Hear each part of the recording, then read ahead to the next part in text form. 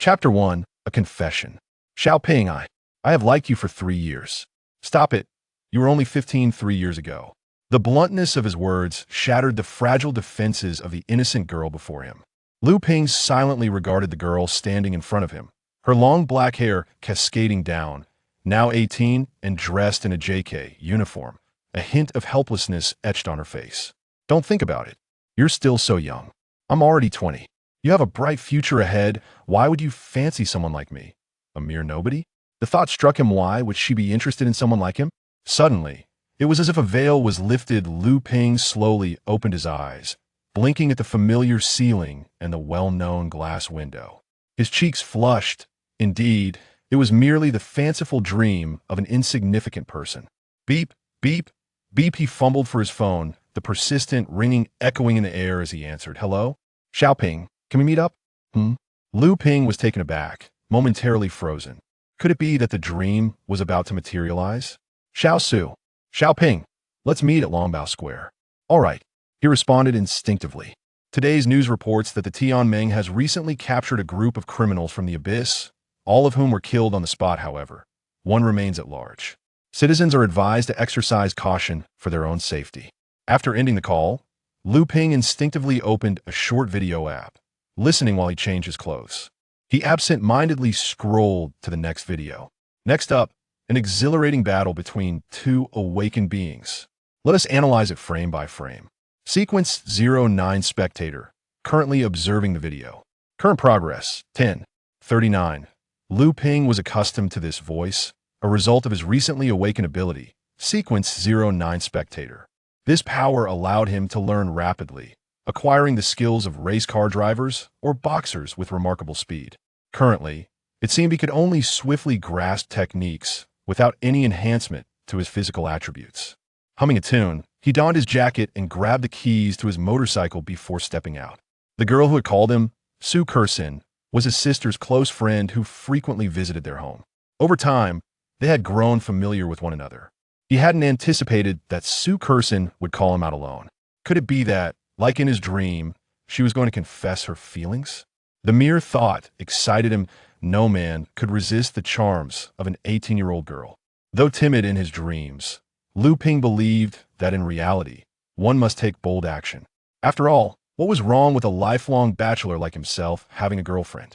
100. You have mastered all combat techniques presented in the video. Acquired combat awareness intermediate. Daily, he learned trivial skills that seemed of little use. Mounting his motorcycle. Once settled, the roaring engine erupted, a plume of white exhaust trailing behind as he sped through the streets. After a brief interlude, Lu Ping finally arrived at Longbao Square. As he stepped into the plaza, his gaze instantly locked onto Su Kersin's figure. Su Kersin was undeniably attractive, with her charming oval face and sparkling eyes. Most notably, she was clad in a delightful JK uniform, just as he had envisioned in his dreams. Lu Ping's heart raced like a drum. Could it be that his beautiful dream was on the verge of becoming reality? Was he about to embark on a sweet romance? Although she was his younger sister's close friend, that did not pose a significant issue, right? After all, he was already over 18. Lu Ping took a deep breath and approached Su Kersin, greeting her as he usually did. Xiaoping Gij, I'm counting on you to protect me and Lu Meng while we shop today.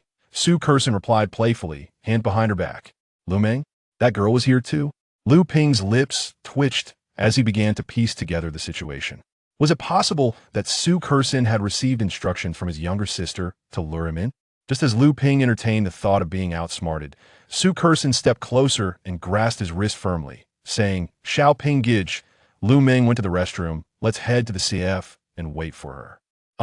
Okay. Lu Ping blinked, feeling the cool, silky touch of her arm send a jolt through him. As a virgin, he was momentarily dazed, but he quickly regained his composure, his mind racing with wild speculation.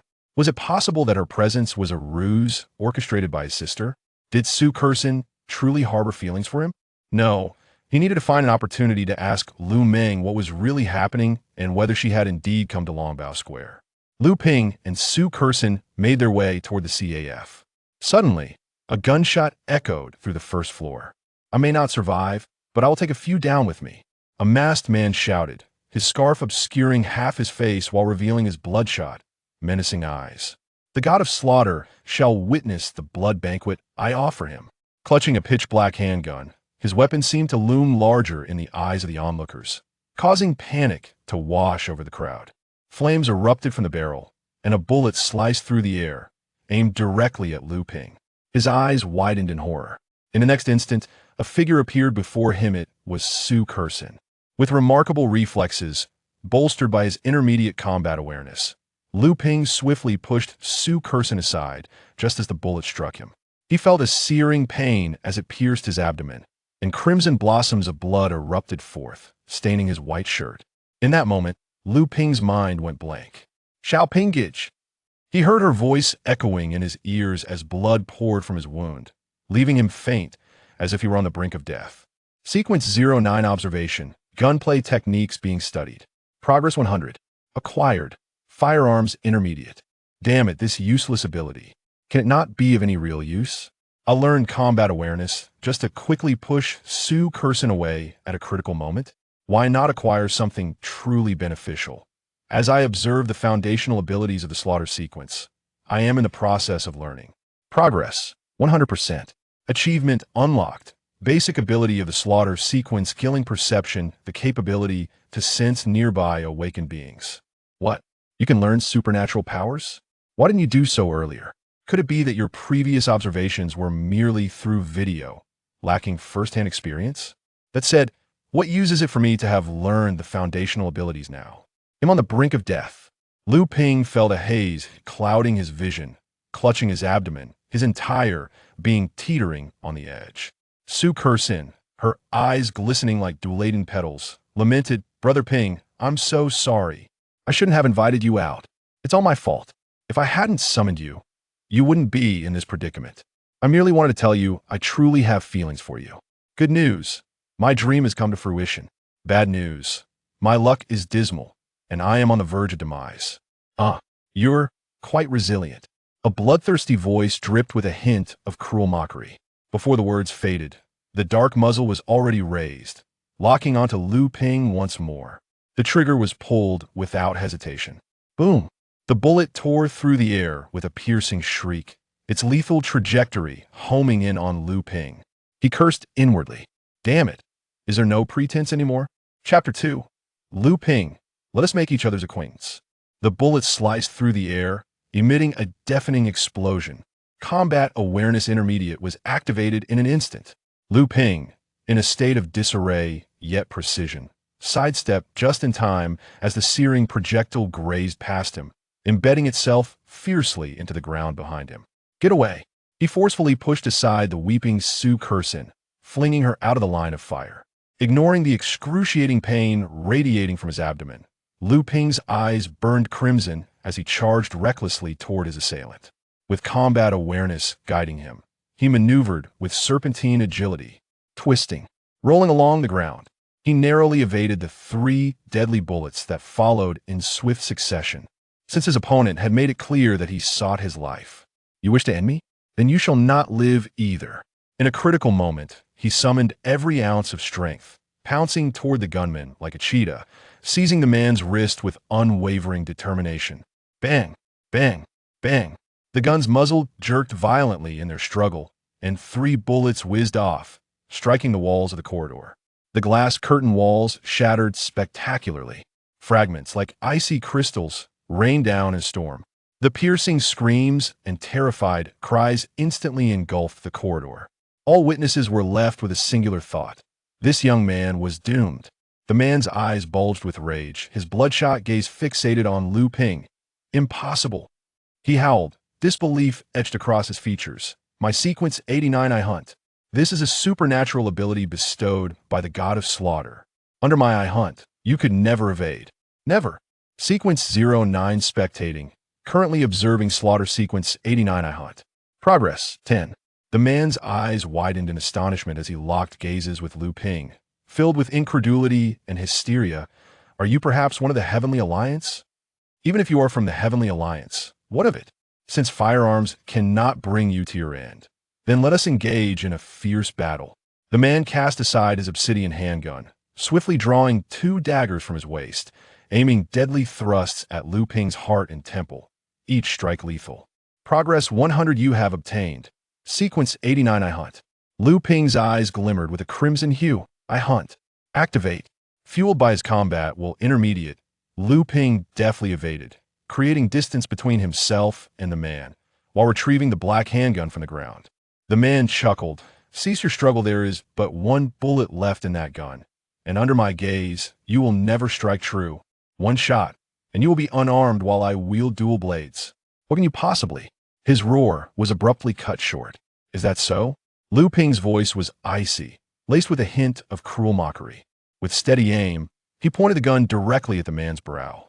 Take a guess. Lu Ping's lips curled into a near-mad grin as he raised his chin. Will this bullet shatter your skull? The moment the man discerned the blood-red pupils in Lu Ping's eyes, the malevolence on his face froze. His pupils constricted to pinpoints. The power swirling within them was all too familiar, yet it should not have manifested in the eyes of this individual. This was his unique ability. Bang, a bullet tore through, leaving a precise mark in the man's forehead. His body stiffened, bloodshot eyes locking onto Lu Ping, filled with shock and unwillingness, ultimately solidifying into an empty silence. Thud! His knees collapsed, followed by his entire body falling forward, crashing heavily at Lu Ping's feet. Warm blood gushed from his brow, rapidly saturating the ground in a glaring crimson. The sanguine hue in Lu Ping's eyes ebbed like a receding tide. He gasped for breath, trembling slightly from exertion, his gaze drifting over the cooling corpse beneath him. Ha! Hesitation leads to defeat. It was your own indecision that sealed your fate. Before his words faded, he could no longer maintain his strength. The gun slipped from his grasp with a clatter. Darkness descended like a heavy curtain, engulfing his final consciousness. At that moment, several voices emerged from nearby. Is that the Abyss operative dead? Who killed him? Wait, could it be this young man who did it? Was his condition severe abdominal hemorrhaging? Unless a sequence holder of the resurrecting god intervenes, he is surely doomed. Thunder raged amidst the dark clouds, the sky flickering with white light, torrential rain pouring down with fury, as if signifying something. Inside the hospital, Lu Ping slowly opened his eyes to find a striking figure leaning over his bedside. She wept uncontrollably, her voice choked with emotion. Brother, you cannot die. Our parents have already abandoned us. If you die too, how will I survive? Who will pay for my tuition? Who will give me money directly? Do not weep any longer. You think simply saying don't cry will suffice? Who do you think you are? Lu Ping. Lu Meng, who had been lying on the hospital bed, trembling and sobbing, suddenly lifted her head, revealing a face brimming with delight. Brother, you're alive. Lu Ping pressed his hand against his forehead. What? Were you hoping for my demise? By the way, where's Su Curson? She. I considered her my closest friend, yet she's scheming to become my sister-in-law. I can't believe I regarded her as my best friend. Lu Meng displayed her small canines, a hint of displeasure evident in her demeanor. Lu Ping inquired, How do you know this? She told me. She even mentioned that if she hadn't lured you out, you would never have encountered this misfortune. With her hands firmly on her hips, Lu Meng's lips curled into a smirk. Brother, when did you awaken? Boom! A deafening roar emerged from outside, as a fierce wind swept in, causing the window to creak. Lu Ping felt a wave of oppression. He fell silent for several moments. I haven't awakened. What nonsense are you spouting? Upon hearing Lu Ping's response, a flicker of disappointment flashed in Lu Meng's eyes. Huh? You haven't awakened? Then how did you manage to retaliate against that person? Retaliate? Ugh at Lu Meng's words. A vivid image surged through Lu Ping's mind. The bullet piercing through the man's brows, followed by his collapse, brain matter mingling with blood. In an instant, a wave of nausea surged through Lu Ping's nerves as he leaned against the bedside table, retching. However, it seemed his stomach was empty, yielding nothing. This sensation was peculiar previously. He felt nothing, but now, the mere thought of that scene rendered him weak. A look of distaste crossed Lu Meng's face. Confirming their shared gaze, it was indeed his younger sister. Lu Ping retrieved a dry tissue from the table, wiped his mouth, and carelessly tossed it into the nearby trash bin, gradually regaining his composure. Gazing out at the torrential rain and the four drip beside him, he rubbed his temples. It appeared he had been ensnared in a most troublesome affair, truly a vexing predicament. Though revealing his identity as an awakened was not entirely detrimental, joining any organization would guarantee a handsome income came with a significant degree of risk. In the realm of ordinary people, there was little violence, however. Becoming an awakened meant living with one's head figuratively tied to one's belt. Liu Ping valued his life and had no desire to join any organization. Thus, he must keep his abilities a closely guarded secret. Absolutely. At that moment, the door creaked open slowly. "Oh, you've awakened?" A somewhat hoarse voice emerged from the side. "Liu Ping, let us make each other's acquaintance. My name is Xianyuan Chong, the commander of the Celestial Alliance in the Linjiang region. You have awakened, haven't you?" Chapter 3. I would never deceive. If one has not awakened, then one has simply not awakened. A figure entered the hospital room unbidden, a time-worn longsword swaying gently at his waist with each step. Without a hint of politeness, he seated himself on a chair, the voluminous hem of his black and crimson uniform sweeping the ground. The 4 silver star emblems upon his chest glimmered coldly under the light. In a single-occupancy hospital room, Liu Ping felt a flicker of surprise. Orphaned at a young age, his meager income could hardly afford such luxury. The attire of the man before him clearly marked him as a member of the Heavenly Alliance. The fact that he found himself in such a solitary ward was undoubtedly due to this individual's influence. Coupled with the 4 silver star emblems on his chest, Liu Ping swiftly deduced the man's identity, a member of the Heavenly Alliance and one of considerable standing. This world is governed by numerous organizations that oversee various cities. The Heavenly Alliance, for instance, exerts control over Linjiang. Whenever an awakened individual emerges in the cities of Linjiang, they often join the alliance or opt for other scattered organizations to ensure their oversight.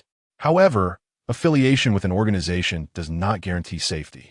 Becoming an awakened one binds one's fate precariously, as it entails contending with the lurking abyss, guarding against treachery from other factions, and confronting monstrous entities birthed from the shadows, an inherently perilous existence, where one's life hangs by a thread. In the 2 weeks following his awakening, Liu Ping had concealed his identity adeptly, never revealing it to anyone. Yet, how did this man ascertain that he was awakened? Was he merely deceiving him? Do not be anxious. Xianyuan Chong seemed to pierce through his defenses, a faint, enigmatic smile playing at the corners of his mouth. Even if you do not join the Heavenly Alliance, scattered organizations remain a choice, merely a distinction between the main house and the branches. He shifted his tone, his gaze sharp as an eagle's. As for why I am so certain you are awakened, care to guess why that madman from the abyss targeted you first? Liu Ping shook his head. How would I know? I have no recollection of animosity towards him. Perhaps it was merely bad luck, and I was chosen. Feigning ignorance while fully aware, Liu Ping pondered whether it was indeed because of his status as an awakened one that he had become a target. Previously, he had obtained a foundational skill from a sequence of slaughter, something akin to killing intuition. He had sensed an extraordinary aura from that individual associated with the abyss. Could it truly be that his status as an awakened one had been detected, marking him as the first sacrificial target? Although the assailant had failed, only to be vanquished by Liu Ping in turn. The individual you killed was a member of the abyss, a remnant of a terror organization. His attack at Longbao Square was a desperate attempt, fully aware he could not escape, seeking to drag others down with him. If you had followed the news, you would know that last night we eradicated a base of the abyss in Linjiang. This man was not present at the base during the assault, narrowly escaping.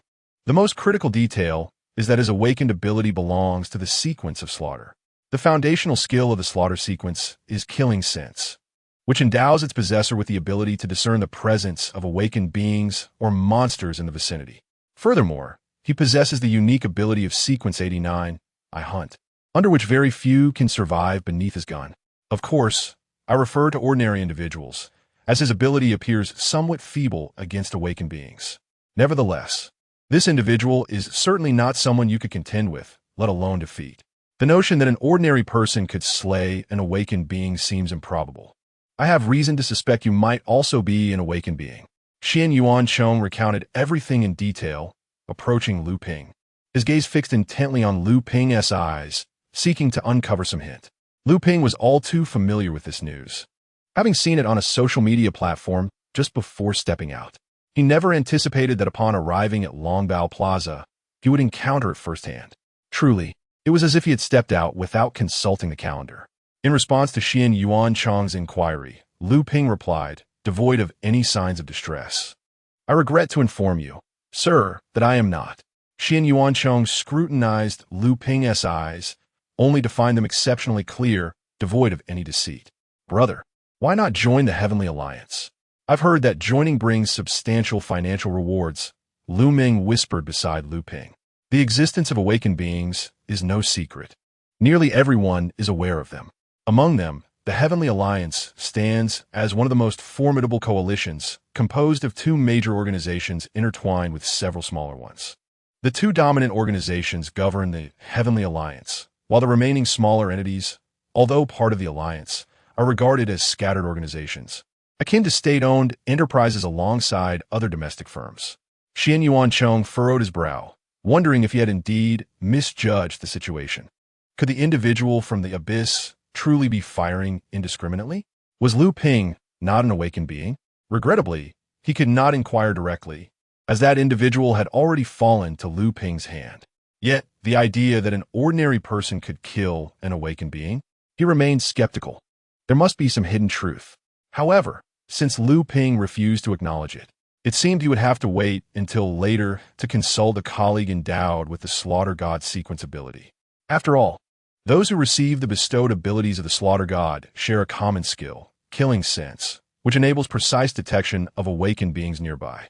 With a deep, contemplative gaze fixed on Lu Ping, he finally sighed. Since you are not an awakened being, I shall not press further. I have arranged for a single patient room for 7 days. I hope for your swift recovery. I apologize for the intrusion. Upon concluding his words, Xian Yuancheng exited the room, leaving with a meaningful remark, I trust we shall meet again soon. Lu Ming stared vacantly at Xian Yuancheng's departure, her frustration boiling over as she lightly struck Lu Ping's shoulder. Brother, why did you not join? They say joining the Heavenly Alliance brings wealth, an income of 100,000 monthly, 1,000,000 annually. Lu Ping firmly placed a hand on Lu Ming's head, retorting through gritted teeth, because I am not awakened. Oh, foolish sister, does she truly comprehend the kind of life that awaits her if she joins the Heavenly Alliance? Really? Brother, why do I feel as though you were just deceiving me? Lu Ping was momentarily at a loss for words, yet a sense of vigilance arose within him. If even Lu Ming, that girl, could perceive his dishonesty, then Xian Yuancheng would undoubtedly not let the matter rest. After all, awakeners are a rare treasure for the Heavenly Alliance. The unfortunate reality is that awakeners have a tendency to perish easily.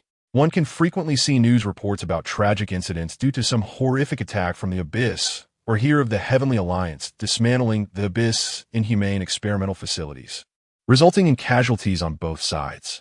The profession of an awakener is sorely lacking in personnel, given that many meet their demise at a young age. Yet Lu Ping cherishes his life greatly. He would rather toil for a lifetime than risk his neck on a whim. After all, not everyone is a warrior. There's no shame in that. Each individual has their own chosen way of surviving. Some may take life lightly, while others bear its weight heavily. As for Lu Ping's current occupation, it is an online endeavor. With a computer at hand, he can work at any moment. I would never deceive anyone. If one has not awakened, then one has simply not awakened, Lu Ping declared defiantly, shrugging his shoulders. Meanwhile, a sharp pain throbbed in his abdomen. Gritting his teeth against the discomfort, he was suddenly interrupted by a series of knocks at the door, accompanied by a somewhat delicate voice. Little Ping, may I come in? Chapter 4. The Manipulative Monster Cannot. The contradictory exclamations echoed from the lips of the siblings. Outside the door, Su Curson was momentarily taken aback. It was Lu Ping's voice. What splendid news. Little Ping is safe. However, she soon found herself in a quandary. Should she enter or not? With a sudden whoosh, the hospital room door swung open. Lu Ming, her face carrying a hint of displeasure, revealed herself. I consider you a good sister, yet you aspire to be my sister-in-law. Su Curson felt a wave of embarrassment wash over her, lowering her gaze. Out of the corner of her eye, she caught sight of Lu Ping waving at her from the hospital bed, and a smile blossomed on her face. Little Ping, how wonderful. You are all right. Fortunately, A mere life-threatening injury requires just a small miracle to survive. Doesn't Zhou Ming fancy you? He brings you meals daily and shows concern for your well-being. Why are you not interested in him, yet drawn to my brother instead? Lu Meng's cheeks puffed up as she glared discontentedly at Su Kersen, who tightly clasped Lu Ping's hand. A look of helplessness crossed Su Kersen's features. But I have already turned him down. I do not fancy his frail demeanor. Besides, I have never accepted the gifts he bought for me. I cannot simply be with someone just because they show me kindness. Lu Meng raised an eyebrow and turned to Lu Ping. Brother, you do not genuinely wish to engage in a relationship with someone so much younger, do you? I am only 20. Lu Ping was at a loss for words. Lu Meng gazed at him with disdain. Is there really a difference? Lu Ping, exasperated, spread his hands. Sometimes, when one wishes to pursue love, they must endure the ridicule of their younger sister for courting someone significantly younger, who understands the plight of family. He exclaimed dramatically. After a moment of silence, Lu Meng revealed her small canine teeth in a playful grin. As if I am the one preventing you from falling in love. Love as you please. I am heading home. Lu Meng, I did not intend to take your brother from you. From now on, let us keep our distance. I shall call you Lu Meng, and you may call me sister-in-law. Su Kersen. With a playful smirk, Lu Meng turned around and lunged at Su Kersen in jest. The scene was so vivid that Lu Ping could not help but exclaim in surprise. What a bold move. Lu Meng, your brother is still watching. Su Kersen glanced at Lu Ping, her cheeks slightly flushed. Hearing this, Lu Meng's lips curled upwards. You still know how to feel shy? Why were you not bashful when confessing to my brother? Look, you have yet to achieve your goal. Moreover, your brother has not yet made his stance clear. As night descended, a torrential downpour ensued, accompanied by the rumble of thunder, creating an atmosphere that seemed ominous. Xian Yuanchong left the hospital, driving his car while gazing at the dark, heavy clouds above, resembling black cotton. An uneasy feeling settled in his heart. Tonight might be fraught with peril. He could not predict where chaos might erupt, hoping it was merely a figment of his imagination. He reached for his phone and dialed a number. Hello, Xiaoyang. Please visit the hospital to investigate a certain individual. I suspect he may be an awakened one. The location is the hospital. Su Kersen, ha ha ha. Has she actually confessed to someone else? A greasy man, his eyes wide and bloodshot, clad in a high school uniform, clutches his disheveled hair with both hands, rendering his already unkempt state even more chaotic. He gazes incredulously at a news report featuring a video from Longbao Square, where Su Kersen's entire confession to Lu Ping is captured. The mere thought of the one he admires confessing to another sends tremors through him, as if a gash had been opened in his heart. His frail frame, as slender as a serpent, writhes in agony. Why? Have I not treated her well? Does she not realize how much I cherish her? Amidst a thunderous storm, a peculiar purple arc flashes, ultimately striking him, and the violet liquid is instantly absorbed into his being. Ha ha ha! Crack! Sounds of bones fracturing echo as the frail man twists and contorts, his body producing a cacophony of cracking bones. The heavens unleash a torrential downpour, and beneath the black clouds lies an endless mist of rain. Enveloped in this shroud of darkness, the man's form continues to distort, gradually transforming into a grotesque figure, his limbs crawling across the rain-soaked ground like a centipede, fingers morphing into sharp blades, leaving pale imprints with each move. A flash of white light pierces through, illuminating the man's neck and revealing a prominent vein. He extends his tongue, revealing a set of jagged teeth, his expression twisted in rage, as if ordained by deity. I shall consume her, devour her. Su Kersen, if I cannot possess your heart, then I shall claim your very being. Like a venomous serpent lurking in the shadows, he slithers, his limbs propelling him with astonishing speed toward the hospital. By the way, what's the situation with Zhou Ming? Lu Ping inquired with curiosity. Although he understood that someone as beautiful as Su Kersen would undoubtedly attract admirers, this was the first he had heard of such a matter. Su Kersen, with her hands clasped behind her, wore an expression of resignation. There's nothing much to say. I don't like him, and we aren't close. He approached me to confess, showering me with gifts every day, persistently clinging to me. Yet, I have never accepted a single thing. Initially, I even gave him money out of my own pocket, but he grew increasingly excessive, so I stopped. I don't even know what he sees in me. A relentless admirer, Lu Ping concluded. Beside them, Lu Ming clarified. It's not entirely true that you aren't familiar, though. I heard you were classmates in middle school. And he was even your desk mate, wasn't he? Indeed. While I appreciate his daily gestures, I cannot develop feelings for him. Su Kersen's face flashed with discomfort. She was well aware of Zhou Ming's affection for her, yet she felt no attraction towards him. Furthermore, she had clearly rejected his advances. His persistent pursuit not only made her feel uneasy, but also intensified her aversion towards him. But how did you come to like my brother? You don't seem particularly familiar with him, Lu Ming said, perplexed. Your brother is genuinely kind. He treats you well, lives frugally, and is undoubtedly a good man. We share many interests, plus he is not unhandsome. Is he? I believe he is not the type to be idle. He will surely have a promising future. Indeed, I'm a good man. I'm Lu Ping, he thought, although he suppressed the urge to voice it, finding the prospect rather embarrassing. At that moment, he resembled a marionette, sitting quietly on the bed, observing the blushing Su Kersen as she extolled his virtues. This feeling was quite pleasant. He had not anticipated that Su Kersen perceived him as a domestic good man. However, did he truly wish to be with Su Kersen? He recalled his younger sister mentioning that Su Kersen's family was rather affluent. Would he find himself embroiled in a melodramatic scenario? The thought of becoming a son-in-law who was kicked out was absurd, as he had no intention of being such. As Lu Ping's thoughts spiraled, a sudden knock resonated at the door. Bang, bang. Lu Ming instinctively moved to open the door, mumbling, "Who is it?" Through his instinctive perception, Lu Ping sensed an extraordinary presence beyond the door. The dull thuds heightened his alertness, prompting him to shout towards Lu Ming, "Wait." With one hand bracing against the bed, he leaped to Lu Ming's side, pulling her behind him. "What's wrong, brother? You shouldn't be getting out of bed yet." Lu Ming exclaimed, bewildered. "Something is amiss." "What do you mean?" "Outside the door. Something is wrong." Suddenly, several sharp blades tore through the door as if they were slender nails, leaving a horrifying gash. A chilling voice echoed from behind the door, "I want to devour you." Chapter 5. What are you to her?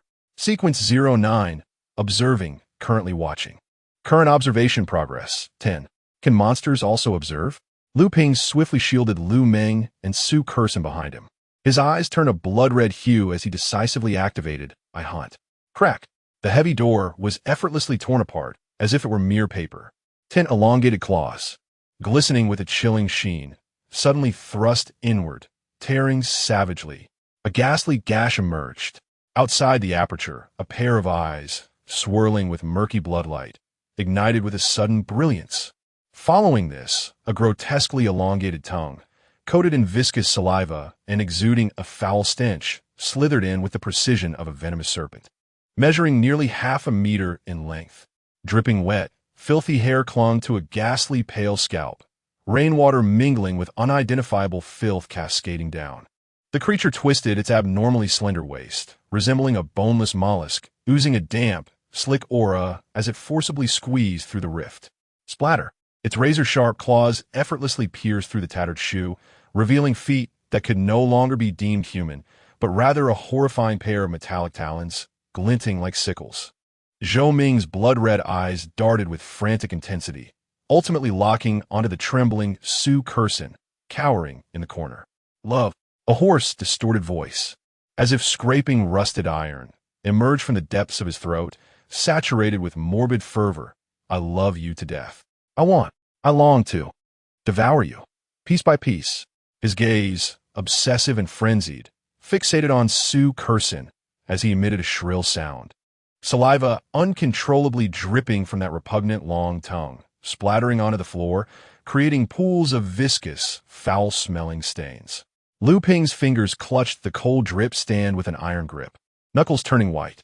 He suppressed the excruciating pain in his abdomen, as if a dull blade were repeatedly churning within, standing resolutely before the trembling Su Kersen and Lu Ming, confronting the advancing monstrosity. Monster! Su Kersen was seized by utter terror, her back pressed against the frigid wall, with nowhere to retreat. Her trembling hand desperately covered her mouth, while the other frantically searched her pocket for her phone, to call Tian Ming. Alert them to the monster. This was the only straw to grasp in her desperation. Lu Meng, pale as a ghost, stood close to Su Kerson, his voice laced with a quavering sob. It's too late. By the time they arrive, we'll have been reduced to fragments. Thud, thud. Each step Zhou Ming took felt like a hammer, striking her heart. His twisted neck emitted a cracking sound, his blood-red eyes ablaze with fury. Monster? You don't recognize me? On what grounds do you not know me? His roar reverberated through the medical room, mingling with the raging storm outside. I am Zhou Ming. Zhou Ming. Su Kerson. 5 years. A full 5 years. Since middle school, I have chased after you. Why won't you have me? I am so deeply devoted. He pointed at Su Kerson, exclaiming, if you don't want me, so be it. But why have you betrayed me? Lu Ping endured the excruciating pain, his mind racing. The identity of his opponent was becoming increasingly clear. It seemed he was Zhou Ming, a pitiable wretch unworthy of sympathy. Deep affection? Lu Ping scoffed, his voice dripping with unabashed derision. After all, if he was destined to perish, he might as well indulge in some verbal gratification first. You are insane. Betrayal? Did you ever truly begin anything with her? Can one-sided obsession be deemed a relationship? Wake up. Can you not possess a shred of self-awareness? Lu Ping paused deliberately. For instance, if a Sao were to pursue you relentlessly with declarations of love, insisting that you marry her, would you ever be moved enough to accept? This astonishing query struck like a bucket of icy water, freezing the furious Zhou Ming in his tracks. His blood-red eyes vacantly swirling, seemingly contemplating this absurd question. A Sao declaring love daily? A confused murmur escaped his throat, quickly replaced by a genuine and unfiltered disgust. What a joke. Disgusting. How could a pig ever be worthy of me? I would never agree. Lu Ping felt an overwhelming urge to ridicule him. Hypocrite. This was beyond theatrical. He nearly wanted to shake him awake. But now, the circumstances dictated otherwise. Though Lu Ping yearned to vent his frustrations, it was evident that merely spectating might still offer a glimmer of hope. Observing the gleaming steel claws of his adversary, he swallowed the curse that had risen to his lips. Progress 60. Steady yourself. Exploit his logical fallacies. Precisely. Lu Ping seized upon the flaw in Zhou Ming's reasoning, his voice rising with an eager urgency.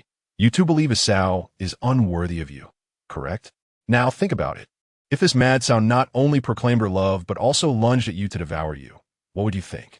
Zhou Ming's blood-red pupils constricted slightly, and he blurted out without a moment's hesitation, then it must be insane, even more repulsive. I would look down upon it, his tone brimming with self-evident disdain. Brother, do you understand? Lu Ping nearly shouted, attempting to penetrate the chaos of Zhou Ming's mind with his voice, the way you are now, in her eyes. What difference is there between you and that man-eating mad Sao? Your madness will only instill greater fear in her. She will look down on you even more. She will keep her distance. Zhou Ming's clawed hands abruptly halted in midair, quivering slightly. He fixated on Lu Ping, his contorted face first displaying confusion, which was swiftly replaced by an offended, absurd rage. You. His voice twisted in fury, the steel claws suddenly pointing menacingly at Lu Ping. Are you calling me that, Sao? Progress 90. Zhou Ming's slender waist twisted grotesquely, his entire form resembling a multi-legged iron centipede, skittering towards Lu Ping with a cacophony of metal scraping sounds. Thick saliva dripped from his frenzied mumblings. I am not a Sao. I will not allow her to look down upon me. I must devour her. In the blink of an eye, he had crawled close to Lu Ping, but his bloodshot eyes suddenly froze, a flicker of confusion creeping across his distorted face. By the way, who are you? Progress 100. You have obtained. Sequence of 100 weapons 45. Blade transformation. The icy sensation of metal surged through Lu Ping's arms in an instant. He faced Zhou Ming's blood-soaked visage, a mere breath away, the corners of his mouth twisting into an almost provocative arc. Me? My voice was clear and resonant. Su Kerson's boyfriend. Boom. These 3 words detonated like an invisible bomb in the confined space. Silence. Su Kerson stifled a gasp between her fingers, while Lu Ming's pupils dilated in shock. 3 gazes as tangible as steel were riveted upon Lu Ping, filled with incomprehensible horror. Zhou Ming's blood-red eyes glazed over. as if his brain had been instantaneously incinerated by this revelation, leaving behind an empty void. "You are Superpowers." "No." A howl, piercing and anguished, shattered the silence. All of Zhou Ming's confusion and madness were instantly consumed by an overwhelming rage and jealousy. He was like a scorpion with its tail stepped on, his steel claws trembling violently in a frenzy. The next moment, those claws, capable of rending iron, lunged towards Lu Ping's throat and heart with a shriek that split the air, moving at an unimaginable speed. Swish! Swish! The sharp claws sliced through the air with a chilling whistle, mere moments away. Lu Ming and Superpowers turned pale, desperately closing their eyes, as if they had already envisioned Lu Ping being instantaneously torn to shreds, blood and flesh scattering. Clang! A cold, piercing metallic glint suddenly illuminated the space. In a fraction of a second, Lu Ping's arms underwent an astonishing transformation. Skin, bones, and muscles instantaneously turned to metal, sharpening and extending, his right arm morphing into a long, straight blade that glimmered with a lethal sheen, perfectly blocking his chest. Clang! The deafening sound of metal clashing reverberated through the air. Zhou Ming's claws, capable of penetrating steel, were unexpectedly halted by the suddenly materialized blade. At the same time, Lu Ping's left arm transformed into a heavy, jagged, bone-slicing knife. The blade gleamed like a silken thread, imbued with Lu Ping's long-suppressed fury and disdain, mercilessly slashing down towards Zhou Ming's contorted face, twisted with rage. "Take that, you bastard!" The cold blade reflected Zhou Ming's eyes, which were now wide with shock and fear. "Fool!" The dramatic twist left Superpowers and Lu Ming's minds blank. Zhou Ming was equally stunned. He stood frozen, his eyes glowing red in disbelief as they stared at Lu Ping's arms, now transformed into twin blades glistening with a cold metallic luster. Swish! The menacing bone-slicing blade, transformed from Lu Ping's left arm, ruthlessly cleaved into Zhou Ming's grotesquely contorted visage. The tremendous force propelled Zhou Ming's entire body to stagger backwards with a violent lurch. The sharp steel claws beneath his feet scraped against the ground, sparking blinding flashes and carving deep rifts. Zhou Ming clutched his face, his body grotesquely arching backward at an unnatural angle, emitting a chilling wail that was anything but human. Pain. It hurts so much. My face. My face. A viscous, dark liquid, reminiscent of blood, yet distinctly different, oozed through the gaps between his fingers. Buzz. The crimson hue in Lu Ping's eyes surged to a boil. I hunt, fully activated. His frigid gaze acted as an invisible chain, ensnaring every subtle movement and tremor of Zhou Ming's muscles. In the next moment, this is bad. Lu Ping's pupils abruptly constricted. The foreseen images from I hunt sent shivers down his spine. Zhou Ming's gesture covering his face was merely a ruse. The true lethal strike lay concealed within. Superpowers, run! Lu Ping's roar pierced through the air, filled with anguish. Hiss! An eerie and terrifying spectacle unfolded. Zhou Ming's hands, which had been shielding his face, suddenly released. His slashed visage appeared to be pulled by an unseen force, stretching forward to its limits, deforming and hardening. In an instant, his entire face transformed into a slender, razor-sharp steel sword, gleaming coldly. Whoosh! The stark white sword light cleaved through the air, accompanied by a piercing shriek. Like a venomous serpent emerging from its lair, accurately aiming for the unsuspecting Superpowers' back. Superpowers was paralyzed with fear from this deadly assault, instinctively throwing herself to the side. Yet that lethal sword light followed her like a shadow. The tip nearly grazed her fluttering hair. Clang! At a critical juncture, the blade formed from Lu Ping's right arm morphed into a silver lightning bolt, striking with tremendous force, precisely severing the side of the steel sword that had once been Zhou Ming's face. Boom! The explosive power erupted instantaneously. The steel sword was violently smashed into the ground, producing a deafening roar, while sparks and shattered stone fragments erupted in all directions. An opportunity. The murderous intent in Lu Ping's eyes surged. Utilizing the recoil from the heavy strike, the blade of his left arm carved a deadly arc, the edge gliding along the spine of the steel sword, effortlessly slicing towards Zhou Ming's neck, which connected to the sword. Clang! The jarring sound of metal tearing accompanied by dazzling sparks flashed in an instant. Gurgle! A grotesque head, adorned with bizarre patterns and eyes wide open, tumbled heavily to the ground, splattered with dark red liquid. Puffed, puffed. However, almost simultaneously, Zhou Ming's headless body, fueled by its final instinct for slaughter, fiercely pierced through Lu Ping's abdomen with its sharp steel claws, driven by a desperate resolve to perish together. The icy blades erupted through his body, sending forth a spray of searing blood. Lu Ming's gaze remained fixated on Lu Ping's back. Puffed, puffed, puffed.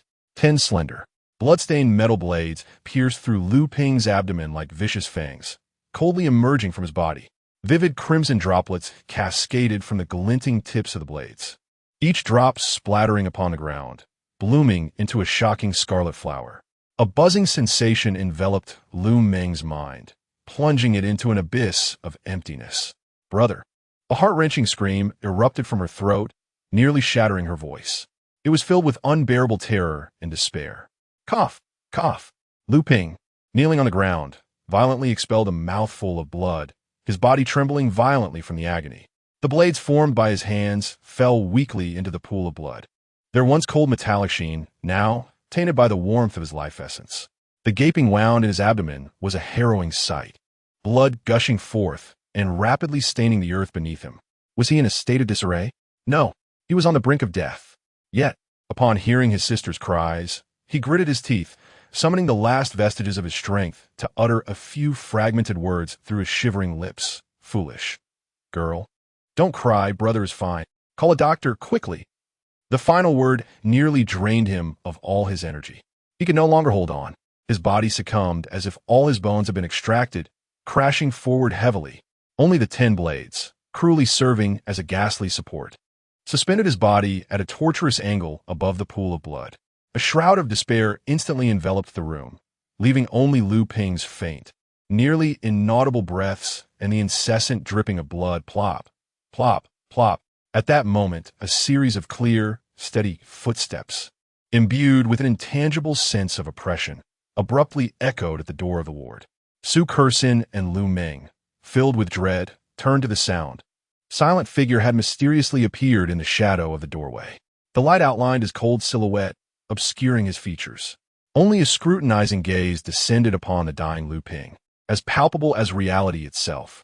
A voice, devoid of emotional fluctuation, yet imbued with undeniable authority, shattered the silence.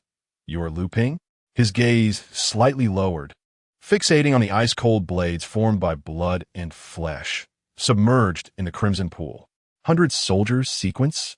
Chapter 6, confirming its sequence as 100 soldiers without any superfluous words. The figure standing in the shadows stirred. He stepped forward, the hem of his brown coat stirring a cool breeze. A hand adorned with a black glove deftly extracted a small green glass vial from the inner pocket of the coat. He drank it. The man's voice remained utterly undisturbed. No hesitation. Lu Ping did not even glance at the other's face. The excruciating pain and loss of blood were ravenously consuming his consciousness. The instinct for survival overwhelming all else. His bloodied, slightly trembling hand shot out violently, grasping the icy glass vial. Gulp, gulp, gulp. He tilted his head back, expending his last ounce of strength to down the viscous, frigid green liquid in one go. Brother, how are you? Lu Ming, pale as a ghost, rushed to Lu Ping's side, her gaze fixated on the 10 vicious steel claws that were cruelly embedded in his abdomen. Who is this person? How could you drink what he gave you? I've already called for help. The nurse will be here any moment. The conspicuous red button at the head of the bed was the emergency call button for the hospital. Su Kersin followed closely, nervously tugging at Lu Ming's sleeve, whispering urgently. Ming, this person, maybe from the Heavenly Alliance. Earlier, at Longbao Square, after your brother was shot, it seemed he drank this kind of green substance, which greatly healed his injuries. Otherwise, he wouldn't have made it to the ambulance. She strained to recall. I remember the person who administered the potion said it was a healing medicine. The man in the duckbill cap leaned against the wall, lightly exhaling, affirming Su Kersin's words. He maintained his languid posture, his gaze cast out the window at the sky shrouded in thick, inky rain clouds, a divine gift of regeneration, a creation of the sequence ability users. His voice was flat yet imbued with an undeniable authority, specifically tailored for mending flesh and repairing damage. The effect is swift, so there is no cause for concern, unless your head is severed or your heart is shredded. Otherwise, one can cling to life. He slightly turned his head, his gaze sweeping across Lu Ping's bloodied and mangled abdomen. You might not want to wait for the newly grown flesh to encase those iron implements. If they bloom a second time, he paused, his tone tinged with amusement. Now, let us extract those 2 hands. Hiss! Lu Ping inhaled sharply, instantly comprehending the gravity of the situation. He gritted his teeth, his hands fiercely gripping the cold steel claws still embedded in his abdomen. PCH, PCH, PCH. The 10 claws, stained crimson, were forcibly yanked from Lu Ping's body and flung onto the ground. The entire process was astonishingly swift, yet the pain rendered his vision dark. His body drenched in cold sweat, as if he had been pulled from water. He sat on the floor, gasping for breath. The man in the duckbill cap seemed somewhat surprised by Lu Ping's decisiveness and resilience, raising an eyebrow before redirecting his gaze out the window. The torrential raindrops pounded violently against the glass, producing a dull sound. TSK. The leisurely bath time has been thoroughly ruined. Yang Che let out an irritated click of his tongue, his gaze firmly affixed on the torrential rain outside the window. I truly apologize, Lu Ping replied languidly, lying on the bed with a dismissive pout. Unfortunately, you arrived a moment too late. The monster has already been dealt with. The subtext was clear. You are of no concern here. Late? Yang Che finally turned his head, his piercing gaze from beneath the brim of his hat sharply directed at Lu Ping. With a cold snort, he declared, without my healing potion, given your condition, the morgue would be your resting place tonight. He strode to the bedside, towering over Lu Ping as he said, enough of the pretense. You aren't awakened, are you not? No, Lu Ping replied instantly, with unwavering conviction. Yang Che was taken aback, a smile of disbelief escaping him. Really not, Lu Ping insisted, his expression sincere. Well, your words are remarkably resolute, Yang Che remarked, unperturbed, as he leisurely adjusted his expensive blue tie. Allow me to introduce myself. I am Yang Che, with the character Che symbolizing clarity, affiliated with the Heavenly Alliance, holding the rank of Slaughter. He emphasized the word slaughter, eagerly anticipating Lu Ping's reaction. Finished with your introduction? Lu Ping blinked, his tone as flat, as if he were inquiring about a meal. Yes. Yang Che found himself momentarily at a loss for words. Oh, then I am merely an ordinary person. Yang Che's lips twitched in disbelief. This kid, was he genuinely oblivious, or merely feigning ignorance? Stubborn as a dead duck, was he? Yang Che had revealed his identity and rank. Wait a moment. Yang Che raised an eyebrow, a possibility dawning upon him. This fellow might not even be aware of the fundamental abilities associated with ranks. Clearing his throat, he decided to reclaim the conversation, explaining that every rank possesses corresponding basic abilities. For instance, my slaughter rank, he deliberately paused, locking eyes with Lu Ping, allows me to perceive all extraordinary energy bodies in my vicinity, be they awakened or monsters. Leaning in slightly, he pronounced with great emphasis, thus before me. Whether you are a human, a ghost, or an awakened, there is no place to hide. Lu Ping promptly closed his eyes, feigning death. Joining an organization? Selling his life? Becoming cannon fodder? Do you know what the most agonizing thing in this world is? Dying before spending all your money. Only a fool would accept that. Evading this is futile. Yang Che's voice turned icy, imbued with an irrefutable authority. Newly awakened individuals must accept regulation and join a registered organization. It is the rule. You will have 1 week to consider which organization to join, during which you will receive a substantial income deposited into your account. He paused, his gaze sweeping over Lu Meng and Su Kersen, his tone becoming somber. Do not mistake this for mere restriction. Consider the 2 ordinary girls behind you. The kind of injuries they sustained, even with top-tier healing agents, their physiques would struggle to endure. When an awakened loses control, it is they who suffer first. And you surely do not wish to be the cause of harm to your family, do you? Think the Heavenly Alliance is perilous? Yang Che shifted his tone, laced with a hint of sarcasm. Very well. How about a loose affiliation with a subsidiary organization of the Heavenly Alliance? Simply take the name, receive a monthly stipend, and do essentially nothing, just retreat into your shell. But the prerequisite is absolute. Regulation. Compliance. Having reached this point, the matter is unequivocally clear. Lu Ping fell silent for a few seconds, exhaling deeply as if having made a momentous decision. I understand. Yang Che's expression softened slightly, indicating that this young man possessed some degree of foresight. Thus, Lu Ping suddenly opened his eyes, a fervent light flickering within them.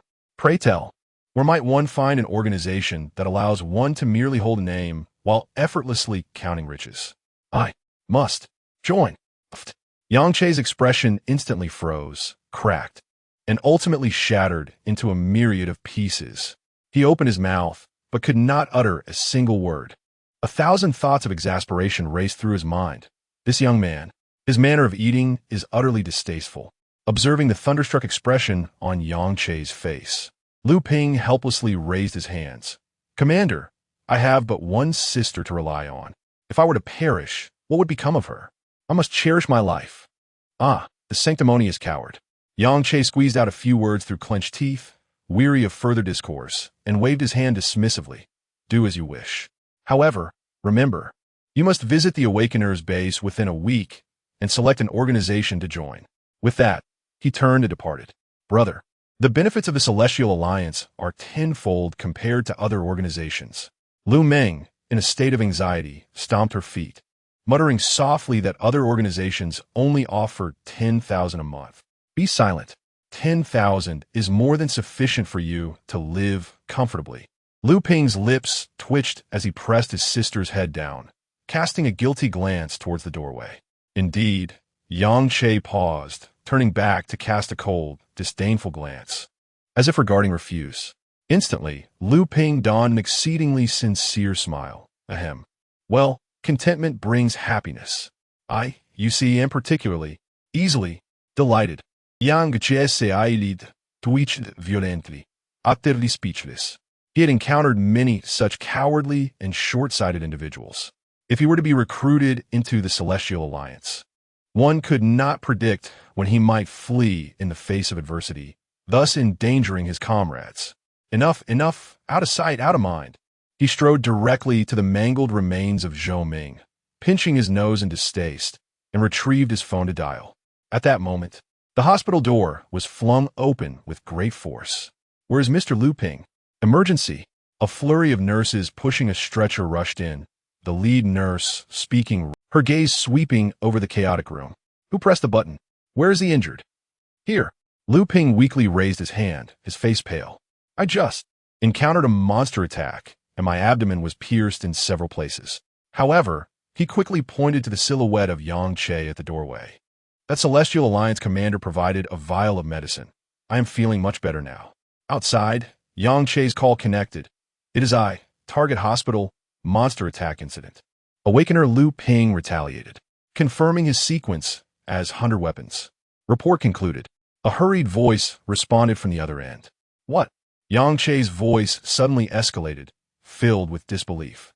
Must we recruit him into the Celestial Alliance? Why? Chapter 7. The prerequisites for watching the battle. In the Jiangling region, our manpower is severely constrained. The voice on the other end of the phone resonated with an undeniable urgency. Every awakened individual is a precious force. We must recruit them, by any means necessary. Yet this fellow is nothing but a coward, utterly terrified of death. Yang Che's voice echoed in the empty corridor, brimming with disdain. Do you know what he said? Contentment brings happiness. Huh. To phrase the fear of death so elegantly is a first for me. The more he spoke, the angrier he became, his words spilling forth rapidly. Even more disgusting is using his sister as a shield. He says, what will happen to my sister if I die? If he were to perish on the Tianming mission, the compensation would sustain his sister for 3 lifetimes. To put it plainly, it is sheer cowardice at its core. You expect me to recruit such a person? Absolutely impossible. Yang Che asserted decisively, his expression dark enough to draw. He harbored a deep loathing for individuals like Lu Ping, who sought only comfort and bore no responsibility, utilizing the organization's resources while yearning to be a turtle hiding in its shell, in his view, was a complete waste of life. Yang Che's voice was unreserved, each word piercing like an icicle, brutally embedding itself in Lu Ping's ears. Lu Ping faltered. His cheeks flushed uncontrollably. He acknowledged his fear of death, but being called a coward, a parasite, and having his sister used as an excuse. The impact was overwhelming. He clearly had courage too, didn't he? He had just fought fiercely moments ago. Was it wrong to pursue freedom? This thought flickered through his mind, only to be swiftly extinguished. Oh no, he almost fell into the trap of self-justification. Discussing reason with such a person? A waste of breath. Thick-skinned, he could endure. Lu Ping's heart suddenly felt liberated. He took a deep breath, not to defend himself, but to suppress that trivial shame. He could not cast aside the truth of his feelings for his sister, nor his desire to be unbound. It had nothing to do with money. Otherwise, when Xin Yuancheng was present, he would have long revealed his identity and indulged himself. Why bother hiding? Suddenly, he turned around and strode confidently to Yang Che, who was still fuming at the phone. With a resounding slap, he struck Yang Che's shoulder. Yang Che froze, nearly dropping the phone. He turned in astonishment, a flicker of uncertainty crossing his eyes beneath the brim of his hat. Could it be that this lad has awakened from his stupor? Meeting his faint glimmer of hope, Lu Ping displayed an almost tragic, profound expression and spoke slowly. The world may slander me, belittle me, and mock my cowardice. Yet alas, I remain lamentably ineffectual. His tone was somber, as if bearing the weight of timeless grievances. Yang Ke. The moment of expectation solidified, shattered, transforming into an expression of disbelief. As if he were gazing at refuse. Lu Ping had already withdrawn his hand, seemingly as if nothing had transpired. He turned to the two girls and called out, Lu Ming, Su Kersen, let us go. I feel this miraculous medicine truly works. My stomach no longer aches. He even pretended to rub his abdomen earnestly, the previously terrifying penetrating wound, under the potent effects of the healing agent. Now only bore a few pink scars and a slight tugging sensation, a veritable medical marvel.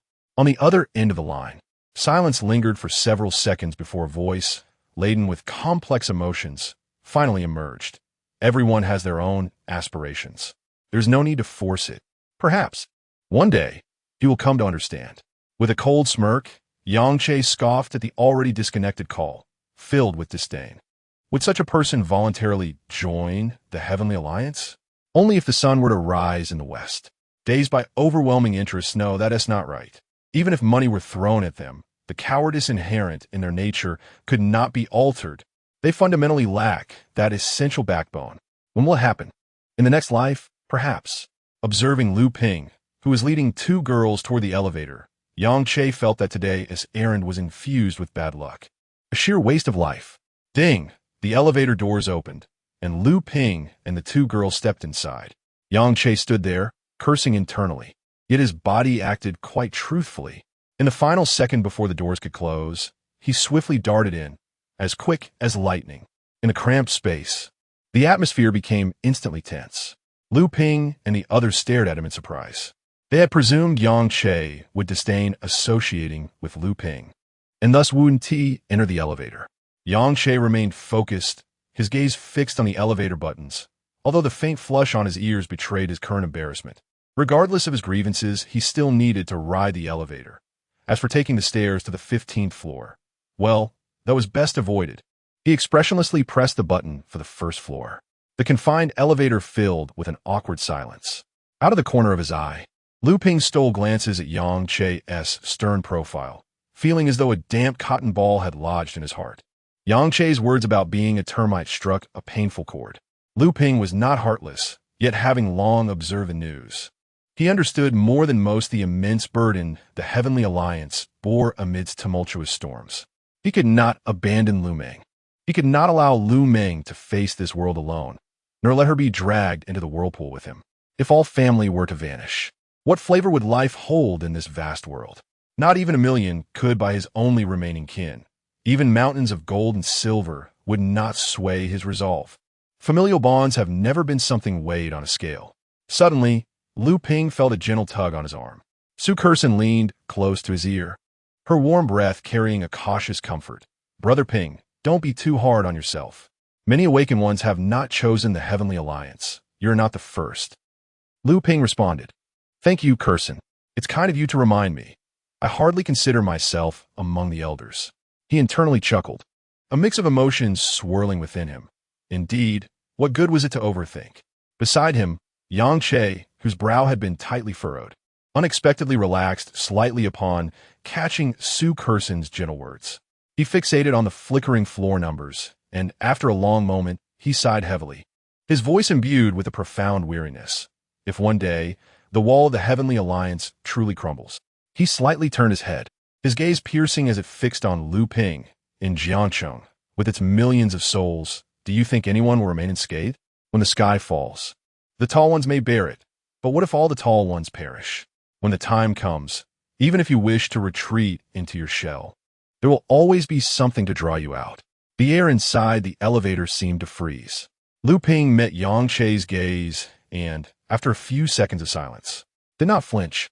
His voice was clear and calm. If that day truly comes and I am needed, I shall not refuse. Good. A faint glimmer of almost imperceptible approval flickered in Yang Che's eyes, the corners of his mouth curving into a semblance of a smile. I have taken note of your words. However, I sincerely hope that day never arrives. Lu Ping paused slightly, then understood the deeper meaning behind Yang Che's words. The alliance would never falter. Indeed, it shall not. Ding! The crisp sound of the notification shattered the heavy atmosphere. They had arrived at the first floor. The elevator emitted a mechanical voice, and 4 figures stepped out.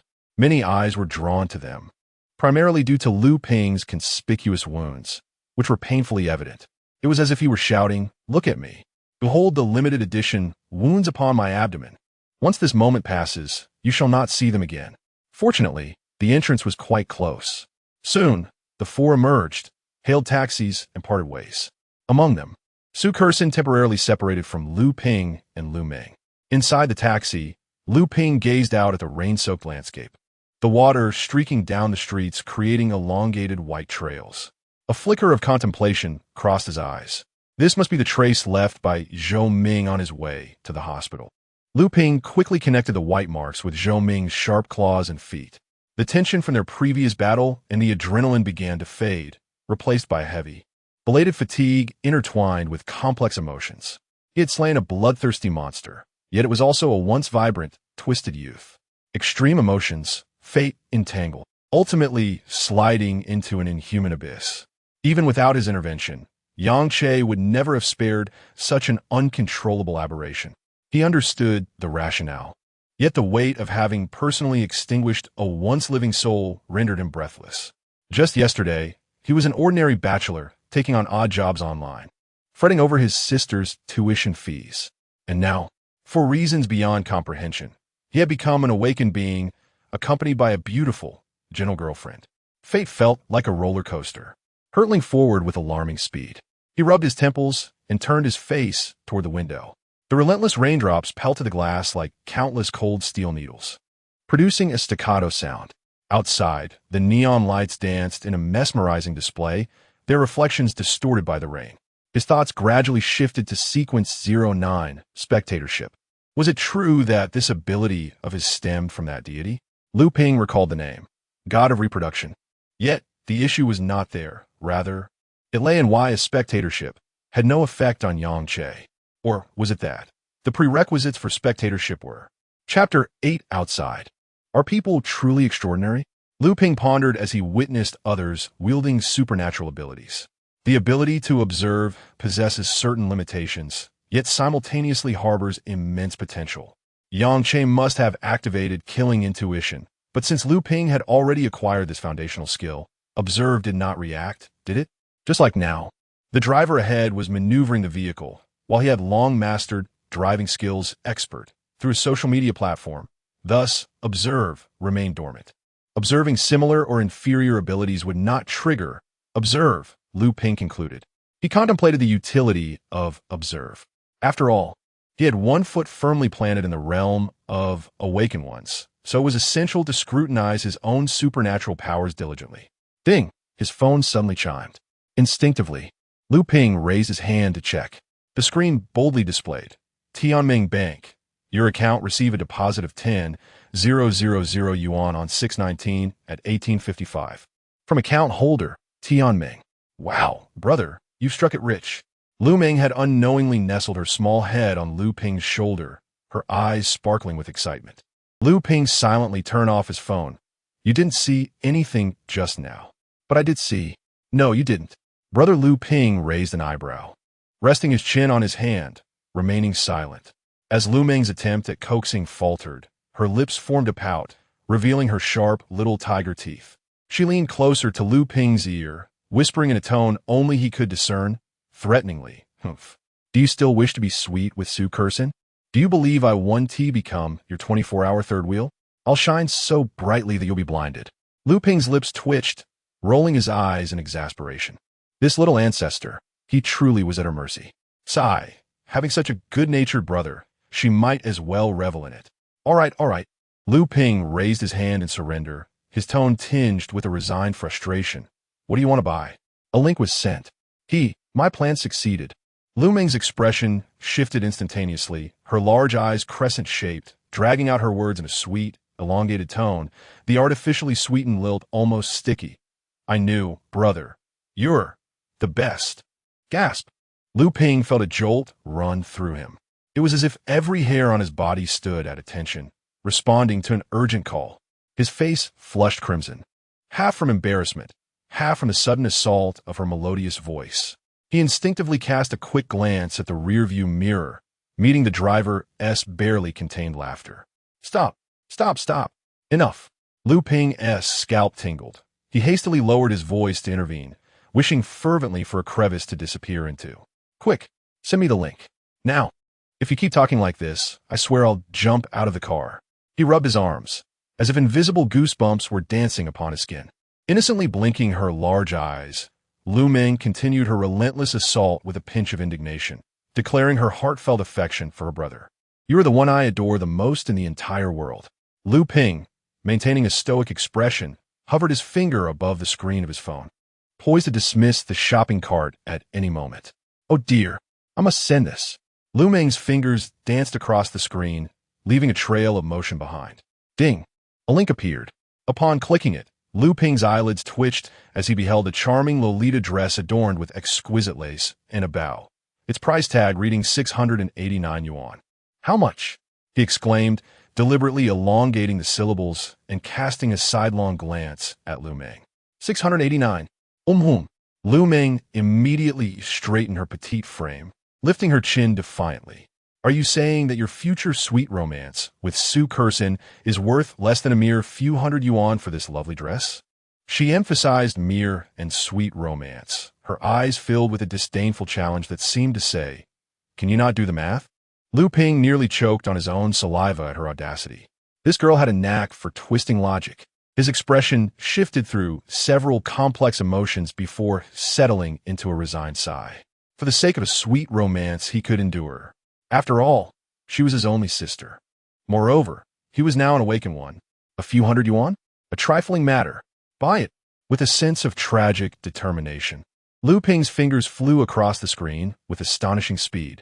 He entered the password, confirmed the address, and clicked to pay. Ding! Payment successful. All done in one swift motion. He shook his phone, as if he had accomplished a monumental task. Just as the payment notification chimed, the taxi made a smooth turn and came to a halt at the entrance of Happiness Community. Young man, we've arrived, the driver called from the front seat. Clearly amused by the lively banter of a sibling duo, Lu Ping and Lu Meng quickly exited the vehicle and made their way home. Tick-tock, the living room lights flickered on. Slipping into their slippers, they headed deeper into the house. Lu Meng dashed straight into her room, while Lu Ping settled onto the sofa and turned on the television. Reclining against the familiar softness of the couch, he listened to the rhythmic patter of the torrential rain outside as the screen illuminated before him, broadcasting local news. This morning, a heinous terrorist attack occurred at Longbao Square. Fortunately, the assailant only injured a young man and ended up in a confrontation with him, ultimately being defeated. According to the Heavenly Alliance investigation, we have learned that the attacker was a remnant of the recently eliminated abyss in Linjiang. Remarkably, this young man happens to be a newly awakened individual. However, due to privacy concerns, we cannot disclose any photographs of youth, which have been obscured. Shockingly, just this evening, the young awakener who defeated the villain was attacked by a monster in the hospital. It is truly heart-wrenching, but fortunately, this young individual not only triumphed over the beast, but also left the hospital with remarkable composure. With a soft click, Lu Ping silently turned off the television. He intended to unwind with some viewing, not to contemplate the fade he had donned today. The remote slipped from his grasp onto the sofa, and he sighed, his gaze gradually shifting to his phone. Speaking of which, he too would soon become an awakener. Surely, he must possess some skills for self-defense, right? What abilities have I acquired? I hunt, killing sense, blade transformation. These are merely his supernatural abilities. Yet in terms of skills, he seemed somewhat lacking. Currently, he possessed only combat awareness, intermediate, which held some utility. As for driving skills, expert, and the like, unrelated to combat, he would not mention them. Blade transformation, this ability seems to allow me to morph parts of my body into blades for attack, Lu Ping mused, glancing at his hand. As he spoke, his finger transformed into a slender, sharp blade, reminiscent of the knife that pierced his abdomen at the hospital. Speaking of which, there's one thing that has puzzled me. Do monsters also possess sequences? A look of confusion crossed Lu Ping's face. He pondered deeply, but could not arrive at a conclusion, ultimately deciding to let it be. Opening a popular video platform, he began to scroll through videos on swordsmanship. Alas, no more pretense. I shall excel. Lu Ping's lips curled into a smirk, reminiscent of the Dragon King's crooked smile. The blade, the commander of all weapons. Invincible in all endeavors. A swift explanation of sword techniques resonated in Lu Ping's ears. Sequence 09, spectating, currently observing swordsmanship, beginner. Current progress, 10. 100. Acquired, swordsmanship, beginner. Only the basics? No matter, let us continue practicing. Logically, I should be able to advance to expert. My driving skills elevated to expert just from watching videos, so there's no reason swordsmanship shouldn't follow suit. Time slipped silently through his fingers. At 2 in the morning, the thrilling duel between two swordsmanship masters commenced. Let us witness who will emerge victorious. A spectacular swordplay unfolded once again before Lu Ping's eyes. Sequence 09, spectating. Currently observing acting skills, beginner. Lu Ping. Lu Ping was bewildered. Wasn't this supposed to be a swordsmanship duel? How did I acquire acting skills? Oh, Lu Ping realized they are merely performing. A grin crept across Lu Ping's face. Indeed, the world of martial arts encompasses not only violence, but also the intricacies of human relationships. How genuine. No matter. On to the next video. I shall continue to immerse myself. Tonight, I will elevate my swordsmanship to expert. Originally, that had been his intention. The following day, at 4 in the morning. Sequence 09, observing, currently watching. Current progress, 10. 100. Acquired, advanced swordsmanship. I can't endure any longer. I'm utterly exhausted. Tomorrow, I must venture to the Awakeners' base, seek out a group, and rest. I shall rise early, and in passing, escort Lu Meng to school. Ultimately, Lu Ping succumbed to fatigue, clutching his phone while sprawled on the bed, his eyelids gradually succumbing to slumber. The following day at dawn, soft morning light filtered through the curtains, casting a warm golden hue upon the room. Outside, a few melodious birdsong filled the air, imparting a sense of tranquility. Knock, knock, knock. A series of somewhat urgent knocks shattered the serenity, resonating sharply in the quiet corridor. Having just finished her morning routine, Lu Meng, busy stuffing her textbooks into her backpack, froze in her actions. Instinctively, she held her breath, her heart racing uncontrollably. The shadow of the creature that had burst into the hospital last night loomed ominously in her mind. Fear coiled around her spine like a chilling vine. She no longer dared to boldly stride to the door as she had before. Like a startled fawn, Lu Meng tiptoed swiftly to Lu Ping's firmly shut door, gently cracking it open just enough to peek inside, her head barely making an appearance. Her voice was low and urgent, tinged with palpable anxiety. Brother, wake up quickly. Someone is knocking. Outside. Could it be a person or a monster? Lu Ping had indeed been roused by the commotion, rubbing his eyes as he sat up. Upon hearing his sister's trembling inquiry, his gaze sharpened instantly, exuding an aura of killing intent as he sensed the presence beyond the door. In a hushed yet grave tone, he replied, I do not know. It is either an awakener or a monster. Chapter 9, but soon. So what is it? Lu Meng tilted her head, her face a picture of confusion. Lu Ping offered no explanation. swiftly donning his jacket while suppressing the dull ache in his abdomen as he made his way to the living room. I'll open the door. Ensure your backpack is checked. Don't leave anything behind for me to fetch, he admonished without turning back. I know. I'm not a 3-year-old. Lu Meng grumbled in dissatisfaction. With a click, Lu Ping leaned closer to the peephole, catching sight of a face adorned with a warm smile. He inhaled deeply, suppressing his irritation, and turned the doorknob. Good morning, Lu Ping. Xin Yuan Chong, clad in a refreshing casual outfit of a white shirt and jeans. Yet the ancient sword at his waist remained conspicuous, silently declaring his identity. His voice was hoarse. I mentioned I would see you again. Will you not invite me in for a moment? How embarrassing, Commander. Lu Ping immediately donned an expression of utmost apology, speaking rapidly. I must take this girl to school. We're running late. He turned and called into the house, raising his voice an octave. Lu Meng, what are you dawdling for? Has your backpack grown legs? I'm coming. Lu Meng shot out of her room like a small cannonball, her uniform collar still askew. Upon seeing Xin Yuan Chong, she paused in surprise. Huh? How did you know where we live? Ancestor. Is that even a question? Heavenly Alliance can find out where anyone lives with just a name. He pulled his sister along, forcing a smile that conveyed understanding yet signaled urgency. Commander, you see, we're truly out of time. I promise I will visit the Awakeners base today and carefully select a suitable organization to join. See you. With that, he dragged Lu Meng toward the stairs. Wait. Xin Yuan Chong's voice, though not loud, acted like a binding spell, halting Lu Ping in his tracks. He maintained his gentle smile, as if he had anticipated this moment. I drove here. At this hour, the buses are congested. I shall give you a ride. Drive? That seems too much trouble for you. Lu Ping attempted to resist. He did not wish to endure a monologue from Xin Yuan Chong during the drive, which would surely be torturous. It's merely a small favor.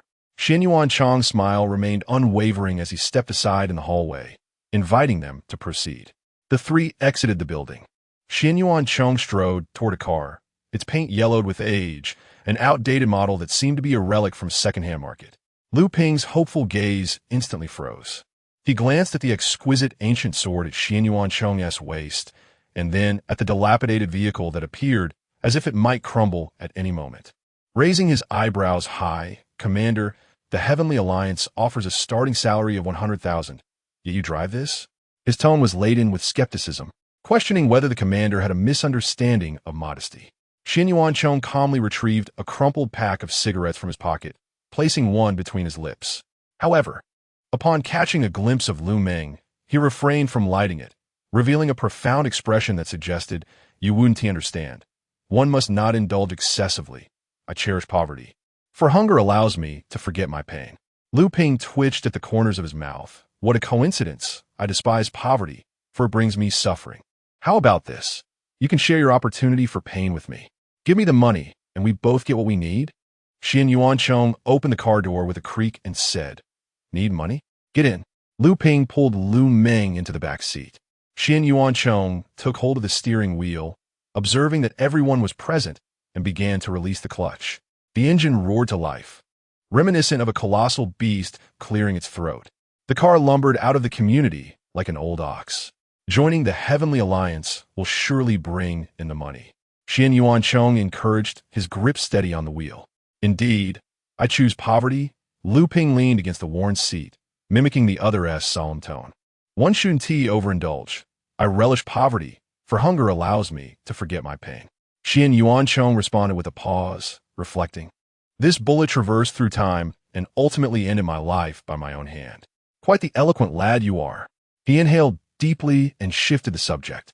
Lu Meng, your school is number 2 middle school, right? Yes, she affirmed. Very well. Xin Yuan Chong glanced at the time. We have ample opportunity to converse. It should take approximately 40 minutes. 40 minutes. I'll be late. Lu Meng's eyes widened in disbelief. That is slower than my brother on his electric scooter. He only takes 14 minutes. Xin Yuan Chong abruptly turned to Lu Ping in the rearview mirror. 14 minutes? Did you fly there? Lu Ping shrugged nonchalantly. Basic skills, don't doubt. He surveyed the sluggish traffic ahead and then glanced at Xin Yuan Chong, tentatively suggesting, how about I drive? Xin Yuan Chong scrutinized Lu Ping with skepticism. Do you have a license? Yes. Will you promise not to run any red lights? Absolutely.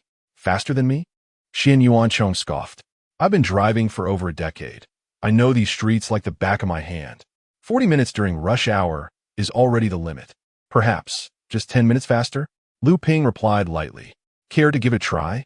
Xian Yuanchong turned to Lu Meng. Classmate Meng, your brother is boasting. I conservatively estimate 40 minutes. If he drives, it might stretch to 50. Who do you choose? Lu Meng's face tightened as she weighed her confident brother against the seasoned driver, Xian Yuanchong. Being late seemed inevitable. But a spark ignited in her eyes. Since she was already late, why not let her brother drive? If he won, they would save time. If he lost, she'd win a dress. It was a win-win. Hee. Will my Lolita dress be gaining a new edition? Switch. Let my brother drive, she declared decisively, as if placing a significant bet. Lu Ping, with satisfaction, my sister truly trusts me. Lu Meng, internally gleeful hee.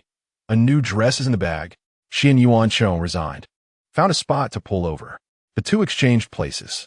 Lu Ping settled into the driver's seat, adjusting the rearview mirror and familiarizing himself with the gear shift. His movements surprisingly fluid. Just as he grasped the steering wheel, preparing to shift gears, Xian Yuanchong's mind suddenly blared a warning. Wait, Lu Ping. When was the last time you drove a car properly? Lu Ping had already pressed the clutch when he paused at the words, revealing a radiant smile that showcased his gleaming white teeth. However, to Xian Yuanchong, it appeared rather chilling. Last time? During the driving test for the third subject. I passed with flying colors. Since then, I haven't touched a car. Boom!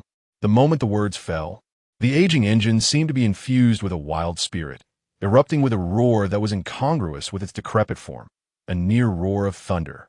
Xian Yuanchong's face turned ashen. It was over. They had boarded a pirate ship, a decrepit vessel that hadn't seen water in 2 years. Lu Meng clutched the seatbelt tightly, her little face paling in response. She vowed that her brother was indeed telling the truth, for their family could never afford a car. The day her brother obtained his driver's license was truly the last time he had touched a vehicle. Hold on tight to the seatbelt. Lu Ping's lips curled into a nearly wild arc, excitement flashing his eyes as he slammed down on the accelerator. My speed, my driving skills expert, are unleashed. The old car groaned under the burden. The tires screeched against the pavement, and the vehicle shot forward like an arrow released from its bow. But it was swift indeed. Chapter 10, Sequence 38, The Celestial Sword. It raises the question, is Zhou Ming's condition a common occurrence? One cannot simply transform into a monster upon emotional collapse, can they? Xian Yuanchong, having been nearly flung against the car door by a sharp turn, steadied himself before responding. Of course not. Only a specific group of individuals, at the critical threshold of emotional instability, face the risk of alienation. Specific group? Lu Ping inquired, his foot pressing firmly on the accelerator as he deftly overtook two vehicles, eliciting a cacophony of furious horns. Xian Yuanchong gazed out at the rapidly retreating scenery, his voice lowering. Those endowed with sequence abilities yet unable to harness their power. When uncontrolled emotions collide with newly acquired sequences, it is no awakening but a direct transformation into a monster. He paused, his tone imbued with an undeniable finality, signaling the end of the discussion. Lu Ping, sensing the shift, deftly changed the subject. All right, let us talk about something else. What exactly does Yang Che do with that icy demeanor? Is he simply out there capturing monsters? There are two types of duties, guardianship and cleanup. Xian Yuanchong succinctly explained. Today, I am on duty, guarding the harbor, watching over the first line of defense against the deep sea and riverside. Theoretically, it should be smooth sailing. Oh, smooth sailing, indeed. Lu Ping extended his tone, the sarcasm nearly spilling over. I wouldn't believe a word of it. Does the Celestial Alliance ever stay out of the headlines? Smooth sailing? That's a tall tale. At the same time, Lu Ping's dilapidated yellow car transformed into a streak of yellow lightning amidst the morning rush hour. It drew countless gasps of astonishment. What the heck? Are you racing to the afterlife? Crazy. Are you trying to throw your life away? Good grief. How can this old car go so fast? Shouts of disbelief, curses, and incredulous horn blasts erupted throughout the street. Lu Ping exhibited near superhuman driving skills, executing daring overtakes, skirting along walls in sharp turns, and launching forward the moment the traffic light turned green. The steering wheel in his hands seemed to possess a life of its own. In the passenger seat, Xian Yuancheng's complexion turned pale as he clutched the armrest, his stomach churning. He acknowledged the boy's remarkable skills. But this was the city, not some racing track. This speed was akin to playing with fire. Lu Ping, slow down. You're speeding, severely exceeding the limit. With a swift and decisive drift, the tires screeched in protest, and the car came to a halt with precision in a particularly tight parking spot right in front of the entrance to the second high school. Not a hair's breadth off. The engine's roar ceased abruptly, leaving the car enveloped in silence. Xian Yuancheng, still shaken, glanced at the dashboard where the timer had vanished in less than 10 minutes. He even forgot what he had intended to say moments ago. Lu Ping unfastened his seatbelt and, casting a pale glance at the back seat as if his soul had momentarily left his body, nodded toward Lu Ming. What are you dawdling for? Get out. Let me see. We have about 5 minutes until morning reading starts. He turned to Xian Yuancheng, offering an innocuous smile. Commander, we have arrived. As you wished, safely delivered. Xian Yuancheng found himself grappling with a sense of existential doubt. He raised his hand to glance at his watch. 10 minutes. This seemed rather exaggerated. A journey of 40 minutes had been accomplished in merely 10. The absurdity of it all struck him, yet the thought of Lu Ping's reckless overtaking, drifting around corners, and explosive starts made it somewhat more palatable. Nonetheless, it was still too swift. Brother, Commander, I'm off. The rear door of the car swung open with a bang, and Lu Ming, pale-faced and unsteady, tumbled out, her backpack askew, as she dashed towards the school gates without a backward glance. Lu Ping nimbly exited the driver's seat, stretching his limbs with a look of invigorated satisfaction. Thank you, Commander. That was even faster than I anticipated. For Lu Ping, this was a refreshing experience. After 2 years, it was his first time driving a car. Xian Yuancheng raised an eyebrow, about to speak, when his phone rang abruptly. He swiftly answered the call, while Lu Ping waved goodbye. Well then, Commander, I must head to the awakeners' base. However, a sharp, piercing horn blared, abruptly cutting off Lu Ping's words. He turned back in astonishment to see Xian Yuancheng leaning halfway out of the window, his gaze sharp as a drawn sword, his voice carrying an undeniable authority. Get in. Be my driver. Take me somewhere, immediately. I can help, but I need to go to the base. 30,000. Cash. Transfer it now. Xian Yuancheng displayed his phone's payment interface, the numbers glaringly bright. Commander, is this really so urgent? There's no time for idle chatter. We'll talk on the way. Xian Yuancheng nearly shouted. Lu Ping instantly returned to the driver's seat and turned the key. The old engine, which had just settled, roared back to life like a beast awakening from slumber.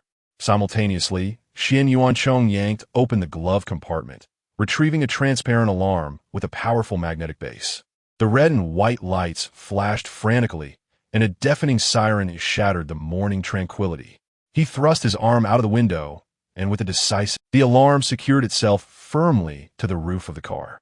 The blaring red and white lights spun wildly, the shrill siren sounding like the trumpet of doom.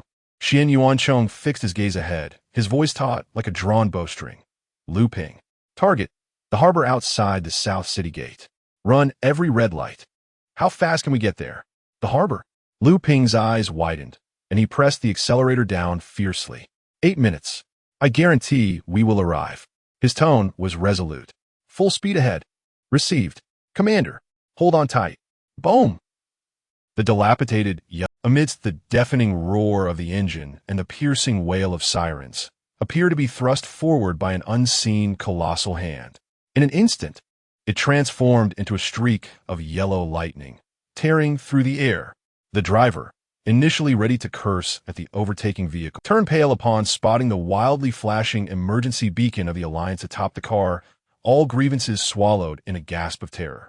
Something grave was afoot. The only occurrence that could compel the Alliance to activate its red lights and accelerate recklessly could be none other than a monstrous invasion. In the ensuing 8 minutes, time compressed and space folded. The yellow lightning, driven by Xian Yuan, performed a breath-stealing dance of death amid the morning rush-hour traffic. Each intersection was a perilous crossing executed to the millisecond, each lane change brushed perilously close to the side mirrors of neighboring cars. The engine's roar and the tires screeching on the asphalt, composing a symphony of madness. Xian Yuan clenched the handrail tightly, feeling the vehicle tremble as if on the verge of disintegration. His mind consumed by a singular thought. Hurry! Go faster! The golden sands had long been stained with mottled filth and dark crimson blood. The waves crashed restlessly against the rocks, the air thick with the metallic scent of blood and an unsettling brine. Captain, we can't hold out much longer. The monster! It emerged suddenly from the depths. A bloody guard shouted, his voice quivering with despair. Silence. Hold the line. Commander Xian Yuan is on his way. Yang Che wiped the mixture of blood and sweat from his face, gripping two elongated knives glinting with a chilling aura. He took a deep breath, suppressing the tumult within. As a fierce determination surged in his eyes, Slaughter Sequence 73, Blood Dance. A strange crimson light instantly coiled around the blades, transforming Yang Che into a scarlet blur, reminiscent of a blood-soaked butterfly dancing on the brink of death, propelled by a resolute killing intent toward the horrific giant standing at the center of the beach. It was an oversized, deep-sea crab, its massive body cloaked in a heavy, metallic green exoskeleton that shimmered ominously. 6 limbs, resembling gigantic scythes, dug deeply into the sand, each movement sending plumes of sand soaring. The enormous claws, capable of crushing steel, swung with a ferocious gust. Roar! The giant crab sensed the threat and unleashed a thunderous bellow. With its roar, the damp beach suddenly surged as if boiling. Crack! Crack! Crack! Countless bloodthirsty crabs, the size of fists, with protruding fangs and dark shells, erupted from the sand. They surged forth like a black torrent of death, emitting a spine-chilling screech as they frantically charged toward the Alliance guards attempting to encircle the giant crab. The cacophony of screams erupted in an instant. Yang Che's blood dance blade was already closing in on the crab's enormous lantern-like eye. Just as victory seemed at hand, the crab's massive mandibles split open in a disturbingly human-like, mocking grin. Cool, slay. A thick, foul-smelling jet of pressurized water erupted from its throat, akin to a nauseating stream of pus, hurtling directly toward Yang Che's face. The sudden onslaught of filth momentarily stifled Yang Che's offensive.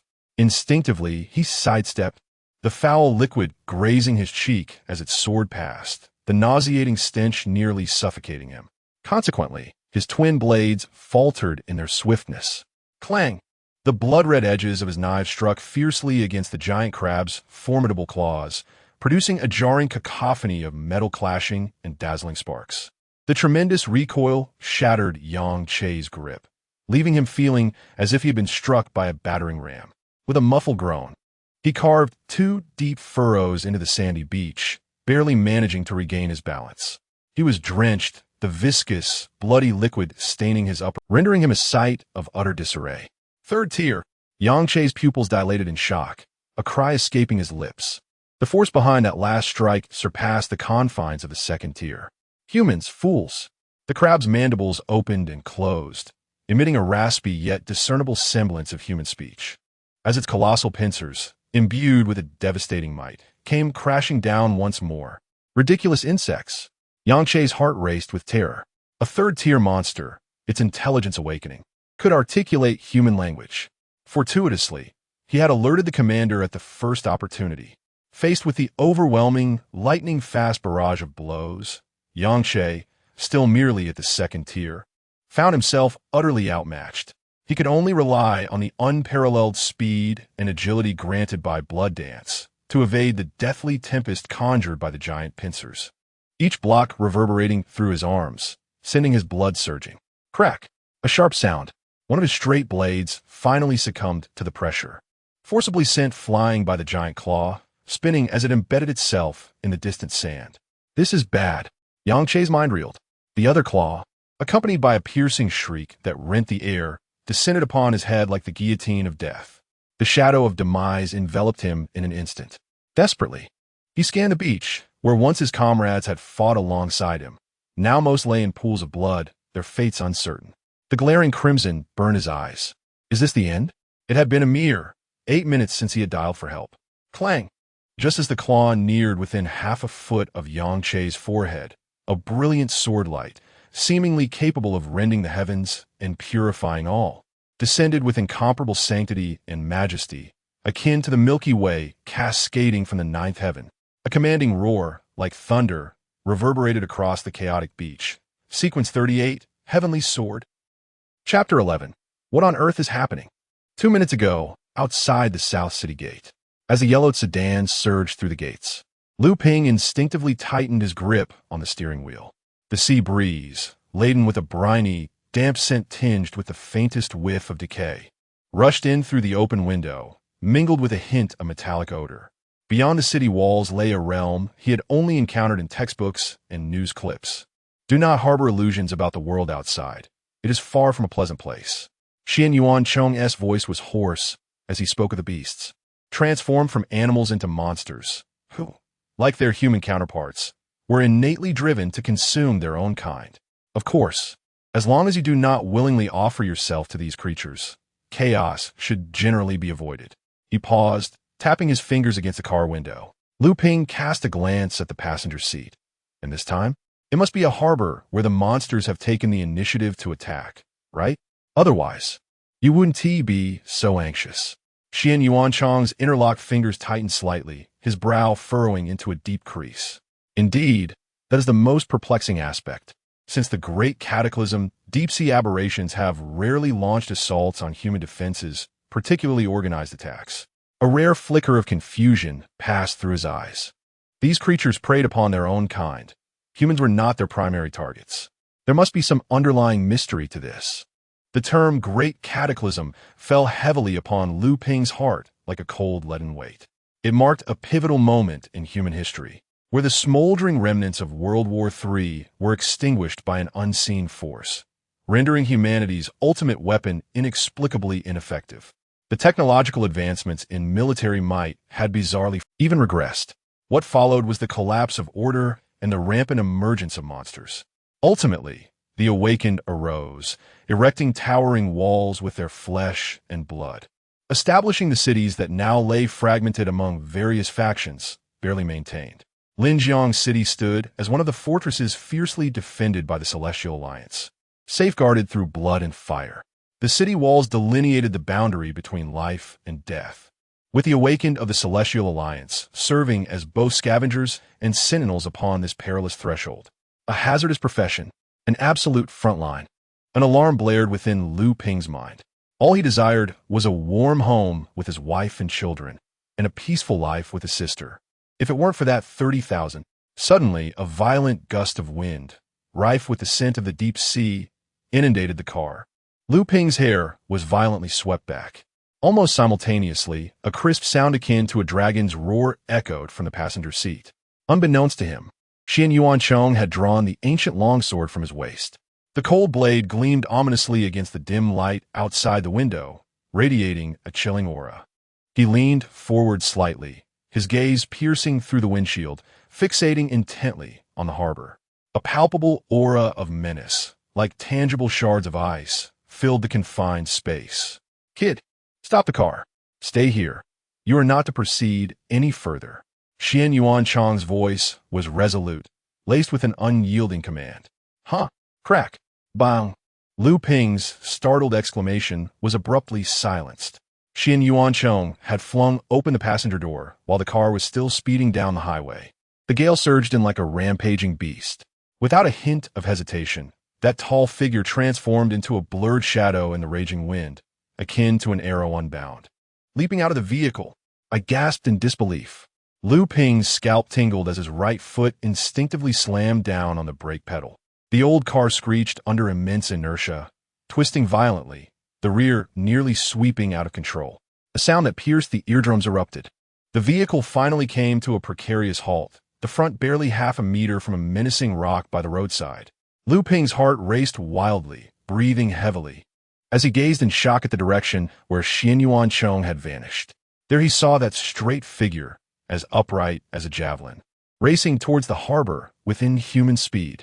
The fierce wind billowed his open clothing, creating a haunting sound. Ahead lay the chaotic beach beneath a gloomy sky. The distant roars and the thunderous clash of energies growing increasingly distinct. That place was the bloody battlefield that frequently graced newspaper headlines, the Riverside Harbor. The front line where humanity confronted the deep-sea monsters. It was also the vital lifeline of this isolated city, a place of throats. Lu Ping hesitated for a moment before pressing the brake, bringing the aging vehicle to a stop at a distance, neither too far nor too close. Should he follow? Perhaps not. What if Xian Yuanchong also fell? Wouldn't that spell total annihilation?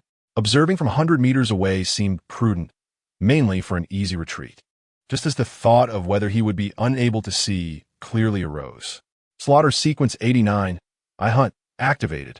2 streaks of crimson instantaneously stained his pupils, rendering the scene 100 meters away suddenly crystal clear, as if he had activated a magnifying lens. Double enhancement? Lu Ping blinked, his heart racing. Was this not the ultimate survival tactic? To silently observe, to replicate myriad abilities. How could one not be invincible? Amidst his excitement, a new thought emerged. Wait, what about the monsters? Could those mutated creatures also be replicated? He immediately locked the focus of I Hunt onto the massive crab entangled with Yang Che. Disappointment swiftly followed with no reaction. Was it that monster skills could not be learned? Or was it a matter of racial disparity? The latter seemed more plausible, especially since he had successfully replicated Weapon Sequence 45, Blade Transformation, from a humanoid monster just yesterday. Before his thoughts could settle, another prompt appeared before him. Sequence 09, Spectating. Target, Slaughter Sequence 73, Blood Dance, Progress, 1050. This time the target was the beleaguered Yang Che. Just as Lu Ping felt a flicker of delight at the prospect of stealing an ability, the next moment, the scene before him caused his pupils to constrict. The terrifying claws of the crab ruthlessly sent Yang Che's dagger flying. Immediately following, the claws transformed into a whistling hammer, aimed directly at Yang Che's head. The force was clearly intent on smashing him to bits. Goodness! Lu Ping exclaimed in shock. Fortunately, the anticipated tragedy did not unfold. 80. Weapon Sequence 38, Heavenly Sword. A clear shout pierced the air. A golden pillar, as if it were tearing through the heavens, descended violently from the hands of figure. Boom! The colossal cancer, which had left Yang Che utterly helpless, was instantaneously engulfed by a magnificent torrent of golden sword light. 100. Successful comprehension. Killing Sequence 73. Blood Dance. Severe depletion of mental energy. Would you like to continue your comprehension? Depletion? Lu Ping was momentarily taken aback, feeling no significant discomfort. Comprehension? What a triviality. Such a lethal technique that could annihilate the cancer must not be forsaken. Currently observing 100 Weapon Sequence 38, Heavenly Sword. Progress 10. Mental energy has breached the critical point of depletion. Observation forcibly interrupted. Observe sequence abilities. I Hunt, Blade Transformation, Blood Dance. Conditions for advancement met. About to ascend to the first tier. Warning. Mental energy exhausted. Countdown 180 seconds. Entering forced slumber. What? Lu Ping was utterly bewildered. At that moment, his eyes resembled those of a naive university student, unaware that he would be compelled into slumber. In an instant, Lu Ping. Be careful. Xian Yuanchong's thunderous shout erupted like a tempest in the distance. Lu Ping abruptly raised his gaze. To his astonishment, the cancer, which should have been obliterated by the golden sword light, was now dragging its shattered form, unleashing a terrifying speed in its dying moments, disregarding Xian Yuanchong ahead, and charging towards him with a menacing aura. 100 meters distance felt like a mere heartbeat for this dying behemoth. The shadow of the colossal crab loomed overhead, accompanied by a foul wind, as Lu Ping's eyelids twitched uncontrollably, a sense of absurdity flooding his mind. No. Buddy, are you truly playing a deadly sprint here? He watched incredulously as the immense pincers rapidly enlarged in his field of vision, nearly brought to laughter. The performance was devoid of pretense, for heaven's sake. Chapter 12. Is it? Really?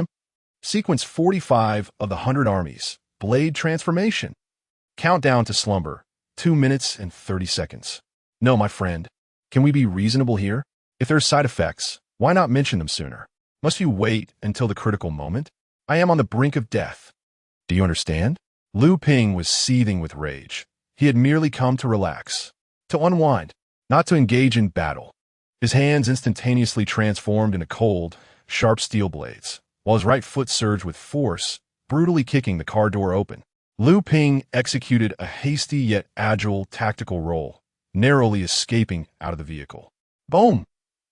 A deafening roar erupted, accompanied by a cloud of dust soaring into the sky. The colossal crab, which should have been crushed by the Xianyuan Chongtian sword, instead dragged its half-shattered shell and ghastly sword wounds, frantically smashing Xianyuan Chang's car into a twisted heap of metal.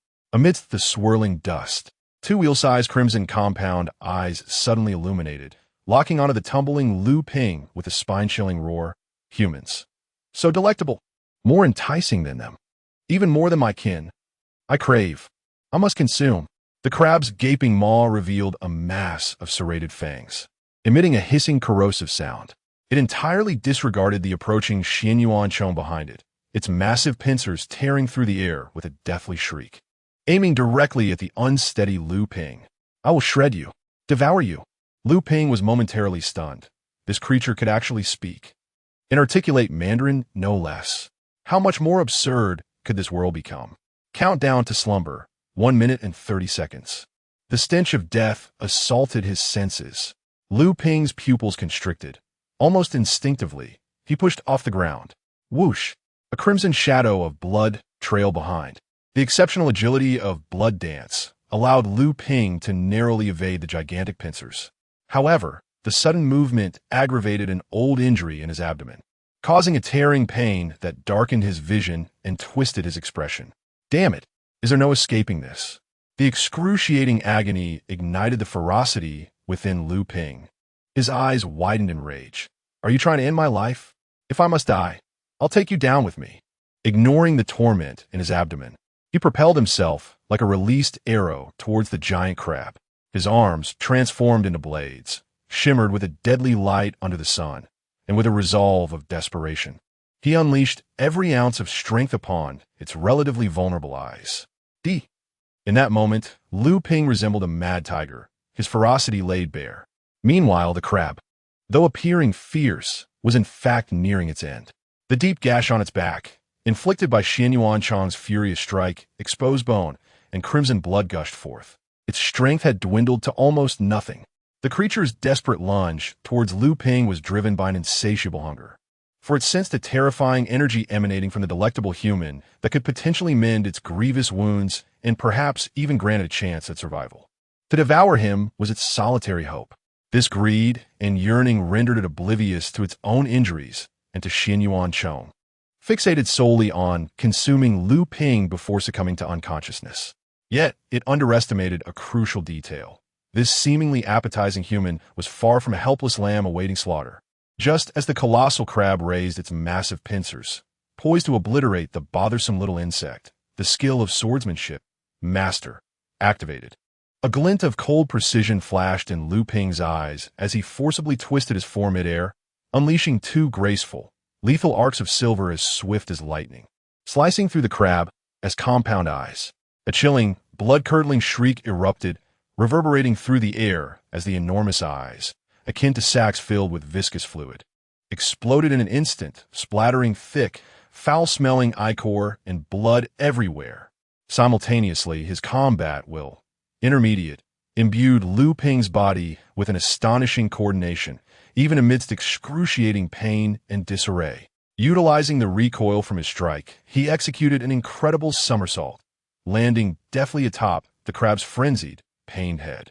The creature, now driven to madness, flailed its pin, yet found itself thwarted by Lu Ping's position in its blind spot, much like a cornered beast subjected to mockery.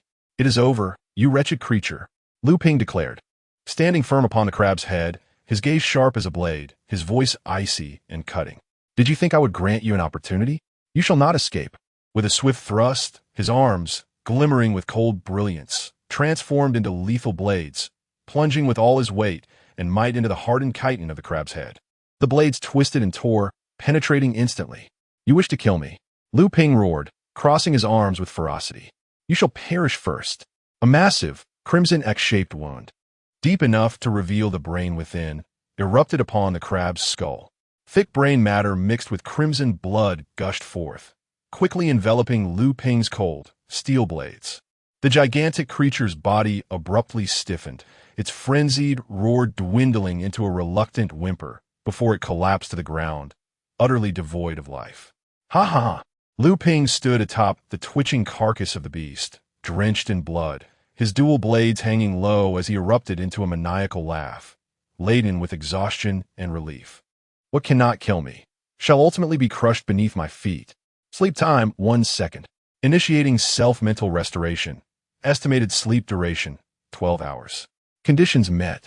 Advancement sequence. First stage. The triumphant grin on Lu Ping's face had not fully blossomed before it abruptly froze, leaving only a profound sense of indignation in his eyes. Just a fleeting moment of glory, indeed. As his voice trailed off, the exhaustion that had drained his spirit felt akin to a dam suddenly emptied of its contents. He felt the world spin around him. The lifeless body of the colossal crab beneath him seemed to transform into turbulent waves. His body, devoid of strength, fell back like a marionette with severed strings, crashing heavily onto the slick, odorous shell of the giant crab, plunging him into unconsciousness.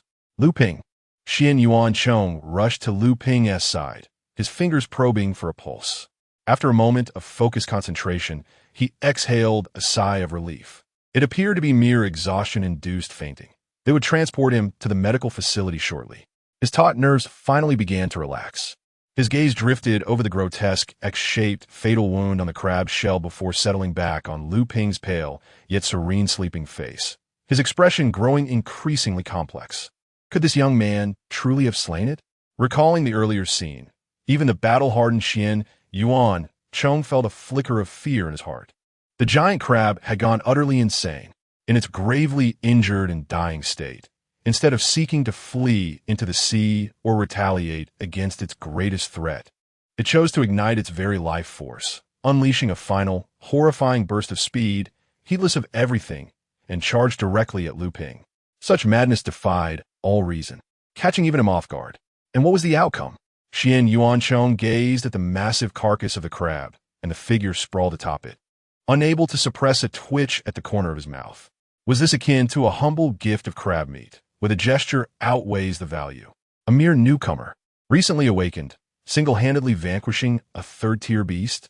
Though the giant crab had been severely weakened by his Tianjian, its strength reduced to a mere fraction. The ruthlessness and precision exhibited by Lu Ping in that life-or-death moment, was that truly something one would expect from a fledgling? Xian Yuancheng couldn't help but click his tongue, observing Lu Ping with a gaze one might cast upon a rough-hewn gem already radiating brilliance, a natural warrior in the making. General, a voice filled with the elation of survival, called from behind. Yang Che, laboriously making his way across the soft sands, was clad in a black and red Tunmeng uniform, now covered in dust and appearing somewhat disheveled. He leaned heavily on his knees, his chest heaving, his face a tapestry of relief, exhaustion, and a hint of incredulous exhilaration. His eyes darted eagerly towards Xian Yuancheng and the figure cradled in his arms. Who was this formidable individual? Remarkable. With a single strike, he had felled that third-tier monster. Wait, why did this figure seem somewhat familiar? As Yang Che approached, his gaze finally cleared Xian Yuancheng's shoulder, capturing the sight of the sleeping face, which bore an air of innocence, and the realization struck him like thunder. It was as if a thunderbolt had exploded in Yang Che's mind. He felt as though he had been struck by lightning, instantly petrified. His pupils dilated to the utmost, and his mouth hung open wide enough to fit an egg. Is that really him?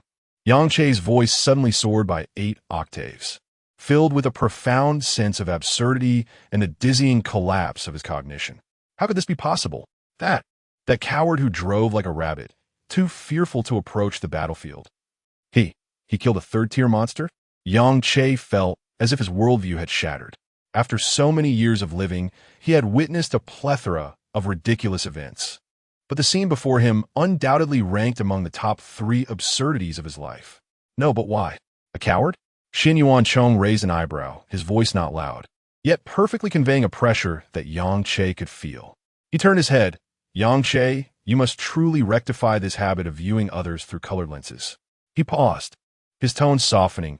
Not every individual who refrains from joining the Heavenly Alliance is a coward. They may simply harbor something more significant and irreplaceable than combat within their hearts. That something is called concern. Xin Yuan Chang's gaze fell upon the sleeping face of Lu Ping, silently adding to his thoughts. Yes, Commander, I was wrong. I shall certainly change. Yang Che suddenly jolted, standing at attention as if reprimanded by a drill sergeant. Yet the confusion in his eyes when he looked at Lu Ping remained. But how could he have come here with you, Commander? Could it be he has figured it out? Yang Che's eyes brightened suddenly, his tone laced with excitement.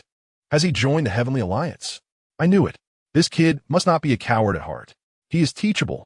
Observing Yang Che's self-satisfied transformation, Xin Yuancheng could not help but twitch the corner of his mouth. He slowly raised his hand and heavily patted Yang Che's shoulder, the force causing the latter to grimace. No, you are mistaken again. Firstly, Lu Ping has not joined the Heavenly Alliance. Secondly, Xin Yuancheng, facing Yang Che's suddenly wide-eyed expression, filled with question marks, spoke slowly and deliberately. It was not I who brought him here. It was he who brought me here. Yang Ke. Lu Ping brought the commander here. He recognized each word. Yet, when combined, he could not comprehend it. This time, it was thanks to Lu Ping. Xin Yuancheng gazed at Yang Che's bewildered face and sighed in exasperation. Without him, I estimate it would have taken me at least another hour to arrive here. Huh? The bewilderment on Yang Che's face skyrocketed, his expression seemingly questioning. Commander, are you speaking an ancient text?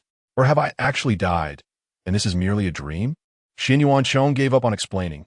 Never mind, let South leave this place first. This kid has fainted. We should return to the city and discuss matters further. He glanced down at Lu Ping in his arms, his tone revealing undisguised admiration. Had it not been for Lu Ping, Yang Che, you might have perished during that previous encounter with the giant crab. This fellow, truly a treasure, possessing driving skills so exceptional that he can save a full 40 minutes. In practice, he's as fierce as a young wolf cub, swift and decisive, utterly uncharacteristic of a novice. As he pondered this, he instinctively turned his head, intending to beckon Yang Che to drive his own vehicle. Where's the car? To his dismay, his once steadfast and weathered chariot now lay serenely beneath the colossal form of a crab. The roof had been crushed into an abstract masterpiece, the four tires pitifully deflated, and the entire vehicle resembled a tin can that had been mercilessly stomped by a giant, reduced to a thin, metallic glimmering disc. Xin Yuancheng. He silently gazed at the heap that had once been an automobile, the muscles in his face seemingly stiffening further. Ahem. Yang Che followed Xin Yuancheng's gaze and beheld the strikingly impactful scene of the crumpled car, quickly clearing his throat and cautiously suggesting, well, Chief, how about you take my car? Xin Yuancheng withdrew his gaze, regarding Yang Che with an impassive expression. After a brief silence of 2 seconds, he managed to squeeze out 2 words through clenched teeth. That works. Chapter 13, an incident occurred. Commander, where to next? Let us proceed to the logistics department. The logistics department? Yang Che felt a twinge of surprise as he glanced at the rearview mirror, directing his gaze towards Xin Yuancheng. Is that really necessary? He merely fainted, perhaps out of fright. Yang Che scoffed slightly. Shortly, you will print a copy of the Heavenly Alliance contract. Xin Yuancheng disregarded Yang Che's remark, issuing his orders with resolute determination. Yang Che's jaw nearly dropped. Commander, must we truly debase ourselves so? The number of awakened individuals in Linjiang City is woefully insufficient. Xin Yuancheng sighed, casting a glance at Lu Ping.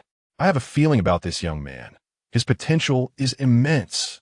Do you hold him in such high regard? I can't help but see a reflection of a deceased friend in him. Perhaps it is just an illusion. Yet I believe he possesses a pure heart and a tenacious spirit. This lad faced a third-tier monster without flinching and even managed to turn the tide against it. Such audacity is not commonplace. This boy is a born warrior, he continued, though I fear Yang Che does not believe Lu Ping will join the Heavenly Alliance upon awakening. Perhaps the commander is correct. He may have his own reasons for not joining. But if one day the Heavenly Alliance were to fall, Could he truly remain unscathed? Would he not regret not having joined? Pondering if the city might have been spared, Yang Che dared not contemplate further. Recently, he had been plagued by an unsettling anxiety. His ability, killing intuition, felt akin to pebbles cast into a lake, sending forth ominous ripples of danger.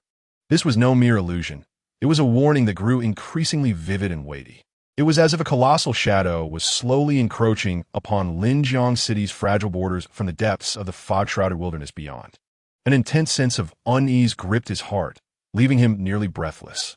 He could only hope that the sudden assault at the harbor today was merely an isolated incident, not the harbinger of a terrifying onslaught.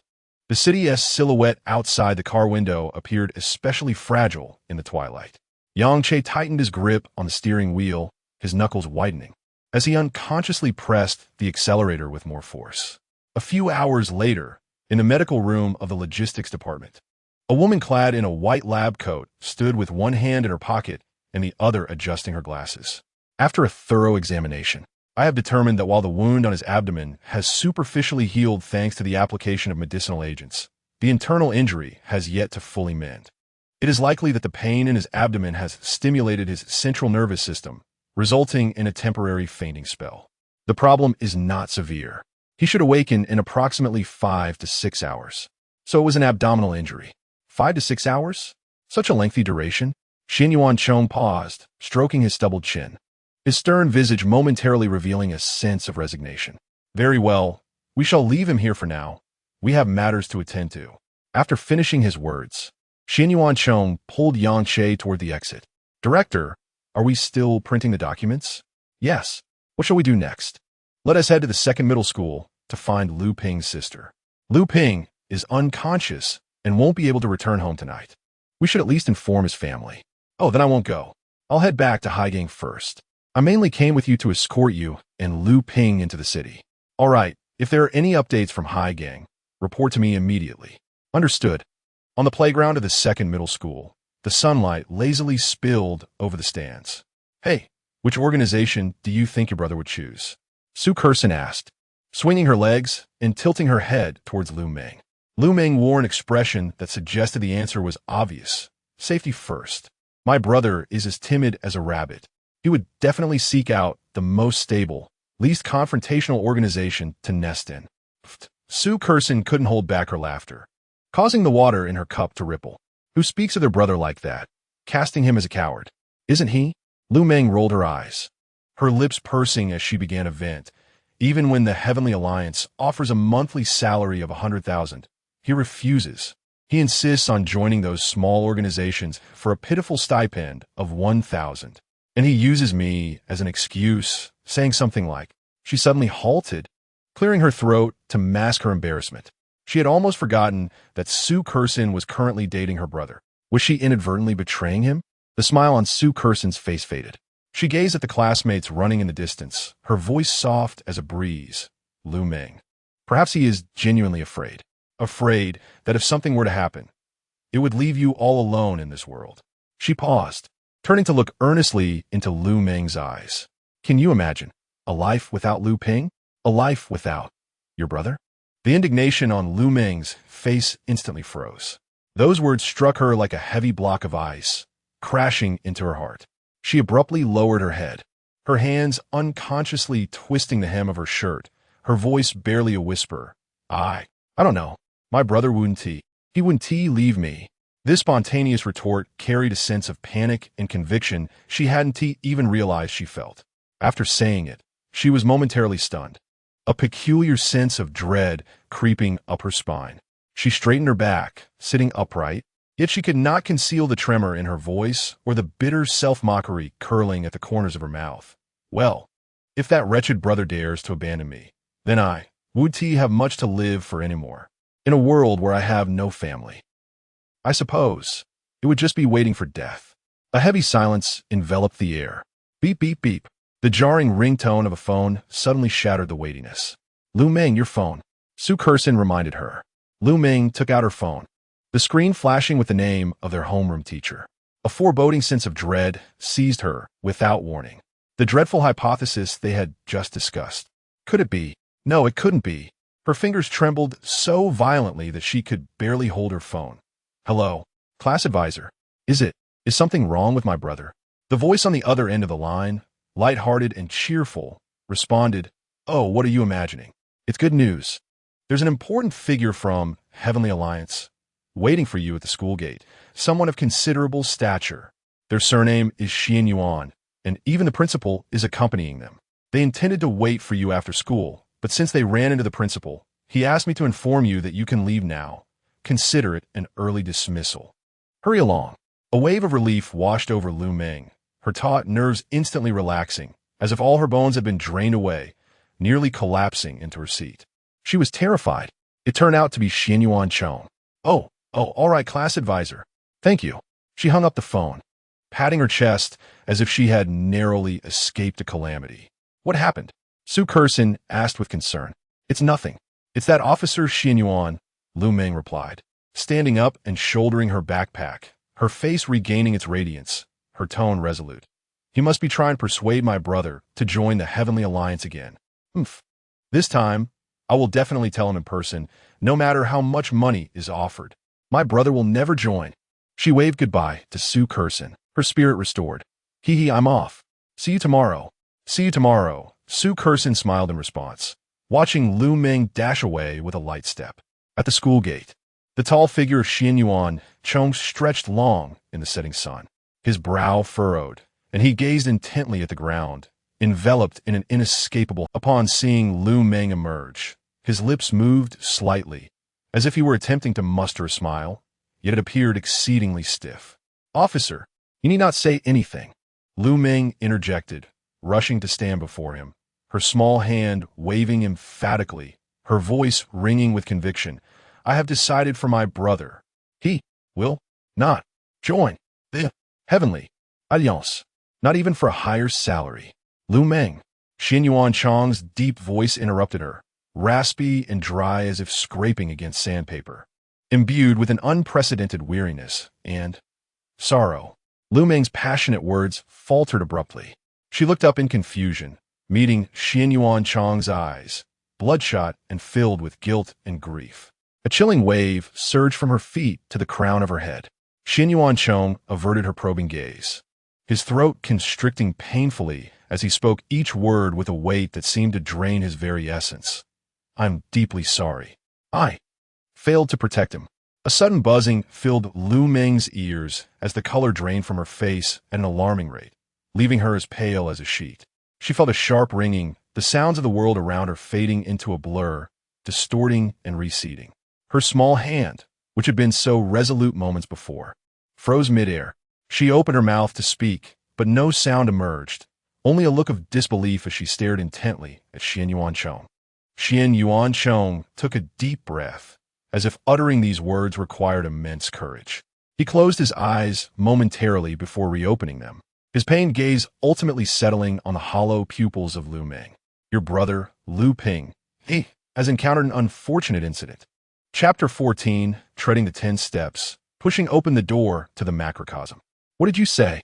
Lu Meng clutched the icy campus railing with all her might, shaking it fervently, producing a deafening clang. "My brother clearly went to the awakeners' base. How could he possibly be in danger? Tell me, how could he encounter trouble while being with you?" Her voice, sharp as a blade, pierced through the air, her inquiries akin to a cold sword aiming at Xian Yuan Chong. Xian Yuan Chong remained silent for a few seconds, meeting her piercing gaze with a solemn explanation. An emergency situation arose. To reach the scene as swiftly as possible, I required a top-notch driver. Your brother agreed. His driving skills are indeed unparalleled, saving us nearly half an hour. He paused, his voice laden with profound regret, but ultimately, upon arrival, I failed to protect him adequately. Bastard! Lu Meng hurled her school bag, heavy with textbooks, at Xian Yuan Chong with all her strength. Xian Yuan Chong did not dodge or evade, allowing the bag to collide heavily against him with a resounding thud. What gave you the right to let him drive? What possessed you to take him to such a dreadful place? Why? Lu Meng screamed, tears mingling with fury as they streamed down her face. 30,000 yuan. Xian Yuan Chong's voice was unnaturally calm, yet it struck Lu Meng's heart like a hammer, an agreement he himself had made. The anger and tears on Lu Meng's face froze instantaneously. 30,000. This figure seared in her heart like a red-hot iron, causing it to constrict painfully. She recalled how, not long ago, she had berated her brother for being timid and lacking ambition, even deeming him to have missed a tremendous opportunity. Brother, did it all for money? For this family? For me? Overwhelming guilt and regret surged through her like a frigid tsunami, consuming her in an instant. Darkness encroached upon her vision, her mind filled with heavy leaden weights, her entire being teetering on the brink of collapse. It's all my fault. It's my vanity that has harmed my brother. Scalding tears gushed forth, and she choked, nearly unable to breathe, her voice fragmented. I don't want money. I just want my brother to live. Bring my brother back to me. Xian Yuancheng regarded her in despair, his brow furrowed, as if finally grasping the crux of the issue, adding with a hint of confusion. Your brother is not dead. Huh? Lu Meng's heart-wrenching wail was abruptly halted, as if the pause button had been pressed. She remained frozen, head bowed and face covered, her shoulders trembling, her entire form rigid. Even her tears lingered on her cheeks. Only the sound of her heavy breaths confirmed her existence. The air seemed to solidify for several seconds. Slowly, she lifted her head, her tear-streaked face betraying an expression of profound bewilderment and disbelief. Not dead? Her voice was hoarse, heavy with nasal tones. Yes, not dead. Xian Yuancheng nodded affirmatively, his expression tinged with a perplexing sense of inevitability. What did I ever say he was? What did you just say? Lu Meng sharply inhaled, hastily wiping away the tears on her face. Her voice escalated, laced with the tremors of survival and a trace of terror-fueled anger. I couldn't protect him. Something happened? Are you trying to frighten me to death? What is wrong with you? At that moment, the sound of the 30,000 yuan hitting the ground seemed less jarring. After the creature that attacked the port was severely wounded, it retaliated in despair, locking its sights on your brother. Xian Yuancheng continued his precise yet emotionally detached report. However, your brother reacted swiftly and successfully turned the tables on it. Lu Meng exhaled a long, trembling breath. Her heart, which had been suspended in anxiety, sank back into her stomach, only to be yanked up again. Where's my brother? Why isn't he here to pick me up? During the counterattack against the monster, he sustained a severe abdominal injury, the pain overwhelming his central nervous system and triggering his body as protective mechanisms, plunging him into a deep unconsciousness. Xian Yuancheng's face displayed a hint of regret. My description was insufficient, leading to your misunderstanding. Your brother is temporarily unable to awaken. I will take you home tonight. Tomorrow morning, I will arrange for a vacationing awaken to escort and protect you until your brother recovers. I don't need it. Lu Meng's voice carried an unusual clarity of detachment. She didn't even glance at Xian Yuancheng, stubbornly fixated on the ground. Should wake up tomorrow. The words felt more like a self-convincing mantra. Xian Yuancheng raised an eyebrow, his tone softening. Taking you home is a minor matter. Your brother should indeed. I said I don't need it. Lu Meng abruptly interrupted, lifting her head. Her eyes were still red-rimmed, but the gaze held only cold determination. I don't want to owe Tian Meng. Not even a little. Her tone was resolute, leaving no room for negotiation. Before she finished speaking, she sidestepped Xian Yuancheng and strode directly toward the school gate. She snatched the backpack that had been cast aside. Without casting another glance at Xian Yuancheng, she kept her head down, hastily making her way to the nearby bus stop, her slender silhouette casting a stubborn yet lonely shadow in the setting sun. Regardless of how Xian Yuancheng called her name from behind, Lu Meng appeared oblivious, her footsteps unwavering. Until the empty bus arrived, she boarded. She walked straight to the last row, choosing a window seat in the corner, burying herself deep into the seat. As the bus gradually started moving, a suppressed sob finally erupted from her throat.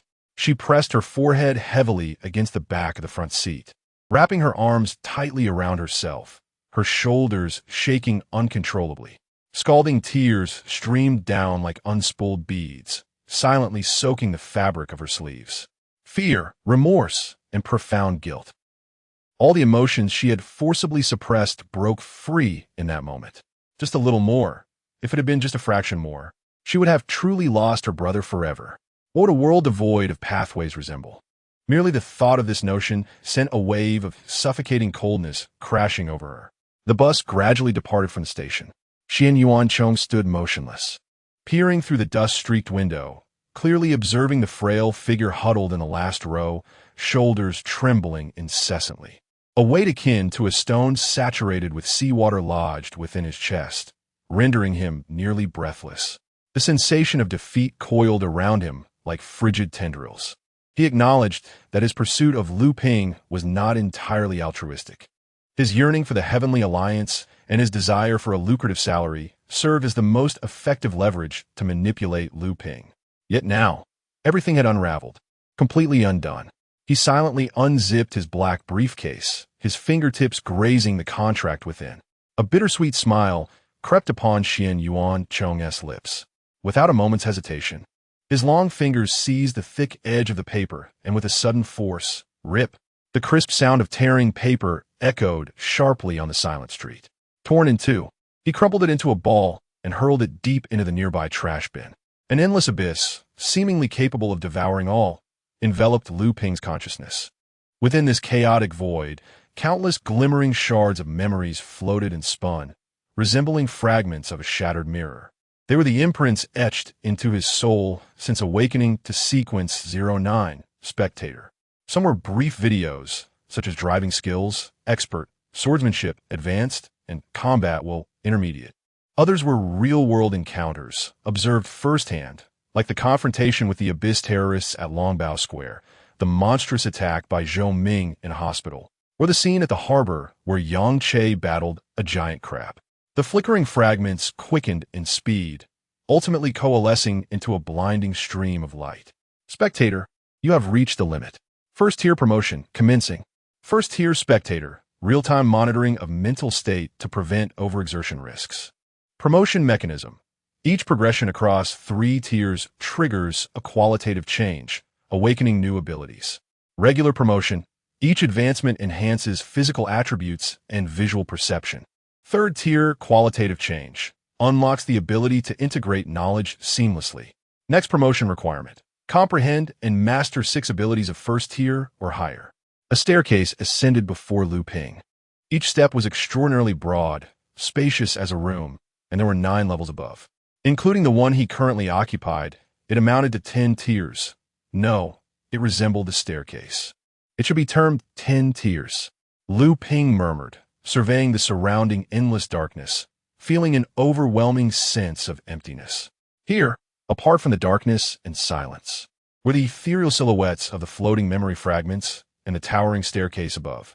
What awaited him at the pinnacle? Lu Ping's eyes glimmered with a flicker of curiosity. Having traversed 10 steps, he pushed open the gates of the macro realm. You shall become a god. A god? Lu Ping murmured, feeling it was far too distant. Was it because he had fallen into a coma that he found himself in this place? Or was it due to his advancement? The latter seemed more convincing. Wait, what is this? An ability chamber? Ability chamber. I hunt, first level, blade transformation, initial awakening, yet to advance, blood dance, second level. Second level? Blood dance. Chapter 15. She thought you were dead. No wonder I was able to evade the cancer's attack at that time. Yang Che was able to dodge it as well. I had also possessed the second tier blood dance, which enabled me to escape unscathed. There's nothing amiss about that. So, does this imply that I might directly learn abilities across tiers? What level of power does Xian Yuancheng possess? He must hold a significant position in the Heavenly Alliance. The monster that Yang Che could not defeat was subsequently gravely injured and brought to the brink of death by Xian Yuancheng, showcasing the formidable strength he wields. Lu Ping sat upon the first step of the dark space, thoughtfully stroking his chin as he contemplated everything that transpired in the harbor. Could my mental exhaustion be a result of comprehending the second-tier blood dance beyond my current tier? Lu Ping pondered suddenly. Learning ordinary skills, such as driving, had no adverse effects on him. However, blood dance was different. It transcended his own limits, leading to the depletion of his mental energy. The mystery is solved. It cannot possibly be due to my breakthrough to the first tier that caused my unconsciousness. By the way, didn't TI gain some additional functionalities? Lu Ping inquired. First tier observation. Real-time monitoring of mental energy status to avert exhaustion risks. Observation, function upgrade. Optional comprehension mode. Mental energy threshold warning. Sequence upgrade. 100 weapons sequence 45. Blade transformation. First tier blade transformation of limbs, arms, and legs. My legs transforming into blades? Unlike before when only his hands could become blades, now his feet could too. What utility could this leg transformation serve? After careful consideration, various applications of swordsmanship emerged in his mind. The concept of legs transforming into blades felt oddly familiar. How peculiar. Why can't I recall it? It's so hard to guess. Shaking his head, Liu Ping chose to disregard the first-tier blade transformation and continued his analysis. It appears that as the observation level increases, the previously acquired lower-tier abilities will likewise be elevated. However, if I were to obtain more abilities in the future, would they automatically enhance as well? They will not. And only when you advance your observation can you select a corresponding number of abilities to upgrade, which must be one tier lower than the abilities themselves. Seeing the line of text before him, Liu Ping was momentarily stunned. He felt as though this seemingly mundane prompt had taken on a touch of humanity. He pressed on with his inquiries. So, if I progress from the 3rd tier to the 4th tier, I can only choose 3 3rd-tier abilities to elevate to the 4th tier? Incorrect. You may select 4 3rd-tier abilities. Thus, it pertains to the tier achieved post-advancement. But if I were to acquire a 1st-tier ability, how would I enhance it? Liu Ping was perplexed. If this was the case, wouldn't it be impossible to upgrade if he obtained a powerful 1st-tier ability after reaching a higher tier? This question will be resolved automatically once you reach the 3rd tier. After the 3rd tier, does this mean it relates to comprehensive integration? Silence. An absolute void. The frigid steps bore Liu Ping's consciousness, and the imposing prompt had long since vanished, as if it had never existed. He reclined, his gaze penetrating the endless dark canopy above, where nothing existed but the all-consuming void. When will I be able to go out? The prompt had ceased to sound. Time slipped away in an indeterminate haze until Liu Ping suddenly sat up, a realization dawning upon him. Wait, how long has it been? Goodness, I haven't even picked up Xiao Meng yet. If I don't return home, who will prepare a meal? At home, pouring oil into the pan. Liu Meng, who had never cooked before, held her phone in one hand and a bottle of oil in the other, pouring the latter into the pan before igniting the flame. She swiftly cracked 2 eggs into the pan, following a tutorial from a video. Oddly, the eggs did not puff up as they had in the video. Had she perhaps used too little oil? Observing the 2 eggs lying in the pan, still devoid of any signs of coagulation, she fell into contemplation. After a while, the egg mixture began to solidify, prompting Liu Meng to hastily stir with a spoon. That's more like it. Yet, she noticed it was somewhat sticking to the pan. How peculiar. Never mind, what could be done? Unfazed, she tossed in some diced tomatoes. Then came the stirring. Initially, Liu Meng was quite optimistic until an unpleasant odor invaded her nostrils, leading her to a disheartening epiphany. Oh no, it's burnt. 5 minutes later, on the dining table, sat a plate of tomatoes that bore the semblance of scrambled eggs but retained the taste of char. Liu Meng, with a face full of despair, held a small bowl of rice. I followed the steps precisely. How could it have burnt? Tentatively, she picked up a bite. Perhaps it might taste decent. Liu Meng blinked and brought a morsel to her lips. Half an hour later. Hello, your delivery has arrived. Oh, please leave at the door. By the way, why does your place smell burnt? It couldn't be. Beep, beep, beep, the delivery person pondered, staring at a hung-up call. After a moment of silence, he shook his head and departed. These young folks today can't even cook. What will they do in the future? TSK, TSK, TSK, until the delivery person stepped into the elevator and left. The door slowly opened, revealing Liu Meng with flushed cheeks as she retrieved the delivery, then quickly retreated. Oh well, he doesn't know me. My cooking disaster must remain a secret. How embarrassing, Liu Meng inwardly lamented. Click, the door shut behind her. Liu Meng brought the takeaway to the sofa, casually tossing her hair aside as she reclined. What to do with the burnt tomatoes and eggs? A thought struck her. There are some stray dogs in the neighborhood. I can feed them this. Truly, she was a genius. Half an hour later, before a group of stray dogs lay a plastic bag filled with scrambled eggs and tomatoes. The stray dogs approached, sniffing curiously, before casting a glance at Liu Meng, their expressions transforming into one of disdain. With their tails held high, they departed one by one, leaving Lu Meng in a state of shock. What do you mean by this? You, who roam the streets, dare to look down upon a meal I prepared? Is this amusing? Are you not merely bullying an honest person? Lu Meng's heart raged, yet her exterior remained stoic and silent. She silently picked up the plastic bag and casually tossed it into the trash bin. I truly did not intend to waste food. If even the dogs refuse to eat it, how can I possibly indulge? Amidst the peculiar gazes of passers-by, Lu Meng fled the scene. She vowed never to cook again. Absolutely not. The following morning, Lu Meng boarded the bus early, holding a Chinese textbook, casually flipping through its pages while her thoughts drifted to her brother, Lu Ping, who had not returned home the previous night. I wonder, how is he faring? Has he awakened? If so, he should hurry back home. That bothersome brother. In the logistics department, within the medical room. You're awake? You kept vigil all night? Let me clarify. I am not interested in any romantic entanglements. What a bizarre situation. By the way, I informed your sister about your condition. She believed you were deceased. What? Chapter 16. It was Xian Yuan Chong who killed.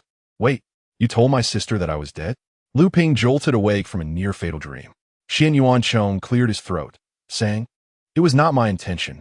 The specifics are as follows. After an elaborate explanation, Lu Ping finally comprehended the situation. It turned out that Lu Meng had misunderstood.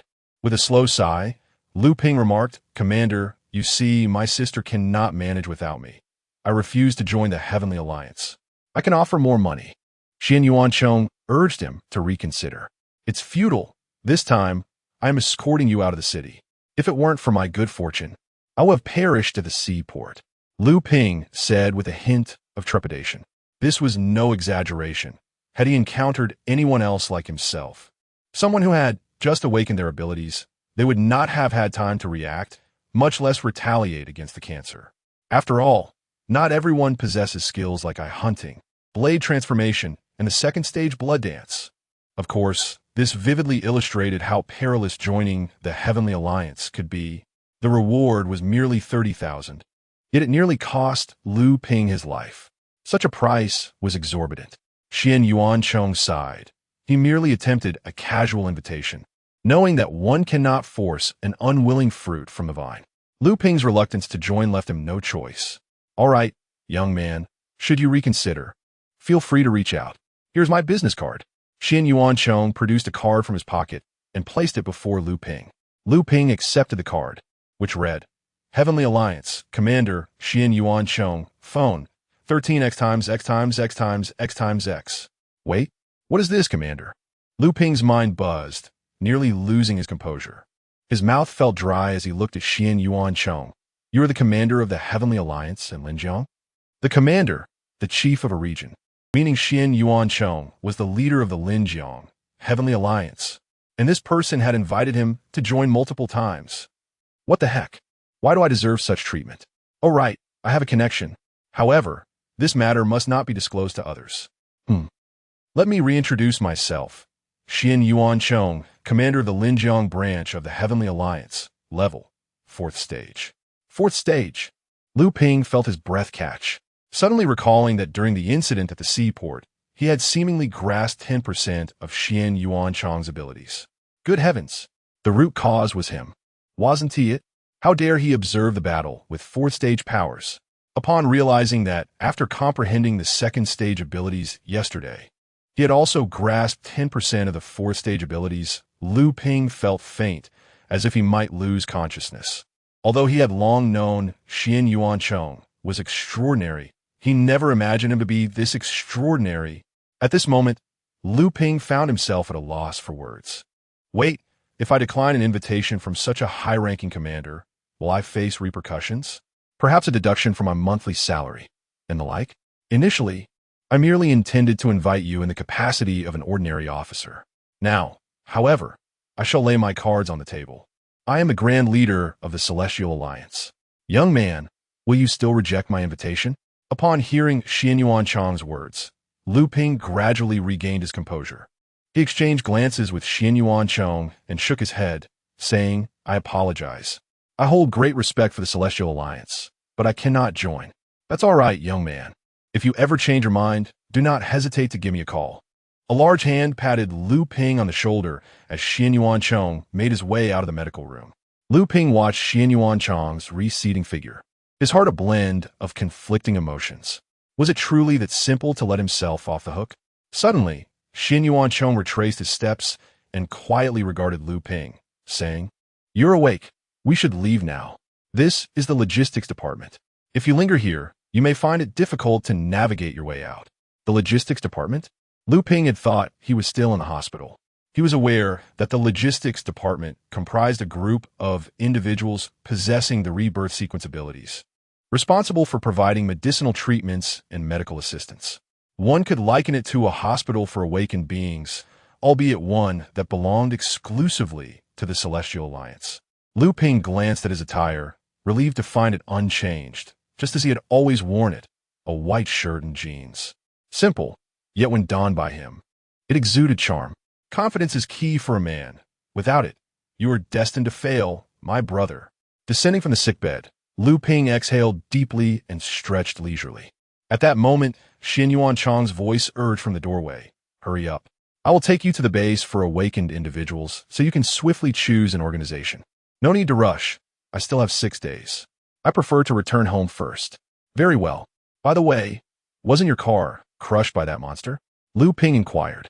Astonished, Xian Yuancheng shrugged. "I had someone fix it. Don't you intend to get a new one?" "No. This car was purchased in my first year of employment. It holds sentimental value.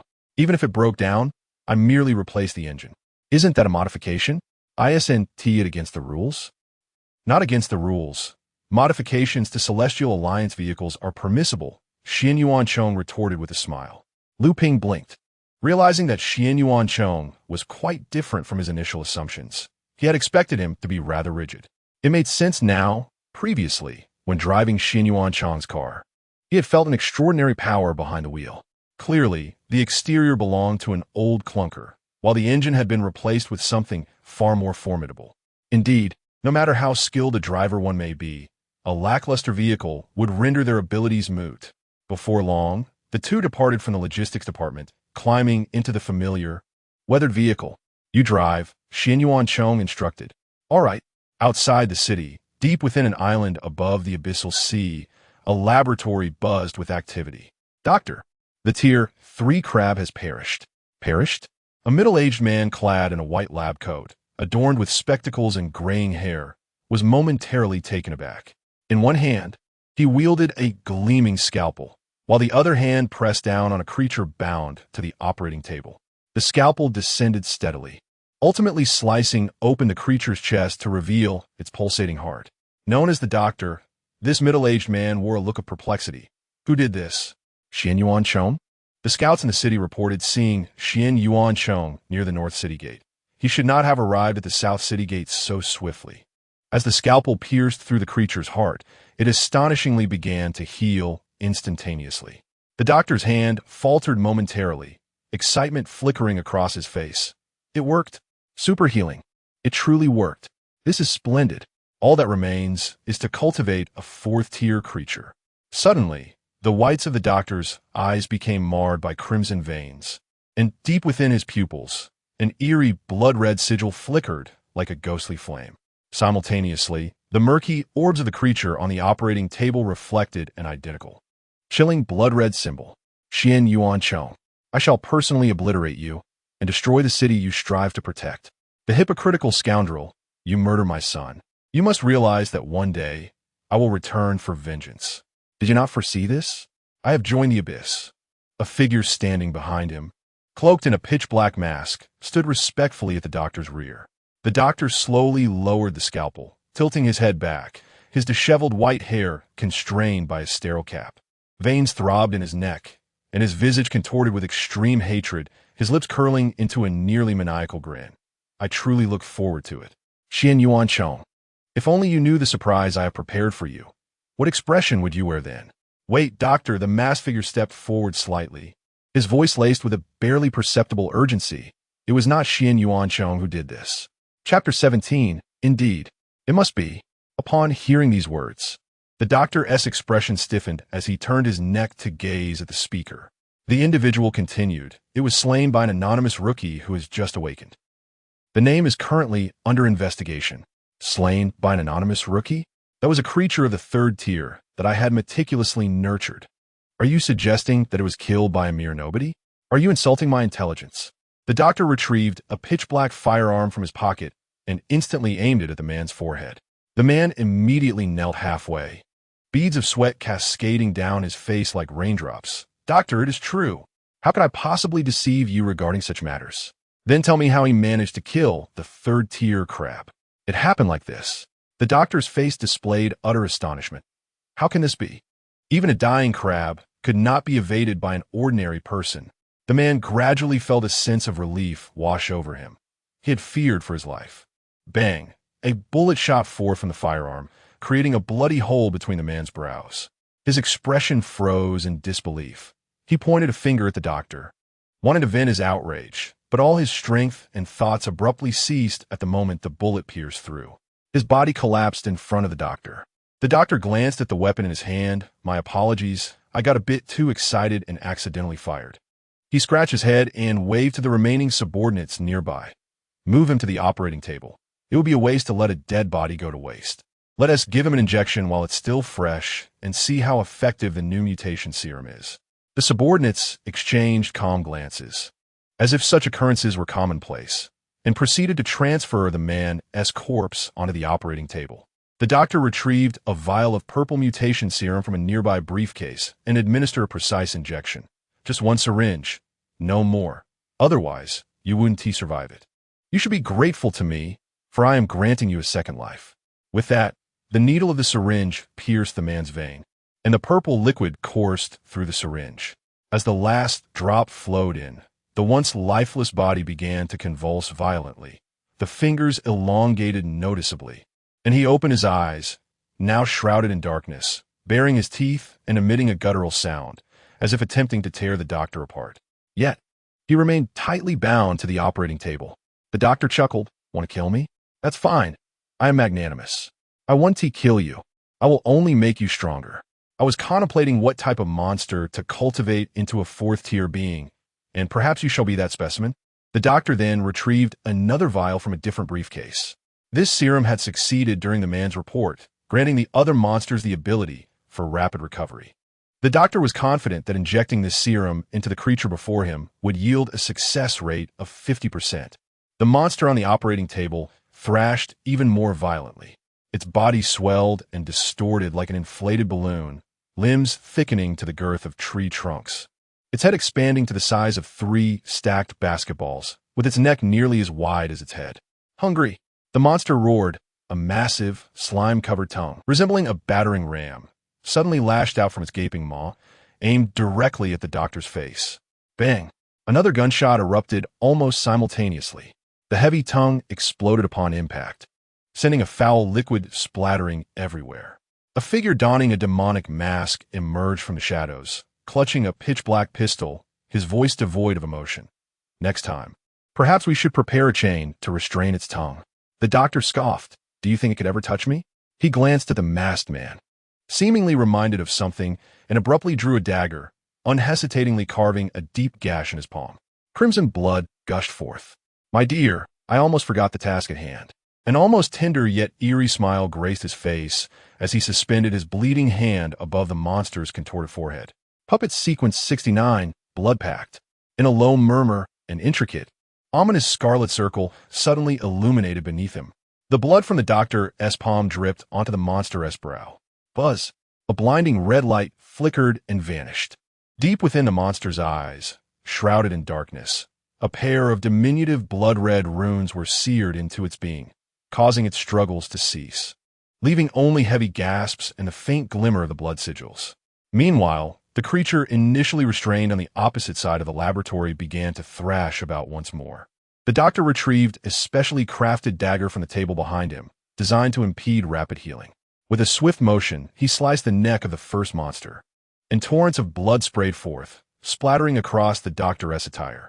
The creature flailed a couple of times before falling silent. The stark contrast of the crimson stains against his pale lab coat created a jarring visual impact. The doctor coldly waved his hand, dispose of this monster. Just as his 2 subordinates prepared to act, The transformed creature emitted a low growl, its black eyes fixated on the now motionless monster. You truly are a glutton, aren't you? Go ahead, indulge yourself. The doctor affectionately stroked the rough head of the creature and unfastened its restraints on the laboratory table. Freed, the monster immediately opened its toothy maw, lumbering towards the lifeless creature. Under the harsh fluorescent lights, a corpulent figure gnawed at the immobile monster beneath it, casting a twisted shadow on the white wall, sending chills deep into the bones. It's eating it. The one who dispatched the giant crab. Should we eliminate him as well? Though unclear how he managed it, our scout confirmed that he drove Xian Yuan Chong through the southern city gate, thwarting our plans. The doctor narrowed his eyes and extracted 2 vials from behind, tossing them to bye-bye. Can you enter the city? Not through the main gate, but I could use a helicopter to snipe from outside, delivering this gift into his body. Bye-bye pondered the vials. A helicopter?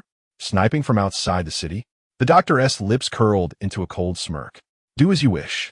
Crushing this pest will serve as a second surprise for Xian Yuan Chong. He paused and added, bye-bye. Remember, if you are exposed, retreat immediately. Compared to extinguishing the life of an ant, the ensuing chess game holds far greater significance. Bye-bye nodded, understanding. I comprehend, doctor. His voice, muffled beneath the mask, carried a hint of playful amusement. Rest assured, as a dead shot marksman, dealing with such insignificant characters is as effortless as crushing an ant beneath one's foot. Just as Lu Ping returned home, the warmth of his seat barely settling, he was seized by a series of 3 sneezes. Wiping his nose, he wondered if he had caught a cold. Stifling a yawn, he casually opened a video app and reclined on the sofa, immersing himself in a collection of combat-related clips. His 3 narrow escapes from death were largely attributable to the seemingly unremarkable combat awareness, intermediate, and swordsmanship, advanced. Had it not been for the former, he might have perished during his initial encounter at Longbow Square. The latter played a crucial role in his successful counterattack against the 3-tiered giant crab.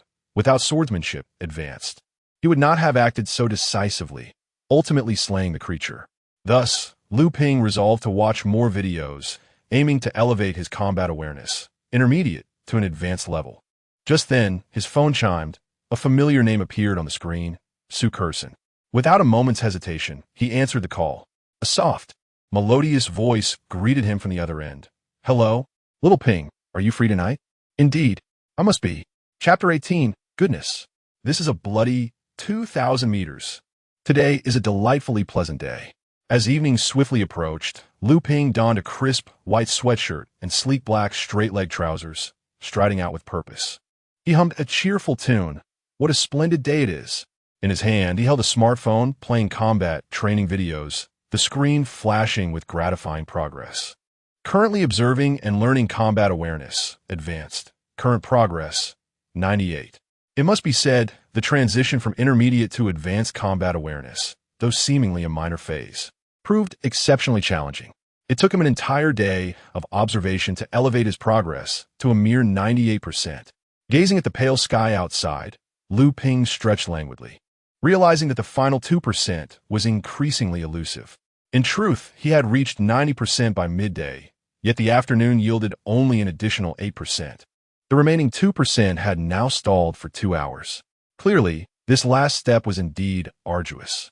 Moreover, Lu Ping's extensive 9-hour practical training video had come to an end. So, in the end, he had not surpassed the 2% milestone. Lu Ping felt somewhat exasperated. Yet, anticipation soon blossomed within him. Such a profound challenge suggested a significant disparity between advanced and intermediate combat awareness. Reflecting on his previous observations of Xian Yuan Chong, where his combat awareness had shown no progress, he pondered whether it was due to Xian Yuan Chong's own skills not exceeding the intermediate level. What, then, could be the strength of advanced combat awareness? Climbing onto his motorcycle, he donned his helmet and cast aside his thoughts, deciding to take things one step at a time. Time was still abundant. Off he went. If he delayed any longer, he would surely be late. Wait, it seems I have forgotten something. What was it? Never mind. I'll think about it when I arrive. Longbow Square. On the street, 2 striking figures captured the attention of passers-by, eliciting numerous glances. The roaring motorcycle whipped up a gust of wind as it came to a halt before the 2 figures. Lu Ping glanced at Lu Meng standing beside Su Kerson, and suddenly realized what he had forgotten. He had completely overlooked Lu Meng. That annoying older brother. Why doesn't he ever call me when he has free? Lu Meng pouted, stepping closer to poke him in the abdomen. Her voice softened unexpectedly. Brother, is your stomach all right now? This sudden gentleness sent a shiver down Lu Ping's spine, nearly making him shudder. He removed his helmet and placed it aside, silently turning to face his sister, maintaining a stoic expression while staring at her. Lu Meng felt uneasy under his gaze, wondering if he was unwell. In a moment of irritation, she raised her hand and delivered a playful punch. Familiar care in the form of a playful jab brought relief to Lu Ping.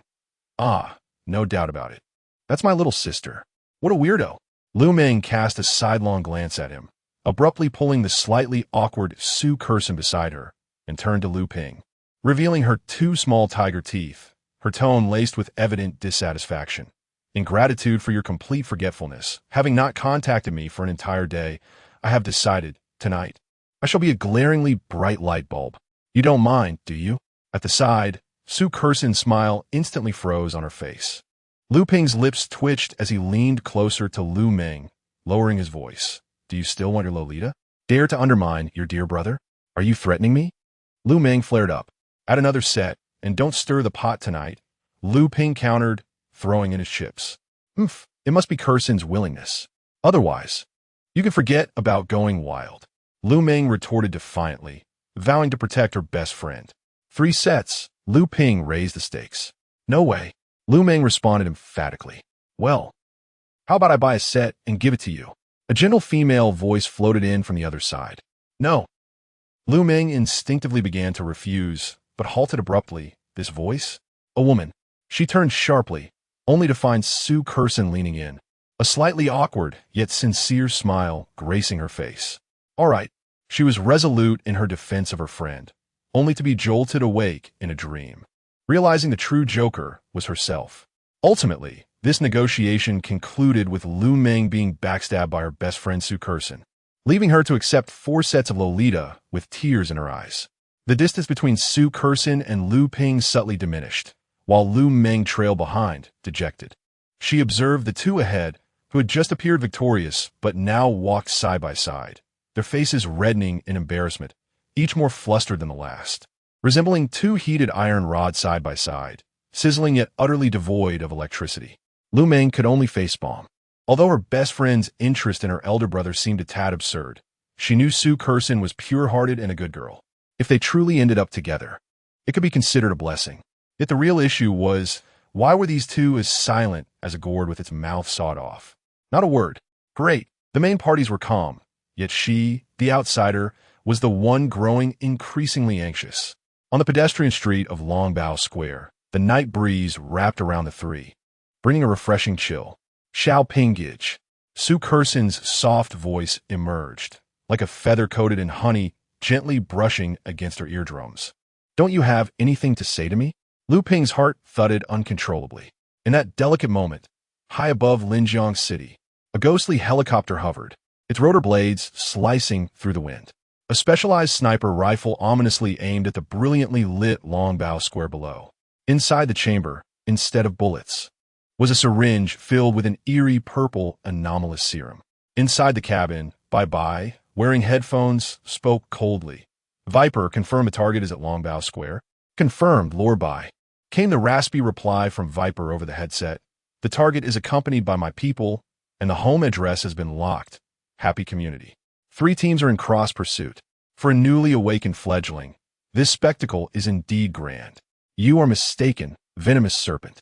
Bye-Bye's fingertips gently caressed the frigid trigger, the crosshairs of the scope firmly locking onto the figure amidst the bustling crowd below. The objective was not to kill him, but to ensure the potion struck him, inciting chaos. To kill him? You're more than capable of that. His breath remained steady as ice, pressure building at his fingertips. Bang! A muffled sound was drowned by the roar of engines. Almost in the very moment the trigger was pulled, a slender figure suddenly shifted in the scope, completely obscuring the target, Lu Ping. Damn it! What is she doing? Bye-Bye's pupils constricted sharply, a growl escaping his lips. Without a trace of hesitation, he swiftly chambered another round, There was still one shot left. The barrel dipped once more, relocking the target. Buzz. A chilling tremor seized by in an instant.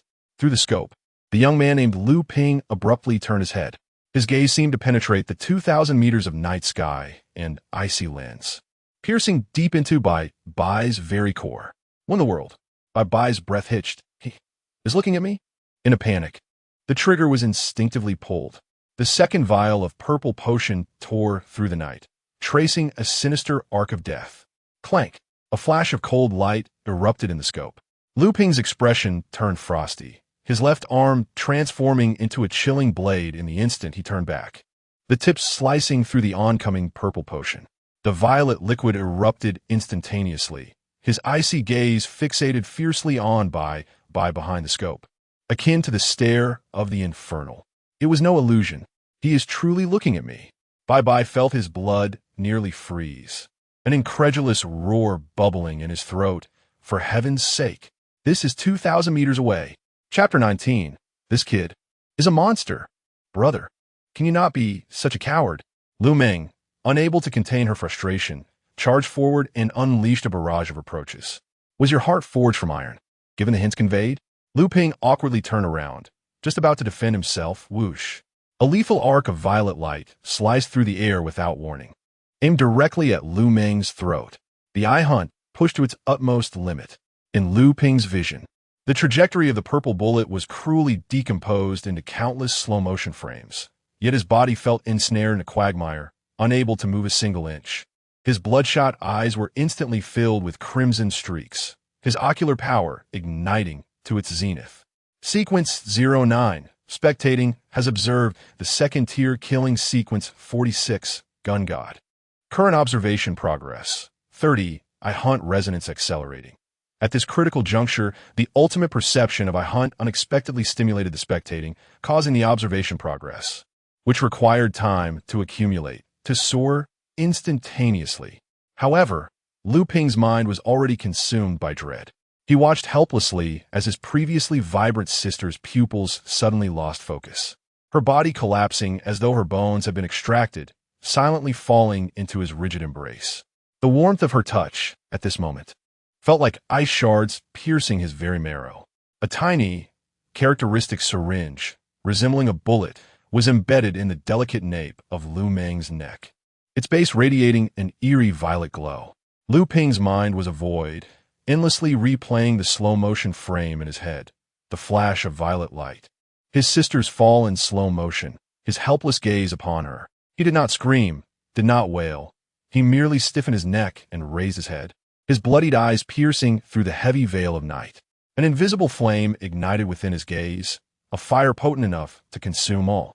The extreme range of I hunt, combined with the dynamic capturing ability of spectating thunder together, 2,000 meters away, within the helicopter cabin, the figure gripping the sniper rifle stood out, as if nailed to his line of sight. Just then, a second arc of the same sinister violet light tore through the darkness, once again targeting Lu Ping. Blood flames ignited in Lu Ping's eyes. Clang! The shimmering cold light of his left arm, transformed into a blade, flashed with precision, cleaving the incoming syringe mid-air.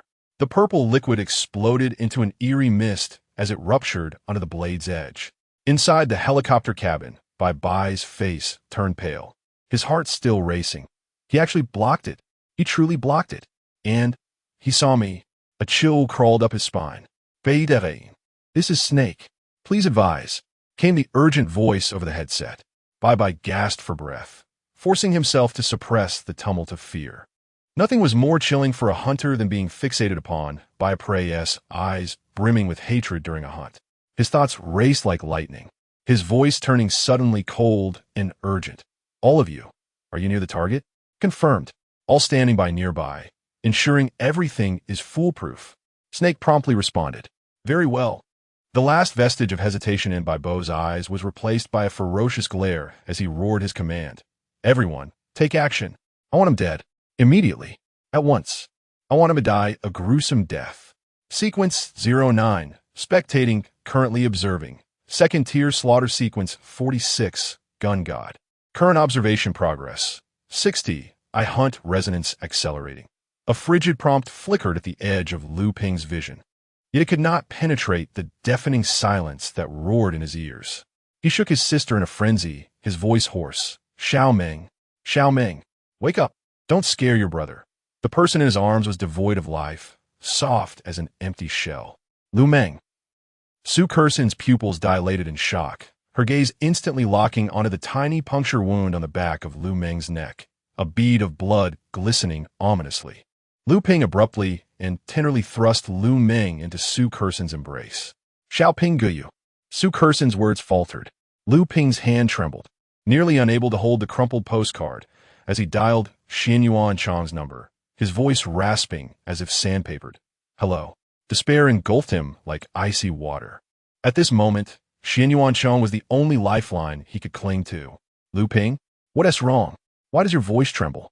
Xianyuan Chang's keen inquiry resonated from the other end. I've joined Heavenly Alliance. Lu Ping's voice was resolute, devoid of hesitation. Really? That's wonderful. Where are you? I'll bring your best doctor. At once. Lu Ping's shout nearly shattered. My sister has been attacked. Save her. I beg you. I cannot live without her. What? Hold on. The logistics medical team will arrive at the fastest speed. Location. Xianyuan Chang's voice turned as grave as iron. Longbow Square, Commercial Street, gate number 1. Understood. 15 minutes. We'll have them bound and brought to you. The call ended abruptly. Lu Ping slowly lowered his phone. Behind him, Su Kerson cradled her sister, her face ashen. Before him loomed a tide of panicked people, swirling in chaos. Xiao Ping Ge. What on earth happened? Su Kerson's voice trembled. I don't know. Lu Ping shook his head, color drained from his face, his gaze vacant. Why? He racked his brain in vain for an answer. Suddenly, the sense of impending slaughter surged to life. 3 unfamiliar extraordinary presences were swiftly approaching. Lu Ping's voice darkened. They're here. Who? Su Kerson's heart constricted. TSK. It seems we saved ourselves the trouble of hide and seek. A mocking voice sliced through the clamor. Don't you sense us? Are you waiting for death? 3 figures shot forth from the crowd like phantoms. A cruel smile curling at the corners of the snake-like mouth, lunging directly at Lu Ping. Buzz. The air seemed cleaved by a blade. The flames in Lu Ping's eyes solidified, blood red saturating his gaze, as his limbs transformed into 4 chillingly elongated blades in an instant. He tilted his head at an odd angle, his entire body akin to a puppet of slaughter, manipulated by invisible strings. Adopting an inhuman stance, as he crawled on all 4s like a colossal metallic spider, exuding a chilling scent of blood, charging towards the 3 approaching figures. Blood dance and blade transformation reached their maximum efficacy in that instant. Something was amiss. This fellow was uncanny. The serpent's pupils constricted sharply, issuing a grave warning. Yet, the other 2 scoffed. Brother Serpent, you are making a mountain out of a molehill. A mere fledgling who has just awakened. What tempest could he possibly stir? Indeed, we are both at the 1st tier, and you are a 2nd-tier powerhouse. Crushing him will be as effortless as child's play. Watch us dismantle him into pieces. Before their words had fully escaped their lips, the bloodied shadow, with its blade-like limbs, surged forth like a whirlwind, instantly closing the distance to stand before the 2. Seeking death, the pair sneered as they drew their weapons, launching a fierce strike. Whoosh, whoosh, whoosh. Several bizarre crimson arcs materialized around them, swift as an illusion. Their arrogant expressions froze in place, their pupils contracting in sheer terror to the size of pinpricks. PFF, PFF, PFF.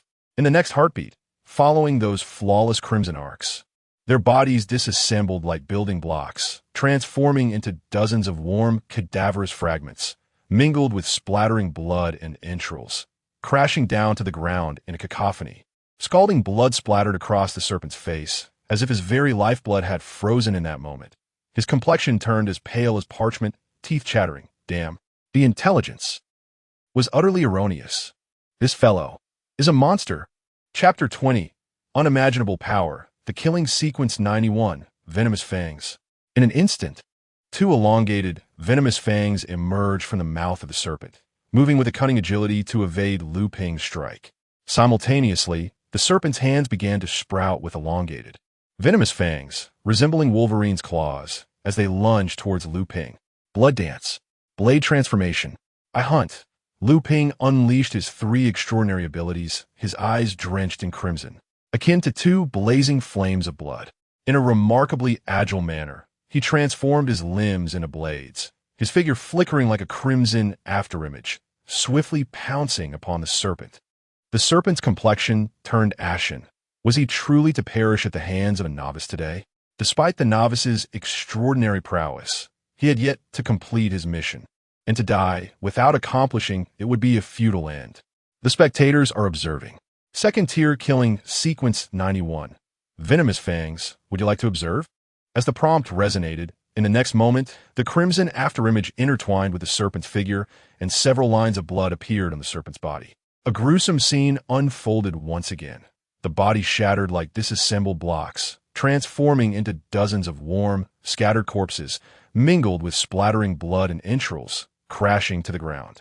Having slain 3 individuals, Lu Ping stood drenched in blood, resembling a malevolent spirit risen from the depths of hell. A siren blared, followed by the swift approach of an old, yellowing car, which eventually came to a halt before Lu Ping. Kid, you haven't turned into a monster, have you? Xin Yuancheng, stepping out of the vehicle, cast a heavy gaze upon Lu Ping. As Lu Ping's limbs gradually returned to normal, he stood before Xin Yuancheng, urgency flashing in his eyes. Where are they? Where are the medical team? Quickly, save my sister. She's right there. Xin Yuancheng's expression shifted, and he promptly relayed orders to the medical team behind him. Soon, 7 or 8 individuals rushed to Su Kersen's side, lifting Lu Meng onto a stretcher. A blue serum was brought to Lu Meng's lips. Xin Yuancheng's eyelids twitched. What are you doing? This is an agent that suppresses the degree of mutation. How can you carelessly administer it to an ordinary person? Director, she's no longer an ordinary person. Upon awakening, she may become a monster or an awakened being. But one thing is certain, she will not remain ordinary. A woman in a white coat, leading several others, spoke with a grave expression. She sighed, adding, generally, those injected with a mutation agent react instantly, transforming into bloodthirsty monsters, but she is an exception. A monster? How could Xiaoming become a monster? Lu Ping's emotions wavered as he inquired. The woman furrowed her brow. And you are? A new member of the Alliance. I mentioned on the way that the girl is his sister, which is why he is so anxious, Xin Yuancheng interjected diplomatically. Upon hearing this, the woman's brow relaxed slightly as she clarified, there are 2 pathways to becoming a monster. One is to become an awakened being, and the other is to be injected with a mutation agent. If you can avoid transformation after being injected, your sister is a rare exception. Perhaps a miracle may arise. A mutation agent? One that can turn a person into a monster? Lu Ping felt as if a heavy iron weight had settled upon his head, rendering him unable to think clearly. Xin Yuancheng patted Lu Ping's shoulder reassuringly, saying, "Do not worry, my friend. Since your sister did not transform into a monster immediately, she is surely safe. Furthermore, do not focus solely on her. She is one of your companions, is she not?" Xin Yuancheng's reminder prompted Lu Ping to finally notice Su Kersen, whose face was ashen and body trembling uncontrollably. As Lu Ping approached her, Su Kersen instinctively stepped back, still haunted by the terrifying scene of Lu Ping's recent actions. A silence enveloped them both. "Are you all right?" Lu Ping asked hoarsely. Su Kersen anxiously fidgeted with her hands, then turned to Lu Meng and inquired, "Lu Meng will be fine, right? And who exactly attacked us?" Xin Yuancheng replied, "The only organization capable of wielding the aberration serum is none other than the Abyss." Abyss? Lu Ping was momentarily taken aback, only to recall the madman from the Abyss whom he had killed in self-defense at Longbao Square. What is happening? He never wished to be adversaries with the Abyss. He merely sought to survive.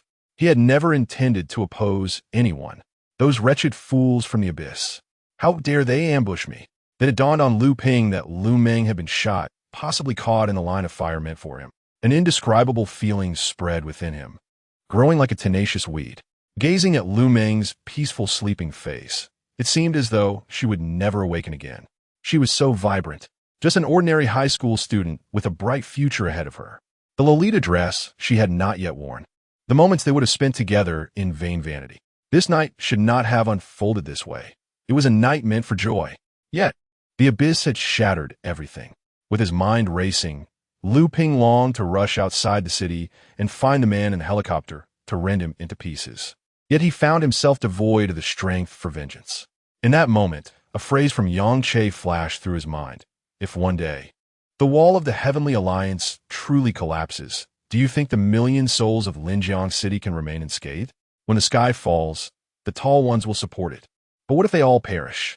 At that moment, even if you wish to retreat into your shell, something will inevitably drag you out.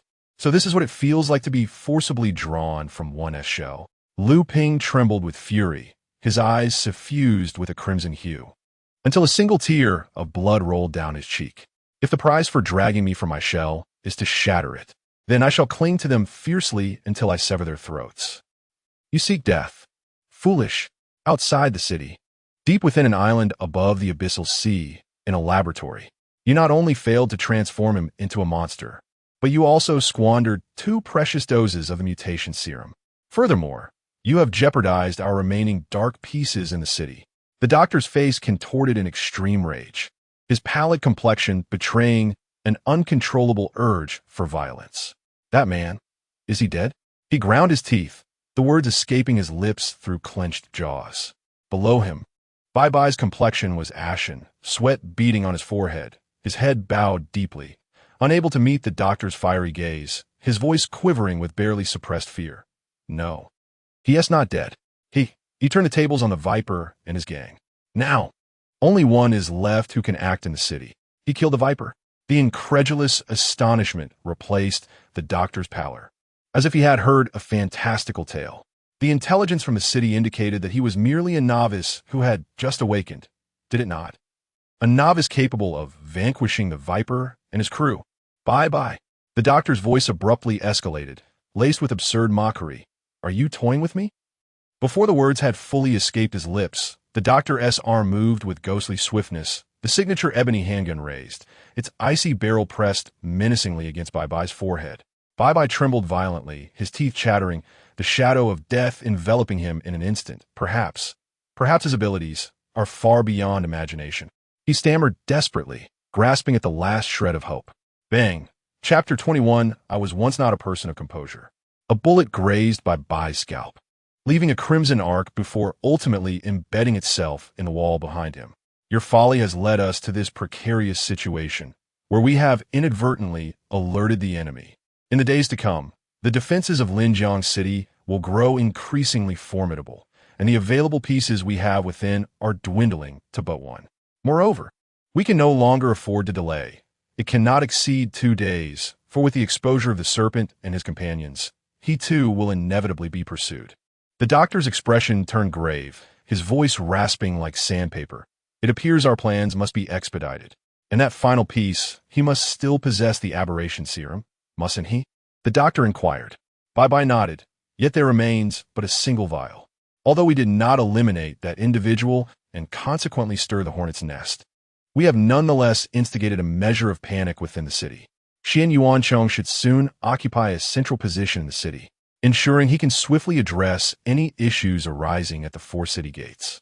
The doctor's eyes narrowed slightly. This move has become quite apparent. Bai Bai immediately grasped the doctor's intent. Indeed, Doctor, the Heavenly Alliance is situated at the heart of the city. A 20-story office building flanked by a slightly shorter clock tower. Beneath the night sky, the stars shimmer and shift as a silvery moonlight spills down, creating a luminous path. Yellow-hued cars sped along the road, eventually halting in the parking area before the office building. Your sister is now receiving treatment from the logistics department's medical team. I understand your anxiety, but please refrain from rushing. To be honest, I deliberately kept you away from your sister. First, you must comprehend the peril inherent in the aberration serum.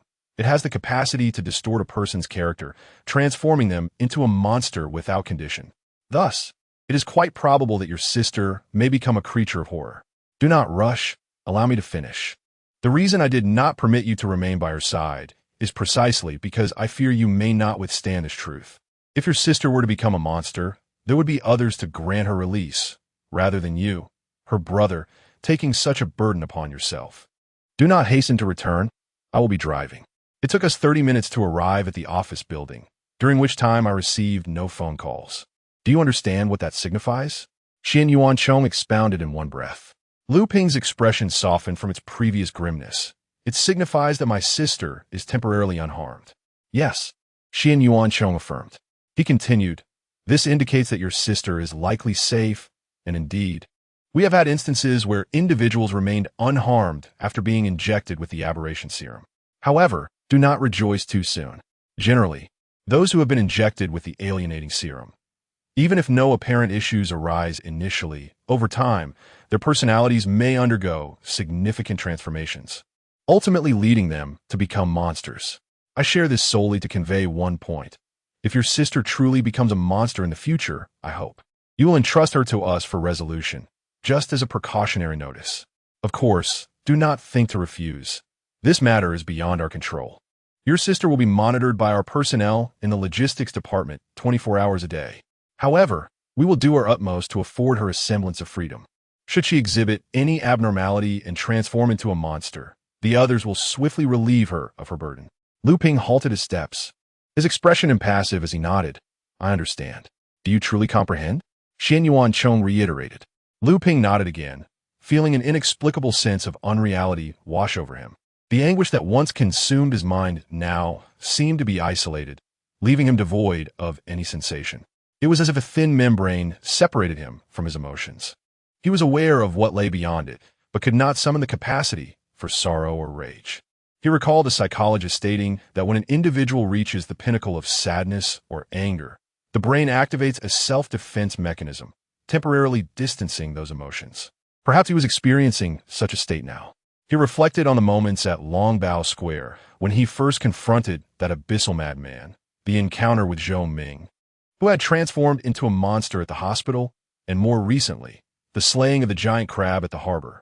In each instance, he felt as though he had entered this emotional detachment. To be more precise, when he personally ended the lives of those 3 individuals moments ago, he felt no emotion, fear, terror. It all seemed to evaporate. I understand. My sister will become a monster, and you will control her until she is entirely transformed, at which point you will grant her release. Lu Ping reiterated Xian Yuanchong's words with stark clarity, his face betraying no emotion. Xian Yuanchong remained silent for a moment, seemingly perceiving Lu Ping's current turmoil. He placed a reassuring hand on Lu Ping's shoulder. Take heart. Perhaps your sister will remain unharmed throughout her life, and the period of control will only last a year. If nothing occurs within that year, she will be treated as a safe individual and freed from supervision. Having said this, he did not wait for Lu Ping to respond, but continued speaking. Do you know why I took the liberty of bringing you here? I have no interest in knowing, Lu Ping replied, his expression unchanged as he gazed at the entrance of the Tianming, asking, shall we not hasten inside? The sooner we finish, the sooner we are done. It should only take 3 minutes, right? No. Xian Yuanchong waved his hand dismissively. Lu Ping raised an eyebrow. Is the time extensive? 3 seconds for a signature will suffice, so there is no need for haste. Allow me to finish my tale. Xian Yuanchong explained. Is this a story I must hear? Is it impossible to sign without listening?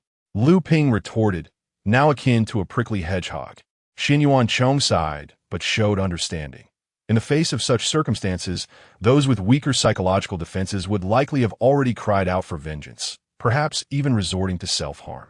Lu Ping, in this instance, could be considered among the stronger of psychological fortitude. Why did the abyss attack us? Curious? Then allow me to share my tale first. Xian Yuanchong, accompanied by Lu Ping, ascended the steps of the Tianming office building and settled himself upon them, unfazed by their uncleanliness. From his pocket, he retrieved 2 cigarettes. Care for one? I've never smoked. Ah, young man, one must eventually try it. Just avoid becoming addicted. Are you addicted? Chuckling softly, Xian Yuanchong replied, as if I could ever be. A faint smirk played at the corners of his mouth. Lu Ping raised an eyebrow. If you don't smoke, what if I do? How does that sound? With a cigarette poised between his lips, Xian Yuanchong expertly ignited it. Not particularly appealing. Here. As Xian Yuanchong offered him a lighter, Lu Ping sensed a rogue's aura emanating from him, prompting a curious inquiry. Who did you learn this from? Exhaling a plume of white smoke, Xian Yuanchong wore a wry smile. You misunderstand. I haven't learned smoking from anyone, but I've spent my life mastering the art of being a diligent person. Is that related to the story you mentioned? I was not always a composed individual. Really? This piques my interest. Until the day I took a life. Chapter 22. The name of that organization is A veil of mist enveloped the heavens, obscuring the silvery glow of the moon beneath the abyssal night. Stars twinkled faintly. Xian Yuanchong managed a bitter smile. I have a story. Do you have wine? Do you wish to drink? How about we procure some? I think that's a splendid idea. The two, seizing the opportunity before the nearby supermarket closed, swiftly purchased a bottle of white liquor along with 2 disposable plastic cups, and soon returned to the steps beneath the towering Heavenly Alliance building. Unconcerned with appearances, they settled on the steps.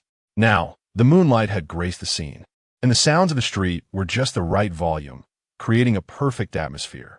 2 drops of liquor fell onto the steps, releasing an enticing aroma, while the 2 plastic cups brimmed with the drink, completing the scene. Xian Yuanchong spoke up. Do you know why I've been driving that old, yellowing car without ever considering a change? Because one should not indulge excessively. Do you find solace in poverty, as hunger can help you forget your pain? Xian Yuanchong's face twisted momentarily. He could not deny that youth possessed a sharpness of mind. He recalled those words from just a few days prior. After a brief struggle with his expression, he continued, that car was purchased alongside my best friend. Back then, I was not yet the leader. It was over a decade ago. I was a newly awakened recruit, while he was a seasoned veteran. Initially, we did not know each other. Until we both found ourselves enamored with the same girl. Lu Ping's eyes widened. We became rivals in love. Yet, none of us anticipated. She already had a boyfriend, Lu Ping. Eventually, after we grew closer, we became friends. Despite the occasional banter, we shared everything. He was upright, but not overly rigid, while I, although a bit unruly at the time, remained principled. In essence, we found common ground and quickly became inseparable brothers, as if we shared the same trousers. His name was Shi Rue, an adept of the puppeteer abilities, capable of manipulating objects from a distance. He had a penchant for blue, enjoyed playing with puppets and blocks, and was raised by a single father, also an awakened individual, who trained newcomers in the logistics department by using puppets to enhance their strength. He was, in a sense, a second-generation awakened, akin to a wealthy heir. At that time, everyone in the Heavenly Alliance envied him for his striking looks, formidable strength, and high emotional intelligence. He was well-liked and reciprocated that affection for every inch of this city and every person within it. He deserved a bright future. A complex expression passed over Xian Yuanchong's face as he raised his glass and downed the liquor in one swift motion.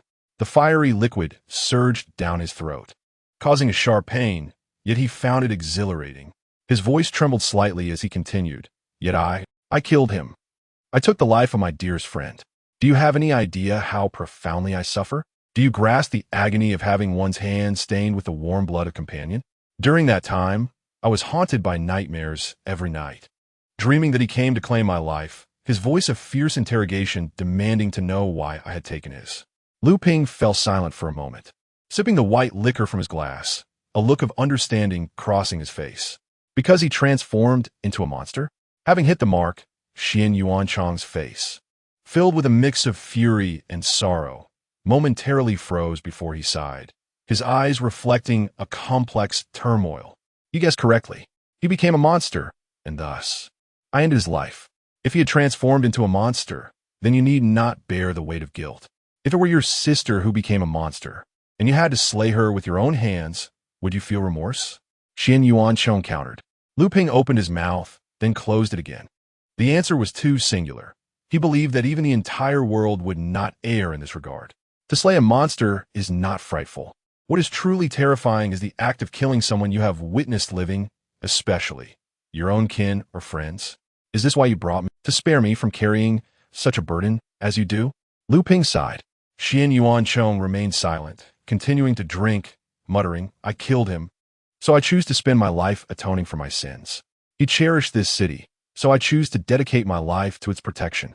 Lu Ping gazed quietly at the resplendent moon hanging in the night sky before abruptly turning to Xian Yuanchong. So, was he also afflicted by the abyssal mutagen? forcibly transformed into a monster? Xian Yuanchang's voice caught in his throat. He hesitated before responding with a mere 2 words. Not exactly. Wait, the doctor who came tonight mentioned that there are only 2 paths to the birth of a monster. One is when an awakener becomes a monster. The other is through the injection of mutagen. If Shi Rui did not transform into a monster due to the mutagen, then it must mean he was an awakener himself. An awakener can become a monster? Lu Ping concluded. Though merely an immature hypothesis, the related logic swiftly coalesced in Lu Ping's mind. At that moment, an intense chill enveloped him, as though he had entered an ice cellar, a shiver racing up his spine.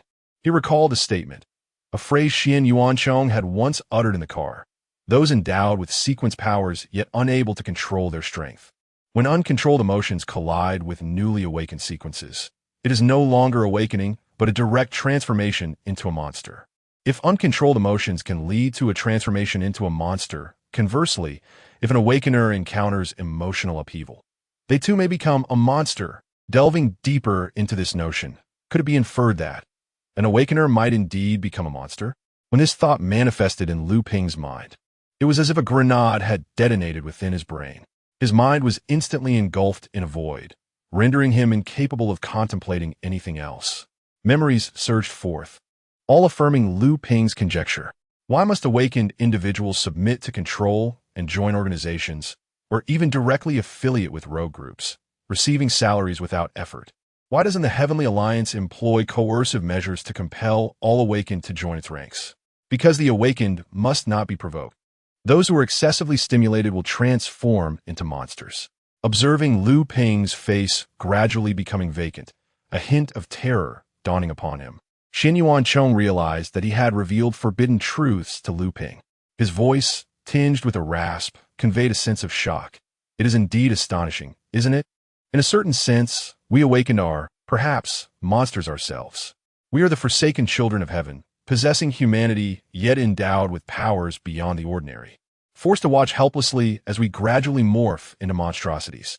As experiences accumulate and time progresses, emotions swell within each individual.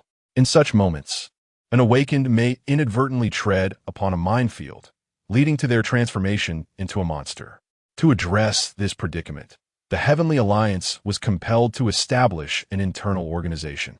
If we are the overt custodians, then that organization serves as the covert custodian, tasked with eliminating those awakened teetering on the brink of aberration. And that organization is known as... Chapter 23. What is your name? It seems I may have spoken a bit too much. Xian Yuanchang's complexion was slightly flushed, the scent of alcohol wafting from his mouth. He shook his head and downed another glass. Letting out a loud belch, he gazed vacantly at Lu Ping. Look at my memory. Come on. We need to go inside and sign the contract. What is the name? A secret I cannot divulge. You have said so much before. I was drunk and my tongue slipped. You've revealed so much. Is it so hard to share just a name? Lu Ping's face displayed a hint of frustration, akin to watching a food blogger savor a meal on video. Smooth and enticing, the aroma wafting through the screen, yet unattainable for oneself. Xian Yuanchong fell silent for a moment, shrugging. Once you complete the signing, I will tell you the name. With that, he strode ahead, pushing open the door of the Tianming office building and walking in with purpose. Lu Ping followed closely behind. Moments later, it took merely 3 seconds for him to sign his name on the contract. Lu Ping gazed at the document he had just signed in those fleeting seconds, feeling a twinge of melancholy. Those mere 3 seconds had cost him his future freedom. Returning to the matter at hand, the organization is called Liberation. Liberation. Rather than waiting for colleagues to transform into monsters and harm the innocent, it is better to eliminate them at the brink of their transformation. And Tianming perceives this as liberation. Xian Yuanchong glanced at Lu Ping, only to find confusion clouding his eyes. He chuckled softly. Do you find it ironic? Do you think Tianming is utterly malevolent? But, Lu Ping, do you believe that becoming a monster, forced to harm one's kin, to prey upon them, is what they would aspire to be? Lu Ping fell silent, pondering, perhaps they won't become monsters. What if it is a misjudgment? There will be no misjudgment. The conclusions drawn are from the seer of the divine order, who possesses a certain foresight. Though their abilities vary, each can foresee the future with accuracy. Their visions will not err. Xianyuan Chong shook his head. So, you killed a person, not a monster, Lu Ping inquired. Xianyuan Chong paused, casting a glance at Lu Ping, his expression stiffening, silence serving as the most eloquent response. Lu Ping sighed, since I have already joined Tianming. Help me resolve my final question. Are we monsters? Xianyuan Chong's pupils narrowed like pinpricks, his body suddenly stiffening. We, at our core, are indeed monsters. Are we not? Yet we retain a sliver of humanity, but this monstrous shell incessantly devours our reason. What emotional turbulence! Nonsense! That is merely the inevitable result of time's passage. We are gradually losing control, slipping ever closer to madness. Any slight provocation can easily ignite our distorted emotions. We are the monsters themselves. Lu Ping's words carried a trace of melancholy, as if he comprehended everything. Xianyuan Chong placed his trembling hands on Lu Ping's shoulders and urged, do not speak further. Do not dwell too much on it. Regarding the matter of I will confide in you alone. Do not disclose it to others. I do not believe. Lu Ping curled his lips in disdain. Xianyuan Chong responded, you are indeed astute. Lu Ping continued unabated. This is elementary knowledge. Your words merely indicate you wish for me to refrain from indiscriminate chatter. In reality, I surmise that everyone in the organization is already aware of this. Oh, there may be some who are oblivious, like those from the wandering organization. Am I correct? Xianyuan Chong sighed, seemingly without a need for further explanation, merely holding the contract. It appears you absorb information rather swiftly. Do you have any remaining queries? I shall do my utmost to address them. I do have a question. What are the paths to our empowerment? And could you elaborate on the abyss? Lu Ping inquired. Xianyuan Chong nodded and descended the stairs, explaining, to grow stronger, one must first understand the hierarchy. Awakeners are generally classified into 11 stages, the initial awakening, which is yet to step into the first tier, followed by the 10 levels from 1 to 10. At the 3rd, 6th, and 9th levels, abilities undergo 3 transformations, and it is rare for anyone to reach the 10th stage. Beyond the 10th stage lies the path of transcendence, opening the doors of the macrocosm. You shall become a deity. This declaration escaped Lu Ping's lips spontaneously. Xianyuan Chong cast a curious glance at him and asked, have you entered the first tier? Yes, Lu Ping admitted, nodding without reservation. Xianyuan Chong raised an eyebrow. You have only been an awakener for less than a month, correct? About 20 days, Lu Ping scratched his head. Impressive. You're quite swift. Most take about 6 months. How long did it take you? 3 months, Xianyuan Chong replied with a hint of pride. Yet, upon reflecting on Lu Ping's mere 20 days, he suppressed his triumphant smile, realizing it was not a matter worthy of boasting. At that moment, the two exited the door, greeted by the refreshing night breeze. Beneath the blanket of night, moonlight spilled onto the ground, illuminating the nearby clock tower and gracing the faces of Lu Ping and Xianyuan Chong. Get in the car. I shall drive you home. Regarding your sister, do not overthink it. Given the current circumstances, it is highly likely she is merely in a coma. She may be fine. Does my sister possess antibodies? Is that the implication? Lu Ping asked. Quite so. You need not worry. They will merely draw some of your sister's blood for research. After all, those who can resist the aberrant agents are the hope for restoring monsters to humanity. Upon hearing Xianyuan Chong's words, Lu Ping felt a gradual sense of calm descend upon him. After all this time, Lu Meng had yet to transform into a monster. Perhaps it was indeed due to possessing antibodies, indicative of a unique constitution. And what the Abyss? The Abyss is composed of a faction of extremists from the Killing Sequence and the Rebirth Sequence. Madmen who claim to have glimpsed a fragment of the world and discern the divine will, which they interpret as the annihilation of humanity. Their objective is to incite chaos and eradicate humankind, while the source of their funding remains an enigma. Perhaps the individuals within those sequences are themselves endowed with considerable wealth. In any case, they are exceedingly troublesome. They are convinced that the divine bestowed powers upon them solely to eradicate humanity, and they refer to themselves as believing they have plunged all of humanity into a chasm.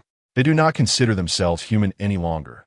They perceive themselves as a new race, the so-called new humanity. The weight of this information overwhelmed Lu Ping momentarily, causing his mind to buzz. He blinked and asked, in other words, they no longer regard themselves as human? Shen Yuanchong responded. That is not entirely incorrect. All right, young man, we have arrived home. The aged vehicle rolled into the happy community, coming to a halt beneath the entrance of Lu Ping's apartment building. As Lu Ping felt the coldness of the night, he descended alone, gazing toward the direction of his home. Am I home? Young man, there is one more matter. Remember to arrive at the Heavenly Alliance promptly at 8 o'clock tomorrow. I shall assign you a task. Did you hear that? Understood. Chapter 24. What trickery is this? How quickly can one go there?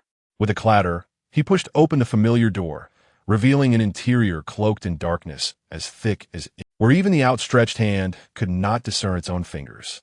The frigid air gripped Lu Ping's heart, and he felt the vastness of the world around him, while he himself seemed painfully insignificant. A nameless terror surged from the depths of his being. Slowly, he closed the door behind him, entering his bedroom. He sat on the edge of the bed, resembling a statue, motionless. He uttered not a word, merely changing out of his clothes and donning his pajamas, sliding into the icy embrace of the sheets. He retrieved his phone, opened a popular app, and lay on his side, surrendering to the solitude and emptiness that enveloped him. The sounds emanating from his phone were loud and jarring, yet Lu Ping's heart remained tranquil, his ears akin to an hourglass, letting sounds flow in and out. His mind could not focus on the videos displayed on the screen. As he gazed at his phone, vivid scenes from the day flickered before his eyes.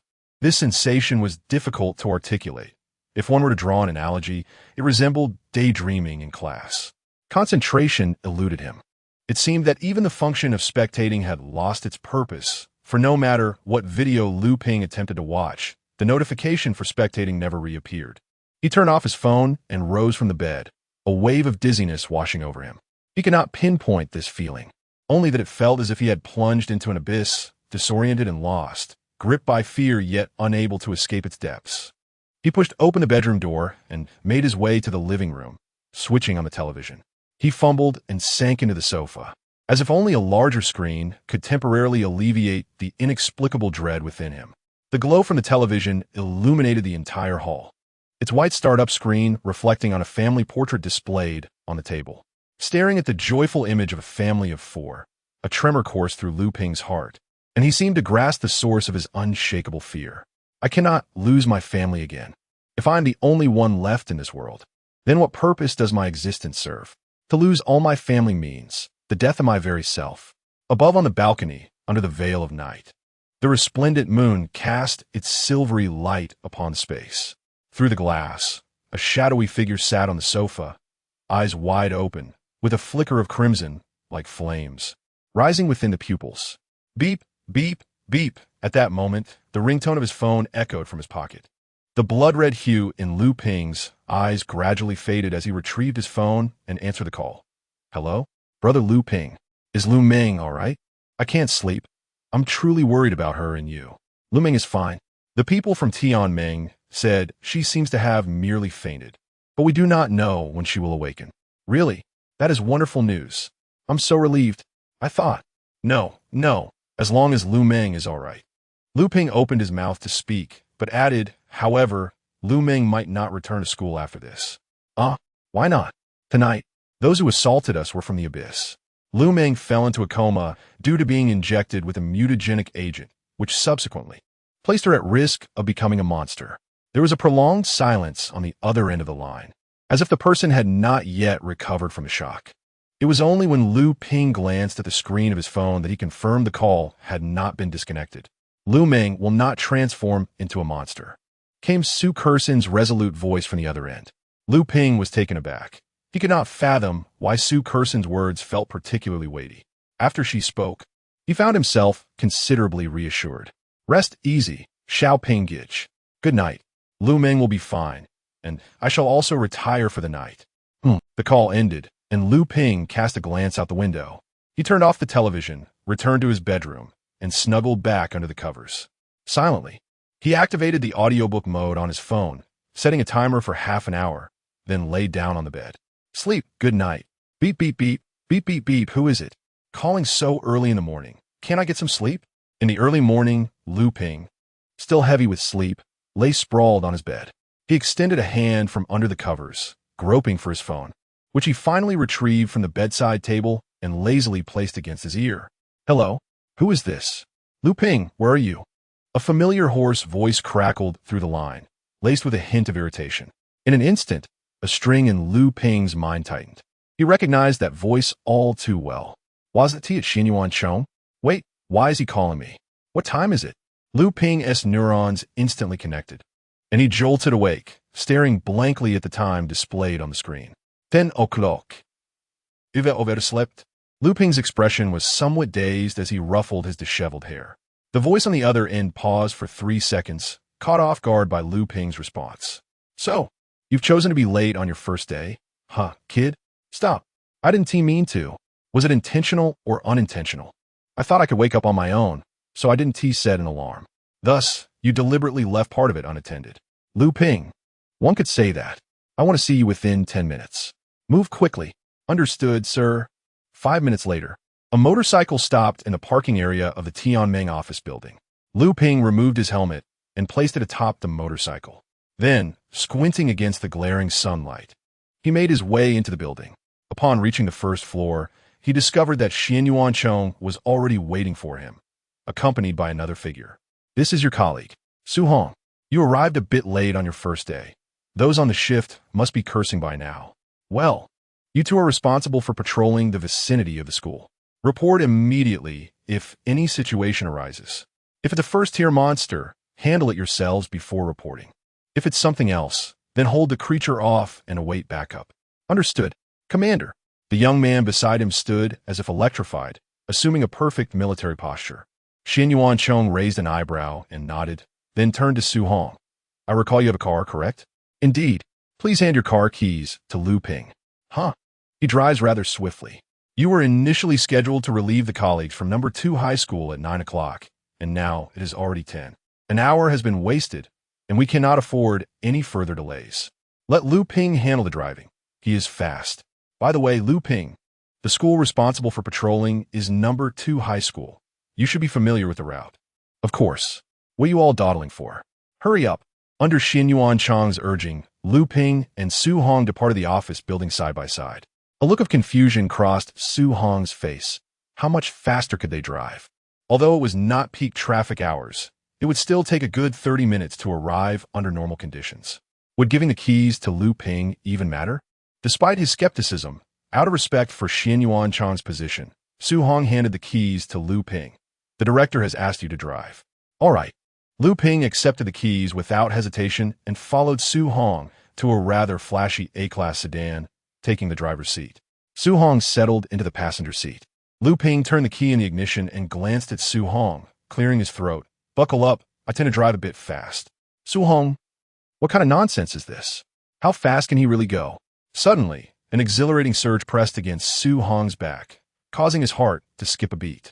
Chapter 25. Is the Master S Bureau just a beginner? Buzz. The phone in Lu Ping's pocket rang, and he casually took it out. It was a message from Xianyuan Chong. After joining the Heavenly Alliance, it was only natural for him to add Xianyuan Chong as a friend. Xianyuan Chong, regarding Lu Meng. You needn't worry anymore. After observing her throughout the night, she appears to be fine. It's just uncertain when she will awaken. She might remain in this state indefinitely, so be mentally prepared. Upon reading this message, Lu Ping felt a weight settle in his heart, and he pressed the accelerator to the floor. Beside him, Su Hong turned pale, stuttering slightly. He was already on edge, and then a sudden force pushed him back in his seat, leaving him momentarily numb. Gripping the seatbelt tightly, he shouted, "Hey, slow down, buddy. We're going to work, not racing. Watch out. A big truck is coming on the left. It's going to crash into us." In an instant, the truck in front of them seemed to recede, and their view oscillated briefly before they narrowly passed through the intersection. Was this an ordinary vehicle? He wanted to get out of the car. Lu Ping, you're driving a bit too fast, don't you think? There's no need to rush. Take it easy.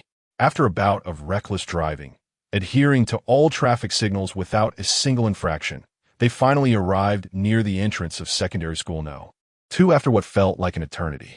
Su Hong, in the passenger seat, covered his mouth with both hands, his complexion paling as he kicked open the door and retched. Damn it, you drove so fast, eager to reincarnate. Ugh. Do you know I had 6 bowls of soup for breakfast? My stomach is full of. Ugh. Phew. Liu Ping wiped his nose. This was the most comfortable drive he'd ever experienced, as Su Hong's car was undeniably a pleasure to drive. He couldn't help but chuckle at the irony of his teammate's nausea, feeling that the blame lay with the relentless passage of time. What about the shift change? Liu Ping inquired. After Su Hong finished retching, he cast a resentful glance at Liu Ping, then leaned against the car door, limping towards the street. Liu Ping felt uneasy under that gaze, muttering to himself, "Is it really that serious? Last time I drove fast, neither my sister nor Xin Yuan Chong threw up." Following Su Hong's lead, they soon arrived at a familiar milk tea shop with its well-known Snow Mountain decor, affordable prices, and delightful lemonade. Inside, two individuals in casual attire were engrossed in a niche game, seemingly oblivious to the world around them. Liu Ping remarked, "What happened to the patrol? Why are you so late?" One of the men, head bowed, queried, "What held you up?" Su Hong scratched his head sheepishly. "Well, we were detained by the chief. And then we hit heavy traffic on the way. We took longer than expected. Plus, we have a newcomer. Let me introduce you. This is Liu Ping, our latest addition. He will be my partner from now on." Liu Ping, these two are our night shift colleagues, Yu Zhe and Sin Shuang. "Oh, a newcomer. Are you in for a game later?" Once again, it was that man, Yu Zhe, who lifted his head, holding a glass of lemonade. His gaze fell upon Liu Ping, scrutinizing him with keen interest. Sin Shuang similarly directed her attention towards Liu Ping. Understanding the unspoken cue, Liu Ping produced his phone and displayed the QR code, expressing a modest familiarity with the game. "Oh, how confident you are. A little knowledge, you say? Then you must possess considerable expertise."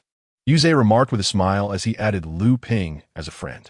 He then patted Sin Shuang on the shoulder, saying, "Since you're here, we'll take our leave. Let's team up later." Yu Zhe's voice echoed from outside as he and Sin Shuang swiftly entered a vehicle and departed. What Liu Ping had anticipated as confrontation transpired instead as a light-hearted encounter with friends, filled with laughter before parting ways. However, Liu Ping was slightly taken aback. "Aren't they supposed to be patrolling?" "Ah, you seem unaware. The Yu Zhe you just met belongs to the killing sequence. He has no need to roam, stationed near the second high school. His fundamental ability, killing sense, allows him to monitor the area in real time and respond to any monsters that may appear," Su Hong explained, raising an eyebrow. With a sigh, he continued, "It's a pity that there are so few in the killing sequence within the organization. The chances of encountering one are nearly 1 in 10. Here we are, one in the element sequence and the other in the 100-weapon sequence. Alas, we're destined to run on foot." Liu Ping remarked, "Actually, I believe I could manage without having to run around." Yet, deep down, he felt a burden of unvoiced concerns. Had he known earlier, he wouldn't have claimed to be in the 100-weapon sequence. He should have mentioned the killing sequence instead. Surely someone would have believed him. Su Hong glanced at the blazing sun overhead and murmured, "The heat seems to intensify with each passing day. Care for some lemonade? It's on me." An hour later, two figures walked beneath the sun, their faces bathed in its rays. "It's so hot. Are you really going to play?" Su Hong wiped the beads of sweat forming on his forehead, panting slightly, while holding a glass of lemonade that had reached room temperature. He continued, "Don't take it to heart. Yu Zhe was merely mocking us on purpose. He knows we have no time to play, and since we were late, he chose to ridicule us. There's no need to engage with them, and I've heard they are quite formidable, apparently masters at the game." Liu Ping raised an eyebrow. "It's fine. I might as well play a couple of rounds. But thanks for the heads up. I haven't played much with the shovel, so I'll watch some short videos first." Su Hong responded incredulously, "Wait a minute. Who do you think you are? Watching a few videos won't prepare you for a master match." Meanwhile, Liu Ping had already begun scrolling through videos. Sequence 09. Spectating. You are observing for study purposes. Would you like to learn? King level. Top-tier strategies for the Golden Shovel game and team compositions? Learning in progress. Current progress, 10. Continuing rapid learning, 50, 100. You have mastered king-level strategies for the Golden Shovel game and team compositions. Stop watching. It's just the final fantasy of the old masters. Beside him, Su Hong could not help but offer a discouraging remark. Both Yu Zhe and Sin Shuang were masters in their own right, possessing considerable skill. Moreover, Su Hong had heard that they had even reached the ranks of the elite, a feat that the average player could scarcely achieve. In Su Hong's eyes, Liu Ping was merely a desperate last-minute effort, akin to forcing a duck onto a perch. How could one possibly compete under such circumstances? Were they merely waiting to be mercilessly trounced, reduced to mere fodder? Did they not comprehend that the intensity of high-tier matches could often be quite daunting in the early stages? Brother, heed my advice, Su Hong urged earnestly. Let us not become mere cannon fodder. It would be wise to simply log off and inform them of an urgent matter.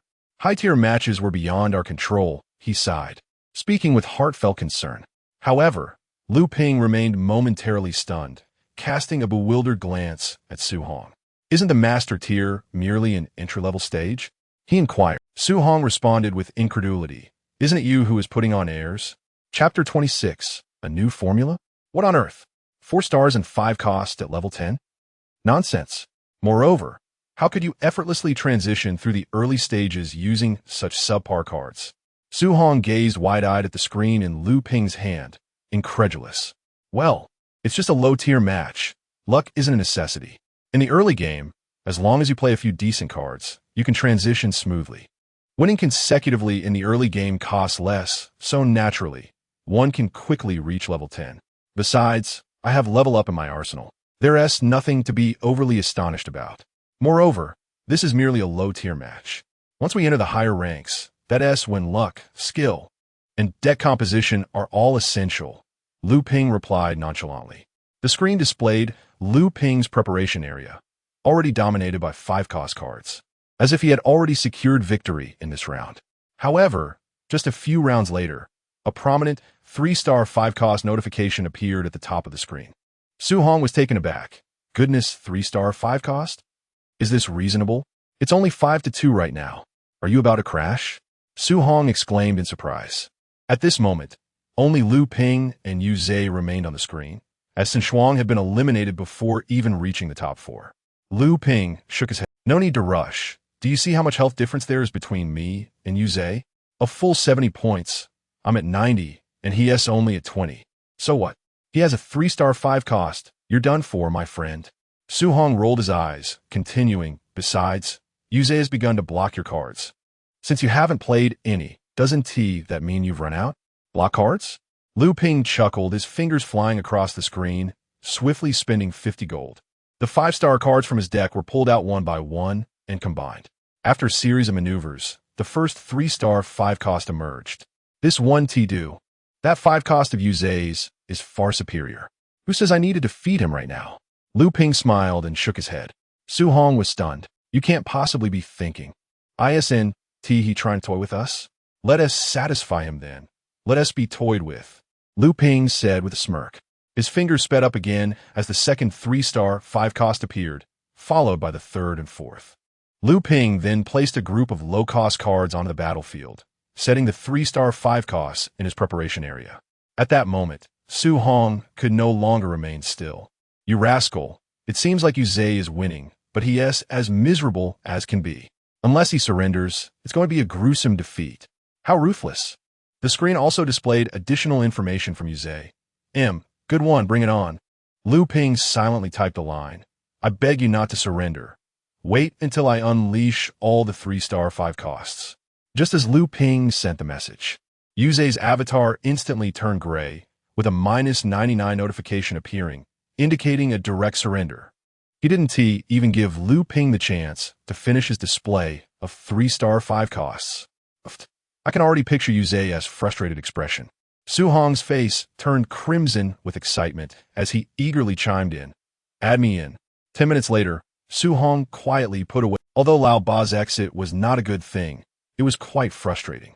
His gaze shifted to Lu Ping, continuing to watch as Lu Ping dominated the game, exploiting various information gaps with a standard, overwhelming strategy. Lu Ping was akin to an emotionless killing machine. Once again, he had gained a tremendous advantage in effortlessly producing rare 3-star 5-cost units, as if it were the most ordinary occurrence.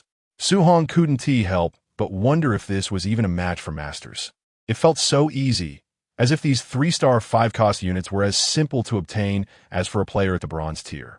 However, glancing at his own Lao Ba's status, Su Hong chose to remain silent.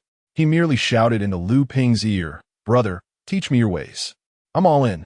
As the day wore on, with nothing much to do, He played a few rounds of chicken dinner. Sometimes, being too invincible could also be a source of boredom. There were simply no worthy opponents. By the way, don't you guys ever sleep? Lu Ping asked, somewhat puzzled, directing his question at Yuzhe and Sinshuang. Shortly after, 2 lines of text appeared at the top of the screen. Yuzhe, what time is it? Damn, that relentless desire to win. Sinshuang, I just wanted to earn some points, bro. How did it turn into an all-nighter? Beside them, Su Hong blinked and exclaimed, brother, let us go out tonight. I'll treat you all to a buffet at Longbao Plaza. Brother Su, no need for that. I want to check on my sister. Lu Ping replied after a moment of silence, his voice somewhat subdued. Your sister? What happened to her? Is she ill? Su Hong, unaware of Lu Ping's circumstances, assumed something serious had befallen Lu Ming. A flicker of conflict crossed Lu Ping's face before he nodded. You could say she is sick. Due to work issues. I couldn't see her right away today, but now the shift has changed, and I must go, even if I can do nothing. Though Su Hong had no knowledge of Lu Ming's condition, he patted Lu Ping on the shoulder, his expression equally grave. Don't worry. Good people have their blessings. Your sister will be all right. Where's the hospital? I'll take you there. At the Tianming Medical Room. Your sister is at the Tianming Medical Room? What illness does she have? Su Hong was taken aback, and then it dawned on him as he incredulously shouted. Last night. That little girl who was injected with a mutant potion but didn't turn into a monster and fell into a deep sleep is your sister. Although Su Hong was unaware of Lu Ping's sister, he was well informed about the significant events that transpired the previous night. You know? Lu Ping asked in surprise. Su Hong explained, of course. The incident caused quite a stir, primarily due to the gossip surrounding it. It was said that the director went directly to the medical team, dragging the head of the medical team into the car without a word. Everyone thought the director was looking to date. There was quite a bit of discussion about it.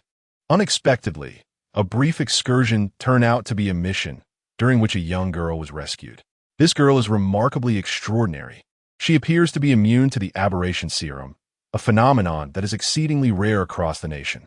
However, it is said that there is a significant probability she may remain in a perpetual state of coma. At this juncture, Su Hong felt a tumult of emotions within him. He had just fervently reassured Lu Ping.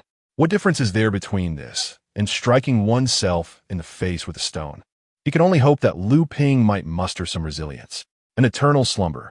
Lu Ping murmured, his voice seemingly lodged in his... He suddenly pressed his lips together tightly, his pupils reflecting an abyss of darkness and silence. After a moment of stillness, Lu Ping gradually closed his eyes, his voice... Is that so? Yet, do not lose heart. If we can uncover the concealed abyss, hideouts in the vicinity, we might discover a novel formula for the aberration serum that could be administered to your sister. If we obtain this formula, perhaps there is still hope for her. A novel formula? Chapter 27. An incident at the second school. Indeed, Su Hong nodded. He continued. The aberration agent was developed by individuals possessing the rebirth series within the abyss. It has the capability to transform both humans and awakened beings directly into monsters. Surrounding the abyss's siege on the city, there must be an experimental base where the original formula for the aberration agent undoubtedly resides. They require the original formula to conduct live experiments, which are effective on both humans and monsters. Thus, locating the nearby abyss experimental base will surely lead us to the original formula. The aberration agent from the abyss is periodically updated, which renders us unable to consistently grasp its formulation. This predicament is a source of frustration for the researchers within our alliance. Much like a virus, we can only prevent existing strains, but cannot create antibodies for future ones. Lu Ping paused, pondering the mention of antibodies and viruses. In other words, if we can find the aberration agent, perhaps Xiao Ming could truly awaken, even recover. At that moment, a glimmer of hope sparked in Lu Ping's eyes. Witnessing Lu Ping's renewed spirit, Su Hong couldn't help but smile, playfully wrapping his arm around Lu Ping's shoulders. Brother, today's meal is on me, but tomorrow you must treat me. Sure, as long as you don't have anything else to attend to. What could possibly come up? This meal is definitely on my tab. With those exchanged words, the two friends climbed into the car. Lu Ping quietly opened the passenger door, while Su Hong slid into the driver's seat. As he grasped the steering wheel, memories of the morning's chaotic drive, swift and serpentine, flooded his mind, leaving him slightly bewildered. Was it that he was too inexperienced? Or was Lu Ping's driving skill merely exceptional? Are we not saying goodbye to Zhe and the others? No need. They replied to my message, saying they VE arrived. TSK, TSK, TSK. They haven't slept all day and still have to patrol tonight, Su Hong remarked. He twisted the key, and the engine roared to life like a beast. Releasing the clutch, he gradually steered onto the street, heading towards the Alliance base. Exhausted, Yu Zhe and Sin Shuang strolled arm in arm towards a certain dining establishment. The fundamental ability of slaughter, the instinct for killing, is undeniably a formidable tool. As long as one is within the confines of the second school, the moment an extraordinary aura appears, he would ensure to arrive first. However, at this moment, he felt a bit drowsy. A whole day. A whole day. Do you know how he has endured this day? Forever second fiddle. An eternity. Yu Zhe's lips turned slightly pale, but fortunately, the physique of an awakened being is inherently stronger than that of an ordinary person. Even under immense stress, it merely amounts to a fleeting discomfort. Beside him, Sin Shuang appeared invigorated. Aren't you tired? Yu Zhe's eyelids fluttered. Sin Shuang remained silent for a moment before responding. Do you think that someone like me, who always gets sidelined, could possibly feel drowsy? After I exited, I went to sleep, though I wasn't tired. Yueza. Being the second one out, he found himself with nothing to gain, having had a restless night and enduring a day of torment. Such misfortune. Amidst the aura of slaughter, two familiar, extraordinary presences gradually departed from the confines of the second area. Yueza reclined on the soft chair, closing his eyes to rejuvenate. This was a ramen shop. A few students from his second area walked in. The teachers have truly lost their minds, insisting on classes until 10 o'clock. You should be grateful. There is only an hour left until school lets out. It is said that before the great catastrophe, high school students had to attend classes for 15 hours a day. We only start at 9, which is already quite good. They supposedly begin at 7 in the morning. Can you guess what they do? Get up? No. It's morning self-study. And there's also morning exercises. Hiss. A few students chattered animatedly about some hearsay they had seen in the news. In the final hour, you're not attending class? Yueza felt a bit surprised and directly pulled a student over to inquire. The student's eyes were exceptionally clear, scratching his head with a somewhat dazed expression. After a moment of contemplation, he replied, Have you heard of skipping class? Yueza. This is a gamble, but we have bet wisely. After all, a meal only takes half an hour. Don't the gatekeepers mind? Yueza asked in astonishment. The old gatekeeper is quite familiar with us. We've given him some cigarettes. Yueza was left speechless. He truly underestimated this group of clear-eyed university students. Skipping evening study sessions and bribing the gatekeeper. What a scandal. A few students gathered together, quickly ordering several bowls of noodles and devouring them hungrily. Yueza lost interest in further inquiries and simply sat on the cushion with his eyes closed. Beside him, Sin Shuang yawned. Old Yu, don't actually fall asleep. Yueza. I know. Hello. Brother Xiaoping, I can't go see Lu Ming today. Our teacher has gone mad tonight, insisting we attend evening study until 10 o'clock, supposedly to prevent situations like Lu Ming's from reoccurring. In any case, I can't go tonight, but tomorrow and the day after are Friday and Saturday. I will visit Lu Ming then. Okay. After hanging up the phone, Su Hong teased. Who was that? Your significant other? How old? Lu Ping raised an eyebrow slightly. Sort of, just 18, a high school student. Su Hong, are you a beast? How can you speak like that? How old are you? 20. I almost forgot. You're rather young, then it's nothing. Lu Ping, 6. By the way, how old are you? Lu Ping retorted. Su Hong twisted the steering wheel, stroking the stubble on his chin. I'm not that old. Merely in my mid-20s. I thought you were around my age. I never expected you to be so much younger. The car gradually navigated through the streets, finally coming to a halt before the Tianming Medical Building. The medical facility was but a stone's throw away from the office tower, merely a kilometer or two apart. I shall not accompany you any further. I must take my leave now. With a crisp sound, Lu Ping exited the vehicle and waved goodbye to Su Hong. Farewell, my brother. Lu Ping proceeded towards the medical building, swiftly inquiring to locate the room where Lu Ming was being treated. The heavy glass stood cold and unyielding, isolating Lu Ping from the world beyond. He pressed himself against the transparent barrier, his gaze fixated on the diminutive figure upon the hospital bed, Lu Ming, who seemed to be on the brink of fading away. Time felt as if it had thickened and stagnated, each passing second a silent torment. That familiar face, often adorned with mischief or playful reproach, now bore an alarming pallor and an unsettling stillness. Lu Ping gazed longingly, as if he wished to etch her silhouette into the depths of his memory. Suddenly, a jarring ringtone shattered the oppressive silence. Lu Ping snapped back to reality, mechanically retrieving his phone. "Hello, your package has arrived. The Lolita dress you ordered is ready for pickup at the supermarket." The voice on the other end was cheerful. "Oh, yes." Lu Ping swallowed hard, forcing out a dry response. As the line disconnected, a wave of anguish surged through him, blurring his vision with bitter tears. That dress!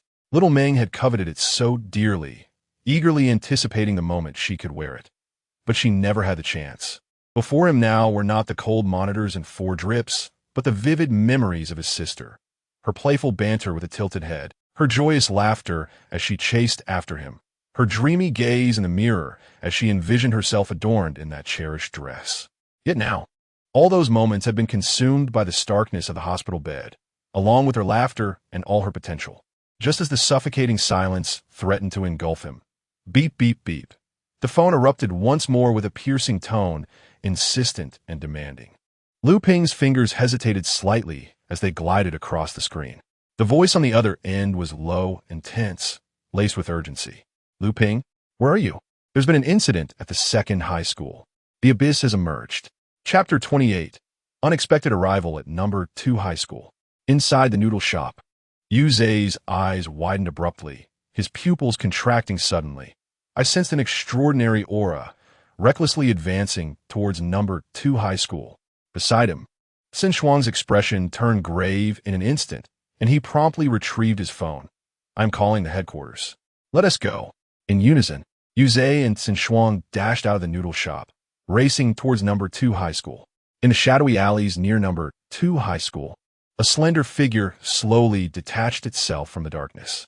His complexion was as pale as parchment, and a bloodthirsty smile stretched almost to his ears. A syringe filled with a bizarre purple liquid twirled skillfully between his long, emaciated fingers, glimmering ominously. He sneered, "Come, let chaos be my symphony. Allow me to be the first dagger of the abyss to pierce Linjiang's city." A piercing howl, akin to an owl's lament, shattered this. He abruptly twisted his neck, the bulging veins beneath his pale skin becoming visible. In the depths of his eyes, a frenzied flame burned brightly. "For my lord, the god of slaughter, present the blood-soaked feast. The dawn of the new humanity shall incinerate the decayed remnants of the old era," before his words had fully settled. The slender, sharp needle at the syringe's tip flashed with a cold light, and without hesitation, he plunged it into the vein of his neck. With a fierce press of his thumb, the plunger was activated. SSS, the eerie purple liquid surged into his veins instantaneously. Bang, bang, bang. His heart transformed into a frenzied drum, pounding wildly within his chest, each thump reverberating through his entire frame. Ack! A primal scream of agony, mixed with ecstatic moans, erupted. Boom! Jet black flames ignited from beneath his feet without warning, entwining him like tendrils from hell, greedily consuming his entire being. A creature, distorted and formed entirely of pure black flames, replaced his original form. How magnificent! The crackling of the flames and a raspy whisper emanated from the heart of the black blaze. The power surges and roars through my veins. Third stage. This is the power of the third stage. I could distinctly feel this unparalleled force. Ha ha ha ha ha. Amidst the maniacal laughter, the burning humanoid monster abruptly tossed its head, black flame splattering from its neck. It stepped forward, the ground beneath it sizzling as if seared by a branding iron, leaving a charred, smoking footprint with melted edges. The target, number 2 high school.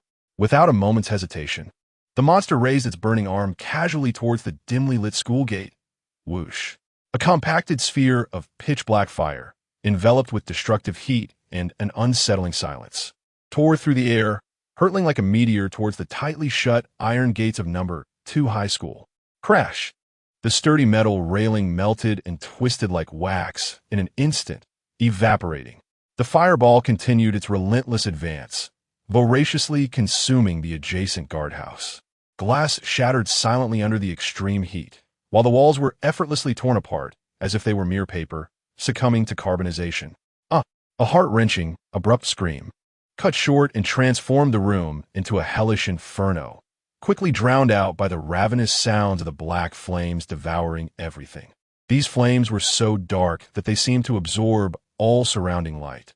Under the cloak of night, they were hardly noticeable, save for the terrifying heat that distorted the air and the ominous silence of annihilation, which silently proclaimed the arrival of death, instilling dread and making it impossible to approach. A sudden screech of brakes echoed from the entrance of the secondary school. Yueza and Sinshuang, their faces drawn with horror, alighted from the vehicle and gazed at the brutal scene. A figure engulfed in flames staggered out from the guardhouse, his body scorched, ultimately collapsing at the threshold, broken into several pieces. He attempted to speak, but his throat had been incinerated, rendering him mute, his lungs charred beyond recognition. All that remained for Yueza and Sinshuang were the desperate eyes of the dying man. Had they arrived too late? Yueza withdrew a long rifle from the vehicle, wielding it with both hands, finally aiming at the instigator before them, a monster shrouded in black flames. One at the second, the other at the first. What could they possibly use to contend with me? The voice of the dark flame creature was haunting, laced with a smoky rasp, its slender form unleashing a barrage of black fireballs towards Yueza and Sinshuang. Will you take our lives? Yueza's rifle was enveloped in a crimson gas, its tip gleaming menacingly. Sinshuang brandished a large cleaver, its edge glimmering coldly. Take our lives? Yueza scoffed. Let us see how my rifle fares first. Monster! In an instant, three figures intertwined, engaging in a chaotic 2-on-1 battle. Within the confines of the school, countless terrified faces were pressed against the glass windows.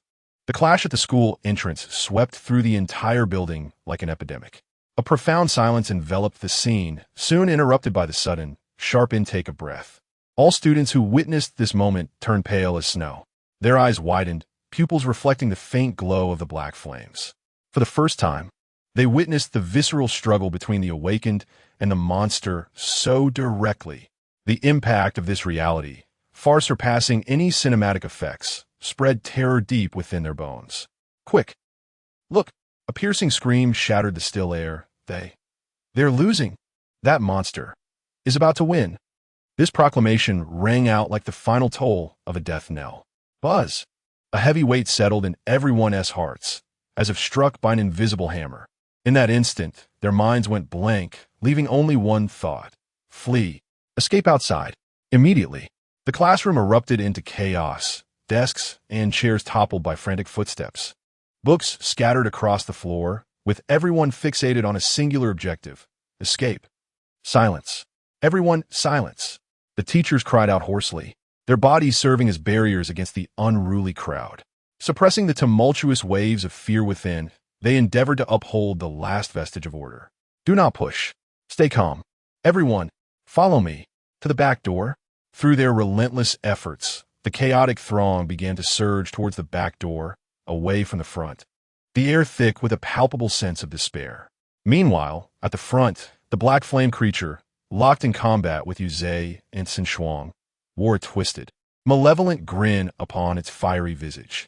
Its legs had already transformed into roaring black flames, the human form crumbling rapidly, akin to a wax figure with viscous, charred matter dripping from its edges. Enough! Its voice rasped and distorted. This tedious game of hide and seek must come to an end. Suspended, it looked down upon the two battered figures below, its eyes glinting with cruel mockery. Perhaps you can hold on for a while, like bothersome flies. But if I choose to leave, the black flames surrounding it surged violently, unleashing an even more intense wave of heat. You shall not even touch my shadow. The creature's tone brimmed with absolute confidence. Its targets had never been the two bothersome insects before it. It had not forgotten the doctor's orders to sow chaos, to unleash a torrential wave of blood upon Linjiang City, to transform this place into a hell on earth. Only in such turmoil could it force Xian Yuan Chong to reveal himself. Now it sought to hunt down the fleeing students, akin to a panicked flock of sheep. Let the plague of fear spread. Let the piercing cries of despair shatter the skies of Linjiang City. Only through utter chaos could Xian Yuancheng be compelled to arrive. Action must be taken in these fleeting seconds of remaining rationality. Once the last vestiges of humanity were consumed by the monsters, descending into a mindless beast that knew only destruction. However, casting a glance at the two who still resisted fiercely below, a broader smile crept upon its lips. Even if temporarily thwarted, what did it matter? Once the slaughter commenced, Xian Yuancheng would inevitably descend, for it was of the third tier, in this Linjiang City branch of the Heavenly Alliance, who besides Xian Yuancheng could possibly stand as its rival. Thus, the black flame creature emitted a low, twisted laugh, resembling a soliloquy or perhaps an announcement. To be human seems to truly matter little now? Then, I shall cease to be human. Ha ha ha ha. This near-mad cackle tore through the air. With a thunderous roar, accompanied by this declaration, its final human semblance utterly collapsed, transforming into a tempestuous, formless mass of black flames. At the heart of the inferno, two enormous claws, forged purely from black flames, burst forth, dripping with a molten, dark red glow. Above the flames, two heart-stopping scarlet lights ignited suddenly, akin to the eyes of a demon awakened from the abyss, locking onto Yu Zhe and Sinshuang below. I have attained a new life. The inhuman roar, accompanied by a searing gust of wind, surged forth. Insects. 2 points of crimson glimmered greedily. You smell so delightful. I shall devour you.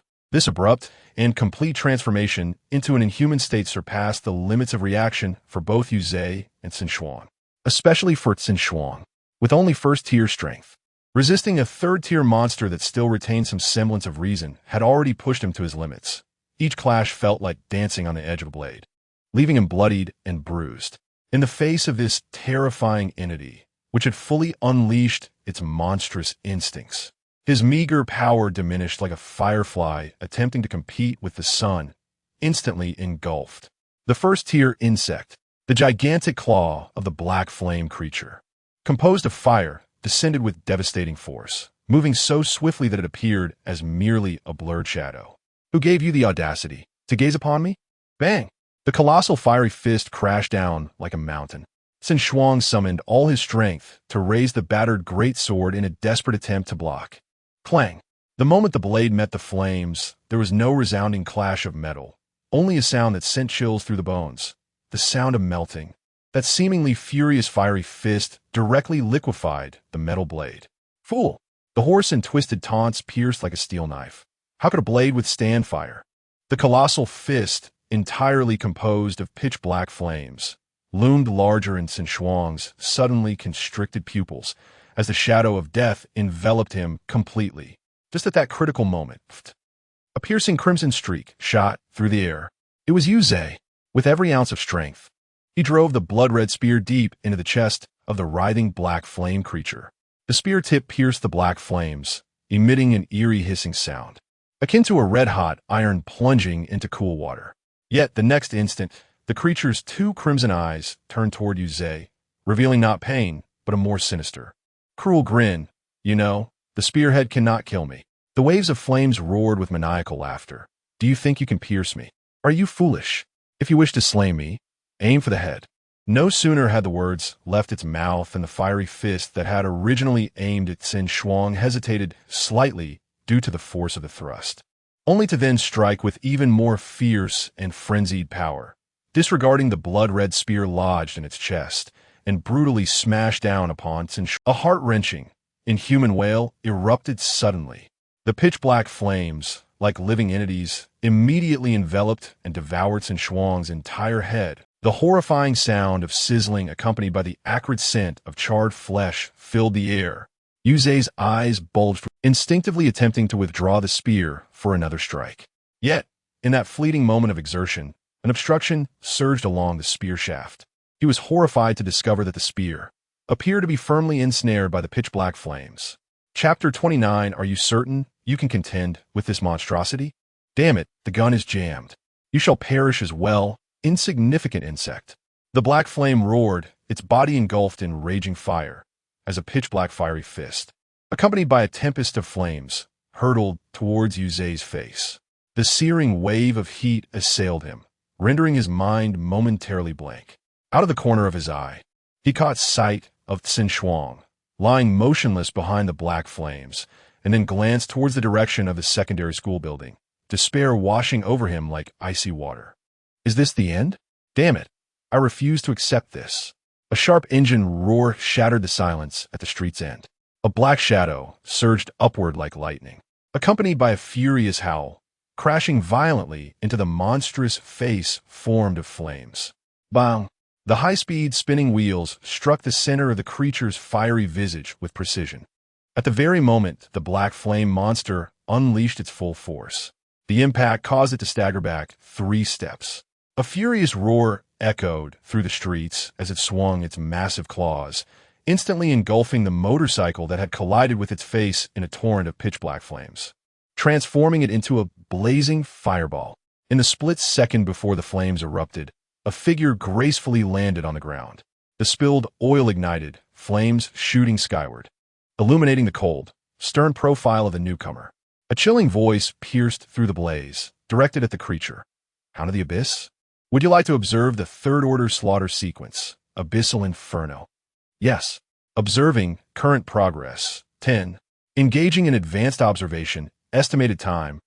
Consuming 1/3 of your mental energy. Shuangzi. The roar tore through the air. At the other end of the street, Xin Shuang lay silently. His head was a charred, distorted silhouette, the black, unquenchable flames gnawing at the flesh and bone like a gluttonous serpent, emitting a chilling crackle. Without a doubt, Xin Shuang was dead, slain beneath the claws of this black flame monstrosity. Yuzhe knelt beside his friend's charred remains, his head buried deep, knuckles white from the strain of clenching his fists. Damn it. You still have a wife waiting for you. Your parents are counting on you to care for them in their old age. You cannot die. He abruptly lifted his head, his crimson eyes fixed fiercely upon the black flame creature, as if seeking to devour it whole with his gaze. Hiss! The black flame monster emitted a shrill, grating sound from its throat.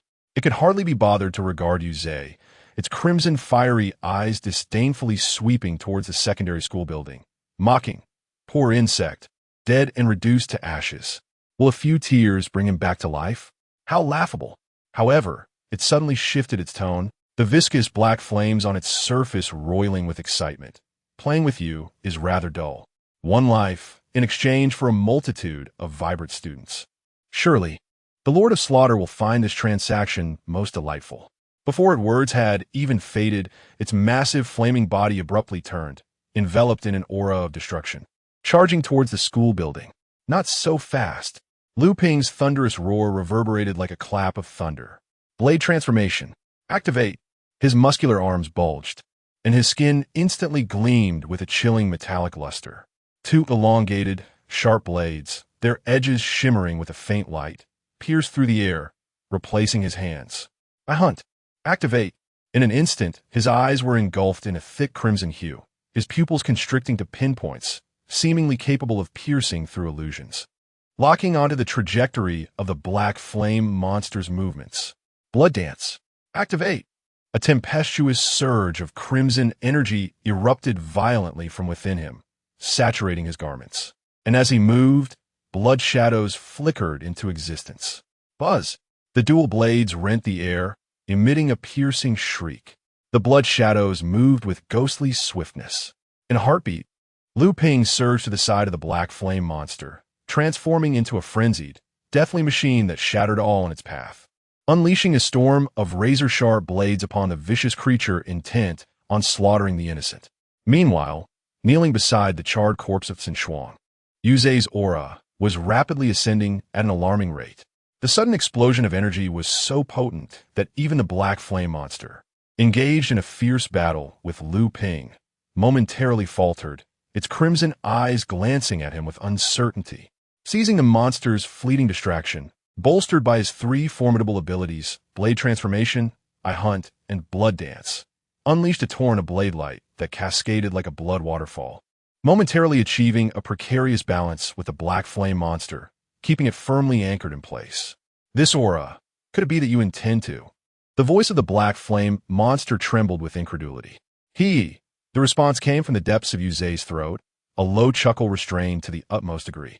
A viscous, almost sentient surge of blood energy enveloped his entire being, as if donned in a burning crimson battle garb. He slowly turned his head, his countenance devoid of the joy of awakening his powers or the sorrow of his companion's death, replaced instead by a near-cold madness. The divine has decreed that the main course of this blood banquet is you. Prepare to accompany Shuangzi in death, monster. Buzz. The long spear, tightly gripped in his hand, emitted a mournful, piercing tremor. In the next instant, Yuzei's figure blurred and vanished from the spot. A blood shadow appeared behind the black flame monster as if teleporting. The spear, soaked in ominous bloodlight, pierced through with unerring resolve, driving through the monster's back and emerging from its chest, dragging along a torrent of viscous black blood. Ugh! The black flame monster let out a muffled, agonized roar, incredulously looking down at the bloodied spear tip lodged in its chest, thick black blood dripping from the blade. Hee. Yuzei's voice was chillingly cold, laced with the delight of vengeance. What a surprise, monster. It seems you can bleed as well. You have broken through. The black flame monster, enduring the excruciating pain of its heart being pierced, spoke in a distorted voice, shocked. Third tier. You are now at the third tier. Such excessive chatter. Yuzei's expression was impassive, his eyes reflecting an utterly pure killing intent, as frigid as ancient ice. Did you wish to sing a tune before your demise? Get lost. The black flame beast let out a thunderous roar, its enveloping pitch-black flames erupting violently. A terrifying shockwave surged through the long spear embedded within its body. Bang! Yuzei, along with the spear, was violently flung away by this ferocious force, tumbling through the air several times before barely landing. Simultaneously, the black flame beast emitted a sharp, cold laugh. 50-50? No, it is a draw now. You cannot kill me. And for the time being, I cannot do anything to you either. Its fiery eyes glinted with a cunning and cruel light, fixating intently on the nearby teaching building. But I am the hunter, and you are the prey. Whenever I desire, I can withdraw at any moment, eradicating those trembling little treats hiding in the corners of the entire school. To the last one, do you think I would be foolish enough to risk my life playing with you here? Upon hearing this, Yuzei forcibly suppressed the tumultuous blood surging within him, his expression instantly turning exceedingly grim. Beneath the icy murderous intent lay a tautly stretched heartstring. It was common knowledge that a monster loses its rationality upon transformation. Yet this particular creature, why was its thinking so clear, so insidious and cunning? Could it be due to its status as a third-tier monster? Progress 50. Huh. Lu Ping leaped back, evading the splintering flames, his face adorned with unabashed mockery, his voice piercing through the roar of the flames. This is the first time I've heard a monster fleeing with its tail between its legs speak so honorably. Does your dark-skinned face not feel ashamed enough to flush? Defeated is defeated. Why act like a big bad wolf? The provocation was executed decisively. However, what Lu Ping did not expect was, the effect was exceedingly profound. You. The black flame beast, akin to a wild beast whose tail had been stepped on, erupted with an ear-splitting roar of fury, its fiery eyes firmly locked onto Lu Ping, uncontrollable energy bursting forth violently. You dare to say, I am pretending? Seeking death. I will turn you to ashes right now. Boom! Before the words had even faded, it truly abandoned its confrontation with Yuzei, its entire body engulfed in raging black flames, transforming into two enormous, twisted fiery fists, descending upon Lu Ping's vicinity with devastating might. The terrifying flame storm instantaneously sealed off all of Lu Ping's evasive avenues. Just as Lu Ping was about to be consumed by this wrathful strike, clang! A piercing clash of metal rang out. A long spear, burning with a viscous bloodlight, sliced through the night like a scarlet lightning bolt, perfectly interposing itself between the fiery fists and Lu Ping. The violent flames and ominous blood energy clashed fiercely, annihilating and stirring up waves of scorching air. Yuzei stood resolutely like a rock before Lu Ping. The spear in his hand thrummed incessantly, its hoarse voice seeming to emanate from the depths of hell, sending chills down one's spine. Miserable wretch, your opponent is me. Today, you must d ah ah ah. The black flame monster seems to have momentarily fixated its attention on Yu Zhe's indomitable will. It emitted a series of incomprehensible cold laughs, even humanely shrugging its burning shoulders. Its voice oscillating between high and low, imbued with an eerie blend of calmness and madness. Die? I never intended to live anyway. It tilted its head, a semblance of confusion flickering across its flame-formed visage, murmuring to itself, strange, truly strange. I thought that, after becoming like this, my mind would be consumed solely with kill, kill, kill. But instead, I feel exhilarated, so exhilarating.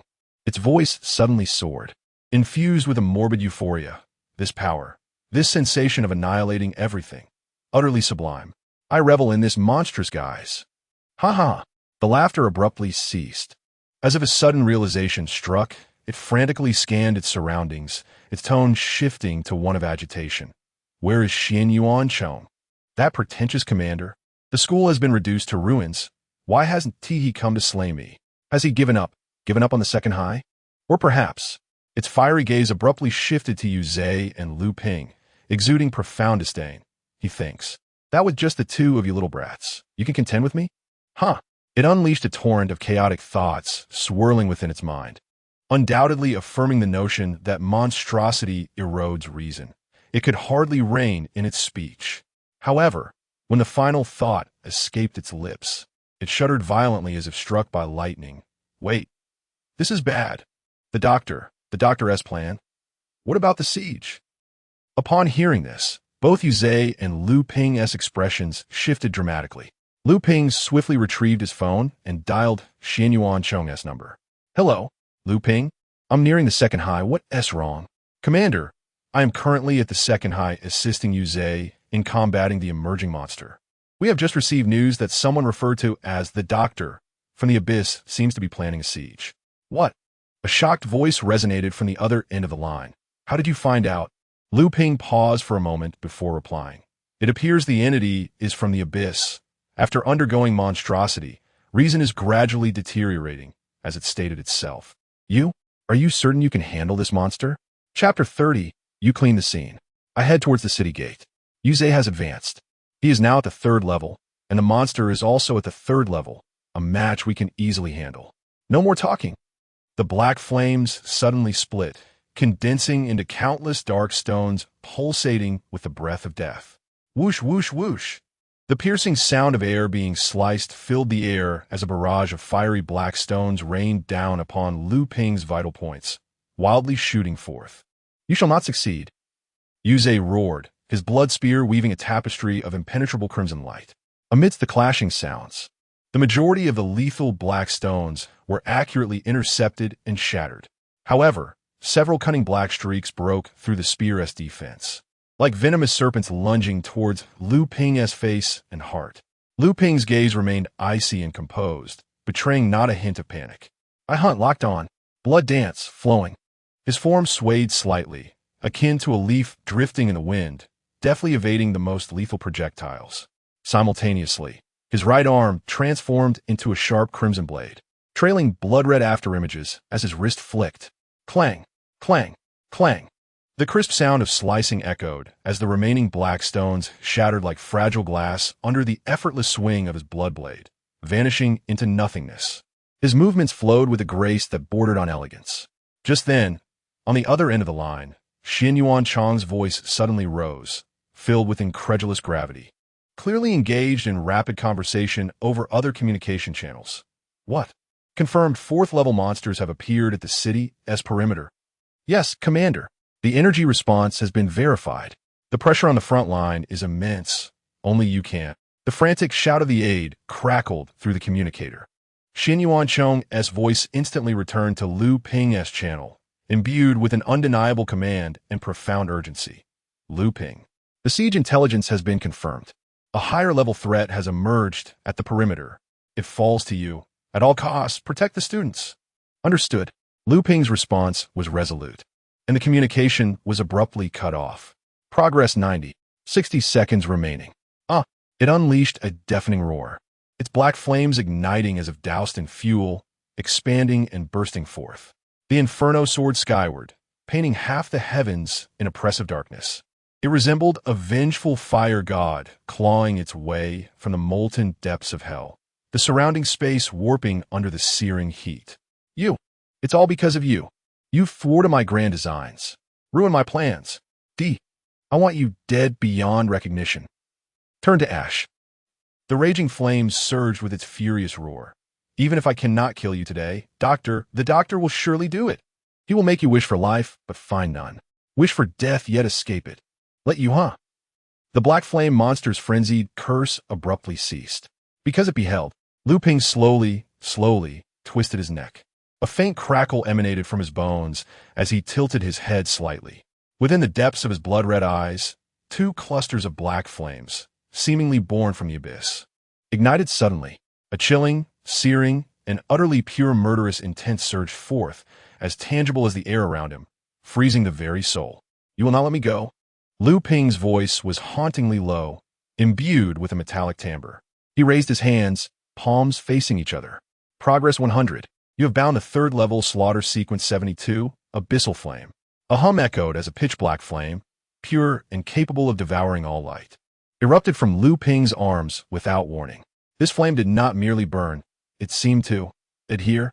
Like a living shadow, it swiftly enveloped his blood-blade arms, coalescing into two grotesque long knives, their edges flowing with destructive black fire. Lu Ping lifted his head, a sinister grin stretching across his face, his feet transforming into two standing, sharp blades. He seemed to have misunderstood something. His hands morphed into dual blades entwined with abyssal flame, his body leaning forward slightly. The knife-like feet also cloaked in black fire, resembling a beast poised to pounce on its prey. Now, it is I who will not let you escape. I shall use these teeth. He licked his lips, his eyes betraying an unrestrained, frenzied desire to shred his quarry, to pierce your throats.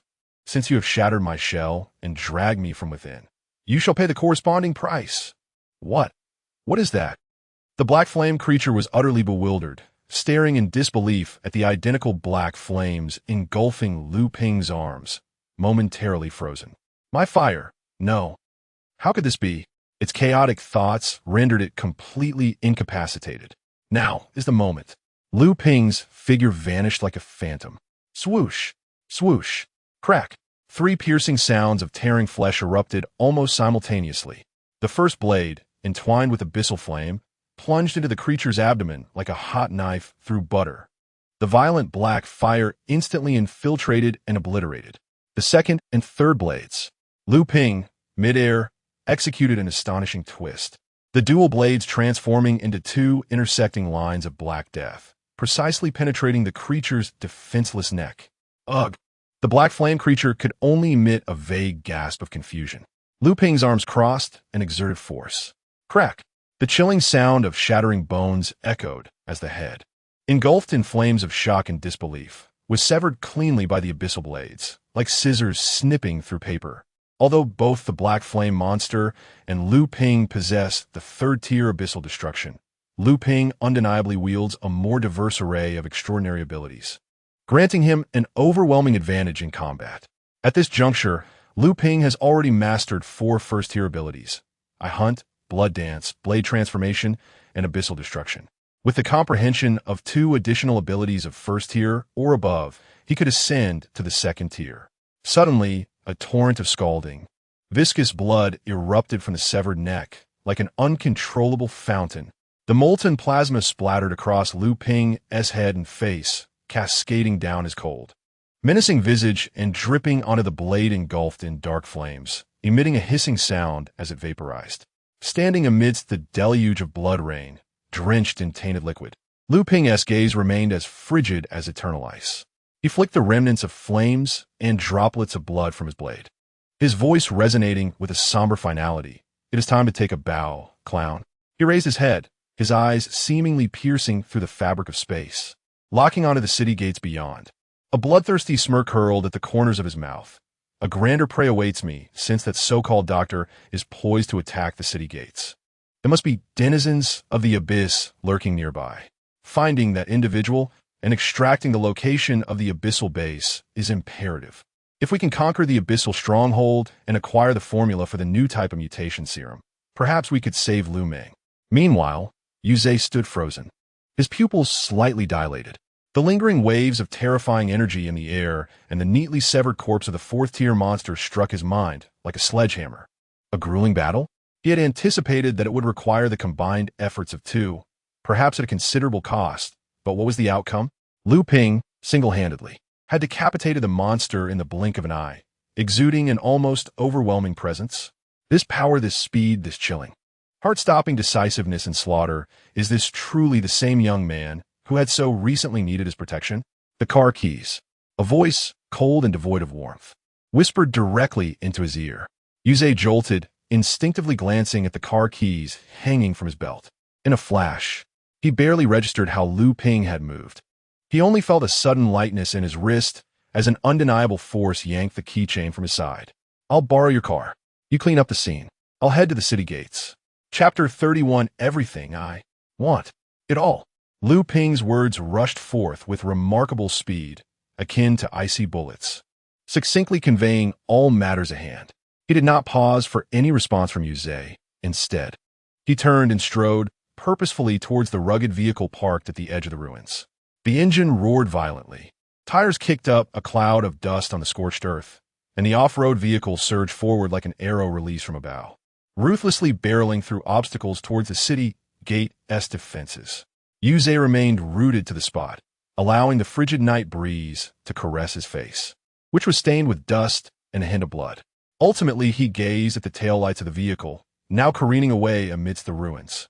Feeling the sudden drop in temperature due to the eruption of power and the demise of the monster, a profound and indescribable sensation welled up within him. Who truly is the senior? Instinctively, he turned his head, his gaze falling upon the lifeless body of Xin Shuang not far away. The impact of Lu Ping's departure intertwined with the chilling presence of his fallen comrade, creating a weighty sense of coldness pressing heavily upon his chest. Yuzhe inhaled deeply the frigid air laced with the acrid scent of gunpowder and blood. He reached into his inner pocket, somewhat stiffly extracting a slightly deformed pack of cigarettes. The lighter flickered several times in the cold air before finally igniting a faint flame. He leaned closer, lighting the cigarette he had placed between his lips. A wisp of pale blue smoke spiraled upwards, only to be swiftly dispersed by the biting wind. Yuzhe silently bent down, carefully placing the newly lit cigarette, its ember flickering uncertainly in the chill, beside Xin Shuang's body. The cigarette served as a small offering, burning solitary upon the cold earth, radiating a feeble warmth. Yuzhe straightened, his gaze shifting between the cigarette, Xin Shuang, the distant corpses of monsters, and the direction in which Lu Ping had vanished. Countless complex emotions ultimately coalesced into a single sigh. Alas, within the teaching building, the students who had narrowly escaped witnessed the entire spectacle of Lu Ping slaying the black flame monster. After a brief silence, suppressed cheers erupted like a flood breaking through a dam. Incredible. Absolutely phenomenal. Is this the might of the Heavenly Alliance? Killing a fourth-tier monster as easily as slicing through vegetables? We've been saved. We are saved. The euphoric relief of surviving the ordeal filled the classroom. Yet in the seat by the window, Su Curson appeared incongruously silent. Her complexion was pale, fingers unconsciously digging into the corner of the desk. Her gaze fixed intently on the direction where the monster had fallen, as if the colossal wreckage still burned within her line of sight. Hey, Su Curson. Yuan Duo beside her nudged her forcefully, her voice brimming with the exhilaration of survival mingled with a hint of discontent. What are you daydreaming about? The monster is dead, and the Heavenly Alliance's people are absolutely amazing. Why do you look as if you've lost your soul? Su Curson was pushed slightly, struggling to force out a smile that was more grotesque than tears, her voice barely rising above the surrounding clamor. It's nothing. I just felt. It was truly perilous. She paused, her gaze remaining unfocused, as if she could see through the walls to that bloodied figure. He must be feeling quite miserable right now. Yuan Duo's smile froze, as if she had heard a foreign tongue. What? Dangerous? Isn't that in the past? Who's feeling miserable? That big shot from the Tianming? He dispatched the monster with a single stroke, exuding grandeur. What could possibly be wrong with him? Su Curson, have you been scared, silly? Su Curson offered no explanation, merely rising silently and hastily stuffing her books in her bag. "It's nothing, Yuan Duo." Her voice regained a semblance of calm, yet bore an air of hollow detachment. "Can we leave school now?" "Of course. After causing such a ruckus, who would stay for evening study? It's a miracle the school isn't closing down for a review." Yuan Duo rolled her eyes, watching as Su Curson shouldered her bag and strode towards the exit, seemingly dismissive of her presence. A wave of inexplicable irritation and long-simmering malice surged within Yuan Duo. A distinct, cold laugh pierced the classroom's noise, laden with unabashed derision. The uproar seemed to be choked in a silence, all eyes instinctively converging upon Yuan Duo. "Were you pretending to be high and mighty?" Yuan Duo's voice escalated sharply, shrill and biting, echoing clearly in every corner, striking Su Curson squarely in the back as she reached the door. "You're a jinx, always looking innocent. Anyone who gets involved with you is doomed. Why is Lu Ming in the ICU? Unconscious? Isn't it because she was targeted by that monster while following you?" Yuan Duo's voice was perfectly pitched, audible to the entire class, including Su Curson by the door. Those words, like poison icicles, pierced through the classroom door with chilling precision, embedding themselves into Su Curson's heart. Jinx. Cursed to harm those around her. Disaster star. Click.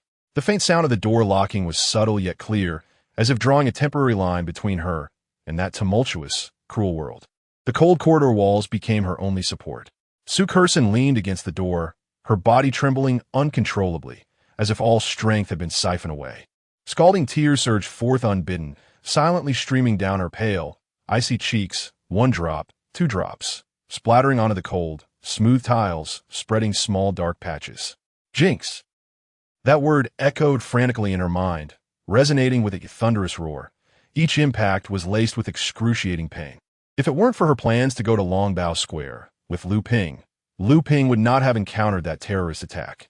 If not for her, Lu Ping and Lu Ming would not have faced Zhou Ming's assault.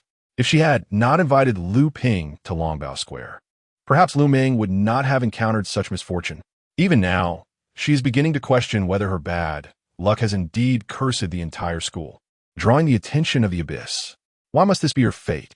A silent scream erupted within her, laden with resentment, injustice, and profound anguish. Why? She merely wished to cherish everyone around her. She endeavored so hard to be kind to all, to draw near to those she adored, to safeguard her precious friendships. Yet, why did those who admired her become monstrous? The one she cherished has now joined the Heavenly Alliance, embroiled in ceaseless crises. Her dearest friend lies in a hospital, unconscious due to an attack. Could it be that she is truly a harbinger of misfortune? This thought, like a cold, withered hand reaching out from the shadows, tightened its grip around her throat. A suppressed sob finally broke free, fragmented and despairing. In the next moment, Su Curson abruptly raised her head, her tear-streaked face reflecting a primal instinct to flee from everything. It felt as if an invisible beast were pursuing her. And without regard for appearances, she exerted all her strength, rushing like a bolt from a bow toward the staircase. Her backpack battered against her frail back, her steps faltering to the brink of collapse as the salty tears were ripped away by the fierce wind during her frantic escape. Su Curson had reached her breaking point. On an overseas island within the experimental base. Xin Yuancheng, make your choice. Will you defend the gates of the city, or protect the second high school filled with students? I shall tear away your hypocritical mask and expose you to the light of day. By what right do you assume the position of chief? By what right do you continue to live as my son's best friend? You have taken his life with your own hands. What justice, what evil? On that fateful day, they all became irrelevant. The doctor tilted his head back, his lips pale, trembling throughout, his hands gripping the laboratory table tightly. He observed the screen before him displaying scenes of the city under siege by monsters. All I seek is revenge, to become the vengeful spirit exacting justice for my son. That is sufficient. Xin Yuancheng, I want you dead. Under the gaze of countless onlookers, blood and flesh will scatter. I desire your disgrace. May all that you protect turn against you, never to rise again. I want you to be remembered in infamy for eternity. Not even your ashes shall be spared from contempt and desecration. Everything, I want it all. Chapter 32. Hunger. The first line of defense at the harbor lay utterly shattered. The earth trembled beneath the deafening footsteps as a colossal creature, with its grotesquely swollen belly, lurched forward, its head swaying ominously towards the city walls. Deep within its eyes, two blood-red runes flickered ominously. It was indeed the abomination recently conjured by the doctor. At this moment, it emanated a terrifying pressure that had escalated to the fourth tier. Boom! A flash of fire erupted from the battlements as a stout cannon belched flames. The thunderous roar rent the air, and a lethal shell was unleashed, striking the creature's head with pinpoint accuracy under Yang Che's anxious gaze. A surge of joy flooded Yang Che's heart as he manned the city gate. The shell, slow-moving and indiscriminate, had surprisingly struck true. Kaboom! Flesh and bones splattered in every direction. A thunderous roar erupted from the smoke.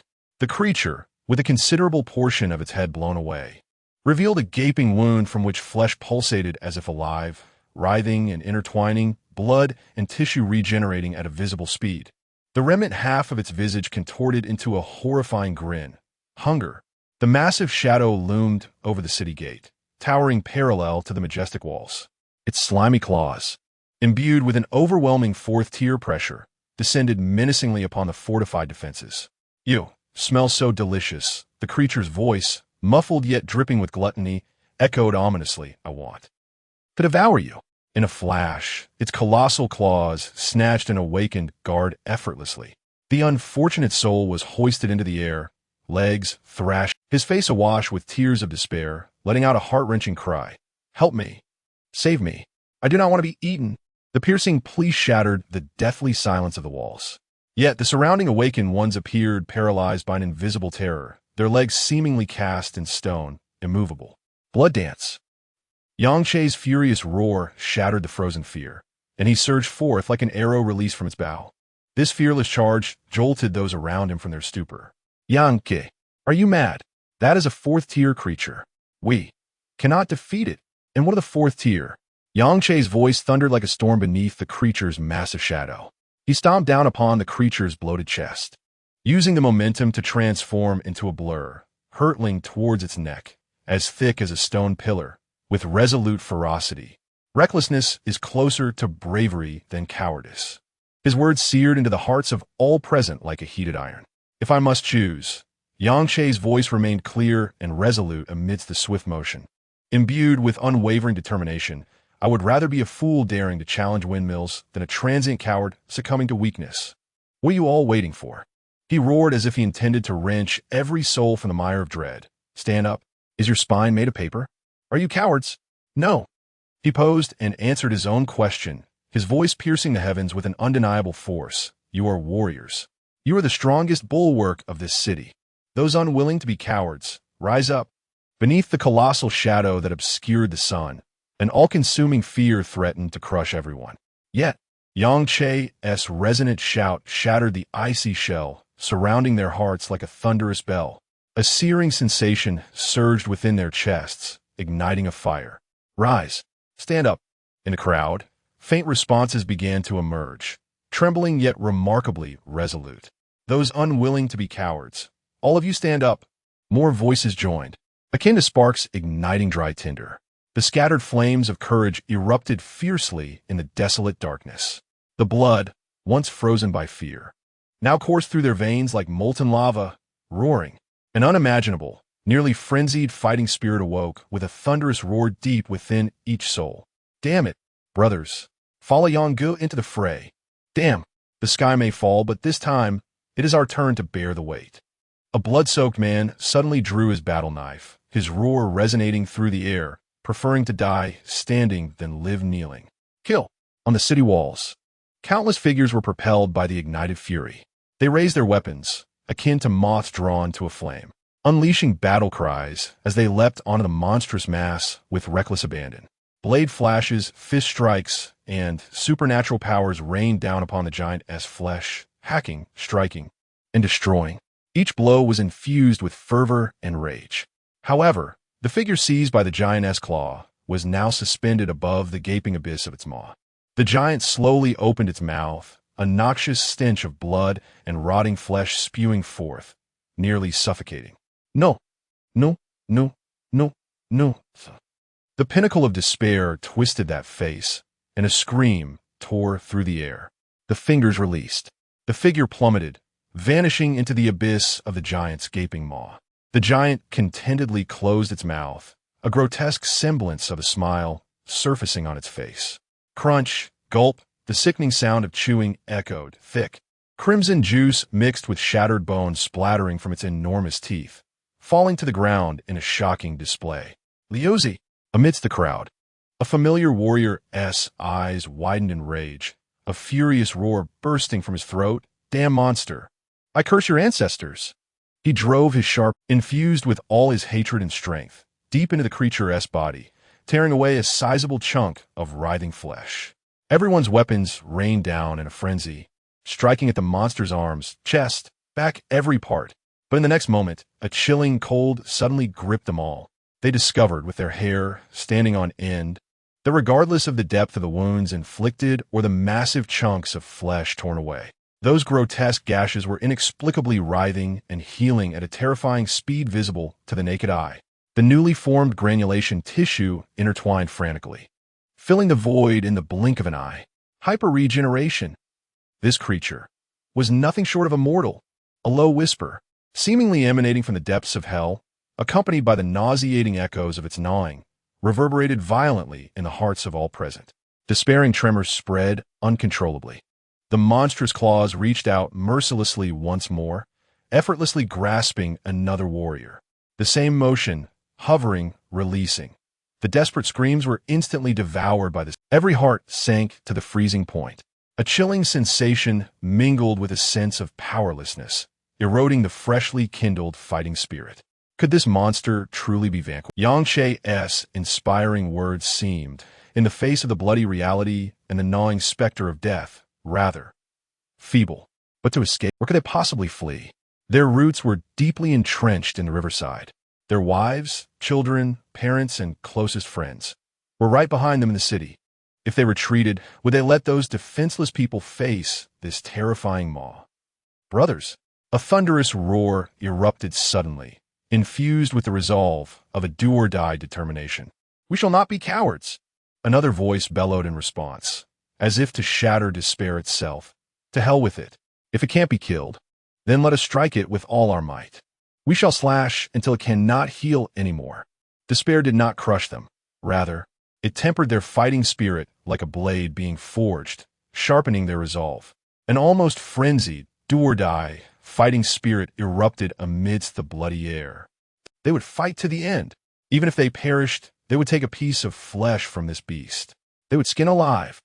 Listening to the rising chorus of blood-soaked, frenzied roars, the nearly extinguished flame within Yang Che's chest erupted like a volcano ignited by boiling oil, as if real flames danced within, and his long knife pointed straight at the monster's throat. Kill! All the cries teetering on the brink of collapse, all fear and anger, ultimately coalesced into a thunderous roar that tore through the heavens. Kill! At that moment, a familiar voice once again sent chills down their spines. Hunger. Chapter 33. What is the purpose behind it all? In this moment, the monstrous hand lunged towards Yang Che. Despite his attempts to evade with the blood dance, he ultimately found himself ensnared. A suffocating pressure surged from all directions, and the chilling touch of death pressed against his skin. Yet, Yang Che did not struggle. He did not emit frantic screams or futile cries. Instead, he simply lifted his head. His clear and resolute eyes pierced through the shadows cast by the creature's fingers, gazing calmly, and perhaps with a hint of scrutiny, in greedy eyes of a giant, adorned with blood-red runes. Time seemed to stretch infinitely. Countless fragmented images surged through his mind, colliding and racing by, memories of every moment lived, every person encountered, all replayed in his heart. The disjointed recollections flooded his consciousness like a fleeting carousel ride. Am I destined to die as well? Everything coalesced into a singular question as Yang Che beheld the giant's gaping maw and cast one last glance at the pitch-black sky. He smiled. That smile was pure, reminiscent of youth, yet it carried a chilling resolve that could rattle the soul. Charge! His voice, though soft, resonated with clarity. piercing through the creature's roar and the tumult of the battlefield. But I will not be the first warrior to fall. I shall not be the last. Suddenly, the two cold, massive fingers loosened their grip. A sensation of weightlessness overwhelmed him, and his body involuntarily plummeted towards the abyss. Yang Che gazed up at the ever-receding night sky, a bittersweet smile gracing his lips, mingling regret with acceptance. Is it truly over? The sword of heaven, just as Yang Che's body descended, nearly engulfed by the gaping maw of the abyss, suddenly, a brilliant golden ray tore through the night, illuminating the battlefield like the dawn's first light. With a sickening sound, flesh was cleaved. The monstrous maw, brimming with fangs and poised to devour Yang Che, was abruptly diminished by the golden radiance. A torrent of foul black blood erupted like a fountain. In the wake of the fading golden glow, a figure emerged like a specter, deftly catching the falling Yang Che.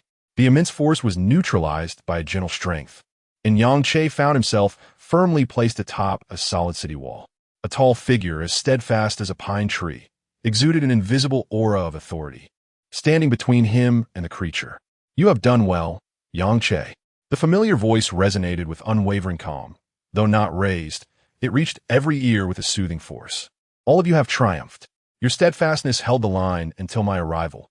You are the rightful warriors of this city. The figure slightly turned, revealing the resolute profile of Xianyuan Chong, his gaze sweeping over every bloodied figure on the battlements. Then, he slowly faced the roaring giant, his voice suddenly chilling as if forged from polar ice. It is now my turn to take the stage. Yang Che stood in a trance, gazing at that silhouette. The last time it was the Cancer constellation, and now it was the giant. For the second time, this towering figure had pulled him back from the brink of despair. An indescribable emotion lodged in his chest, a mixture of exhaustion from surviving a catastrophe, a sense of dependence on others, and an almost instinctual, deep-rooted trust in Xianyuan Chong. It was akin to a drowning man clutching a piece of driftwood. The end. He would certainly slay this monstrous beast. Upon the city walls, those awakened individuals who had been fiercely hacking at the creature felt their hearts tremble as they beheld that iconic figure and the burst of golden light. Without a moment's hesitation, seizing the fleeting opportunity, while the monster was momentarily immobilized by pain and the regeneration of its mouth, they leapt from the massive mound of flesh, retreating swiftly to the safety of the battlements. The ensuing battle would transcend their capabilities. It was the realm of the fourth tier. To rashly engage would render them as mere ants, crushed to dust by the collision of two formidable powers, meeting an utterly valueless end. As the last warrior safely landed, they witnessed the creature's massive maw visibly regenerating. It unleashed a roar filled with agony and fury, its eyes, embedded with blood-red runes, glinting with insatiable hunger, fixated intently on Xianyuan Chong. Hungry! The hiss of its voice brimmed with an unsettling greed. You smell so delectable, so fragrant, so delicious. Saliva cascaded from its newly formed maw like a waterfall, and a terrifying brilliance flared in its enormous eyes. I shall devour you. Devour me? Xianyuan Chong's voice remained calm, even laced with a hint of cold mockery. He placed one hand on the ancient hilt at his waist, his aura akin to a volcano on the verge of eruption. Very well. He stepped forward, the ground beneath him seemingly sinking. Let us see if you possess such capability. Celestial sword, hum. A melodious chime of a sword echoed, not from the sheath, but emanating from Xianyuan Chong himself. An unimaginable brilliance erupted, akin to the compressed light of countless stars or the purest dawn of the polar regions, bursting forth from the wrist of his sword-wielding arm. The radiance instantly enveloped the ancient longsword in his grasp, the blade trembling violently as if unable to bear the weight of this overwhelming power. The light rapidly condensed, extended, and took form.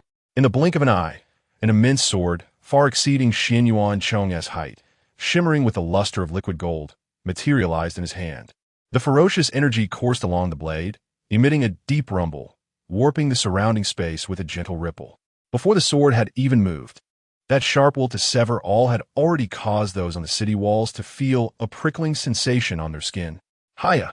Xianyuan Chong's commanding shout resonated, as his form abruptly vanished from sight, only to reappear in the high air before the giant. He lifted the colossal golden sword, capable of with all his might, as if like a divine being wielding the whip of judgment. The blade cleaved through the exuding a terrifying might capable of obliterating all in its path, as it descended mercilessly upon the colossal head of the monstrous giant. The creature, sensing an unprecedented and lethal threat, had its eyes alight with frenzied crimson runes. Its corpulent form writhed violently, akin to boiling water, solidifying in response. Countless layers of dense fat and fascia coalesced before it, twisting and transforming into an immense, dark red barrier of flesh, oozing with foul oil. The great sword fell. The barrier surged. The terrifying power of this fourth-tier peak was poised to collide like two falling stars. At that moment, a rugged vehicle traversed near the southern gate. Lu Ping's silhouette darted swiftly towards the battlements, where the onset of this monumental battle unfolded before his very eyes. Sequence 09. Spectating, currently observing. Detected 100 soldiers. Sequence 38. Heavenly Sword. Would you like to learn by observation? Yes. Crossed-eye learning anticipated, spectating for half an hour, consuming 90% of remaining mental energy. During this period, no learning will occur. Abilities with no progress and those already studied are exempt. Upon reaching the battlements, Lu Ping gazed outward at the sky-blocking behemoth and at Xian Yuanchong, wielding the golden great sword in midair. But this creature? A surge of intense unease washed over him. No, this was far too peculiar. The doctor's objective was to assault the city gates, merely a fourth-tier monster. Even if it possessed an immortal essence, what were its chances against Xian Yuanchong, who was also fourth-tier and bore the heavenly sword? The abyssal onslaught could not possibly be so straightforward. This creature seemed more like bait. Surely, there were abyssal beings lurking nearby, but where could they be hiding? And what were their intentions? Chapter 34 Deception. Could it be a trick? Lu Ping's heart sank suddenly, the thought slithering up his spine like a frigid serpent. I hunt. Without a moment's hesitation, his pupils were instantly drenched in a thick, blood-red hue.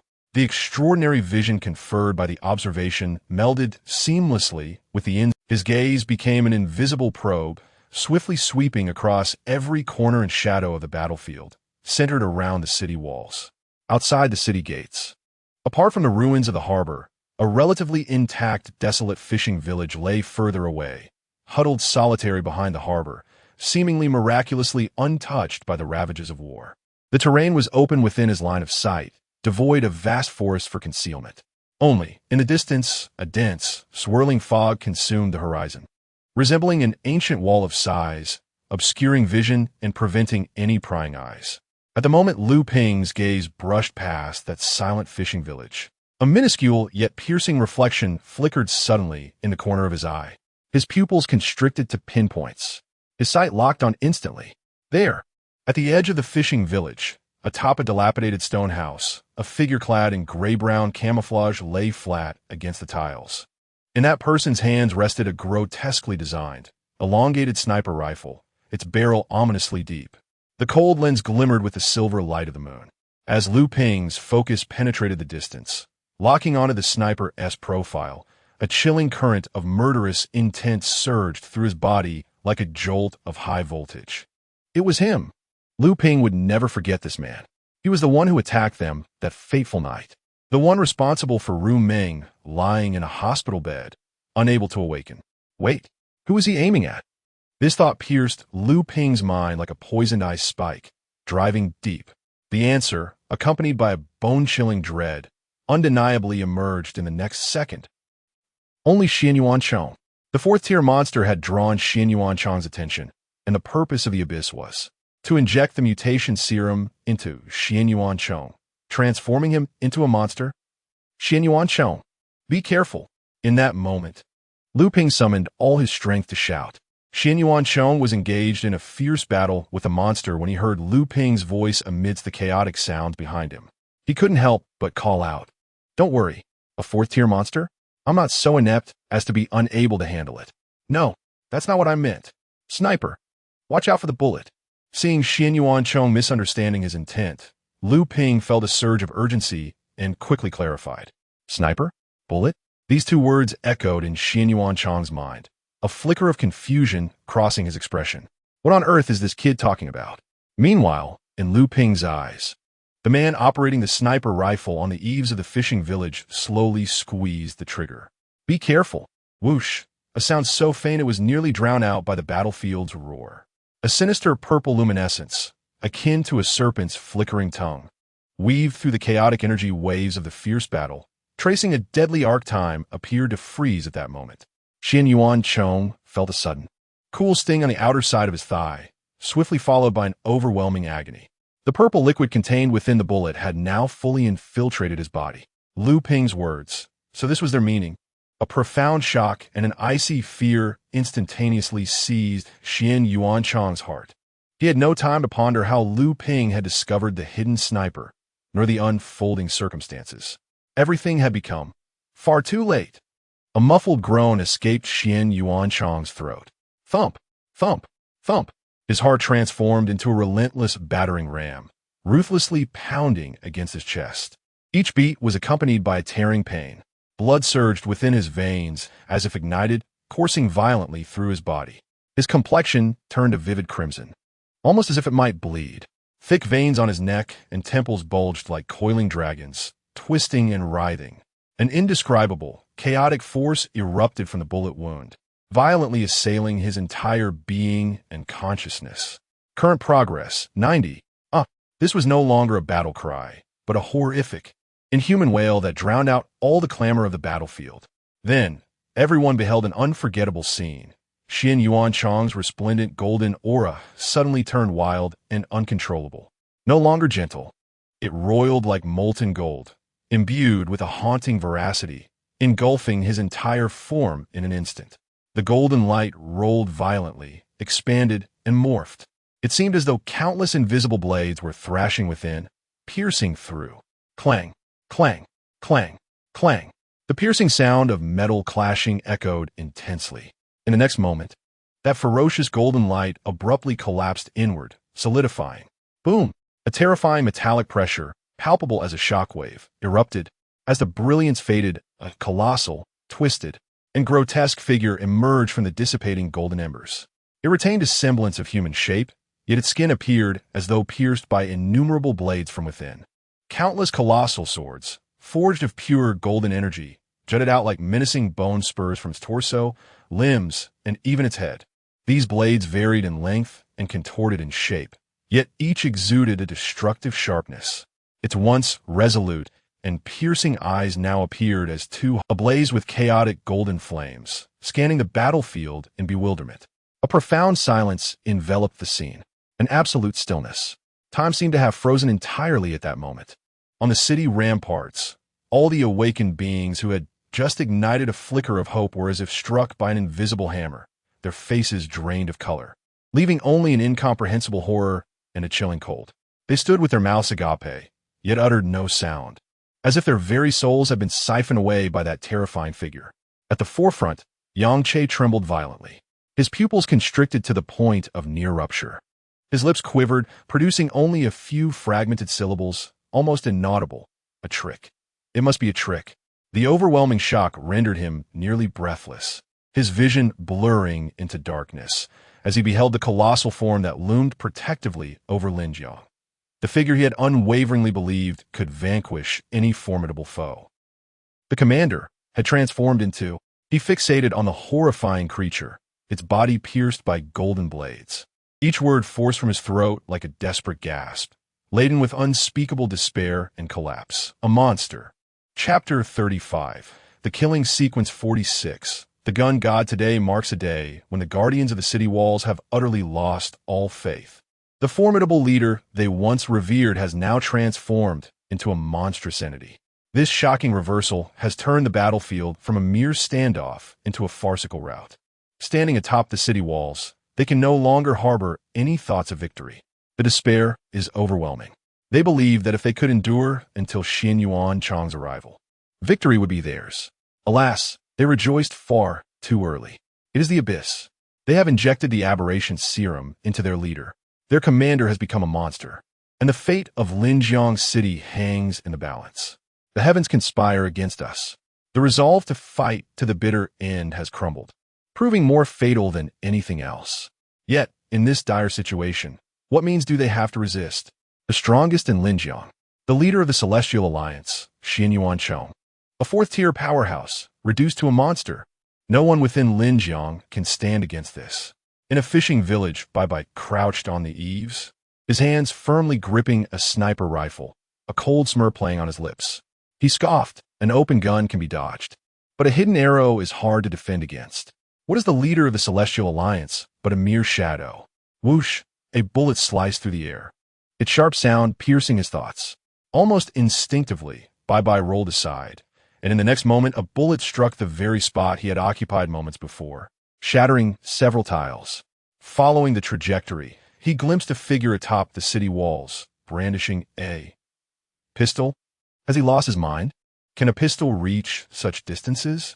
Yet, he had revealed himself. But what does that matter? In the current Linjiang city, survival is no longer an option. Whoosh, whoosh, whoosh. 3 bullets tore through the air, aimed directly at Bai's face.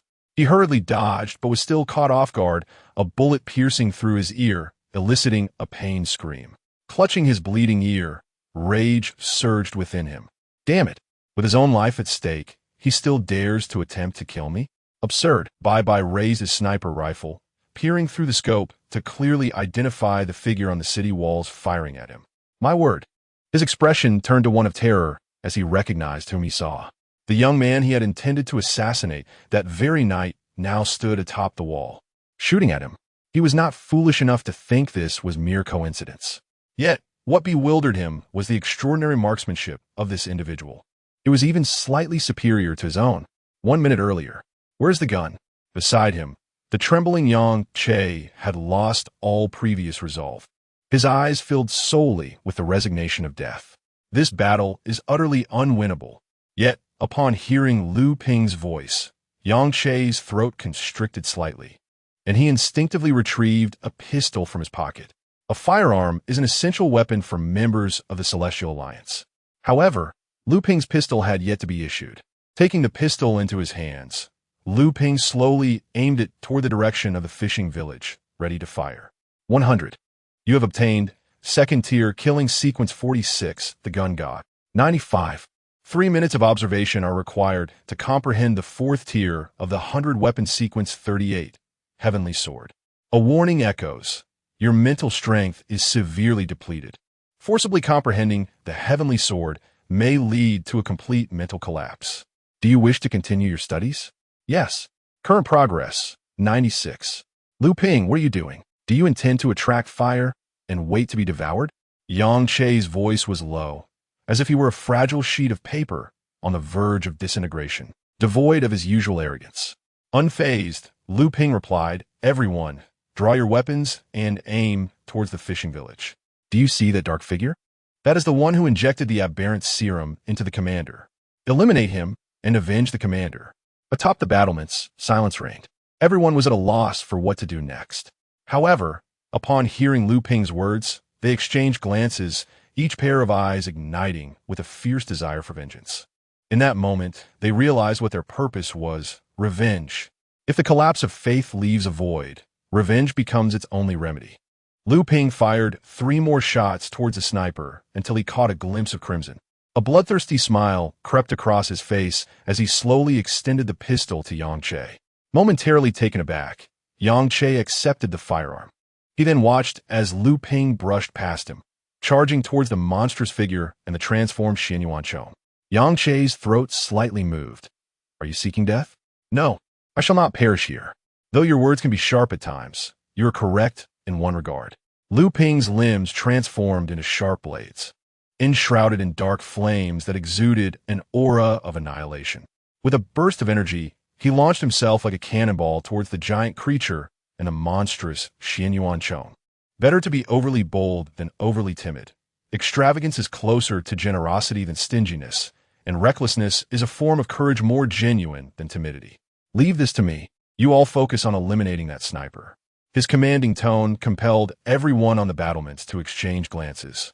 Some were unfamiliar with Lu Ping and voiced their confusion. When did a powerful commander like this emerge in the city? With such presence, he must possess at least third-tier combat prowess. Others chimed in. and together they unleashed a torrent of gunfire towards the dark figure in the fishing village. In that moment, their collective fear seemed to dissipate. Yet one individual was acutely aware of the truth, Yang Che. A bitter smile formed at the corner of his mouth. What third-tier powerhouse? While others remained oblivious, he certainly knew better. This lad was at best a first-tier fighter. This was merely posturing. When the time came for a true confrontation, his facade would undoubtedly unravel. However, as he gazed upon his colleagues atop the city wall, witnessing their fear gradually dissipate, he too began to regain his composure and smiled softly. Indeed, recklessness is far closer to bravery than cowardice. Lu Ping, you are a warrior. Even if your glory is but fleeting, I shall not forget you. Alas, in today's battle, no one shall emerge unscathed. Meanwhile, in the fishing village, Baibo ducked and dodged bullets, cursing incessantly.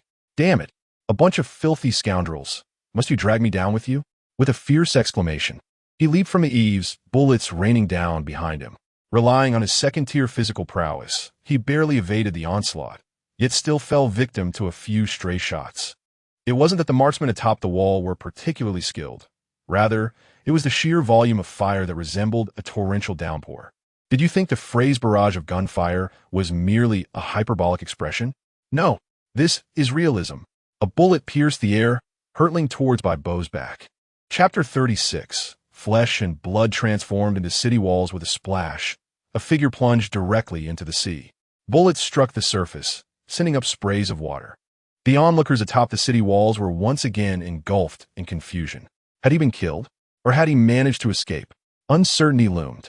Yang Che sit out, nervous, momentarily relaxed, only to be seized again by deeper dread. Lu Ping could not stall for long. That young man, perhaps at this very moment, Yang Che's expression shifted, and he let out a silent sigh. Just then, a voice rang out from the battlements. Look, the commander has brought the monstrous giant to its knees. Yang Che? He turned sharply. To his astonishment, Lu Ping's figure had transformed into a streak of crimson lightning. His arms moved with the lethal precision of a mantis, slicing through the massive beast with rapid strikes. Each blow sent flesh and blood flying, and more alarming was the eerie black flame that clung to each wound. The flames, dark as ink, relentlessly suppressed the giant's boastful regenerative abilities. The searing flesh hissed under the black flames, its healing momentum ruthlessly extinguished. Self-healing had it failed. Yang Che's pupils constricted suddenly, a disbelieving roar escaping his lips. That black flame, its destructive power, was terrifying. Far beyond what Lu Ping had previously demonstrated with his blade transformation. If he possessed such power, he would have used it while in the hospital. This young man had concealed his true abilities. A thought flashed through Yang Che's mind like a bolt of lightning. Dual abilities? No, that couldn't be right. Yet, the lethal nature of that black flame suggested it belonged to the slaughter sequence. Even a dual ability wielder should not possess two abilities from different sequences. Could it be he was not of the 100-weapon sequence, but rather of the slaughter sequence? Just as Yang Che stumbled upon a somewhat plausible explanation, the next moment left him utterly astounded. Wait a moment, this crimson figure, why does it feel somewhat familiar? At that instant, Yang Che's mind raced, processing a myriad of incredulous images. However, as a seasoned member of the Heavenly Alliance, he quickly sifted through his memories for the most reasonable explanation. The god of replication. This young man is the possessor of the god of replication sequence. Only this explanation made sense. Yet, he pondered in uncertainty. How many abilities could he replicate, and for how long could he maintain them? The possessor of the god of replication sequence was indeed a rare entity. Once they emerged, they were coveted by numerous powerful factions as absolute prodigies. Although the god of replication sequence was incredibly formidable, allowing one to directly replicate another's abilities, it was not without its limitations. Some could replicate abilities, but could only maintain those abilities at their own level. For example, replicating a fourth-tier ability, but still functioning as a first tier. Moreover, there often exists a temporal limitation. Even if the ability is replicated at the first tier, it can only be utilized for a day, 3 days, with the longest record being 1 week. Certainly, there are those capable of directly surpassing the tiers, such as employing third or fourth tier powers of the first tier.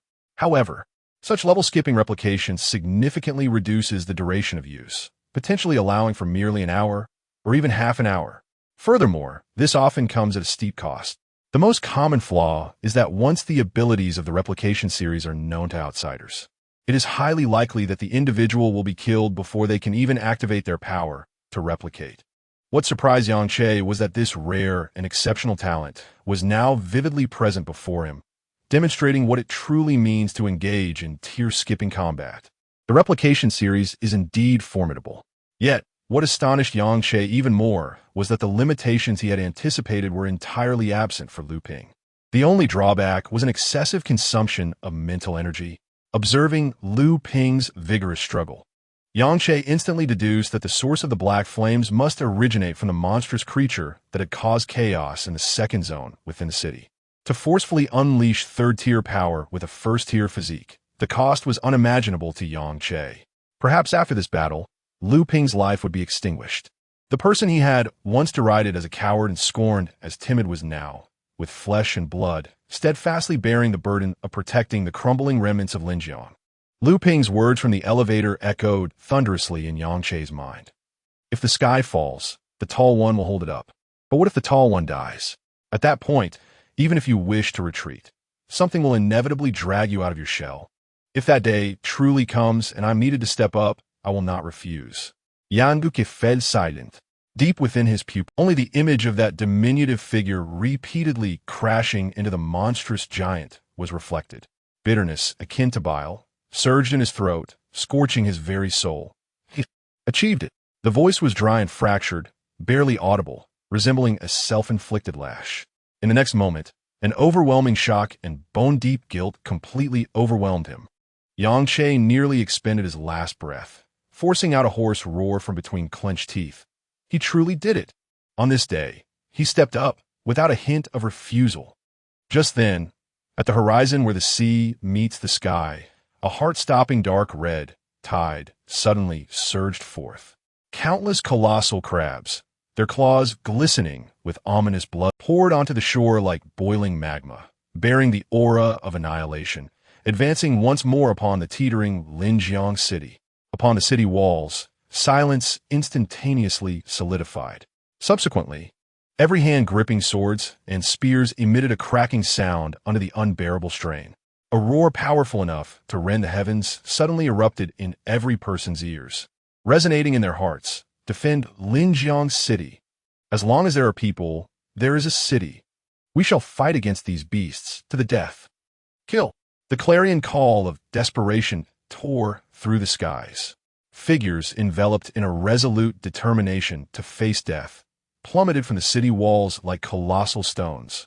They launched a desperate and frenzied counteroffensive against the boundless crimson tide, wielding terrifying pincers. Defend Linjiang City. The frenzied battle cries transcended mere sound, erupting from the depths of the soul as the final roar of a life ablaze. It surged through the veins of every individual, overwhelming fear and incinerating any thoughts of retreat. In this moment, humanity resembled monsters more than the monsters themselves. Blades dulled, yet they wielded broken handles as weapons. Spears shattered, and they thrust with severed limbs. Arms were torn from their sockets, yet before the agonizing scream could escape, bloodied teeth were already biting fiercely into the gaps of the monstrous carapace. Blood and fire, bone and shell, despair and madness. A hellish battlefield, built upon flesh and blood, and wielding life as its blade, erupted before the city gates. On the cold metallic walls of the laboratory, each drop of splattered blood, every echo of despairing cries, was precisely captured by the crimson markings within the giant monster's pupils, surging forth to be projected vividly before the eyes of the doctor. Chapter 37. Roar of fury within the desolate base, a raspy laughter erupted. Xian Yuanchong. The doctor's fist struck the control panel with a resounding thud, causing the instruments to hum ominously. Today is your reckoning. Open your eyes and behold. The fortress you sacrificed your life to protect. Your hands, stained with my son's blood, shall reduce his twisted visage to mere dust. Was it not for this accursed city that you took my son's life? He bellowed vehemently, fingers whitening as they clenched. Very well, let it be so, and may all the insects within join him in eternal rest. Suddenly, the doctor straightened, emitting a sharp, mocking sound. Ha!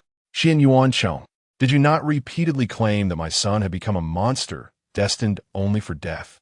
Your facial muscles twitched, contorting into a sadistic grin. Now, you too have become a monster. If you possess the courage, why not end your own life? Ha ha ha! The maniacal laughter echoed through the empty base, brimming with twisted delight. However, the laughter abruptly ceased. The doctor's pupils constricted, fixating on a corner of the screen. A diminutive figure had defiantly obstructed the advance of the little glutton. He had given this giant a peculiar name, Little Glutton. The doctor's astonishment lasted but a fleeting moment, as he recognized the myriad of extraordinary powers embodied within this being. Is it the replica? A disdainful smirk crept across his lips. Huh. So what? Do you truly think that the feeble power of mere third-tier insects can challenge divine authority? Without the transformation of Xian Yuancheng into this monster, with my delightful little glutton, it would be no more than a mere lift of the foot to crush you. In the next instant, the crimson mark in the doctor's eyes flared with intensity. As if issuing a command, it seems the second dessert is ready to be served. On the ocean's surface, the crimson tide of crabs surged anew. The screen shifted, focusing on the battlements of Linjiang City, observing the soldiers, dragging their battered bodies towards the crab tide like dumplings. A cold, cruel smile slowly formed on the doctor's lips. A band of defeated remnants. Do you truly believe you can conjure miracles? 500 monstrous soldiers are more than enough to shred your feeble remnants. There's an old saying, how does it go? The mantis stalks. The doctor exhaled his final, icy verdict, overreaching. Yet, the anticipated feast of blood and flesh devoured by the crab tide did not unfold. What materialized on the screen was a scene that nearly froze his blood. Those soldiers, who should have been crushed by fear, had transformed into the most frenzied azuras. In their eyes, there was no trace of fear, only a resolute determination to incinerate all. The amputee clawed with his teeth, while those with their intestines spilling out clung desperately to the crab's limbs. Each individual burned with the last remnants of their life, unleashing a ferocity that surpassed all limits. Akin to a mutual destruction. Madman. The corners of the doctor's eyes twitched uncontrollably, a wave of unease gripping him. He slammed his fist down upon the cold laboratory table, producing a resounding thud. A bunch of utter lunatics. He glared at the screen, his voice hoarse with anger and a barely perceptible tremor. What was the point of this madness? After a brief lapse into disarray, the doctor forcibly suppressed the tumultuous emotions within him, curling his lips into a cold, self-soothing smile. Just a desperate cornered beast, wailing in its final moments. Indeed, he straightened himself slowly, attempting to regain a sense of control. His tone resuming a condescending elevation. The city has fallen. It is a massacre. Either way, it is a dead end. Even a cornered rabbit will bite. However, he scoffed, the cruel confidence returning to his eyes. What can a death throw possibly change? 500 against dozens. Tell me, how can this be a loss? The doctor's voice brimmed with unyielding arrogance, as if he had already envisioned the outcome. He even added with a hint of morbid pride, moreover, I still have my little glutton. The last word caught in his throat. His pupils dilated to pinpricks. Before him, the vision transmitted synchronously from the little glutton's eyes revealed an unimaginable spectacle, a brilliant golden light. As if forged from the very core of the sun, abruptly tore through the battlefield's darkness. It coalesced into a divine, colossal sword, its majesty radiating with the will of judgment and redemption, descending with thunderous force. No! The doctor screamed, his voice piercing enough to shatter his own eardrums. His body trembled violently, hands gripping the edge of the table, knuckles turning white from the strain. Xian Yuancheng, this is impossible. It cannot be. His face contorted, eyes bulging in sheer disbelief. He had clearly transformed into a monster. His consciousness should have completely drowned.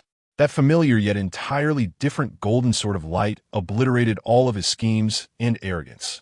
A roar, unlike any sound that could emanate from a human throat, erupted from Xian Yuancheng's body, bristling with sword-like thorns.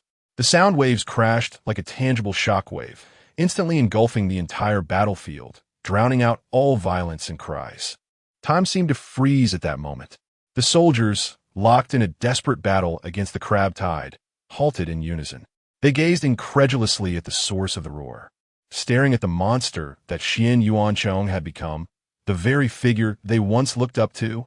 Yet in the next moment, Commander, uncertain of who first cried out, the voice resonated with neither fear nor trepidation, but rather an ecstatic and mournful exultation that burst forth from the throat. Like a wildfire igniting the vast wilderness, it instantaneously ignited everyone's spirits. The commander has not forsaken us. Even if he has transformed into a monster, he fights for us. Ah, hot tears mingled with blood cascaded down the bloodied faces.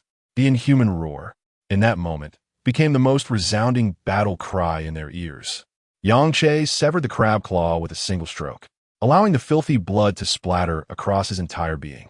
He fixed his gaze fiercely upon the monstrous sword wielder, his nostrils stinging with a suffocating sensation, and could only force out a trembling roar through clenched teeth. Behold, the commander, he stands with us. Kill. Do not let the commander's efforts be in vain.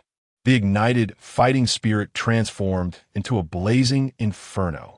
The counterattack of the guards erupted in a frenzy that transcended all limits, nearly burning their very lives. Even Lu Ping, who was entangled in combat with the little glutton, was momentarily shaken to his core by the earth-shattering roar and the guard's fervent response, causing a brief halt in his movements. At the center of the battlefield, Xian Yuancheng remained silent.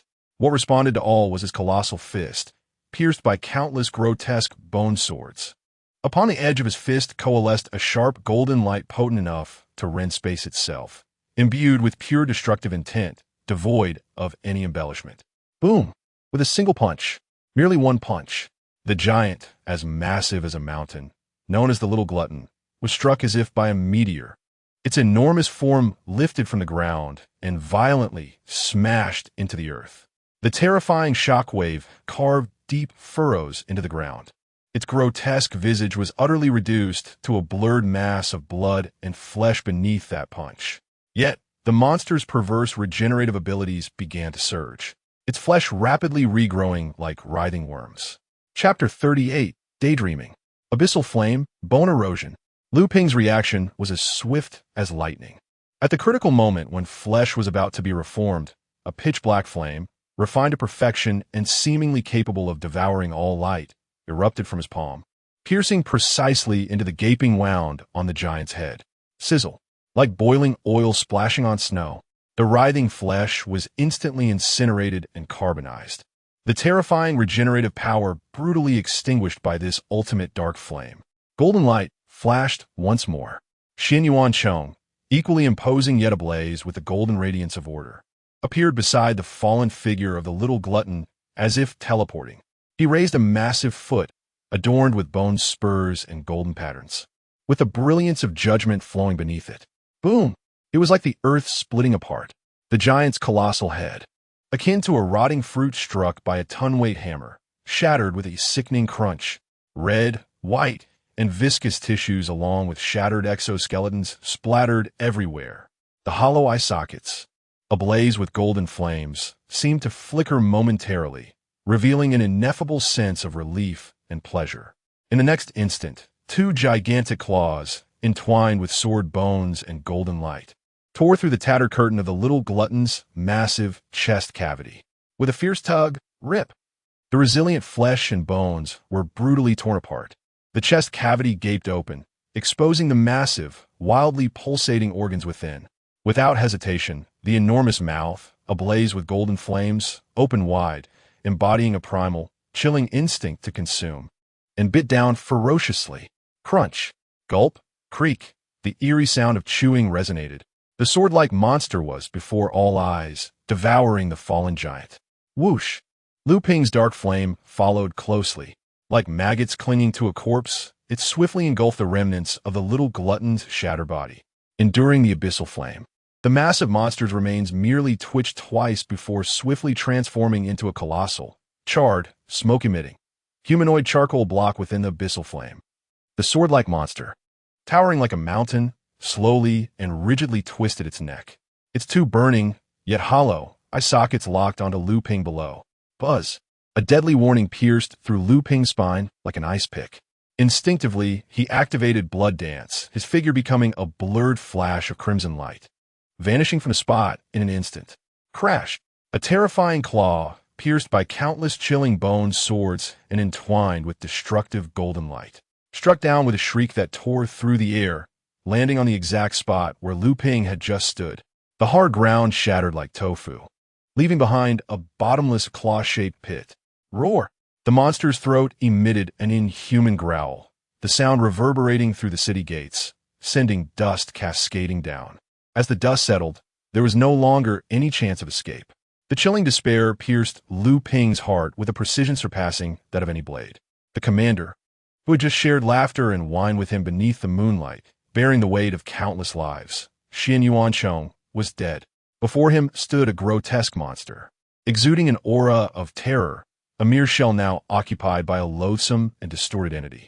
A raspy voice, oozing with a nauseating, viscous saliva, emerged from the creature's jagged maw, hissing, "You smell delightful." As the words lingered in the air, a cacophony of metallic clang echoed throughout the realm. The space surrounding the monster warped abruptly, conjuring hundreds of sharp swords forged from resplendent golden light, all aimed at Lu Ping. The atmosphere of annihilation instantly sealed this domain. "I crave to consume you.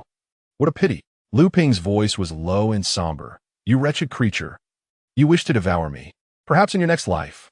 Moreover, Lu Ping suddenly raised his gaze, his eyes aflame with crimson fury. "Who permitted you to speak to me with his voice?" Buzz. Progress 100. You have learned. 4th Order 100 Weapon Sequence 38, Heavenly Sword. Your mental strength is now perilously close to 0. You have met the necessary conditions for advancing to 2nd Order, having collected 6 types of 1st Order abilities required for promotion. You will automatically ascend to 2nd Order after a period of slumber. Remaining time until slumber, 1 minute. 59 seconds? That is ample time. Heaven. Lu Ping's voice turned suddenly tranquil, eerily so, as if all emotion and turmoil had been drained away. Sword. With a thunderous roar. There was no dazzling display of light, no exaggerated transformation. An indescribable brilliance of pure golden light erupted from Lu Ping's seemingly exhausted form. On the battlefield, silence enveloped the scene. Everyone appeared to be held in place by an invisible hand gripping their throats. Yang Che's pupils constricted, realization dawning upon him.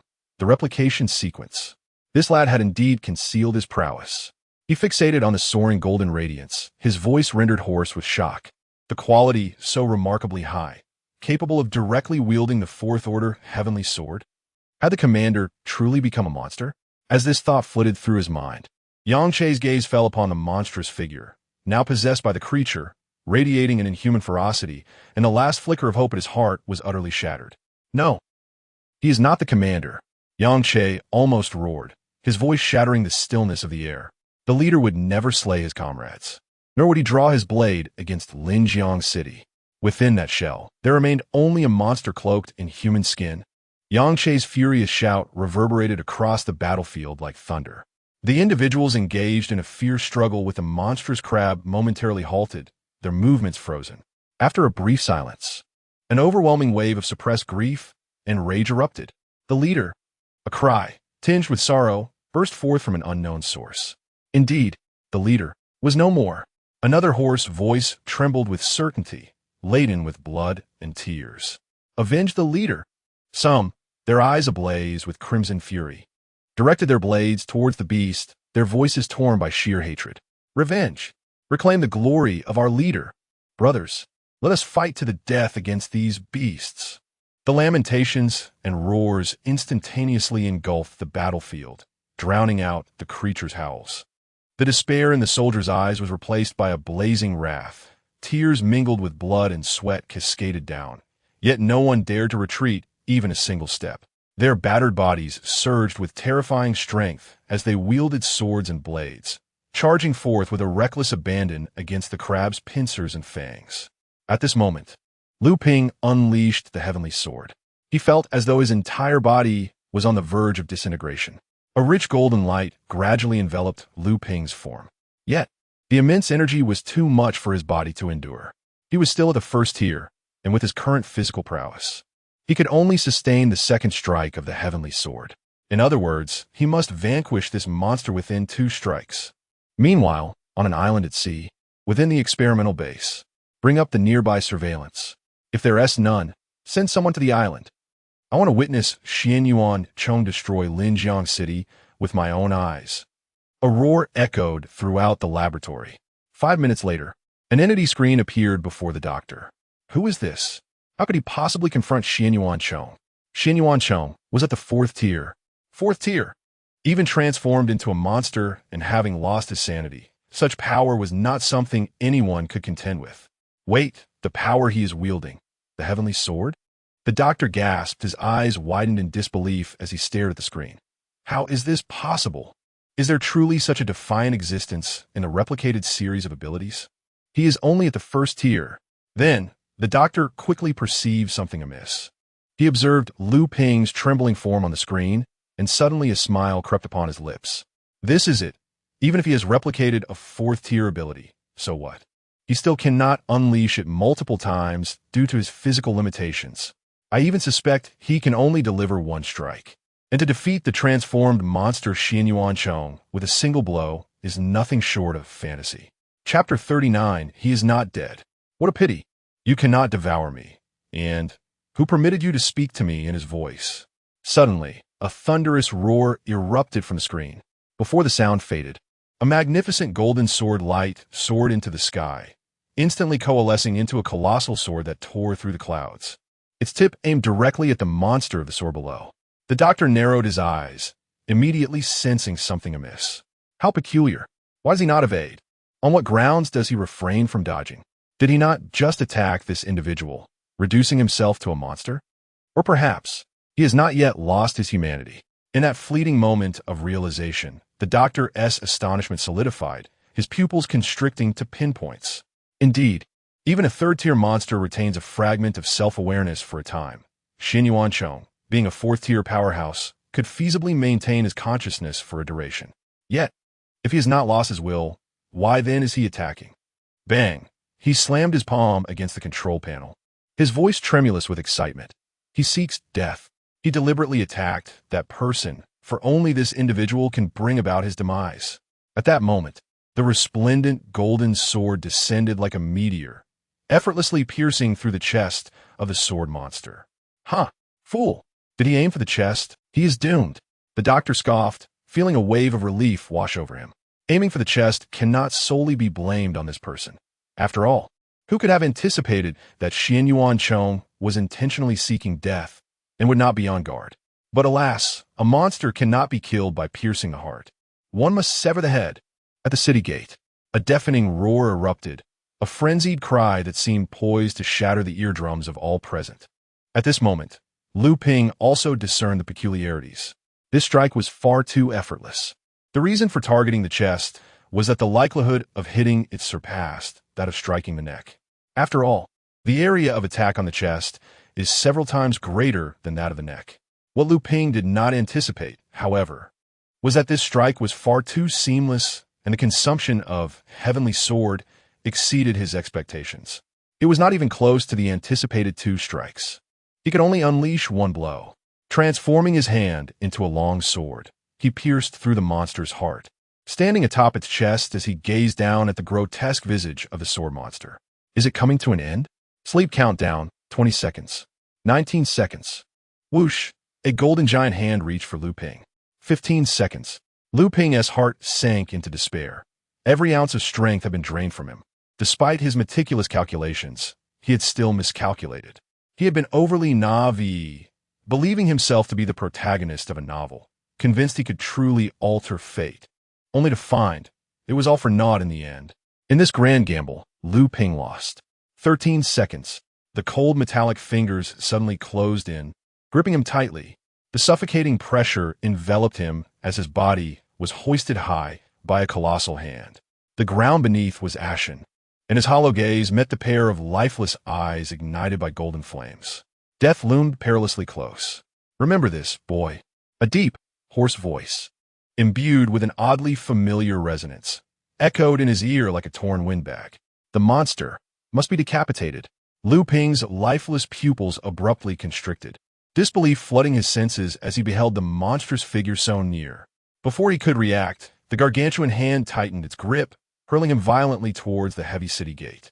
A sudden sense of weightlessness overwhelmed him. As he tumbled through the air, Lu Ping desperately glanced back. The figure of the sword-wielding monster, bathed in blinding golden light, bizarrely overlapped with the memory of a tall, steadfast man. Xin Yuan Chong. He is not dead. A thunderous roar erupted once more. The creature, fists clenched tightly, seemed to summon its last vestiges of will, unleashing a defiant howl into the night sky. Then, it formed its hands into claws and fiercely grasped the air.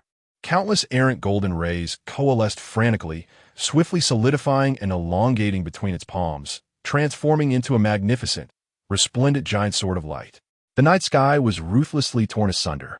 A dazzling arc of light, akin to a falling star, sliced through the profound darkness with resolute intent. In an instant, scalding, viscous crimson blood gushed forth from the severed neck of the monster like a geyser. The brilliant golden radiance abruptly lost its source, dimming rapidly, shattering into myriad golden motes that drifted slowly into oblivion. Silence fell, heavy as an iron curtain, enveloping the entrance of the city. After 3 seconds of stillness, anguished wails echoed. Farewell, Commander Xin Yuan. He had valiantly defended Linjiang's city, even transforming into a monster without hesitation, slaying the creature. Just as he had once severed his dear friend's head, this time he had taken his own. Lu Ping gazed quietly at the fallen figure, his heart a tumult of emotions. His mouth felt parched, a bitter smile gracing his lips. I have put you in a difficult position. I should have granted you a swift end. An abrupt transformation occurred. From a massive, headless form of the sword monster, scattered golden lights began to tenaciously reassembling, as if reflecting a distant glow. More disconcerting was the sight within the once empty, dark eye sockets, where 2 crimson points ignited with a radiating pure destructive desire, like the fires of hell. A new, unadulterated will of the monster was awakening within this remnant form. Yet, this despairing transformation lasted but a fleeting moment. Yuan Zhua, a cold, low voice, seemingly drained of all strength, resonated from the lofty city walls. Boom! Pitch-black flames erupted silently, as if summoned from the depths of a 9-fold abyss. In an instant, the massive, reconstituted body, glowing with golden light and bright crimson eyes, was utterly engulfed. The sinister black flames licked and entwined with fervor as metal and flesh hissed and sizzled, rapidly carbonizing and disintegrating into ash. Rest now, on the battlements. The silhouette that had just summoned the last vestige of strength to rise gazed down at the inferno of black flames below. The voice, barely audible, resonated with an almost liberating resolve. This is the final release. Count down 2 seconds. I shall locate the base of the abyss, seize the new form of aberrant serum, and avenge you. The remnants of the body twisted and dissipated in the Lu Ping's gaze pierced through the swirling black smoke, as if to imprint every moment deep within his soul. Blood debts shall be repaid with blood. Snipe, prepare your necks, for one day I shall personally sever your heads and offer them as sacrifices. Count down 0 seconds. You are about to enter slumber. You have met the conditions for advancing to the 2nd tier. Upon slumber, you will automatically ascend. The vision blurred instantaneously, swirling as a dense darkness surged forth like a tidal wave from all directions, consuming every glimmer of light. Before the last word was uttered, the figure on the battlements, forcing the black flames, collapsed forward as if stripped of all bones, crashing heavily onto the cold, hard bricks, utterly losing consciousness. At that very moment, below the battlements, the battlefield where 50 warriors fought valiantly against 500 crab-like monsters was still embroiled in fierce combat, though it was nearing its grim conclusion.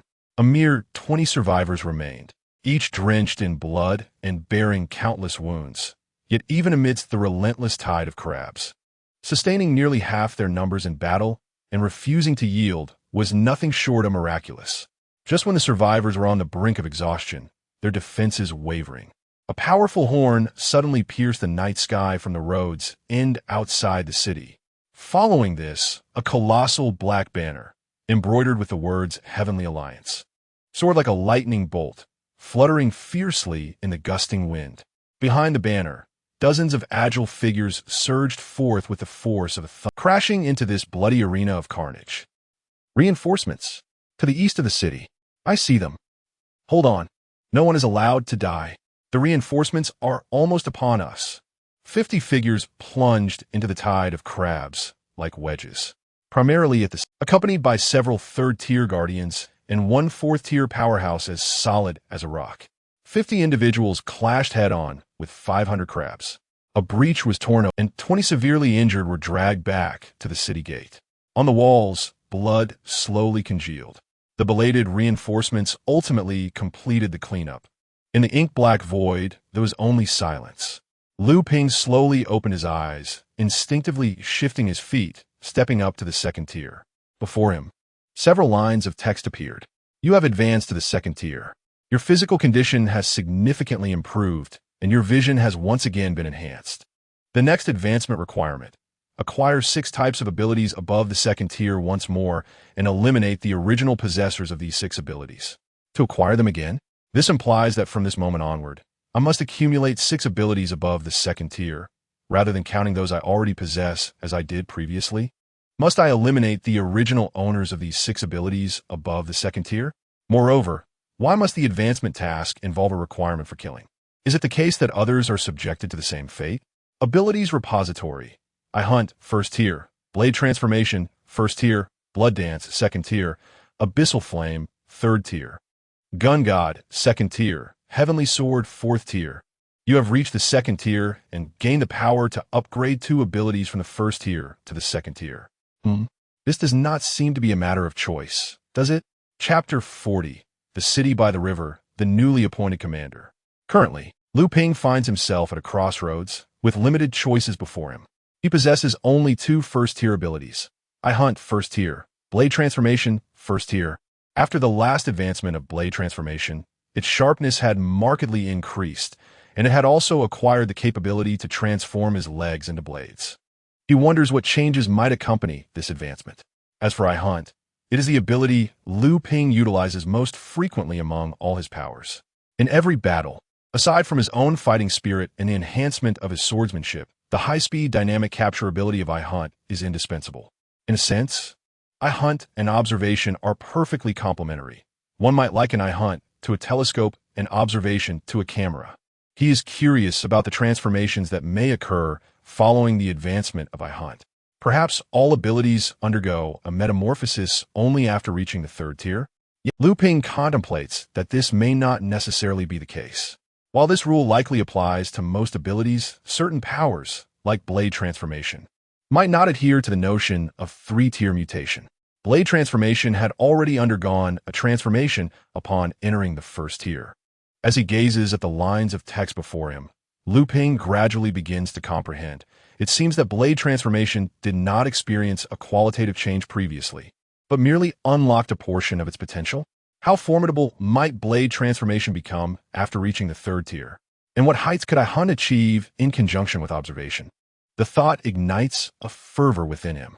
However, he quickly falls into silence, realizing that the requirements for this advancement are evidently more stringent than those before. The path ahead will likely grow increasingly arduous. He mutters to himself, his gaze fixated on the third tier above. If the next tier demands that he eliminate 6 individuals who have replicated abilities, what challenges await him thereafter? He had initially believed he could continuously replicate abilities and survive to reach the 10th tier, only to find the advancement criteria becoming more aggressive. Nonetheless, he reassures himself that the individuals from the abyss should suffice for his needs. As he strokes his chin, a flicker of concern arises in his heart. Previously, with Xian Yuancheng serving as commander, Xiaoming was able to receive treatment in the medical building without being perceived as a monster. Now that Xian Yuancheng has tragically sacrificed himself, will the new commander extend the same kindness towards him? Liu Ping is uncertain. The road ahead, shrouded in uncertainty following the external assault on the city, becomes increasingly obscure.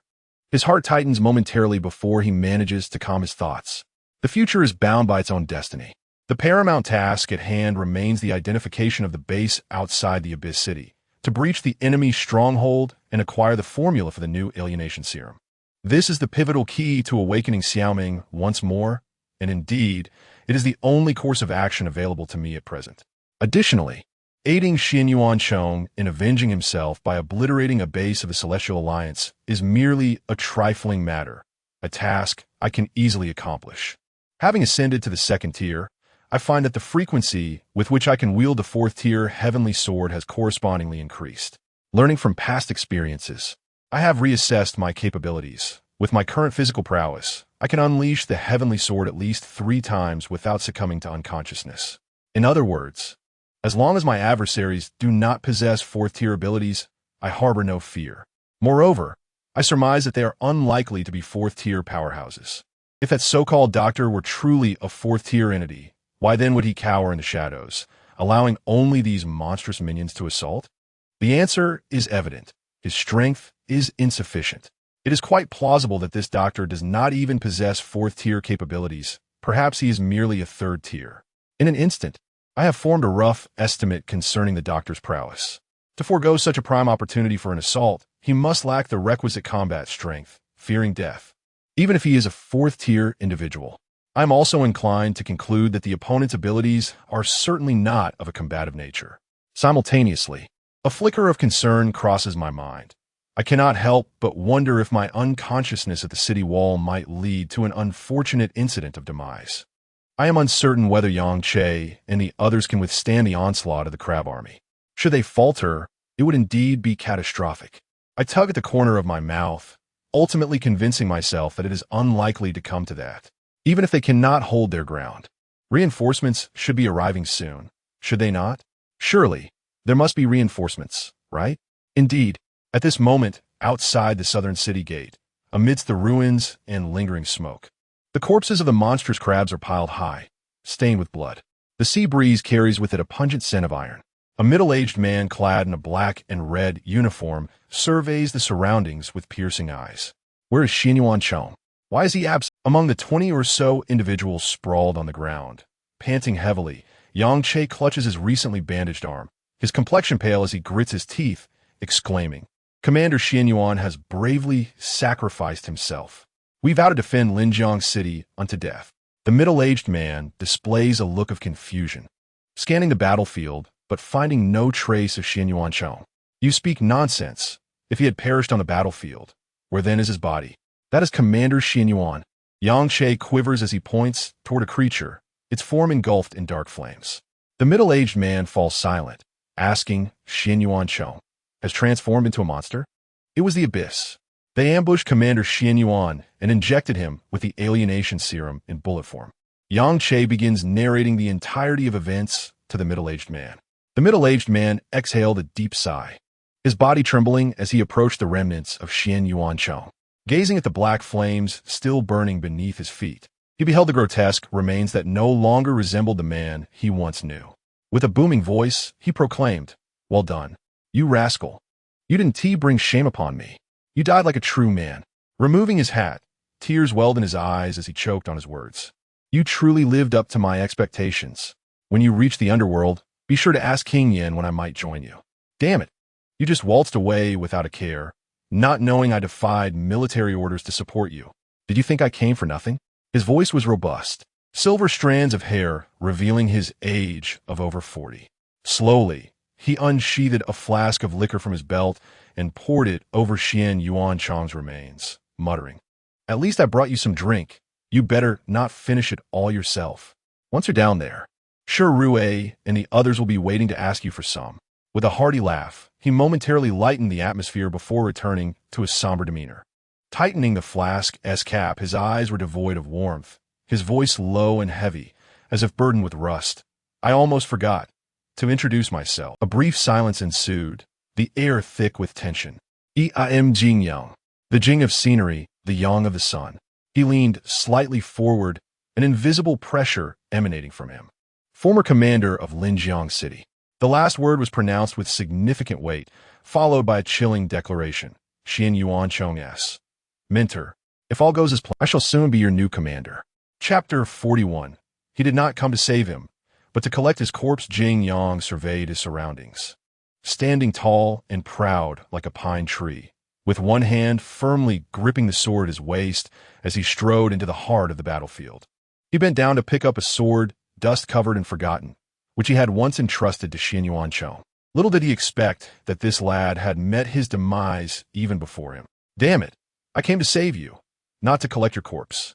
Jing Yang cursed, his face marred by profound sorrow. His gaze locked onto the city wall as he inquired of Yang Che. That young man from the replication sequence is unconscious atop the city wall, correct? Yang Che nodded in affirmation, having previously reported the entire ordeal to Jing Yang. With a powerful leap, Jing Yang ascended to the city wall. He glanced around. The deep pits torn by monstrous claws were a harrowing sight. His eyes eventually settled on a figure quietly lying amidst the rubble and dust. Could it be Lu Ping? Jing Yang's voice grew somber. Was he the young man from the replication sequence? He strode forward, unhesitatingly hoisting Lu Ping onto his shoulder. His movements steady and forceful. Taking a deep breath, Jing Yang turned towards the bloodied crowd below, his chest reverberating as his voice thundered like a rolling storm across the silent battlefield. It is over. We have triumphed. His gaze swept across every blood-stained face below. Linjiang City has been preserved.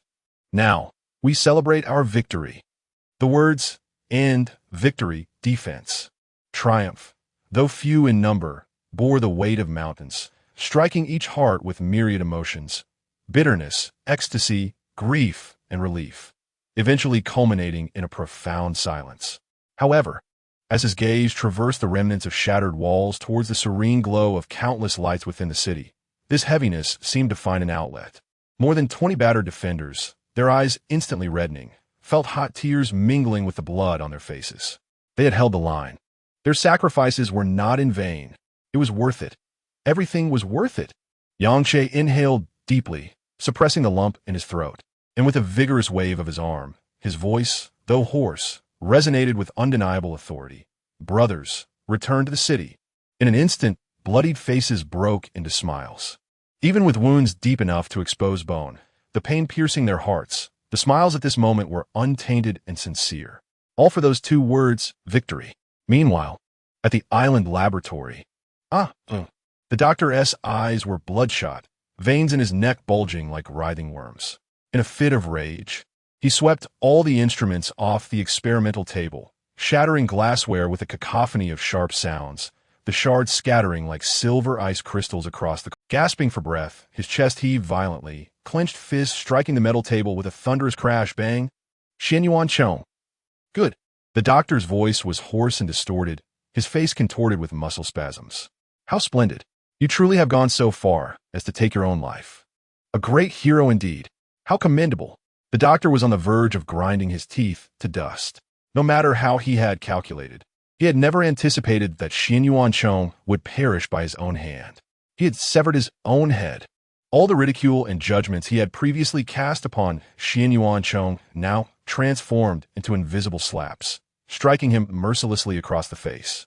Beside him Bai, with half of his head wrapped in blood-soaked bandages and lips as pale as parchment, spoke in a low voice. Do you know what someone like Xian Yuancheng fears the most? The doctor's movements froze, a painful cracking sound emanating from his neck as he slowly turned his head. His bloodshot eyes fixated on Bai, glimmering with a venomous glare.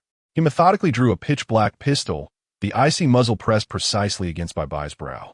Speak, the doctor commanded in a voice laden with suppressed fury. I am exceedingly enraged.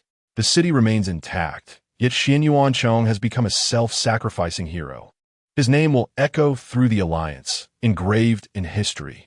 He may be dead, but he will eternally live on in the hearts of the ants, the barrel pressed heavily forward. Do you understand? I am consumed with the desire to kill in my fury. And you? The doctor's gaze swept over Bai's disheveled appearance, the bandage-wrapped ear that was conspicuously missing. The mission was barely accomplished, yet it had exposed us. A pitiful sight akin to a one-eared cat in a detective story. If you fail to provide me with a satisfactory answer, I shall end you. Bai's complexion paled further, yet the corners of his mouth twisted into a chilling smile. Revenge?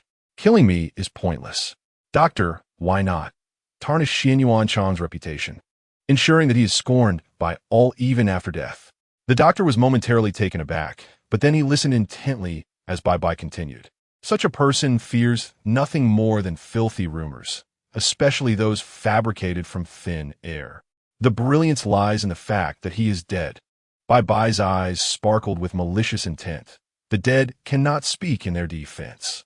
As for the living, let them attempt to justify themselves. They will only deepen their own disgrace, ensnared in a quagmire of self-justification, forever unable to cleanse their names. The doctor's eyes blazed with a sudden intensity, soon replaced by a chilling amusement. He stroked his chin, the gun's muzzle shifting slightly, a cruel smile curling at the corners of his mouth. To cast dirt upon the dead, with no witnesses to refute. Splendid. Even if the Alliance were to step forth to clarify, who would believe them?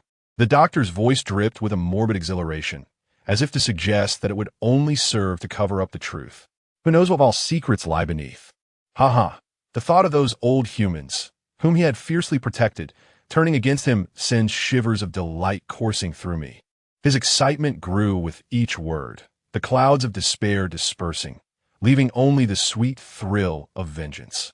Though the city remained unscathed, slaying Xian Yuanchong had avenged the death of his child.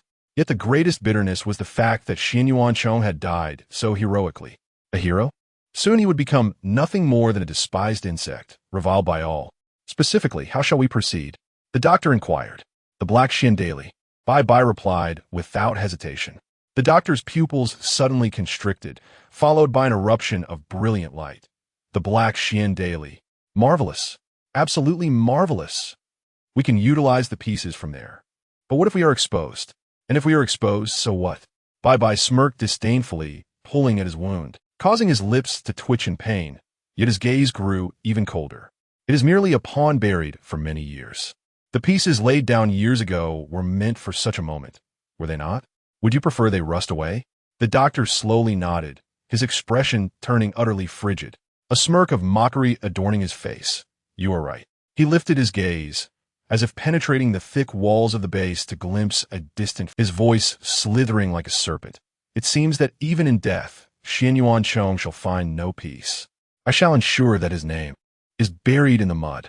By the way, why did the Heavenly Alliance's reinforcements arrive so swiftly? The doctor displayed a hint of confusion, soon arriving at a conclusion. It seems the bond between master and disciple runs deep. They disregarded orders to forcibly bring reinforcements, did they? Yet, it is a pity that they do not come to rescue him, but rather to collect his remains. Jing Yang, you two bear a part in what transpired back then. My vengeance shall not cease here. Await it, for the flames of my retribution will engulf the entire Linjiang city. Chapter 42. Did you expect this? The following day, within the office of the chief at the Celestial Alliance building, the plaque inscribed with the name Xian Yuanchong had been replaced by that of Jingyang. Surveying the unchanged surroundings, Jingyang couldn't help but sigh. You truly are the epitome of integrity. Nearly a decade has passed, yet this office remains untouched. Nevertheless, it is agreeable. I have enjoyed a few years of comfort in the main city. Others in the subordinate cities cannot boast such fortune. Having nurtured a fourth-tier talent to assume my position while I relished in the luxuries of the main city. You, my friend, have indeed made me proud. However, upon returning this time, I fear I may never return to the main city. With a slight grimace, Jingyang managed a bitter smile before tidying the documents on his desk, among which lay the resume of Lu Ping. At that moment, a knock echoed from the door. A figure clad in a black and red uniform, adorned with 5 silver stars on his chest, entered. How does it feel to be back in the subordinate city? Jingyang inquired with a smile. It pales in comparison to the main city, yet it is home. Upon my return, it feels quite pleasant. You have come to convey directives from above, I presume? Let me guess. I am to remain here indefinitely, correct? The visitor's expression turned somewhat complex as he approached Jingyang and patted him on the shoulder. Old Jing, you have been reckless. How could you return to Linjiang without waiting for the dispatch order? This could have been deemed a serious offense. Had it not been for your past contributions in safeguarding Linjiang City, you might have faced a motion and trial by military court. Given the current shortage of personnel in the Celestial Alliance, how could they possibly imprison me? Jingyang retorted with a smirk. The man grimaced slightly, encircling Jingyang's neck with an arm. Old chap, you truly have no fear. This time, I shall let it slide. But do not compel me to take serious action one day. I would prefer not to jeopardize our friendship. Jingyang chuckled. Rest assured, should you ever come across my corpse, remember to offer me a toast. I would hate to find myself below without a drink. The man released Jingyang, a look of disdain crossing his face. A one-drink wonder, and yet you dare to request a drink? I fear you might lose your way down there. The king of hell would hold me responsible. Jingyang's eyes widened at the remark. What being a one-drink wonder? Does that render one unworthy of a drink? The man approached the door, nodding thoughtfully. Ah, indeed. Now, on a serious note, as you anticipated, due to your unauthorized support, the higher-ups have decided to reinstate you as the chief of Linjiang City. As for Xianyuan Chong, after your report, the upper echelons expressed their regret over his sacrifice. The Celestial Alliance shall not overlook any hero. His deeds will be honored and broadcasted on television. Understood, Old Wu. Travel safely, and do not let any monsters whisk you away. I promise to indulge at your banquet. Rest assured, my dear Jing, when the time comes for your feast, I shall indulge in several bowls of wine, dedicating them to you. Jingyang replied, Wu Dong In. Ha, look at your fiery temper, easily ignited. Enough of the jesting. On a serious, I will certainly attend your banquet. A faint smile tugged at the corners of Jingyang's mouth, transforming into a genuine grin. Remember to have your sister-in-law summon me when the time arrives. Fear not, I shall undoubtedly be there. The two engaged in a playful banter, a spirited exchange of words. As the door closed, their verbal sparring gradually subsided. Jingyang, enveloped by the sudden silence of the office, felt a wave of melancholy wash over him. This sentiment was short-lived. Knock, knock, knock. A sound echoed from outside the door. Jingyang paused momentarily before irritably striding to the entrance, flinging the door open and exclaiming, Wu Dongyin, are you ever going to leave? Do you wish to exasperate me to death before departing? The female team leader from the medical group stood at the threshold, silent for a few moments before softly responding, Lu Ping has awakened. Jingyang froze for a few seconds, embarrassment creeping onto his face. Yet, upon hearing the team leader's words, he was momentarily stunned.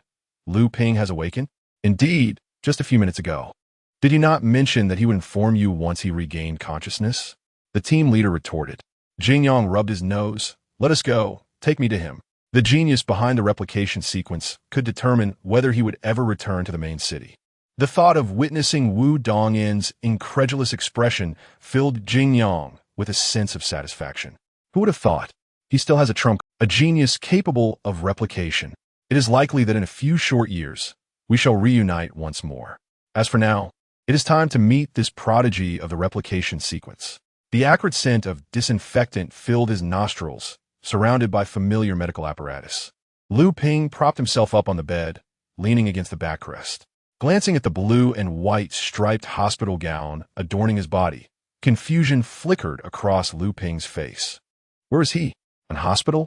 He attempted to rise from the bed, only to be met with a wave of soreness. Clearly, the aftereffects of forcibly activating the heavenly sword had yet to subside. His body was not yet fully recovered.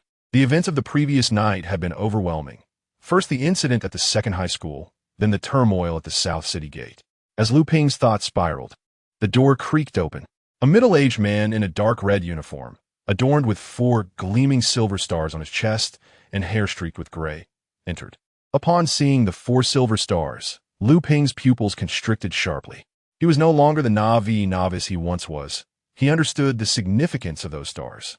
Each star denoted a rank, and 4 stars indicated that the man before him held a rank of the 4th tier. Greetings, Lu Ping. This should be our first encounter. The man stated. Our encounter? As I arrived at the southern city gate, having concluded the battle, I escorted you to the medical building. The phrase medical building flickered through Lu Ping's mind, prompting him to subconsciously gaze out the window. What about Lu Meng? How is she? Almost instantaneously, this query flooded Lu Ping's thoughts. She is fine. She remains in a state of unconsciousness. In fact, this is a fortunate circumstance, for at least she has not transformed into a monster. Upon hearing this seemingly familiar statement once again, Lu Ping's heart raced uncontrollably. Previously, he had not possessed a clear understanding of the aberration serum, but during this recent attack, even the formidable Xianyuan Chong had succumbed to the serum, transforming into a monster in an instant. It was then that Lu Ping realized how fortunate it it was that Lu Ming had merely fallen into slumber. At the very least, she had not become a monster like Xian Yuancheng. Jing Yang approached the bedside, pulled up a wooden chair, and sat down. I almost forgot to introduce myself. Do not be anxious. As you were brought into the Heavenly Alliance by Xian Yuancheng, you should be somewhat familiar with him. Are you friends with Xian Yuancheng? Lu Ping inquired, puzzled. No, Jing Yang denied. A look of confusion crossed Lu Ping's face. I am the former commander of Linjiang and the current commander of Linjiang. My name is Jing Yang. I am Xian Yuancheng's mentor and guide. After Jing Yang finished speaking, he did not allow Lu Ping a moment to catch his breath and continued. I apologize. I did not report the circumstances surrounding Xian Yuancheng's grave injuries accurately. I only reported that Xian Yuancheng had committed suicide. Why? Chapter 43. The phone. Lu Ping felt a tinge of confusion as he gazed quietly at Jing Yang. Rather than being perturbed by the possibility of his own contributions being overshadowed, he was more intrigued by Jing Yang's motives for such actions and why he would take the time to inform him afterwards. Most importantly, Lu Ping sensed no hostility emanating from Jing Yang. Half of Jing Yang's face was illuminated by the sunlight streaming through the window, while the other half was cloaked in shadow. His weathered gaze fixed upon Lu Ping as he murmured, "Surely you do not believe that revealing your status as a replica sequence would be advantageous?" Lu Ping's heart skipped a beat at first, but he quickly brushed aside the concern. After all, he had openly declared his allegiance in defense of the city, and it was only natural for his identity as a replica sequence to be recognized. Regarding Jing Yang's remarks, Lu Ping fell into a brief silence before continuing. Without the identity of a mature genius, being a member of the Alliance is far more secure. Upon hearing this, a slight twitch appeared at the corner of Jing Yang's mouth, yet he could only respond with resignation. Indeed, joining the Alliance is perilous. But being a genius without the ability to protect oneself is even more hazardous. Jing Yang raised an eyebrow and continued, "In such circumstances, it is a tacit understanding among everyone to automatically conceal all information regarding a genius until you ascend to the 4th tier. No one will divulge your status as a replica sequence before that point. You must understand that if you wish to advance further, you must learn to temper your brilliance. Perhaps you feel aggrieved, but this is also for your protection." Jing Yang delivered a lengthy discourse while keenly observing Lu Ping's expression, only to find Lu Ping's demeanor remained composed as he occasionally gazed out the window. Jing Yang sighed. "Speak up. What kind of compensation do you seek?" Lu Ping raised an eyebrow. Had Xiaoming been in good health, he would have likely leapt up demanding money by now. Yet, with Xiaoming currently confined to a hospital bed, what would money accomplish? What Lu Ping truly yearned for was Xiaoming's revival, rather than those funds. Presently, Lu Ping held little interest in monetary gain. To awaken Xiaoming, he required a novel formula for the aberration potion as a foundation for research. In other words, his immediate priority was to locate the hidden base of the abyss, breach their stronghold, and procure the aberration formula. To achieve this, Lu Ping knew he first needed to ascertain the location of their base. Regarding the whereabouts of the abyss base, Lu Ping had formed a rough conjecture. The 2 attacks on the South City Gate by monsters could not be mere coincidence. Crucially, during the second assault, the same group of crab monsters that had attacked the harbor previously reappeared. Thus, it was highly probable that the abyss's base lay just beyond the South City Gate, in the depths of the ocean. At the very least, his directional hypothesis was sound. "If you truly wish for compensation, I have a specific request," Lu Ping responded. Jing Yang paused for a moment, pondering whether this young man was being overly ambitious. Perhaps he should bring a translator next time. His words were clearly mere pleasantries. How was it that the individuals Xian Yuancheng brought along shared such obstinacy? However, the question remains, is he truly a virtuous and incorruptible official, or is this fellow merely attempting to make grand demands? A flicker of complexity crossed Jing Yang's face as he raised an eyebrow and inquired, "Speak freely. I shall do my utmost to accommodate you." The approximate location of the abyss should lie near the southern city gate. Initially, he had anticipated hearing requests for rewards, but the sudden mention of the abyss caught Jing Yang off guard, prompting him to lift his gaze. Before him sat Lu Ping, hands clasped, his eyes resolute, articulating clearly. Both attacks originated from the beach outside the southern city gate. Remarkably, the fishing village was untouched during this assault. and the sniper who targeted Xianyuan Chong executed a shot from the eaves of a house in the village. Thus, I suspect that the location of the abyss is highly likely to be in the direction beyond the southern city gate. It is even possible that the fishing village serves as one of its hideouts. If you are indeed inclined to reward me, I request to be dispatched to uncover the truth. I wish to ascertain the exact position of the abyss and ultimately dismantle it. As Lu Ping uttered his final statement, despite his efforts to suppress his emotions, a bloodthirsty glint inevitably tinged his gaze. His loathing for the abyss was no less than that of anyone else. At that moment, Jing Yang found himself momentarily stunned, a sense of shame washing over him. He had been pondering whether Lu Ping would make unreasonable demands, only to discover that the young man was resolutely focused on avenging Xianyuan Chong and obliterating the abyss's subbases. This was truly. Jing Yang felt a burning sensation on his face. He wiped the sweat from his brow, reluctantly acknowledging that Xianyuan Chong was indeed a capable leader. He had not misjudged Lu Ping, who, like Xianyuan Chong, possessed an indomitable spirit. There was a fierce determination embedded deep within him.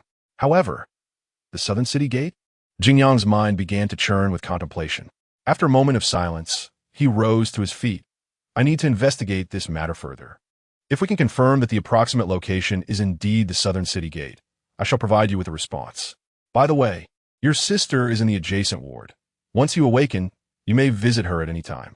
Also, this morning, a person named Su Kurson called your phone 8 times. The nurse just noticed it, so do not forget to return her call later. Furthermore, you are on leave for 7 days. Take this time to rest adequately. One more thing. Xianyuan Chong's funeral will be held 3 days from now. I will inform you then. You will not be absent, will you? Of course. Although I am not well acquainted with him, he was a man I respect. He saved Linjiang City and, consequently, our lives as well. I shall certainly attend. Well then, that is all. I shall take my leave now. Ah, wait, there is one more thing. Since you have become an official member of the Heavenly Alliance, you have yet to receive your firearm, correct? It is fortuitous that you have a 7-day leave. You should head to the training ground to practice marksmanship. After passing the shooting examination, you may collect your firearm from the logistics department. May I take the exam right away? So confident, are we? Certainly, but I assume you have never handled a firearm before? Just a basic understanding, I see. That's acceptable. It is entirely up to you. By the way, you might as well collect your uniform while you're at it. Very well, Captain. After donning a completely new outfit, Lu Ping left the medical room and stood outside Lu Ming's ward, gazing quietly through the glass window at her delicate face, remaining silent for a moment.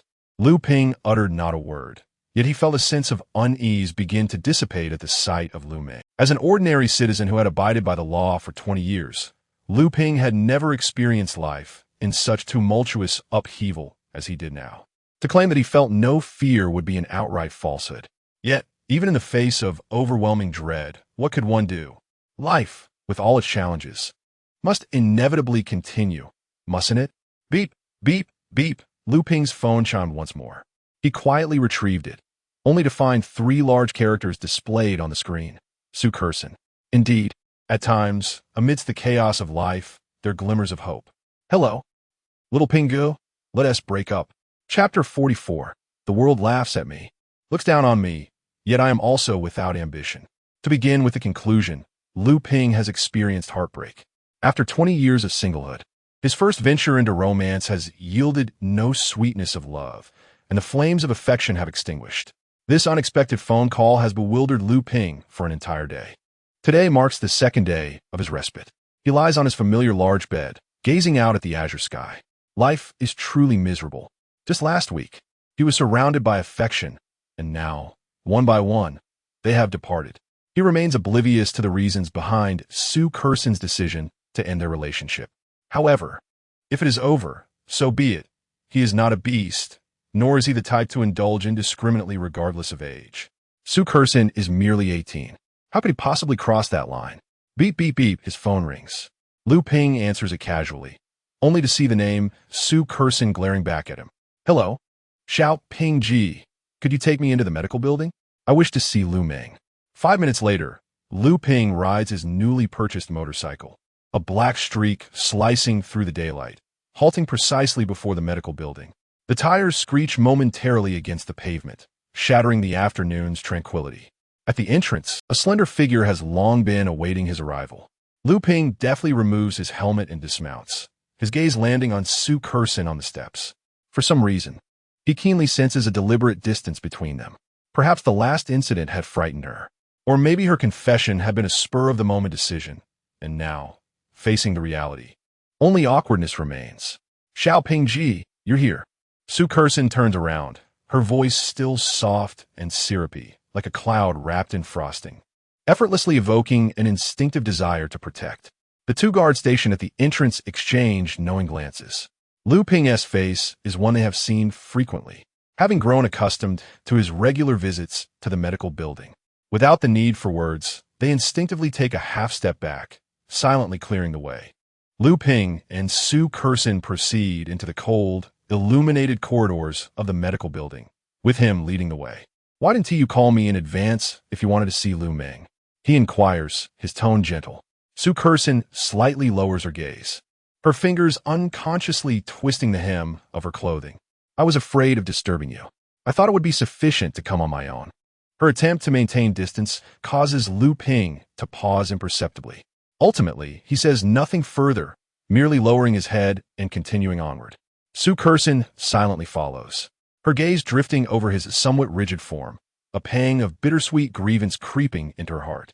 She senses that Lu Ping is upset. Yet, her confession had come so suddenly, and her retreat feels utterly inexplicable. Anyone in her position would feel discomfort.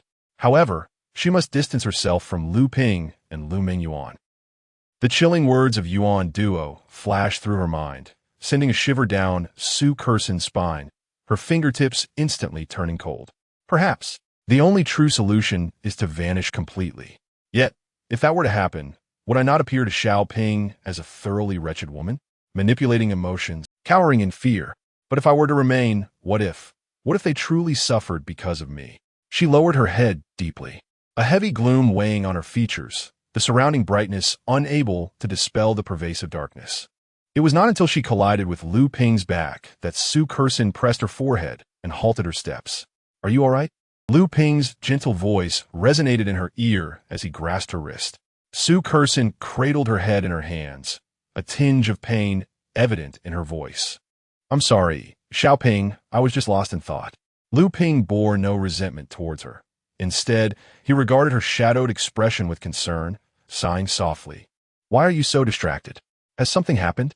And no, nothing. Su Kersin's gaze flickered, eventually landing on the glass, where Lu Ming lay upon the hospital bed. She pressed her hand against the glass, her eyes widening, a fleeting pang of guilt washing over her. She was the reason Lu Ming found herself in this predicament. Had she not insisted on visiting Longbao Square with Lu Ping, none of this would have transpired. Her fingers pressed against the glass. I'm sorry. Lu Ming, it won't happen again. Never again. Su Kersin's delicate frame trembled visibly, tears spilling from her eyes, her voice a mere whisper. Xiao Su, Don't cry. Xiao Ming will be fine. Lu Ping observed Su Kersin's tear-streaked face, a complex emotion swelling within him. Su Kersin blinked in surprise, wiping her tear-stained cheeks, only to realize the extent of her sorrow. She sniffled. We'll be fine. Xiao Ming will definitely be fine. I will save her. Lu Ping approached the glass, gazing intently at Lu Ming's peaceful face, his voice resolute. Yes. Su Kersin met Lu Ping's penetrating gaze, nodding in agreement. In the ensuing silence, neither spoke, simply watching over Lu Ming. After a heavy pause, they stepped out of the stark fluorescent lights of the medical building. Lu Ping swung his long legs over the motorcycle, deftly fastening his helmet. The engine roared, shattering the night's tranquility. He turned his head to the still hesitant Su Kersin. Where to? I'll take you. Longbao Square. Su Kersin instinctively replied, her voice laced with uncertainty, as if she wished to add more. Before she could finish, a warm hand enveloped her cool fingers, guiding her forward. The voice of Lu Ping came through the helmet.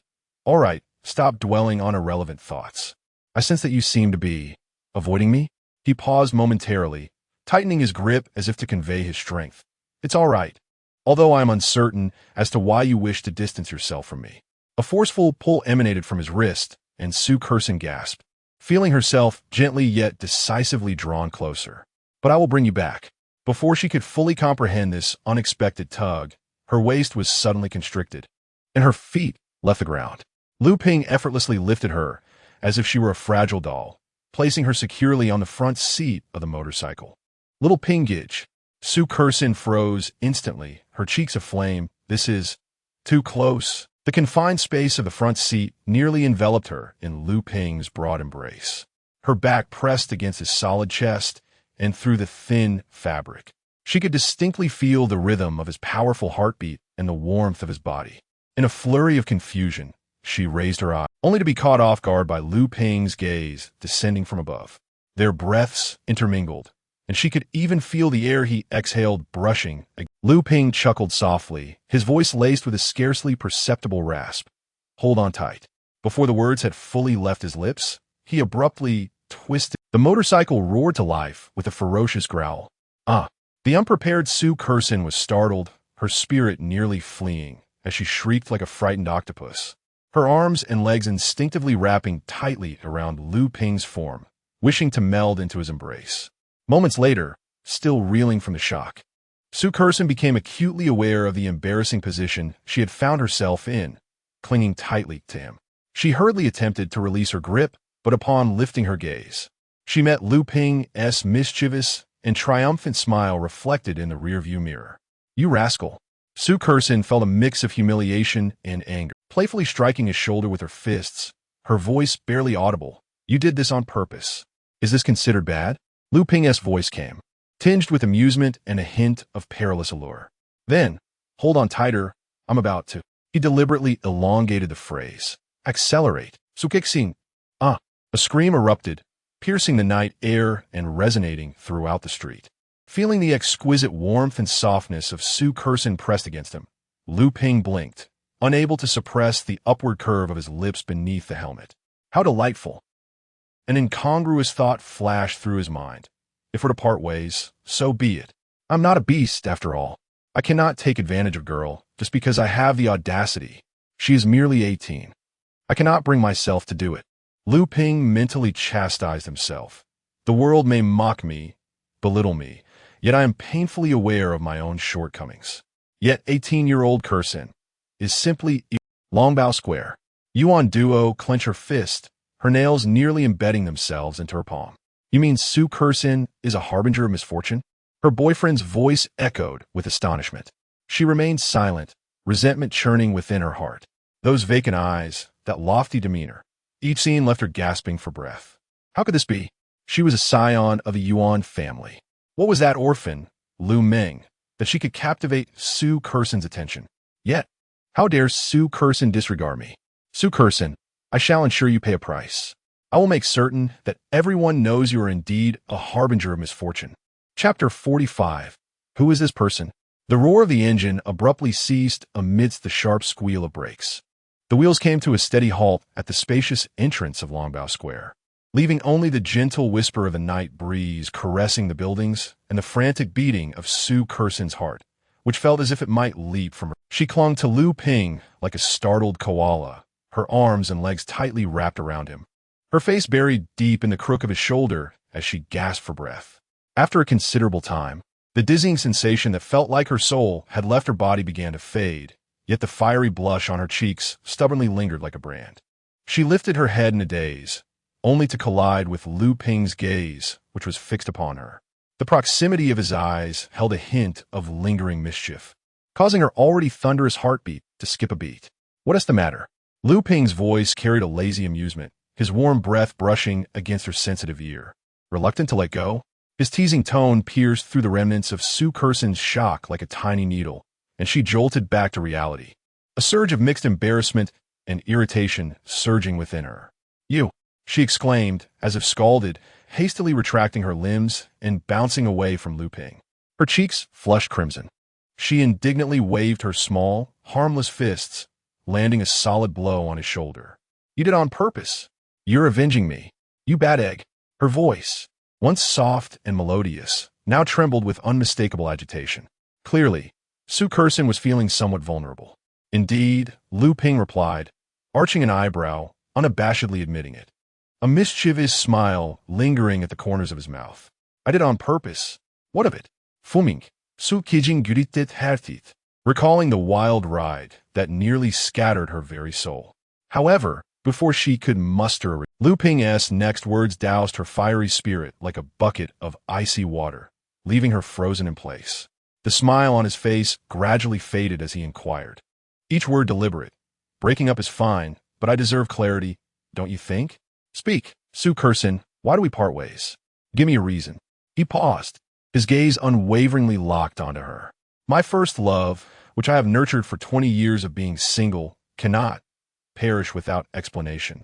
The notion of providing a reason rendered Su Kursin's remaining indignation to a standstill, draining her of color and leaving only pallor and panic in its wake. In a flustered manner, she awkwardly slid off the motorcycle, abruptly turning her back to Lu Ping, as if wishing to envelop herself within an invisible shell. With her shoulders trembling slightly, she mustered all her strength to utter a cold, resistant reply. Must there be a reason? Lu Ping gazed quietly at her back, exhaling slowly. At least let me die with clarity. An oppressive silence enveloped the two for several seconds. Suddenly, Su Kursin's shoulders trembled almost imperceptibly. She abruptly turned around, her voice sharp as a blade tempered in ice. Each word hurled at Lu Ping. It is because you have joined the Celestial Alliance. Drawing a deep breath, as if to muster every ounce of strength to drive her next words into his heart, she declared, from now on, you will live in constant peril. Your life could be extinguished at any moment. How could I possibly entrust myself to someone who cannot guarantee even tomorrow? After a brief pause, her voice laced with a deliberate disdain. Moreover, Lu Ping, surely you do not naively believe that our relationship merits any conversation about the future, do you? It is merely a game to me. You can't possibly be serious about this, can you?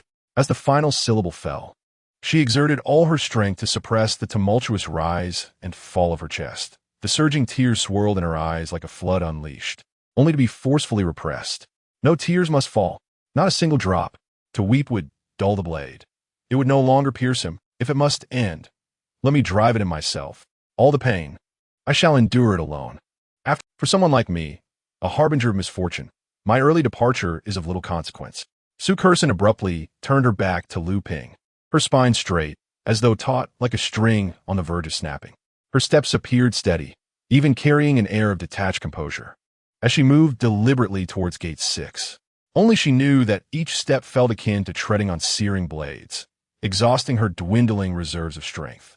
A profound sorrow and sense of injustice weighed upon her like an invisible hammer, striking relentlessly at her heart, causing her very insides to convulse. Hurry and leave. Find a secluded place and weep freely. Yet not now. I must walk slower, even slower, so he does not catch a hint of weakness. If it is to end, let be done thoroughly.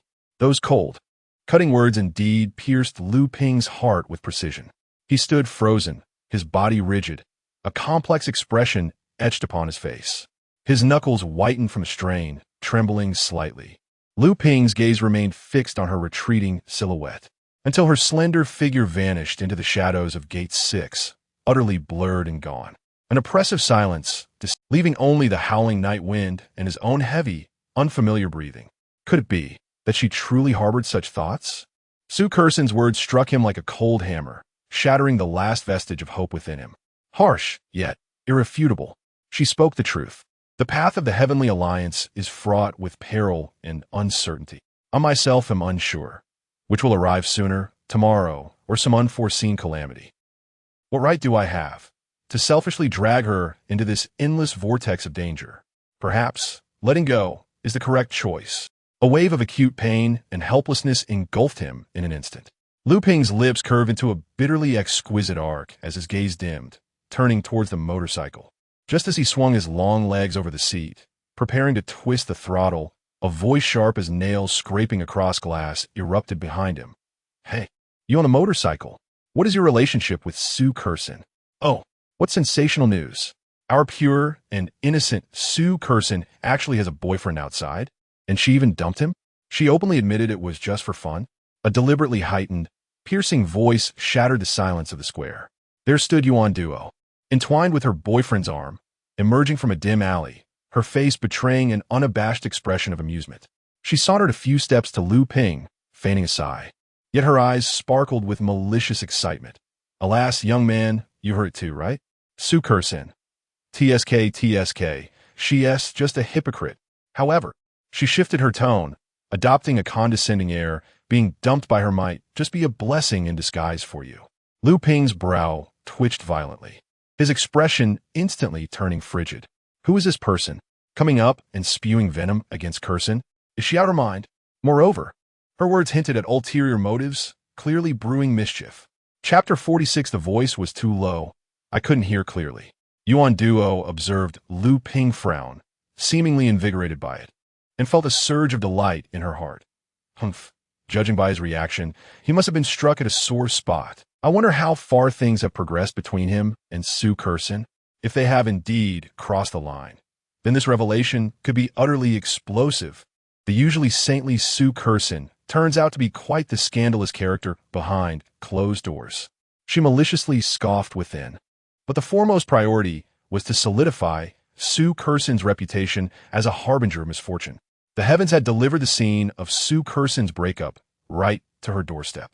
To not seize the opportunity to trample on it would be a disservice to fate itself. Yuan Duo's lips curled into an exaggerated and malevolent smirk, her voice rising higher, fearful that those around might not hear. Hey, handsome, do you know about Su Kursin's so-called best friend, Lu Meng? Lu Ping remained silent, squeezing out two words through clenched teeth. I don't know. He was curious to see what venom could spew from her foul mouth. Huh, you don't know? Yuan Duo clapped her hands dramatically, as if unveiling a monumental secret. Then let me enlighten you. That Lu Meng is nothing but an unwanted orphan. I've heard she has a brother who is as poor as a church mouse. The two of them survived by scavenging garbage as children. Tragic, isn't it? Do you know how she is faring now? She deliberately paused, building suspense, then leaned in close to Lu Ping, lowering her voice, yet projecting it with sufficient volume for all to hear, sinisterly stating, she is hospitalized, on the brink of death. Before Lu Ping could react, she raised a finger, her voice once again soaring. And there's more. There was a guy named Zhou Ming in our class who had a silly crush on Su Kursin. Can you guess what happened to him afterward? She dramatically spread her arms wide, mimicking an explosion with a twisted expression. He mutated, turned into a monster, eliminated on the spot by the cleanup crew, dead as a doornail. The more Yuan Duo spoke, the more exhilarated she became, gesticulating wildly, spittle nearly flying into Lu Ping's face. So, do you understand now? At that moment, Lu Ping's expression had darkened to a point where it felt as if it could drip with water, emanating a disquieting low pressure. Suppressing his fury, his voice emerged as if pulled from the depths of a frozen cavern. Who told you these things? Oh, come on. Don't worry about who said it. Yuan Duo impatiently waved her hand. The crux of the matter is, Su Kursin is a disaster, a harbinger of doom, a plague bringer. She counted on her fingers, spitting as she spoke. Look, Lu Meng, who was like a sister to her, and what happened? She's lying in a hospital waiting to die. Zhou Ming, who liked her, and what happened? He turned into a monster and got shot in the head. And what about the last incident at Longbow Square? The moment she showed up, the Abyss cultists emerged to carry out a terror attack. How many lives were lost? Just the other day at the school gate. A monster attack. She was present again. Wherever Su Kursin appears, calamity follows. It's either death or monsters. Tell me, how can she not be a harbinger of doom? Anyone associated with her is bound to suffer misfortune. Yuan Duo's final words were nearly a scream, her piercing voice echoing across the empty square, laden with raw malice and incitement. Bang! A resounding slap echoed through the vast expanse of the square, as thunderous as a clap of lightning. Lu Ping's arm moved with the swiftness of a striking serpent, delivering a forceful blow to Yuan Duo's face, which twisted in excitement. The sheer power of the strike sent Yuan Duo reeling, her balance lost, spinning like a toppled top before she staggered back several steps, nearly collapsing to the ground. Time seemed to freeze for a few seconds. Yuan Duo was utterly stunned. One side of her face reddened and swelled visibly. A searing pain accompanied by a deafening ringing in her ears engulfed her. She pressed her palm against the side of her face that had gone numb, her fingers detecting the metallic taste of blood seeping from her gums. Her eyes widened in disbelief, nearly bulging from their sockets, filled with shock, incredulity, and a furious humiliation. You. Her voice trembled uncontrollably, sharp enough to pierce eardrums. You struck me. She pointed an accusatory finger at Lu Ping, trembling with rage. Since childhood, my parents never laid a finger on me. You dare to hit me? Do you know who I am? Lu Ping slowly withdrew his hand, flexing his wrist as if he had merely brushed away a speck of dust. He raised an eyebrow, a sly smile tugging at the corners of his mouth. I have no interest in being your father or educating you. Yuan Duo was momentarily at a loss, about to retort when Lu Ping interrupted her. Who gave you the audacity to spew such filth and spread rumors here? He leaned slightly forward, an invisible pressure enveloping Yuan Duo instantly, his voice dropping to a chilling calm. Or do you wish to experience the inside of a prison cell? Yuan Duo's pupils constricted at the blatant threat and the menacing aura emitted by Lu Ping. But soon, overwhelming humiliation and a fury like never before ignited her madness. She sprang up like a cat whose tail had been stepped on, screaming. Who the hell do you think you are? The Almighty? Do you think you're one of those lofty figures from the Celestial Alliance? Dream on. How ridiculous. She turned sharply to her boyfriend, shrieking hysterically. You useless fool. What the hell are you waiting for? I just got slapped. She pointed at Lu Ping, her gaze venomous enough to draw blood. Get him. Beat him. Beat him to a pulp. I want that hand that struck me to be utterly crippled. I'll pay you tenfold for the medical expenses. Fight. Her muscular boyfriend, jolted by her roar, snapped back from his stupor. Upon seeing his girlfriend's swollen face, a surge of rage coursed through him.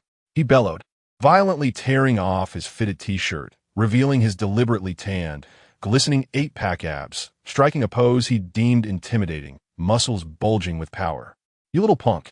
He pointed at Lu Ping, his voice gravelly and laced with the bravado of a street tough. You're looking for trouble. I'm a black belt. Now kneel and apologize to my girlfriend, and then render that hand useless. Otherwise, he grinned menacingly, cracking his neck with a sharp sound. If not, I shall leave you bruised and battered. Lu Ping's expression betrayed no hint of fear, not even a flicker of interest in the muscular figure before him. Instead, he leisurely reached behind his waist. Under the fierce gaze of Yuan Duo's boyfriend and the venomous look from Yuan Duo herself, the next moment, a completely black handgun, with its cold, hard lines glinting with a subtle metallic sheen under the plaza lights, was firmly gripped in Lu Ping's hand. The dark muzzle, exuding an aura of silent death, was precisely aimed at the center of the boyfriend's forehead. The sounds of the plaza seemed to come to a halt. Lu Ping tilted his head slightly, his gaze as tranquil as an unfathomable icy pool, and his voice was as unremarkable as if inquiring about the weather. What did you just say? I didn't quite catch that. Chapter 47. Oh no. With a thud, Yuan Duo's boyfriend collapsed to his knees, utterly bewildered. He stammered, Brother, is it too late for me to realize my mistakes? Lu Ping replied, Get lost. All right, brother. Hey, Song Yang, you cannot leave. What are you afraid of? I refuse to believe you would actually dare to shoot. Even if he is a member of the Heavenly Alliance, what difference does it make? Surely, one cannot act with impunity and wield firearms at will. Yuan Duo, with her hands on her hips, displayed an expression of utter disdain. She could not comprehend how this man could possibly have the audacity to fire a gun. After all, he was merely a member of the Heavenly Alliance. What a preposterous notion. Did he think he was special? Just because he was somewhat handsome? Did he truly believe he possessed any extraordinary qualities? Upon hearing this, Song Yang came to a realization. Indeed, even if the other party was armed, what impact would that have? Would he dare to use it? After this epiphany, Song Yang's retreat faltered, and he turned back, cracking his knuckles as he faced Lu Ping. I suggest you apologize immediately. I will not apologize. What do you intend to do about it? Lu Ping tilted his head, dismounting from his motorcycle and advancing towards Song Yang. Song Yang, unwavering in his demeanor, scoffed, Stop pretending. Do you really think you're that impressive? It's just a worthless gun. If you have the capability, then strike me. Lu Ping chuckled softly, silently aiming his firearm at Song Yang's forehead. Say that again. Brother, I was wrong. I will leave at once. Witnessing the strange glint of crimson in Lu Ping's eyes, Song Yang's previously defiant stance crumbled in an instant. One values their life. After all, it would be foolish to risk it all for the sake of bravado. In a desperate bid for survival, Song Yang shamelessly betrayed Yuan Duo. He pointed dramatically at Yuan Duo, declaring, "It's all her fault. The rumors about Su Kersin, they originated from her. She explicitly told me she despises Su Kersin. In reality, she is merely petty and jealous. Su Kersin probably has no idea how she has offended her. She behaves like a rabid dog, spewing vitriol everywhere." This dramatic turn of events momentarily stunned Lu Ping. Truth be told, he had merely been posturing, attempting to intimidate Song Yang. He had never intended to actually harm anyone, a few slaps at most. However, what Lu Ping did not anticipate was Song Yang's willingness to stoop so low as to sell out Yuan Duo for his own life. Lu Ping raised an eyebrow and inquired, "Why does she dislike Su Kersin? Su Kersin does not seem like the type to be detested." "Brother, you must not be aware. Women are often like this, filled with jealousy. Especially Yuan Duo. She is likely envious of others and exceedingly petty." Song Yang spoke with familiarity, leaning against Lu Ping's motorcycle, astonishingly transforming into Lu Ping's ally. "Yuan Duo, I advise you to be wise and apologize to my brother. Otherwise, be wary of me revealing our hotel records to your class group." Lu Ping, Song Yang, Yuan Duo nearly ground her teeth to dust. Yet the crux of the matter was that she truly had no means to counter Song Yang. To her astonishment, Song Yang had retained the hotel room records. "Did I not instruct you to delete them?" Yuan Duo exclaimed through gritted teeth. Song Yang scoffed, "You crazy woman. Do you think I wouldn't take precautions? What if one day you grow tired of me and switch to another man? Wouldn't all my efforts in bed be in vain?" Lu Ping interjected, "Is that really appropriate?" Yuan Duo's face flushed crimson as she pointed at Song Yang, raising her middle finger. "After all these years, do you truly believe you've put in any effort? You know how it is." Song Yang's expression stiffened, his fists clenched. "Do not push your luck. Just a couple of words, and you can't handle it? Huh, I possess photos of you. Do you think you alone hold power over me? It would be best if you treat me with respect, lest the hotel staff discover your secrets." Yuan Duo laughed mockingly, her face twisted with rage. Lu Ping observed in disbelief. "This world has gone utterly mad. I feel as though my ears have been tainted. Photos? When did you take those? Huh, while you were asleep? What did you think?" "Little one, Yuan Duo, Song Yang, you better contemplate whether you wish to continue enjoying yourself at bars, for I might just release those photos. Let us see who would want to accompany you thereafter." Their confrontation escalated, each hurling insults at the other in the street. When Lu Ping finally regained his composure, he noticed a crowd had formed around them, drawn in by the scent of scandal, their phones lighting up in a frenzy. Seizing the moment, Lu Ping rushed towards Gate 6. Upon learning the details, he was determined not to let Su Kersin leave so easily. If she was merely playing around, he would step aside. However, Su Kersin felt like a jinx, fearing she might drag him down, thus keeping her distance. It was utterly absurd, a plot twist even a television drama would shy away from, lest they receive threats. As the clamor behind him faded, Lu Ping ventured inward, searching for Su Kersin's figure. Meanwhile, at Longbao Plaza, a fragile silhouette swayed precariously outside the public restroom, leaning against the window, sunlight casting a gentle glow on her tear-streaked face. She buried her head in her arms, her sleeves soaked with tears, her heart feeling as if it were being torn apart, the pain overwhelming.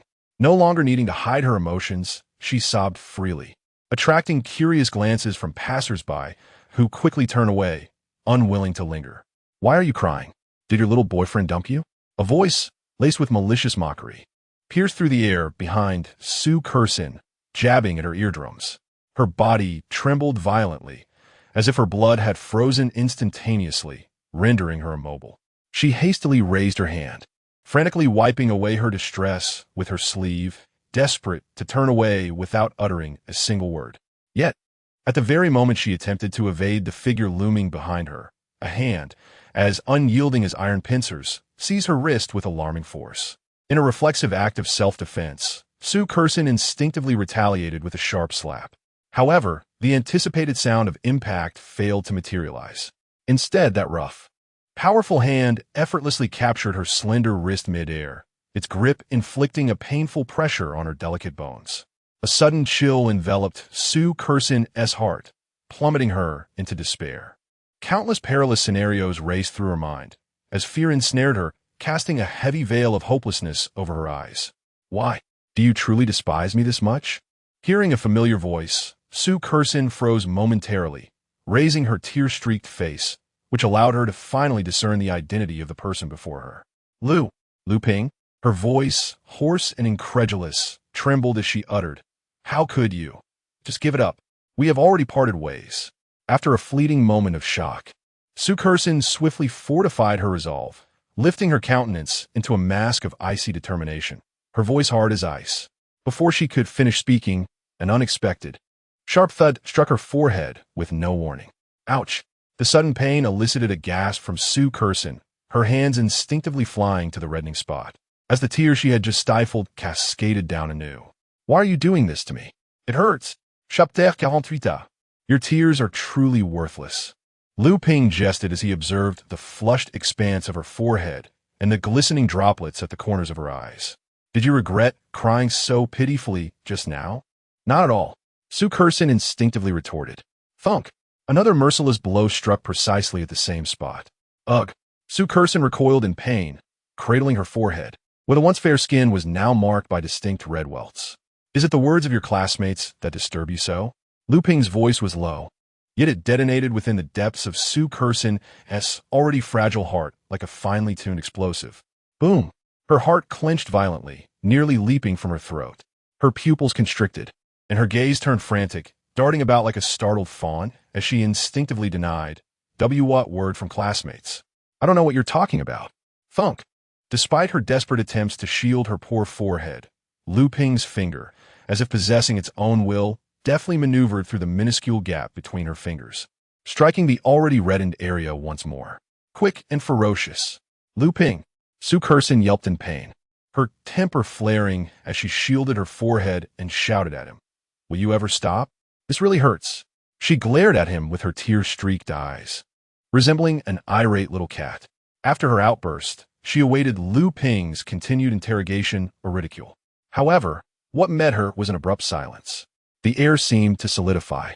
This unexpected calm only exacerbated Sue Kerson's disquiet, causing the anger she had just summoned to deflate like a puncture balloon. Feeling somewhat awkward, she lowered her gaze, her long eyelashes fluttering slightly. Moments later, unable to contain herself, she cautiously lifted her eyelids, casting a furtive glance at Lu Ping. To her surprise, his expression bore no hint of remorse. Instead, a mischievous smirk played on his lips, reaching his eyes as if he had already seen through all her insecurities and fluster. Before Sue Kerson could decipher the deeper implications of that smile, her wrist was firmly grasped by that familiar large hand. An irresistible force propelled her forward. Lu Ping's voice echoed ahead, imbued with an air of inevitability. "Huh?" Sue Kerson stumbled slightly, bewildered as she asked, "Where? Are we going? To do some things?" Lu Ping slightly turned his head, his tone casual yet laced with undeniable suggestiveness that couples ought to do. "Huh?" Sue Kerson's heart raced as she feigned calmness, her expression hardening. "Haven't we already broken up?" Thunk! The familiar pain descended for the third time, this strike more forceful than the last. Sue Kerson clutched her rapidly heating forehead, tears welling up in her eyes as she indignantly cried out, "You hit me again. Lu Ping, this is domestic violence. I'm going to report you." As she gazed at Lu Ping's back, who was pulling her forward, her voice involuntarily softened, tinged with a subtle sense of apprehension and a certain delicate anticipation. Where exactly were they headed? She was not entirely oblivious to the implications in Lu Ping's words. A surge of complex emotions welled up within her, causing her cheeks to flush uncontrollably, blooming as vividly as if one could draw water from them. "Guess," Lu Ping drawled, not bothering to turn his head, yet his pace remained unyielding. Sue Kerson bit her lip, her heart racing chaotically, making it difficult to decipher. "I won't guess." Her voice was barely above a whisper, yet her gaze was irresistibly drawn to the large hand that firmly grasped her wrist, the crimson hue of her cheeks spreading to her delicate earlobes. After walking in silence for approximately a minute, Lu Ping halted at the brightly lit entrance of a cinema on the third floor. Su Kerson looked up in confusion. What greeted her eyes were enormous movie posters and flickering neon signs. A cinema, she blurted out instinctively, her tone rife with unexpected astonishment, a hint of unacknowledged disappointment. Lu Ping turned around, his brows slightly raised, a playful smile curving his lips as if he were relishing her reaction. We've arrived. This girl had blushed as deeply as a ripe shrimp moments ago. What thoughts had crossed her mind? Surely, she couldn't have genuinely believed he was taking her to some romantic venue, like a hotel. No way. This misunderstanding was monumental. A mischievous thought churned within Lu Ping, yet he maintained a facade of calm as he observed her. In an instant, Su Kerson comprehended. This rascal, he was absolutely doing it on purpose, using such ambiguous phrasing to lead her astray. And she had actually followed that train of thought, even somewhat accepted it. A wave of intense embarrassment, mingled with annoyance at being teased, surged to her head. The youthful blush that had adorned her cheeks transformed rapidly into a furious crimson, as if it might bleed from her fair skin. She glared fiercely at Lu Ping. If looks could pierce, he would have been riddled with holes by now. Had it not been for Su Kerson's strict upbringing, instilling in her an innate sense of modesty. Had it been Lu Ming, she would have already revealed her small canines and bitten him. Instead, Su Kerson could only bite her lip forcefully, holding her breath, feeling as if her molars might grind out a sound. What movie are we watching? Su Kerson managed to squeeze out the words through clenched teeth, attempting to divert the topic and mask her overwhelming embarrassment. What we watch is not significant. Lu Ping seemed oblivious to the fire of indignation in her eyes, leisurely retrieving 2 pre-prepared movie tickets from his pocket, waving them before her. What matters is, we watch it together. He emphasized we. The ticket inspector's voice interrupted Su Kerson's retort. Lu Ping naturally took her hand, which was still somewhat stiff, and led her into the dimly lit corridor of the screening room, filled with the sweet aroma of popcorn. As they walked together through the shadowy passageway towards the theater, Su Kerson's chaotic thoughts began to settle. The story unfolding on the screen had become indistinct to her. Stealing a glance at Lu Ping, whose profile appeared particularly profound amidst the shifting light and shadow, she pondered. Was the quintessential activity for couples truly just watching a movie? This realization stirred within her a complex array of emotions, relief mingled with annoyance at being toyed with, and a hint of a subtle sense of loss that she herself was reluctant to explore. Lu Ping sensed the subtle shifts in her emotions, a faint smile tugging at the corners of his mouth. Indeed, the genre or plot of the film had never been the crux. What truly mattered was the company one kept amidst the interplay of light and shadow. It lay in the shared, intimate space enveloped by darkness, where a gentle closeness and silent companionship thrived. For Lu Ping at this moment, this was precisely the purpose of bringing her here.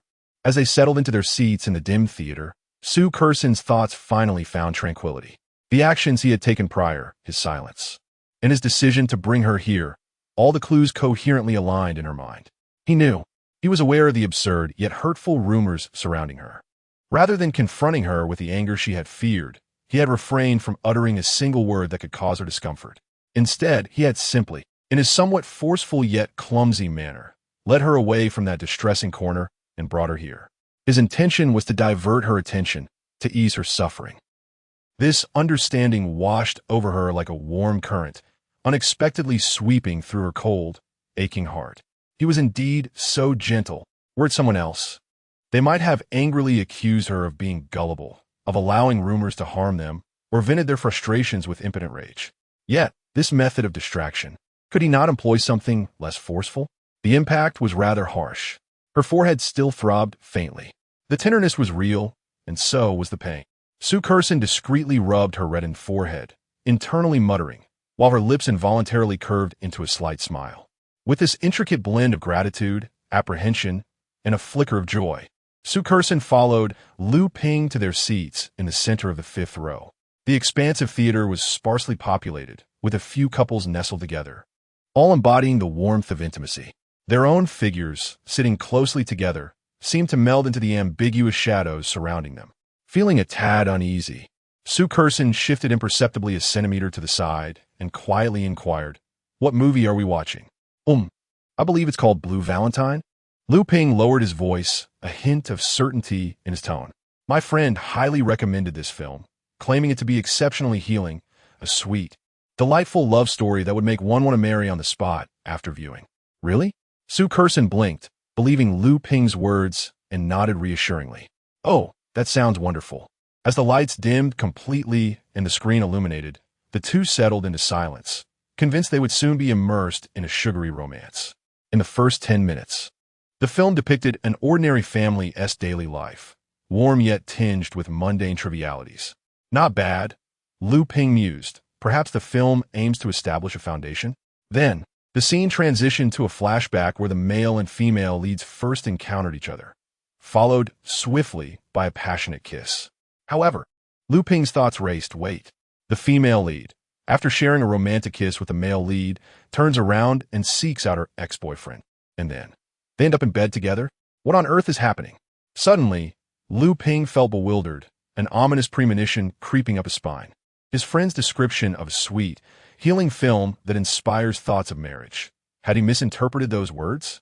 The onset was a brutal shock. Soon after, scenes from an abortion clinic unfolded. The female lead has a change of heart, and the male lead astonishingly accepts it. He even decides they should raise the child together. Lu Ping's lips twitched in disbelief, his inner monologue screaming, "Klitsch. This is utterly klitsch." Although the film was made over a decade ago, the plot trajectory was in stark contrast to the sweet romance he had envisioned. He cautiously turned his head, glancing at Sue Curson beside him. From Sue Curson's perspective, she did not share Lu Ping's acute sense of foreboding. Completely absorbed in the film's emotions, when she witnessed the male lead, upon discovering the child, was not his biological offspring, choosing to bear the responsibility and firmly grasping the female lead's hand to say they would raise the child together, a profound emotion struck her. Tears filled her eyes and quietly streamed down her cheeks. She choked out almost inaudibly, cries for love. This theme of self-sacrifice and unconditional acceptance resonated deeply with her fragile heart, yearning for warmth at that moment. Seeing Sue Curson's tearful reaction only complicated Lu Ping's feelings further. On one hand, she didn't find the plot absurd as he did. She seemed to resonate with it instead. On the other hand, the alarms his mind blared deafeningly. What kind of love story was this? This was evidently a blatant guide to dissuade from marriage, a chronicle of love's demise. He felt utterly deceived, duped by Sidhu Xian, that scoundrel. A film, nearly 2 hours long, concluded as the lights gradually illuminated the theater. Scattered couples began to rise and exit, some in silence, others engaged in hushed discussions about the plot. In the middle of the fifth row sat Lu Ping, silent as a petrified statue. He fixated on the rolling credits, his gaze vacant, while waves of frustration and despair crashed within him like a tsunami. The carefully orchestrated journey he had devised to alleviate the atmosphere and rekindle their connection had devolved into a catastrophic failure. Instead of crafting a sweet ambience, he had inadvertently served her a bitter brew of disillusionment regarding love. The reality was a far cry from the script he had envisioned. Sue Curson remained silent as well, still grappling with the impact of the film's oppressive, sorrowful conclusion, laden with endless regret. The initial emotional resonance had dissipated, replaced by an ineffable heaviness and bewilderment at the harsh truths of love.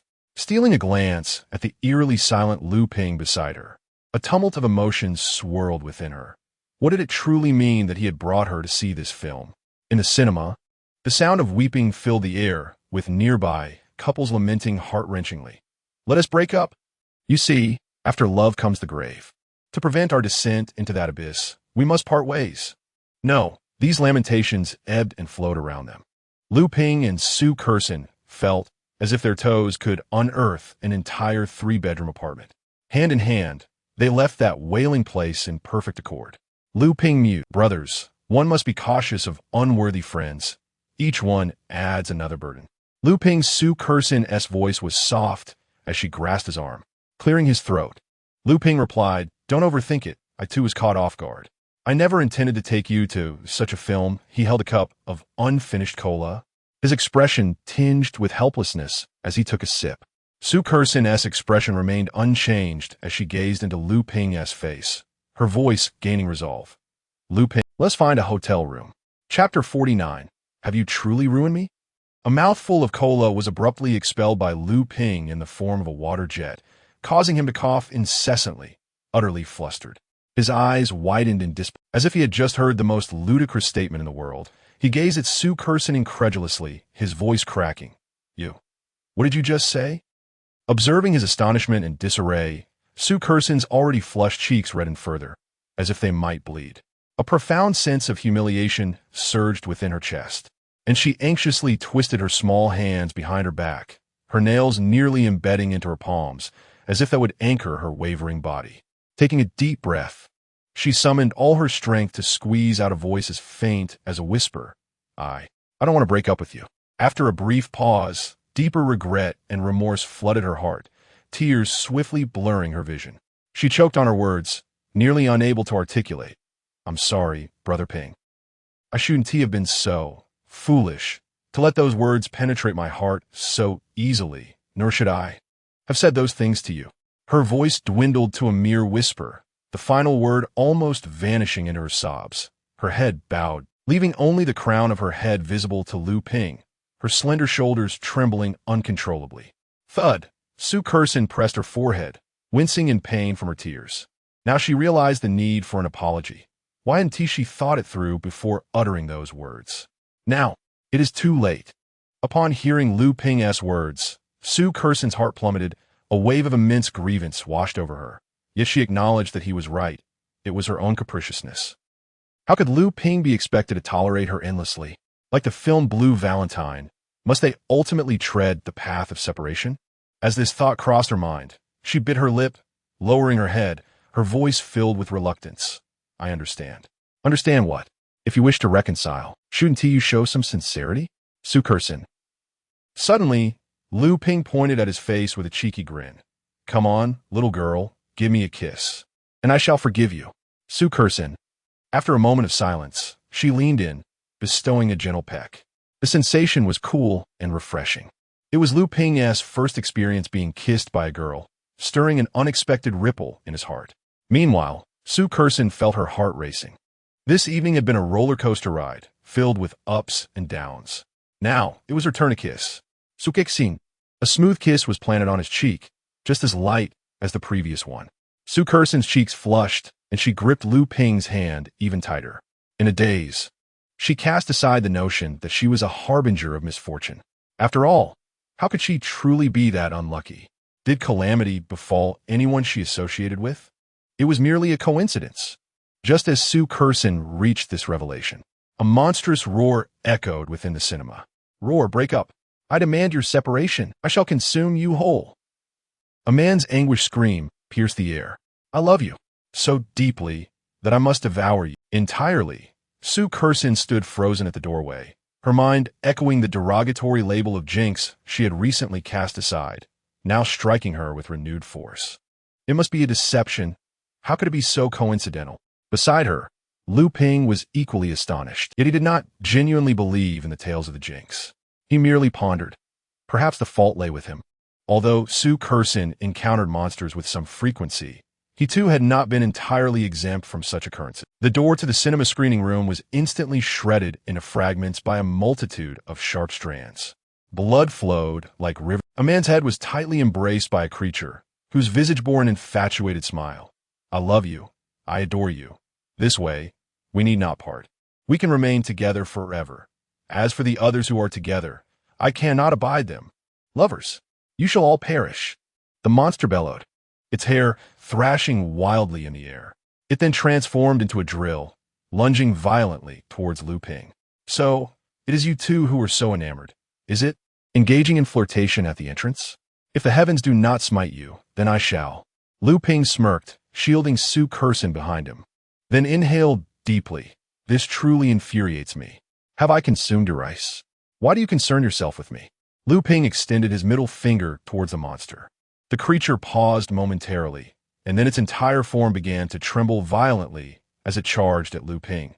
Just a futile struggle. Dare to scorn me, and I shall devour you. Lu Ping tilted his neck, extending a hand that instantaneously transformed into an elongated sword, measuring approximately 10 meters in length. It seems you've misunderstood something. It is not you who shall slay me, but rather I who shall slay you. So, you have broken up, have you? Your emotional outburst is of no concern to me. Do you have any idea that I just calmed my girlfriend down? And now you dare to ruin it? The monster was stunned, perceiving Lu Ping as more monstrous than herself, a truly loathsome creature. She yearned to flee, yet escape was futile. The elongated sword surged forth, effortlessly traversing the 20-meter gap, piercing through the monster's neck. Blood cascaded down the blade like a fountain. The sword then swung, severing the massive, defiant head from its body. Blood gushed forth from the arteries, splattering Lu Ping's face with droplets of crimson. After effortlessly vanquishing the monster, Lu Ping swiftly dialed the number for the Celestial Alliance. Once he had relayed the necessary information, he took the silent Su Curson by the hand and departed from that place. However, Su Curson's complexion had turned pale. She trembled, enveloped by a sense of unease, and struggled fiercely to free herself from Lu Ping's grasp. Yet, she soon realized that her strength was but that of a mere child in comparison to his, utterly insignificant. It was only when they arrived at the entrance of Gate 6 that Su Curson finally broke down, exclaiming, "Let go. Being with me truly invites danger. Do you not understand? If it weren't for our association, we would not encounter such peril." It was the same at Longbao Plaza, the same in the hospital, the same that day at Longbao Plaza, and today. Today has been no different. Do you not comprehend that being with me brings misfortune and calamity? Su Curson cried out in desperation. She could no longer bear the weight of it all. If her mental fortitude had faltered before, the sudden appearance of the monster in the cinema had completely shattered any lingering hope. Su Curson was utterly undone. Chapter 50. Is this person insane? What nonsense is he spouting? Thud. A large hand gently enveloped Su Curson, drawing her into an embrace. Su Curson buried her face in Lu Ping's chest, weeping bitterly, lamenting her misfortune. "I bring bad luck to those around me," she exclaimed. "What utter nonsense!" "I refuse to believe that," Lu Ping replied candidly. Su Curson began to enumerate her grievances, her voice trembling as she reiterated her previous examples with greater detail and despair, attributing all the misfortunes to herself. Thud!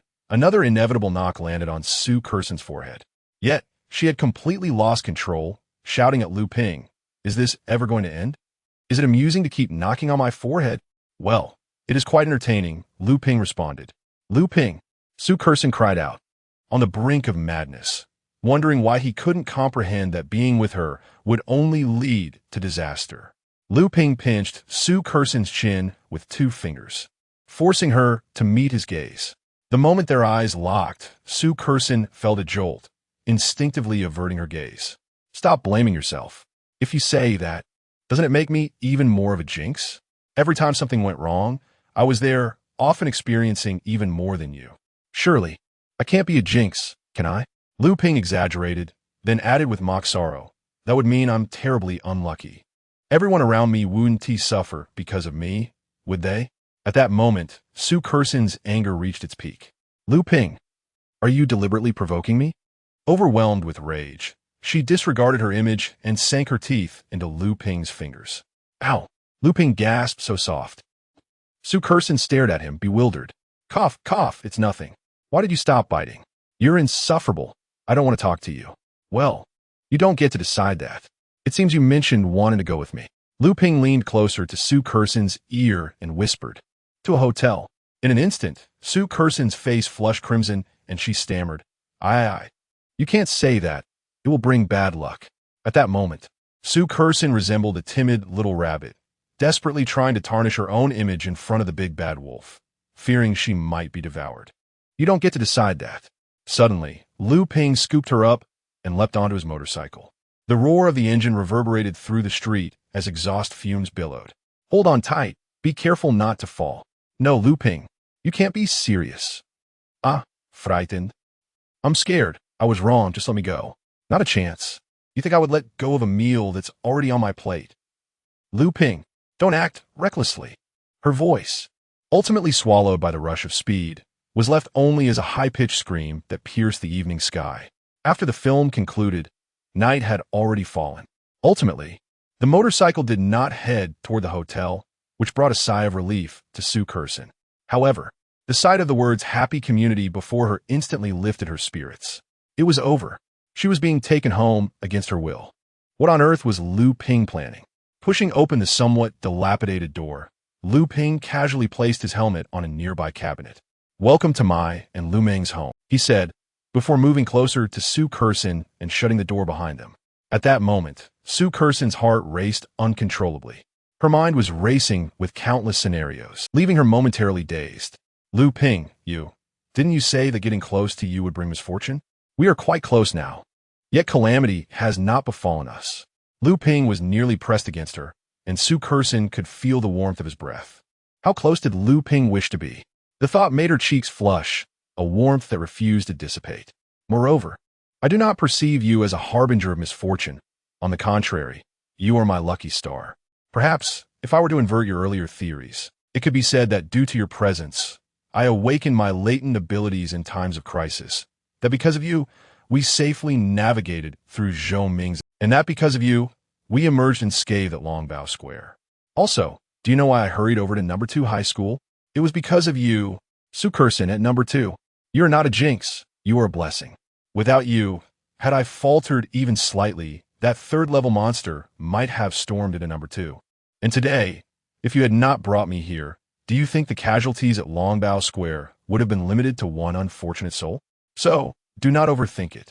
Listening to Lu Ping's words, Sue Curson was rendered speechless, a wave of emotion swelling in her chest, and tears brimmed in her eyes. "You're my lucky star." Upon hearing Lu Ping's final assertion, the self-doubt that had plagued her in recent days was shattered, as if torn to shreds. "Lu Ping." Sue Curson threw herself into his embrace, burying her head in his chest, and sobbed heartily. "Cry as much as you need. No one will hear you in my home." Lu Ping gently soothed, stroking her head and letting out a soft sigh. Hearing his words, Sue Curson cried even more fervently, filling the room with her sobs. 3 minutes later, the noise from upstairs became unbearable, prompting a phone call to Lu Ping. He silently took the phone, and upon glancing at the caller ID, a look of surprise crossed his face. Meanwhile, Sue Curson had recovered somewhat, seated on the other side of the sofa, using an endless supply of tissues to dab her tears. "Hello, Situ, didn't you go on a trip?" "Lu Ping, you beast. I just returned after a week away, and you've already gone wild? Finding a partner without consulting one's friends? Do you not realize that one must report such matters to one's father?" "Lu Ping." The silence of Lu Ping was deafening. He cast a glance out the window. The night was tranquil. "Who is it?" Sue Curson inquired curiously. Lu Ping raised an eyebrow, explaining, "A friend of mine, residing just above me, Situ Xian. His surname is Situ. He possesses, how shall I put it, an abundance of admirable and most importantly, he is exceptionally handsome, rivaling even Lu Ping himself." The voice of Situ Xian resonated from the other end of the line. Sue Curson nodded in understanding. "I see. Sister-in-law, how did you come to know this lad Lu Ping? Do you have a close friend who could introduce me to him?" "You should know her, right?"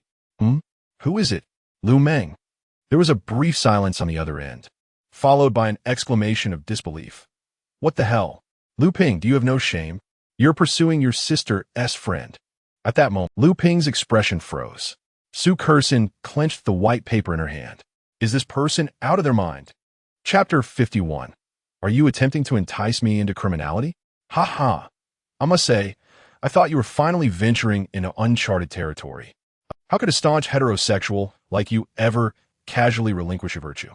After a brief explanation, upon hearing Situ Xian's words, Lu Ping couldn't help but twitch at the corners of his mouth. Unlike himself, who came from a modest background, it was rumored that Situ Xian's family possessed a bit of wealth. He spent his days indulging in revelry, courting various women, and enjoying life to the fullest. Both he and Lu Ping had dropped out of middle school, but for different reasons. Lu Ping was compelled to leave school due to his family's dwindling finances, while Situ Xian was expelled after being caught in an inappropriate liaison with a teacher. In short, it was quite the spectacle. Just listen. Silence enveloped the room. I was taken aback, knowing my good friend would remain among the ranks of the untouched. Situ Xian, I have to go now. Wait. Beep, beep, beep. Lu Ping decisively ended the call. Lu Ping, have you never had a girlfriend before? Su Kerson inquired, puzzled. Lu Ping scratched his head no. After finishing middle school, Xiao Ming had just begun her journey. For 5 years, I was solely focused on finding work, particularly before turning 18, when I could only secure odd jobs, often alongside much older men. I engaged in manual labor. After I turned 18, things improved. I learned a bit about computers and found freelance work online, which was certainly better than the typical labor. As he spoke, Lu Ping leaned back on the sofa, his eyes reflecting a hardship uncommon for his age. Now, I have joined the Tianming. Money is no longer an issue for me. Earning 100,000 a month is truly considered a high salary. In the past, it would have taken me 3 to 4 years to accumulate that amount. But now I can earn it in a single month. Yet, Xiao Ming is currently unconscious, and it's just me at home, with money in hand. It feels as though I have lost something more. As Lu Ping spoke of Lu Ming and his current state, a bitter smile crept across his lips. These words had long been bottled up within him, never shared with anyone. For a man must bear his burdens, no matter how great the challenge. It must be concealed within, pressed deep into the heart.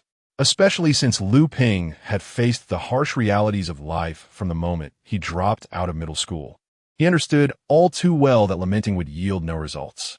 Everyone carries their own share of suffering. Some bear heavier burdens, others lighter, but none are without their trials. For we all endure hardships, clad in our own struggles. Lu Ping contemplated solemnly. Lu Ping, how about I move in with you? Su Kerson took a deep breath and exclaimed. Lu Ping was taken aback. Huh? It's all right. My parents are rarely home. It's just me at home most of the time. They are solely preoccupied with making money, neglecting me in the process. If you're unwilling, just disregard my words. Lu Ping abruptly stood up, causing Su Kerson's heart to skip a beat. Are you sleeping with me, or in Lu Ming's room? Su Kerson's eyes widened in surprise. All right then, let us sleep together. Lu Ming isn't fond of others entering her room, not even me. Let me rummage through things and find another blanket. Don't worry, my bed is spacious enough for 2, Lu Ping assured. Not to mention, I found it. You should go shower first while I tidy up my room. But I need a change of clothes. Lu Ming has some spare new underwear. Just wear that. You'll need to don your school uniform tomorrow, right? For now, wear this new nightgown I bought for Lu Ming, though she won't be needing it at the moment. Before long, Su Kerson found herself holding underwear, a bath towel, and a nightgown, utterly bewildered as Lu Ping pushed her into the bathroom.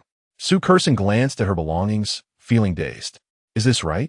Meanwhile, Lu Ping entered his own bedroom, surveying the chaotic mess scattered across the floor. He inhaled sharply and then opened a certain app. You were observing top-notch housekeeping skills. Would you like to learn? Yes. Progress 10. Focus begin. Progress 100. Focus enhancement. Speed boosted. You have learned top-notch housekeeping skills. Instantly, a wave of clarity washed over Lu Ping's mind as he gazed at the previously overwhelming disorder in his bedroom.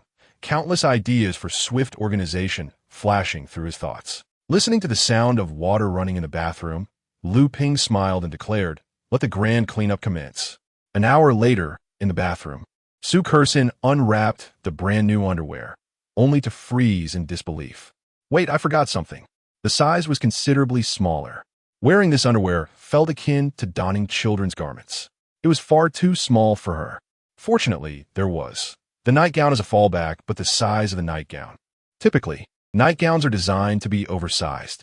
However, Lu Ming's size was already considerably smaller than Su Kerson's, making it feel like a second skin for her.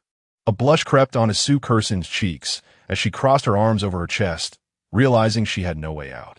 She couldn't possibly put on her previous underwear again, could she? She had already washed it. Thus, Su Kerson had only one option left, to exit the bathroom. With a cautious turn of the doorknob, she opened the bathroom door and stealthily made her way toward Lu Ping's bedroom. As she noticed the outlines of her figure visible through the fabric, her face flushed crimson. She gently pushed open the door to Lu Ping's room. A soft sigh echoed through the room, startling Su Kerson. In that moment, she realized that Lu Ping lay sprawled on the bed, reminiscent of an octopus, with his limbs in disarray. Just as Lu Ping had mentioned, the bed was indeed spacious enough for 2. His exaggerated sleeping posture left ample space unoccupied. Su Kerson, however, clenched her small hand slightly, letting out a resigned sigh. She quietly closed the door and extinguished the light. Approaching Lu Ping's bedside, she gazed at his handsome face, illuminated by the moonlight, and her heart raced uncontrollably.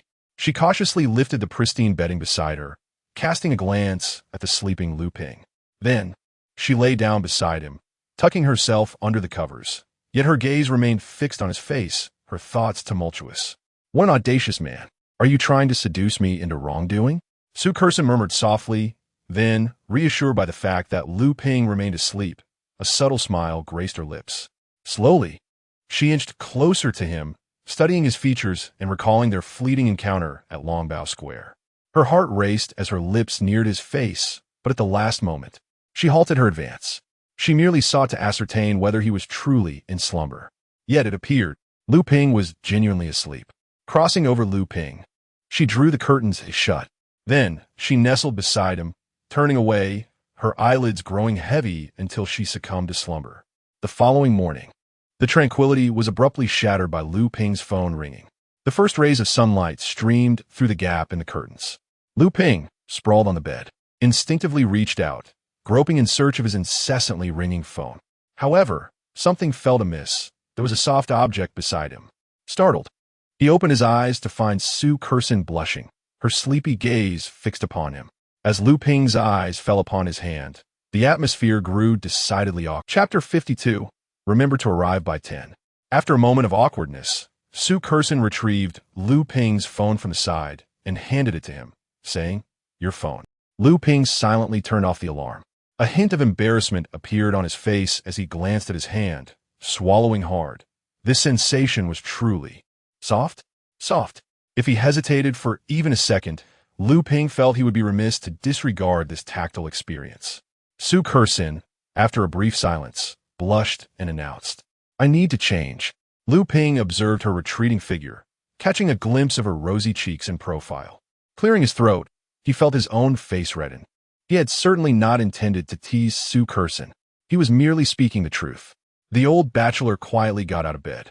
Last night, Lu Ping had unintentionally dozed off while lying in bed, fully clothed. Thus, he rose and made his way to the kitchen. In the bedroom, inhaling the scent filled with Lu Ping's robust hormonal essence, Su Kerson quietly donned her school uniform.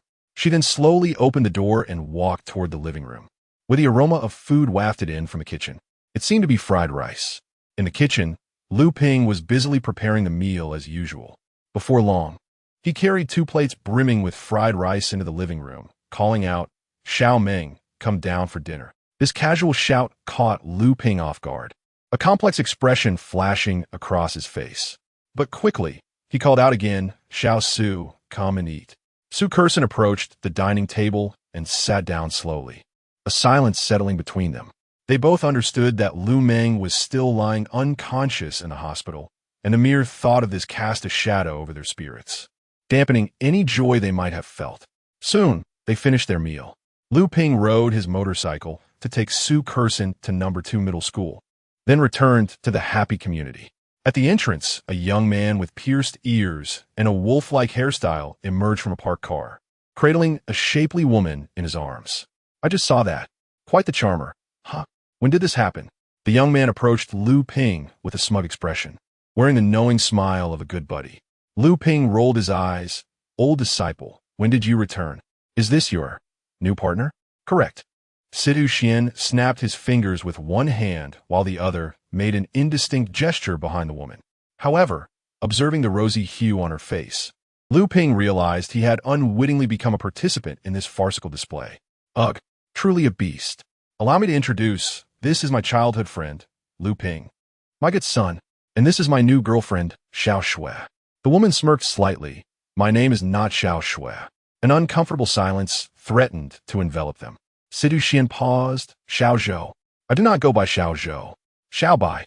That's definitely correct. With your fair complexion, you must be surnamed Bai. How many women have you been involved with?" The woman seethed, gritting her teeth. Situ Xian slapped her, exclaiming, "You wretched woman. You're only after money, not genuinely interested in a relationship with me. Press me further, and I might just send you flying." The slap jolted the little fairy awake, and feeling the fiery pain on her cheek, she sweetly cooed, "Xiangu, I merely desire to touch a flirtation." Lu Ping interjected, "Let us be clear. First, I am merely an innocent bystander. Second, I'm not a part of your little play. Situ Xian forcefully pushed the woman aside and climbed into the car, asserting, I'm speaking with my good brother. You have no right to meddle. The woman wore a hint of grievance, only to be met with another slap from Situ Xian. Did you just give me a look? Get in the car. I'll say it again. She immediately complied, swaying her lithe waist as she entered the vehicle. It must be noted that Situ Xian was a man who never indulged women. Old Liu, let us head out for a drink, Situ Xian said, draping an arm around Lu Ping's neck as they made their way toward a nearby restaurant. Lu Ping glanced back at the woman in the car. What about her? Situ Xian chuckled. What? Are you smitten? Should I let you have her? No. It was just a casual inquiry. You don't actually think I'd hand her over, do you? He laughed heartily, resembling a playful husky. Let me tell you, I recently visited the Hurricane's main city. It was magnificent. You should have seen that iconic colossal structure. It truly resembled a hurricane, absolutely grand. Situ Xian exclaimed dramatically. Is that so? Lu Ping replied awkwardly. Situ Xian continued, by the way, have you gotten a new motorcycle? His gaze shifted to the bike behind Lu Ping. Suddenly, he exclaimed in astonishment, wow, you've really splurged, spending 30 or 40,000. While this sum might be trivial for Situ Xian, it was a significant expenditure for Lu Ping, hence Situ Xian's shock. You should have told me you want a new bike. I would have bought it from you. With our friendship, why not? Situ Xian said as they soon arrived at a relatively upscale restaurant in the vicinity. Order whatever you desire. Consider it a celebration for your newfound singlehood. You said it. I want tea hold back then, Lu Ping replied, a smile gracing his lips. Situ Xian patted his shoulder. What else with the formalities? Just have my future sister-in-law introduce me to a few 18-year-old girls. Lu Ping responded, we'll discuss that later. Don't worry. I'm not out to harm those innocent girls. I merely wish to provide a home for every girl who adores me. Sometimes, the truth can be quite absurd. You wish to provide a home? What you desire is merely physical. How disgraceful. Yet, despite the banter, Situ Xian was fundamentally a good person. Though he indulged in his whims, he adhered to his own principles. If she is unwilling, he would never impose. It was during the fervent conversation between Lu Ping and Situ Xian that Lu Ping's phone rang. Jingyong? Why would he call at this hour? Was it not agreed that he would take a 7-day leave? Lu Ping quickly recalled an important matter. It seemed that Xian Yuanchang's funeral was indeed today. Instantly, a wave of heaviness washed over Lu Ping's heart. Subconsciously, he answered the call, taking a deep breath. Hello? This is Lu Ping. Xian Yuanchang's funeral is today. The location is at the Tianming Martyrs Cemetery. Please wear something solemn and remember to come to bid him farewell. Understood. Remember to arrive by 10. All right. By the way, just a reminder, you still have 4 days of leave remaining. Regarding your request, I've approved it. Soon, you will be dispatched to the harbor to serve as an officer there. Do not be late. Understood. Chapter 53. What I just said was all a lie. It was all deceit. I must take my leave now. Lu Ping inhaled deeply, slowly rising from the dining table. Situ Xian, eyes wide in disbelief, exclaimed, You rascal. Are you flaking out on your father? Is this really necessary? I was the one who invited you to dinner. What urgent matter could possibly be so pressing? You could handle it later. After all, it will be 11 or 12 by the time the dishes are served. At that moment, Lu Ping had already stepped halfway out the door, letting out a slow sigh. I have to attend a funeral. Huh? A funeral? Don't joke around. It's just your little sister, right? By the way, where's Xiaoming?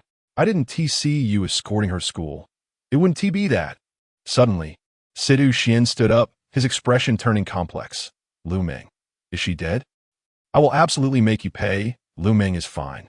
She's a friend of mine who has passed away, and I must see her off. The funeral is at noon. A friend? Who? You wouldn't know her. All right. Such a buzzkill. Let us arrange to meet another time. Sure. At number 2 middle school, Lu Ping accompanied Su Kersin to the entrance, naturally attracting the attention of many. In response to inquiries, Su Kersin graciously acknowledged her relationship with Lu Ping. Instantly, the hearts of those who secretly admired Su Kersin shattered into pieces. Meanwhile, a video had gone viral throughout the entire school. It featured Yuan Duo and Song Yang hurling insults at each other in Longbao Square. It wasn't just popular in number 2 middle school.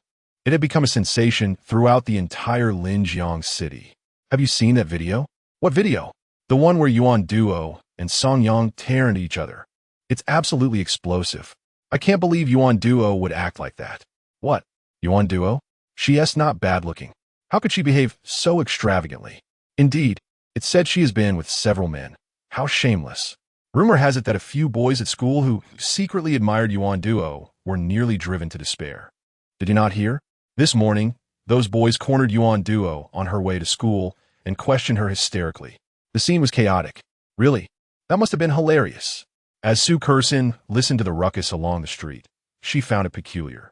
She was somewhat familiar with Yuan Duo, one of the daughters of the Yuan family, which held significant influence in Linjiang City. She never expected someone from such a background to be so reckless with a reputation. Could it be she was in pursuit of love, only to be repeatedly deceived? Su Kersin couldn't help but ponder these questions. As for Yuan Duo's previous curse, calling her a jinx, Lu Ping had already alleviated her concerns last night. She no longer felt bothered by it. Besides, she and Yuan Duo were not particularly close. Even if they were in the same class, familiarity was limited to small groups, each with their own circles. She said to Yuan Duo, bluntly, that they were merely classmates, without that connection. The most that could be said was that the Su and Yuan families had some commercial dealings, and beyond that, there was nothing of significance. Get lost. Do I need your approval to seek out other men for companionship? Who do you think you are? Dare to block my way to school. And be wary of me reporting you for illegal obstruction. Yuan Duo's frantic voice rang out from behind Su Kersin. Su Kersin was momentarily taken aback. Turning to face the figures behind her, she saw several men surrounding Yuan Duo, each one vehemently questioning her. You have such wonderful qualities. Why would you degrade yourself like this? Don't you realize that I truly like you? Yet you reject me and instead indulge in nightlife? Are you out of your mind? Did I ask for your affection? I will go wherever I please. Yuan Duo shouted back, her face contorted in fury. In a fit of rage, she advanced, and soon her gaze fell upon a familiar figure, Su Kersin. Instantly, Yuan Duo's anger flared. She was incensed. The reason she found herself surrounded by a group of fools, facing such humiliation, was all because of Su Kersin's boyfriend. If it weren't for him, how could she have confronted Song Yang so openly? You all call me a promiscuous woman. What about Su Kersin? Isn't she the same? Ha! You probably don't know. Our Su campus belle indulges just as much, if not more than I do. Yuan Duo crossed her arms, her expression fierce, directly targeting the unsuspecting Su Kersin. Su Kersin was taken aback. How had she become involved in this? She was completely unaware of Lu Ping's confrontation with Yuan Duo. Faced with Yuan Duo's sudden accusations, Su Kersin stood frozen. The gazes of everyone around her pierced like sharp blades directed at her. The more precious, pure, and beautiful something is, the more some wish to tarnish, soil, and shatter it. If Su Kersin truly were as Yuan Duo claimed, it would indeed be scandalous news. The most pressing concern was that if it went viral online, Woon T, the meme prophet, the surrounding students swiftly pulled out their phones, aiming them at Su Kersin and Yuan Duo. Yuan Duo smirked, her lips curling in mockery. Go ahead and film. Witness how I unveil the true nature of our Su campus belle. Just yesterday, I saw a man on a motorcycle escorting our Su campus belle to Longbao Square. Guess what I overheard? Our Su belle told that man she was merely playing around. And you believed her? Haha. Then she casually strolled into Longbao Square. Do you understand? Some people only appear glamorous on the surface. Who knows what kind of wreck they truly are? Suddenly, an unexpected scene unfolded. At the moment all the phones were trained on her, Su Kersin seemed to transform. Her expression turned icy, and her demeanor became poised. Even the slap she had just delivered seemed composed and graceful. With a chilling gaze, Su Kersin slowly fixed her icy eyes upon Yuan Duo. Does your Yuan family intend to wage war against the Su family? This singular proclamation instantaneously shattered all animosity Yuan Duo harbored towards Su Kersin, leaving only a profound sense of dread in its wake. Despite the Yuan family's considerable standing in Linjiang City, they paled in comparison to the Su family. Most crucially, the Su family was a significant partner to the Yuan family, which elucidated why she had previously endeavored to ingratiate herself with Su Kersin. After receiving such a stark blow, Yuan Duo was completely awakened, filled with regret. How could she have forgotten that Su Kersin was the esteemed daughter of the Su family? This lapse was undoubtedly attributed to Su Kursen's approachable demeanor, which belied any semblance of aristocratic airs. Yet, this lapse served as an unequivocal reminder. The daughter of the Su family is indeed the daughter of the Su family. Su Kursen was not someone she could provoke. Panic surged through her as she trembled. While the previous video may have tarnished her personal reputation, the release of this new video would obliterate her family's honor. No, you cannot release that video. Everything I said just now was false. It was all a deception. Yuan Duo frantically lunged towards those filming her. Having once reveled in their attention, only to find herself now pleading for the footage to be deleted. Chapter 54. The Abyss. It must end with a sword. A captivating spectacle unfolds as Miss Yuan brazenly admits to having slandered the daughter of the Su family. Huh, you still wish for me to delete it? Dream on. Who do you think you are? Indeed, should this video be released, the Yuan family and the Su family would sever ties, instantly rendering you impoverished. Do you truly believe we are afraid of you? The students surrounding them, capturing the moment, turned their noses up in disdain, their sarcasm palpable. You cannot do this. Yuan Duo fell to her knees, tears streaming down her once menacing face. Yet, who would pity the crocodile's tears? All that awaited Yuan Duo was derision and scorn. Meanwhile, Su Kursen silently walked toward the academic building. Curiosity enveloped those nearby as they glanced at Su Kursen, murmuring among themselves. The audacity she had displayed moments prior starkly contrasted with her usual demeanor, resulting in an unspoken hesitation to approach her. Eventually, one brave girl mustered the courage to approach Su Kursen. Su Kursen, with Yuan Duo slandering you. Don't you feel the need to explain? The onlookers exhibited intrigue. As Su Kursen stepped away from the camera, her demeanor softened, revealing a more approachable side. A flicker of complexity crossed her face as she gently replied. It's really nothing. Yesterday, my boyfriend and I had a minor disagreement. And then you broke up? No, I went home with him. Everyone. Good news. Yuan Duo is the one who slandered. Bad news. Su Kursen has indeed been taken away by the big bad wolf. My heart aches deeply. No, a number of students surrounding them, including several boys, dramatically exclaimed, Haiyan, how can I live without you? Classmates, watch it 1,000 times. The campus beauty ISNT hours. But if we study 1,000 times, knowledge will be mine. I recommend using Tomato Novel to read. Everyone says it's great, especially Sequence 09. I rely on watching to counterattack. It's truly captivating. Get lost. Your advertisements are practically slapping me in the face. Indeed, he.s. advertising. Brothers, let us take him down. At 10 o'clock sharp, Lu Ping donned a solemn black suit, holding a simple bouquet of white chrysanthemums as he entered the martyr cemetery. An overwhelming, nearly suffocating sense of oppression seized him instantly. Comrades, Jingyang's voice pierced the silence. His gaze piercing as it swept over the crowd gathered to bid farewell. Given that the Tianming's defense line must remain steadfast, no one could afford to let the abyss exploit the occasion of a funeral, thus the turnout was sparse. Though few in number, each face bore the marks of grief, tears shimmering in their eyes. Most were defenders who had previously stood side by side during the battle to protect Linjiang. In this battle, we have lost too many comrades.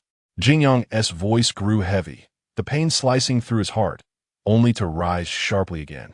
Yet their sacrifices are by no means trivial. They forged the blood-soaked ramparts of Linjiang with their fiery lives and fervent blood, safeguarding countless lives. The air has solidified, leaving only the silent surge of sorrow. Now, Jingyang's voice, imbued with undeniable solemnity, resonates clearly and slowly as he proclaims the list of valiant warriors who made the ultimate sacrifice. Each word weighs heavily, bearing the gravity of 1,000 burdens. They, each one, a towering hero, deserving of our utmost reverence. They once were flesh and blood brothers. They were once the vibrant smiles that blossomed around us. As the words fall, a profound silence envelopes the surroundings, as if even the wind holds its breath. All present, Jingyang suddenly stands tall, saluting, with a swift motion. Arms rise in unison, a forest of determination. In this moment, the silent solemnity and deep sorrow coalesce into a steely resolve, piercing the sky above the cemetery. We honor the memory of General Xian Yuanchong. Jingyang's voice reverberates through the hallowed grounds, imbued with a soul-piercing lament, reminding us that even amidst alienation, the duty to guard the city remains unforgotten, selflessly sacrificing to protect Linjiang City. We honor Lu Xiaolu, Wu Mizai. One by one, names ring out like the heavy beats of a drum, echoing in each heart. We honor Su Hong, who has bravely moved to the front lines and has made the ultimate sacrifice. When the name Su Hong crashes into his eardrums, Lu Ping feels as though struck by lightning, his body stiffening abruptly. That youthful face, adorned with a bright smile, unexpectedly tears through the sorrowful tableau before him, vividly materializing in Lu Ping's mind. Following closely is that familiar voice, laced with playful mirth, breaking through the haze of memory, ringing in his ears. Little brother, I'll treat today. Tomorrow at LL be your turn. Just make sure you're free for it. Huh, what could possibly come up? Count on me to join this meal. Lu Ping's fists clenched tightly, knuckles turning pale from the pressure. Count on it. That promised meal has ultimately become an unfulfillable vow. The man who assured him there would be no issues didn't even make it home that night. Though their acquaintance was brief, the man who had offered him lemonade, with his warm-hearted familiarity, had already secured a place in his heart as a friend. A truly good person has perished just like that, dying in that battle. Yet here he stands, confronting this chilling obituary only now. The cost of this battle is far heavier than Lu Ping could have ever imagined. A burden 1,000-fold more grave. Cold hatred, like a venomous vine, instantly constricts his heart. And the architect of it all, the abyss. Jingyang's voice suddenly soars to a crescendo, akin to the thunderous roar of an explosion, igniting all repressed fury. They're the malignant tumors that fester upon this land, the source of all calamities, our indomitable enemies.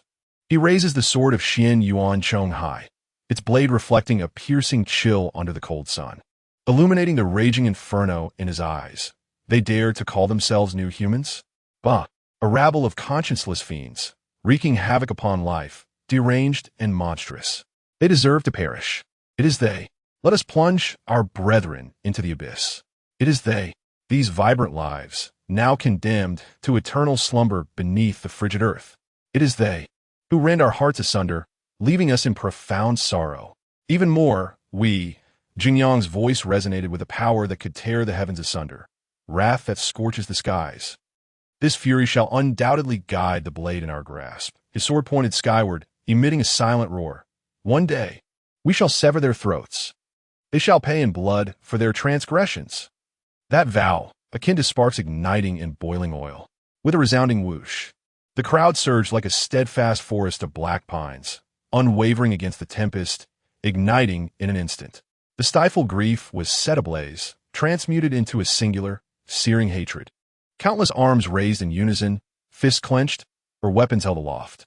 Cold light glimmered, exuding an aura of death. The entire cemetery transformed in a heartbeat into a crucible of vengeful resolve. It must be with the sword that we conclude. The abyss. Our mortal foes. Lu Ping stood amidst this roiling sea of fury, unable to contain the magma surging within his chest. He abruptly lifted his arm, summoning every ounce of strength to roar, his voice equally filled with grief and indignation. The abyss. Our mortal foes. His gaze fixed upon Jingyang's raised blade, as if to etch that sharpness deep into his very soul, unleashing a heart-wrenching cry. The abyss. It must be with the sword that we conclude. Chapter 55, Worthless. Explain yourself. Otherwise, I shall make your head bloom right now. The fervent oath gradually faded into the air above the cemetery, yet the heavy sorrow lingered. The crowd slowly moved, ultimately converging before the gravestone of Xian Yuanchong. Lu Ping gazed at the frozen smile upon the gravestone, feeling a wave of disorientation. The image of toasting under the moonlight, filled with laughter and joy, was still vivid in his mind, yet now they were eternally separated by the realms of life and death. He bent down, gently placing a pure, white chrysanthemum upon the cold base of the gravestone, his movements slow to the point of near stasis. He stood there as if bound by invisible threads, his gaze fixated on the photograph, silently locking eyes with the departed, until Jing Yang's heavy footsteps halted beside him. Jing Yang offered no superfluous words, merely unfastening a weathered leather flask from his waist. He uncorked it, and the pungent aroma of potent liquor instantly permeated the air, alleviating some of the cemetery's somber earthy scent. Jing Yang tilted his wrist, the clear liquid arcing gracefully as it splashed onto Xian Yuanchang's gravestone, soaking into the freshly turned earth. "Look at the company you keep." Jing Yang's voice was low and hoarse, tinged with a barely perceptible fatigue. "You wouldn't even know your favorite burning knife drink." He paused, as if conversing with himself. "It's fine, you little rascal. I'll fill it up for you." After pouring nearly half the flask, Jing Yang halted, extending the remaining contents, with a shallow layer still swaying at the bottom, towards Lu Ping. "The rest is yours." Lu Ping accepted the flask, warmed by Jing Yang's palm, in silence. He did not immediately pour it out. Instead, he raised his gaze, taking another deep look at Xian Yuanchang's gravestone. Then, to Jing Yang's astonishment, he abruptly tilted his head back, gulp, gulp. The fiery liquid surged down his throat like molten lava. Lu Ping was caught off guard, letting out a muffled cough as a searing pain coursed from his throat to his stomach, tears instantly welling in his eyes, his body trembling slightly. "Cough, you brat." Jing Yang's eyes widened in disbelief, as if witnessing an extraordinary event.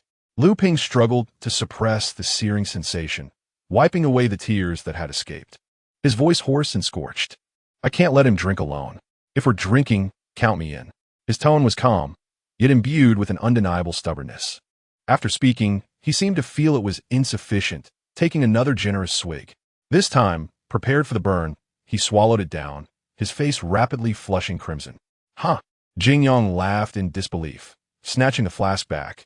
"I see you're just greedy for a drink. Leave some for me." He weighed the flask, finding it contained a pitifully small amount, swaying pathetically against the walls. "This is all that's left." Lu Ping gasped, his throat still burning painfully. "Enough." Jing Yang scoffed, tilting his head back to down the last remnants. "Just a small sip." The next moment, hiss, burp. Jing Yang suddenly inhaled sharply, followed by a resounding belch. His complexion transformed with alarming speed, turning a vivid crimson, akin to a boiled shrimp, with even the nape of his neck flushed. Instinctively, he covered his forehead with a large hand, his body swaying slightly, his tone shifting to one tinged with panic. "Oh no, this alcohol is far too potent. I can hardly endure it." Lu Ping regarded his state, bemused. "It appears you've only consumed a bottle cap's worth. Haven to you?" The solemnity of the funeral persisted until 2 o'clock in the afternoon, when all proceedings finally concluded without significant incident. Lu Ping bore witness to how Jing Yang's notorious capacity for drink lived up to its reputation. After 2 o'clock, once the effects of the alcohol had wholly dissipated, Jing Yang beckoned Lu Ping to a small tea room within the cemetery. In the confined space, the only sound was the bubbling of the kettle. Jing Yang poured himself a cup of scalding water, blew away the steam, and then broached the subject. "Do you recall our earlier conversation? In 4 days, your status will no longer be that of a mere street cleaner within the city. You are to be reassigned to the southern city gate harbor as the chief guard. The standard complement for harbor guards is 12 personnel, 10 first-tier awakened and 2 second-tier officials." Jing Yang took a sip of water, his tone growing somber. The harbor suffered catastrophic losses. Nearly all personnel perished. The only survivors were Yang Che and the second-tier official, Fong Jun, who fortuitously had taken leave at the time. Lu Ping understood immediately. "So I am to assume the position of second-tier official, in place of Yang Che?" "Indeed," Jing Yang confirmed, setting down his cup. "By conventional standards, your first-tier status would render you unfit for this role. However, your remarkable replication of abilities and the significant blow you dealt to the aberration, Xian Yuanchang, speak volumes of your strength. This is an exceptional promotion. More crucially," he lowered his voice, "this position will facilitate your covert investigation." "First tier?" Lu Ping keenly seized upon that term, raising an eyebrow. "The threshold for the official position is typically at least a second-tier awakened." Jing Yang nodded in affirmation. Lu Ping mused internally. "So, you have not truly made an exception. The second tier recently became accessible to me." However, he would not disclose his recent breakthrough to second-tier status. He was acutely aware of the peculiarity of his rapid advancement. Even with the replication sequence as a pretext, it was too extraordinary. More critically, through his interactions with Jing Yang, Lu Ping had recently endeavored to gather extensive information regarding the public knowledge of replication sequence awakened. The more he learned, the more tumultuous his inner thoughts became. Was there a time limitation on the replication ability? Was there a cap on its usage? Was the level of replicated abilities fixed, requiring him to train from scratch?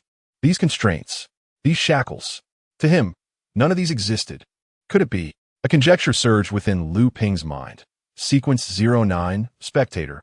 Could it possibly transcend all known replication sequences? The most formidable replication sequence ability? This hypothesis was indelibly etched in his heart. He maintained an impassive facade, while a cacophony of alarms resounded within him. Those who flaunt their brilliance are prone to downfall, while those who conceal their talent survive unscathed. This secret must be buried deep. Jing Yang remained oblivious to Liu Ping's thoughts and patted his shoulder, his tone shifting to one of admonition. The funeral has concluded.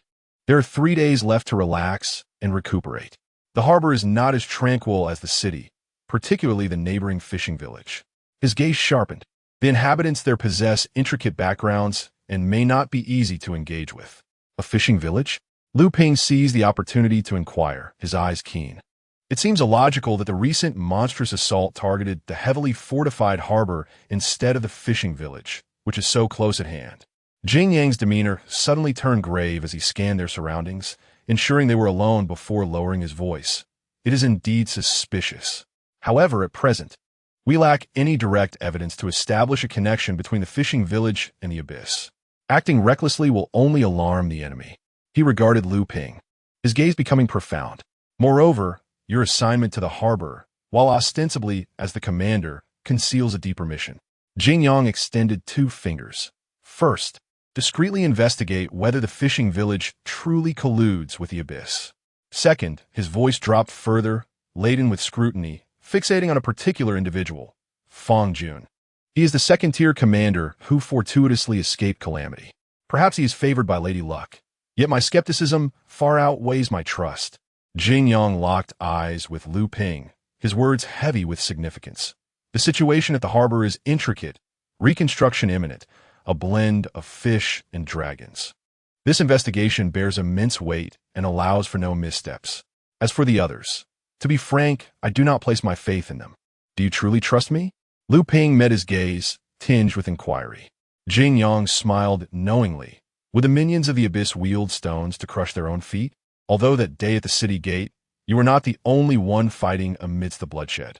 He shifted his tone, yet the others lack strength. Liu Ping, among that group, you stand tall. The sky may not collapse today, but cracks have already begun to appear. You tell me. His voice struck like a hammer. Are you willing to kneel and let others bear the weight of this crumbling sky? Tall, sky. Liu Ping's heart quaked. Once upon a time, he had gazed up to others. Now, he found himself thrust into the position of the tall one. A bittersweet smile flickered at the corners of his mouth, only to vanish.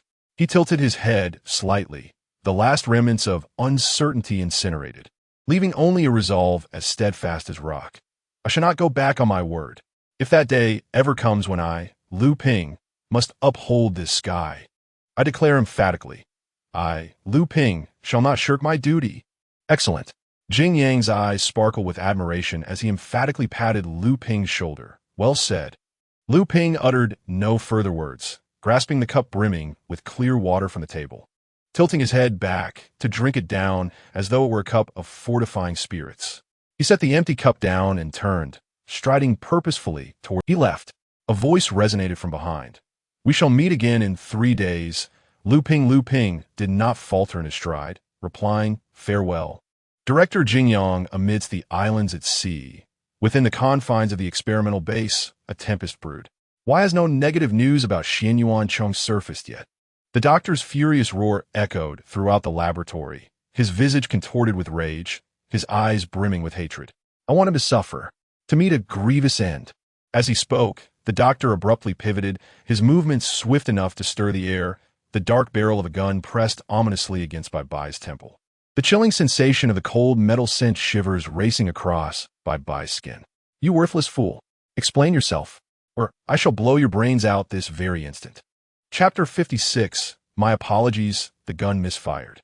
Bai's expression remained unexpectedly serene, even tinged with a hint of barely perceptible fatigue.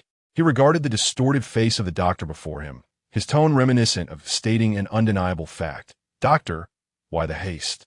He tilted his head slightly, as if to evade the icy muzzle of the gun. The distance to the hurricane's epicenter exceeded 700 kilometers in a straight line. Even a formidable ninth-tier powerhouse would require nearly an hour at full speed. He paused momentarily, continuing in a voice that was almost soothing yet carried an undercurrent of subtle detachment. As for conventional means of transport, automobiles, trains, that would take several days. I completely understand your urgency, but even in haste, one must not lose composure. Wouldn't you agree? An airplane, the doctor nearly shouted, spittle flying onto Bai's face. Why not use an airplane? They are faster. A flicker of irritation flashed in Bai's eyes, yet his demeanor remained unruffled. He gazed steadfastly into the doctor's bloodshot, frenzied eyes. Doctor, an airplane? Certainly, that's feasible. In fact, the corners of his mouth curled into a faint, icy smile. If you are willing to watch our aircraft meet its demise mid-flight at the hands of the Tianming's air defense systems, exposing the carefully infiltrated identity within the black Xiandalian, rendering our efforts utterly futile like a farce, then by all means, give the order to use an airplane. I will not stand in your way, shall I? Urgency? Of course, there was urgency. But what could you do about it? Bai chuckled coldly within. The gun's muzzle? Merely a symbol of impotent rage. In this entire base, who remained to carry out your dirty work, but me, the sole second-tier awakener at your disposal? Kill me? Huh, go ahead. Do it. You, bang. A gunshot rang out abruptly. The doctor's eyes widened in shock, and Bai's own eyes mirrored that astonishment. Unseeing in death, as his body crumpled, a singular thought spiraled through his mind amidst the encroaching darkness. How could he dare? The doctor, with a tinge of regret, remarked, my apologies, the gun misfired. I know you would say it's all right. Bai. Words eluded him. He fell silent. No longer pretending. To atone for my mistake, I shall transform you into my most exquisite masterpiece. The most delicate, the most obedient, the most powerful puppet. A frenzied glimmer of scientific madness danced in his eyes, as if gazing upon the embryonic form of a rare treasure, allowing you to attain rebirth in a state of distortion. Could this be considered another form of resurrection? He. The suppressed malice and triumphant laughter echoed throughout the empty laboratory. Rest assured, how could I possibly shortchange you? I will certainly. Raindrops began to fall gently upon the streets, a soft patter. Black lightning streaked like a perfectly arched line across the thoroughfare. At the entrance of the second high school, Lu Ping, draped in a voluminous black raincoat, awaited Su Curson in quiet anticipation. Soon, a solitary figure emerged from the school gates, clutching a petite orange umbrella, her expression unperturbed. Yet, the surrounding students instinctively veered away from Su Curson. This scenario could be interpreted in two ways. First, Su Curson was isolated. Second, they dared not walk alongside her. In Lu Ping's eyes, the latter seemed more plausible. After all, Su Curson was gentle and delicate. If she truly faced isolation, she would likely be helpless in such a situation. As for the notion that others feared her, how could that be? Su Curson exuded such kindness. A flicker of pity crossed Lu Ping's mind. It was evident that Yuan Duo had spread some rumors at school.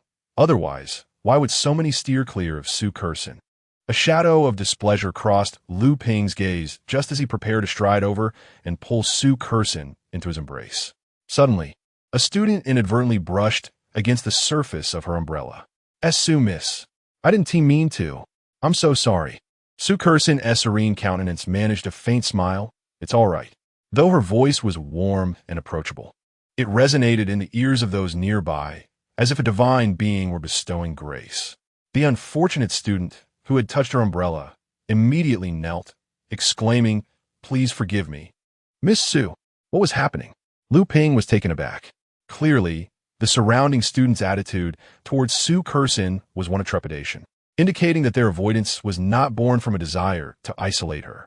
If it was the first scenario, then it must be that they feared to accompany Su Curson. But why? She was so kind, gentle, and beautiful. Logically, her admirers should be queuing from the school gates to the city walls. Why then were they all avoiding her? Lu Ping raised an eyebrow, at a loss for words. His gaze fell upon Su Curson, whose expression was tinged with disappointment. When he had dropped her off that morning, the atmosphere had been different. He had sensed envious glances directed her way. But now, what had transpired today to instill such fear in those around her? Approaching Su Kursen, he noticed her lips move as she caught sight of him, though she seemed at a loss for words. "Let us go home. We can talk later." The familiar voice enveloped Su Kursen in an immense sense of security. She softly replied, Then, amidst the gaze of numerous students, Lu Ping wrapped her within his expansive raincoat and lifted her onto the motorcycle. With a roar, the engine erupted, a cloud of exhaust trailing behind.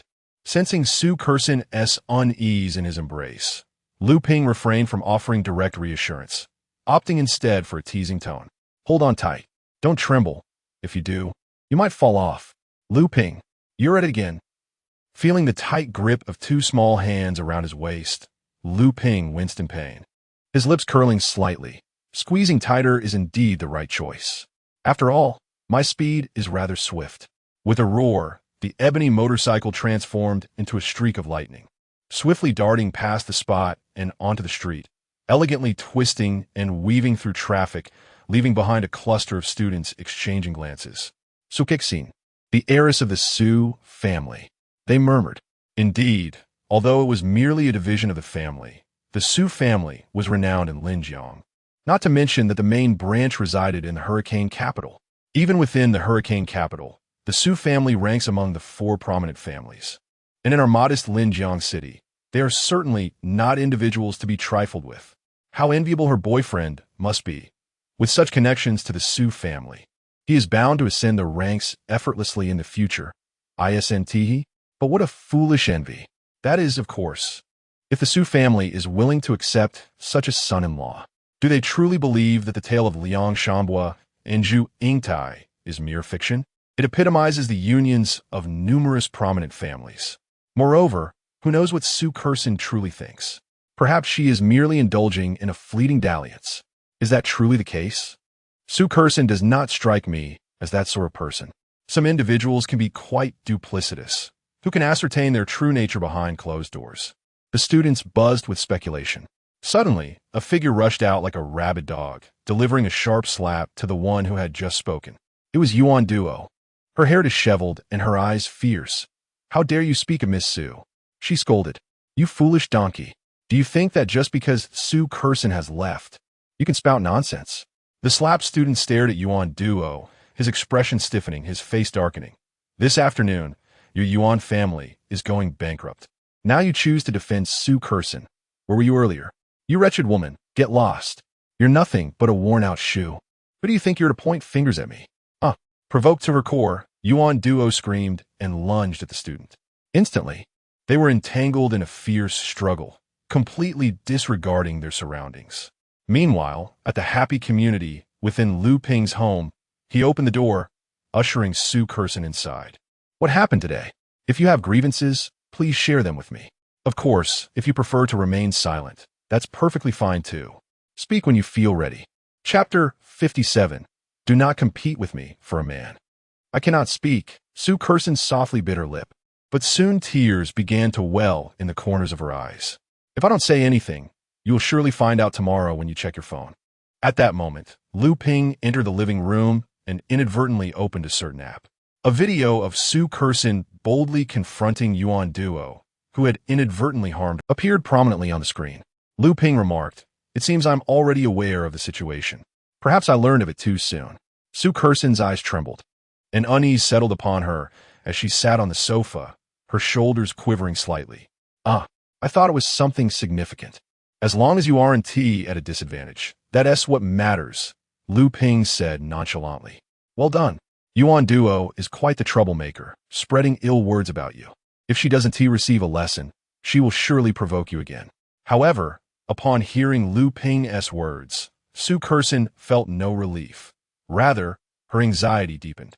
Her hands clenched tightly, tears rolling down her cheeks.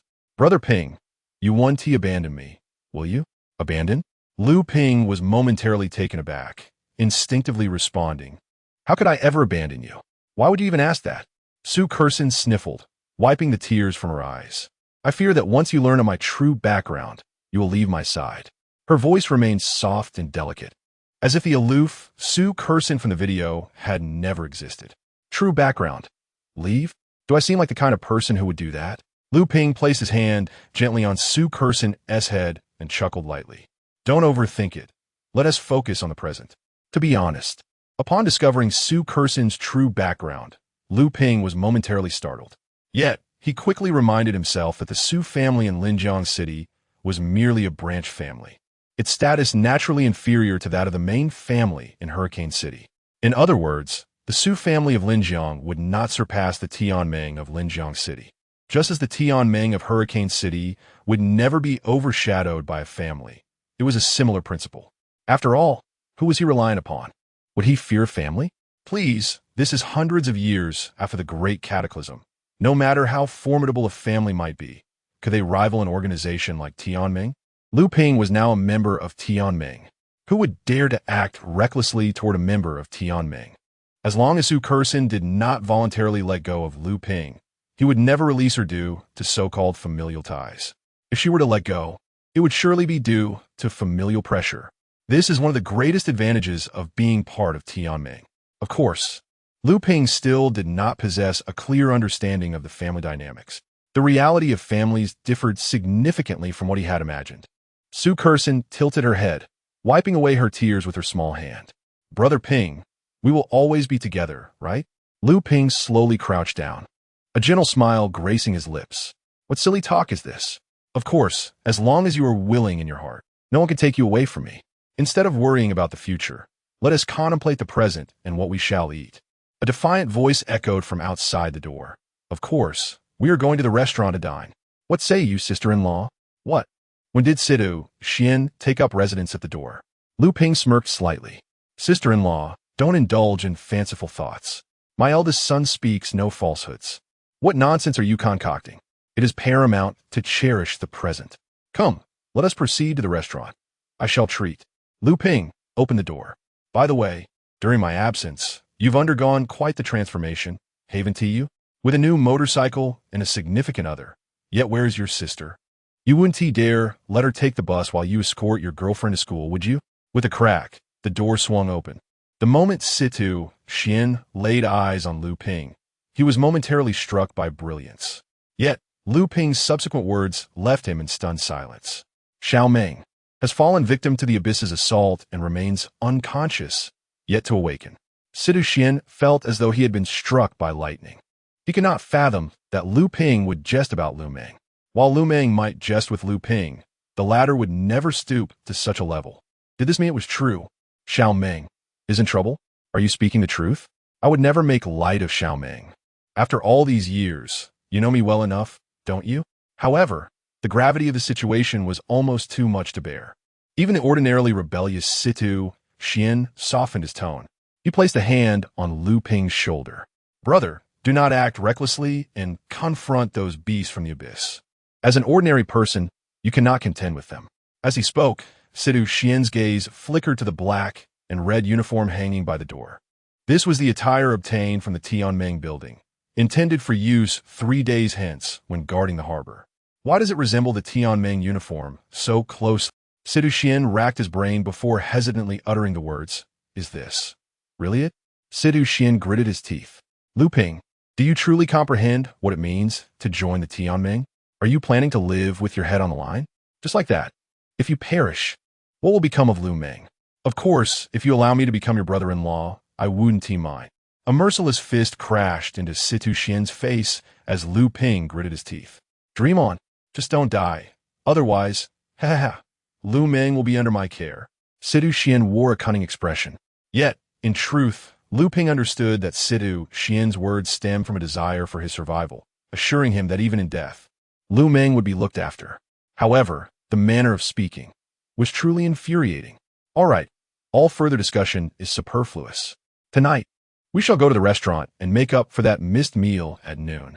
Consider it a welcome feast for my return from afar. As for that girl, Lu Meng, sigh, she usually has a voracious appetite, but now she cannot indulge. Once she awakens, I shall treat her to a feast. It is no great matter. Today is primarily for the two of us to gather. Oh, and my sister-in-law. Since you have brought your sister-in-law, it would not be excessive for me to invite your brother's wife as well, would it? Invite? Su Kerson raised an eyebrow, revealing her confusion. Is a sister-in-law invited like that? Let me ponder. Should I refer to her as Xiao Xue, Xiao Bai, or Xiao Gao? Sidu Xian's face contorted in distress. Su Kerson's expression immediately turned to stone. This individual, he is truly deranged. Moreover, he is quite the scoundrel. Brother Lu Ping, your childhood friend, is toxic. I hope his influence does not corrupt my dear brother Ping. Su Kerson tightened her grip on Lu Ping's arm, casting a wary glance at Sidu Xian.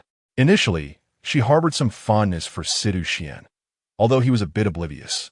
She never anticipated he would turn out to be such a despicable man. She could not allow her precious brother Ping to be tainted.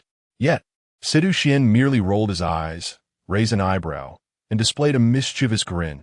Rest assured, sister-in-law, I do not covet your man.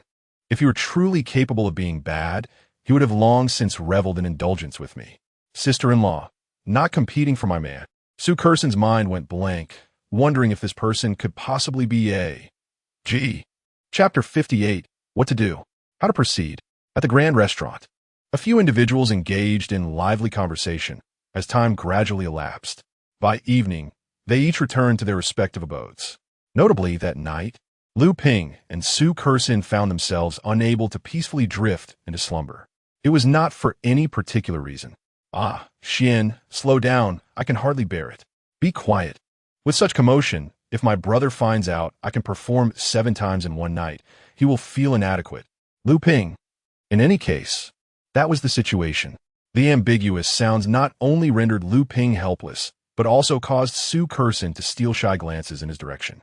Yet, Lu Ping lay on his side, resembling a zombie, with his eyes firmly shut. Eventually, a nearby voice broke the stillness. A man like Lu Ping, oblivious to romantic subtleties, hardly deserved a partner. After all, he knew nothing of chess.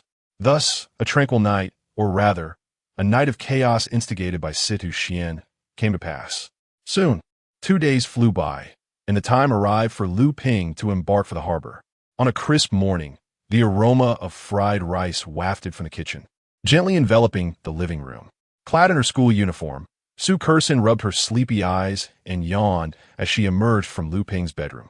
In the kitchen, Lu Ping, dressed impeccably in a black and red uniform, deftly served golden, glistening fried rice on plates. He swiftly brought out 2 servings and placed them on the dining table. Let us eat. I'll take you to school shortly.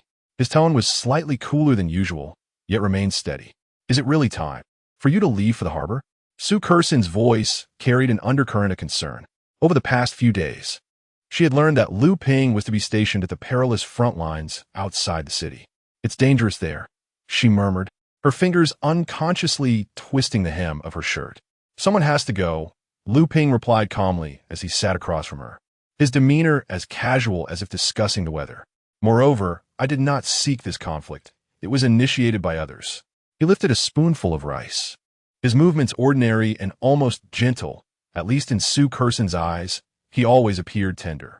Yet, the underlying coldness in his words sent a shiver through her heart. Even the aura of impending violence seemed cloaked in such gentleness. Brother Ping. Her cheeks warmed as she hurriedly cleared her plate.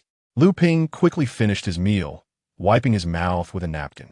Su Kerson dared a glance at him. Noticing how the black and red uniform seemed tailored just for him, standing tall like a pine, radiating an impressive vigor.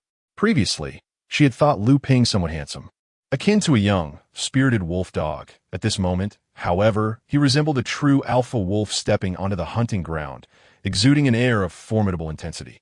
Downstairs, Lu Ping inhaled the crisp morning breeze deeply. The brief respite was at an end. Now, a fleeting glimmer of blood red flickered in his eyes. Swift as an illusion, the time for vengeance had arrived. After safely delivering Su Kerson to school, Lu Ping's vehicle did not linger. The engine roared to life as it sped towards the southern city gate. The route may not have been optimal, yet under his masterful driving skills, time was compressed to its utmost limit. As the vehicle passed through the heavy South City gate, the scenery transformed dramatically. The briny sea breeze, intertwined with an overpowering scent of blood, rushed forth, instantly overshadowing the memory of the ocean's essence. Beneath his feet, the land was a tapestry of charred black and dark red, silently narrating the remnants of the brutal battle that had transpired merely a week prior. Vivid images flooded his mind. Xin Yuan Chong, twisted and mutated by the aberrant serum, ultimately resorting to self-termination. while Lu Ming had also been injected with the same substance. Brother will ensure your safety. Lu Ping gripped the steering wheel tightly, his knuckles turning pale. I shall unearth the lair of the abyss, sever the heads of those beasts, and seize the new formula for the aberrant serum. However, before that could transpire, he needed to establish a foothold in this perilous harbor, ascending to the position of the second-tier commander wielding real power. Only by grasping strength and authority could the word revenge carry any weight. Otherwise, all grandiloquent rhetoric would amount to naught but hollow words. For now, he must take the first step on this path of vengeance, uncovering the truth within the harbor. In recent days, he had not been idle. With Jingyang's assistance, he had long conducted a covert investigation into Fong Jun, and the results were as anticipated. This individual was indeed harboring secrets. Look, is that the so-called special commander? Bah, a mere first-tier newcomer. How dare he stand on equal footing with our Commander Fong? Just a pretty boy. I heard he often sneaks into the commander's office. The newly arrived Tianming awakeners congregated in a makeshift clearing, their buzzing discussions rising and falling. On a rudimentary concrete platform, Fong Jun leaned against a heavy iron sword, surveying the crowd with the keen gaze of a one-eyed hawk. A low command rumbled from his throat. Silence. Those 3 words fell like ice water into a boiling pot, abruptly quelling the clamor. While these newcomers may have dismissed Lu Ping, who relied on connections, they were not foolish enough to provoke him directly. Moreover, the figure on the platform was a bona fide second-tier powerhouse, rumored to be on the brink of the third tier. Once he crossed that threshold, the possibility of being summoned to the main city loomed, representing a true leap towards greatness.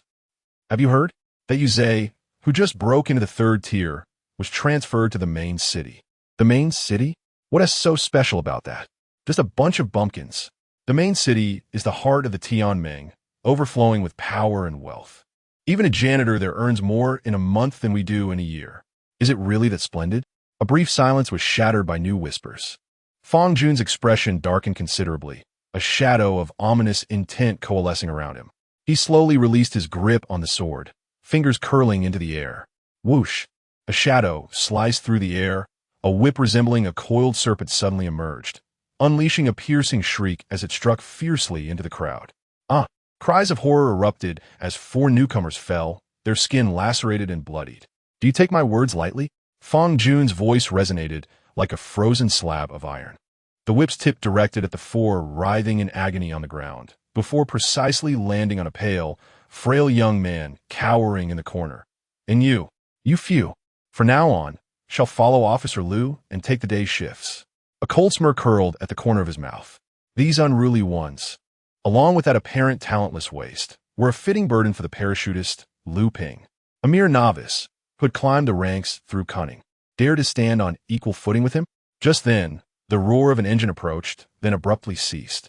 A figure dismounted from a sleek black motorcycle, the polished soles of leather boots striking the rough ground with a resonant clarity. The newcomer's gaze first swept over the moaning 4 and the shivering, frail young man, ultimately locking onto Fong Jun at the podium, whip in hand. Did you strike them? The voice was low, yet it cut through the air like a tempered blade, icy and menacing. A flicker of disdain crossed Fong Jun's singular eye, the whip in his hand swaying slightly. Disrespecting authority, you brought this upon yourselves. What? They are my subordinates? And so what? What can be done? The cold smirk on Fong Jun's lips had yet to fully bloom. Suddenly, a sharp crack echoed throughout the venue. A shadow darted past the astonished gazes of the crowd, and Lu Ping was already on the podium. Fong Jun's head snapped to the side, 5 distinct red marks suddenly blooming across his face, the cold smile freezing in place. Chapter 59. Who do you think you are to strike my people? A chilling voice resonated through the air. The fiery imprint of a slap marred Fong Jun's face, etched in stark clarity as if seared by a branding iron. The searing pain and an unprecedented sense of humiliation sent his mind spiraling into chaos. A mere novice dared to.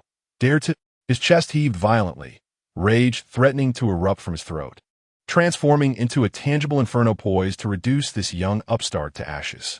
Yet in the very moment before his fury could unleash, Lu Ping nonchalantly dragged a chair closer, seated himself with an air of casual authority. He rested his elbows on his knees, fingers loosely interlaced, tilting his head with a hint of almost cruel mockery. Does it hurt? His tone was as flat as if he were merely inquiring about the weather. Fong Jun's roar lodged itself in his throat. If it doesn't hurt, Lu Ping raised an eyebrow, his gaze as frigid as a blade forged of ice. I wouldn't mind delivering another slap. Observing this parasite, who, under the guise of the Tianming's patronage, engaged in treachery, Lu Ping's inner revulsion threatened to overflow. Such individuals deserve to be trampled into the mud. 2 slaps? That would be too lenient. Were it not for the vital threads of information this scoundrel clung to, Lu Ping would have gladly thrown him into a dungeon and pried open his foul mouth.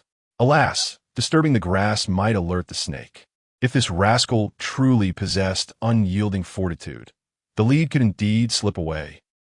Each word Fong Jun uttered felt as if it were ground from the very marrow of his being. Do not presume that your connection with the chief allows you to act with impunity. A soft laugh escaped Lu Ping's lips as he reclined languidly against the back of the chair, exuding an air of ease as if basking in sunlight in his own backyard. I apologize for disappointing you. He lifted his eyelids, the amber depths of his eyes shimmering with blatant provocation. With the chief's backing, I indeed can act as I please. Leaning forward, his voice dropped to a low murmur, yet each word struck with the clarity of a hammer against Fong Jun's taut nerves. What can you do to me? You. Darkness engulfed Fong Jun's vision, nearly choking on the surge of blood in his lungs. Where did this mad dog come from? Completely disregarding decorum and established protocols. Calm down. A moment's impatience could ruin a grand scheme. The veins on Fong Jun's forehead throbbed violently, his nails digging deep into his palms as he forcibly swallowed the bitter taste of bile. I will endure. Lu Ping appeared oblivious to his impending explosion, casually raising his hand to indicate the 4 groaning individuals on the ground, along with the pale, almost curled-up young man in the corner. Speaking of which, these 5 are, from this moment on, under my command, correct? His tone was light, as if confirming a trivial matter. Then, abruptly shifting the subject, so, Director Fong, your unsubstantiated assault and intimidation of my subordinates, medical expenses, compensation for emotional distress, surely you could make some concession?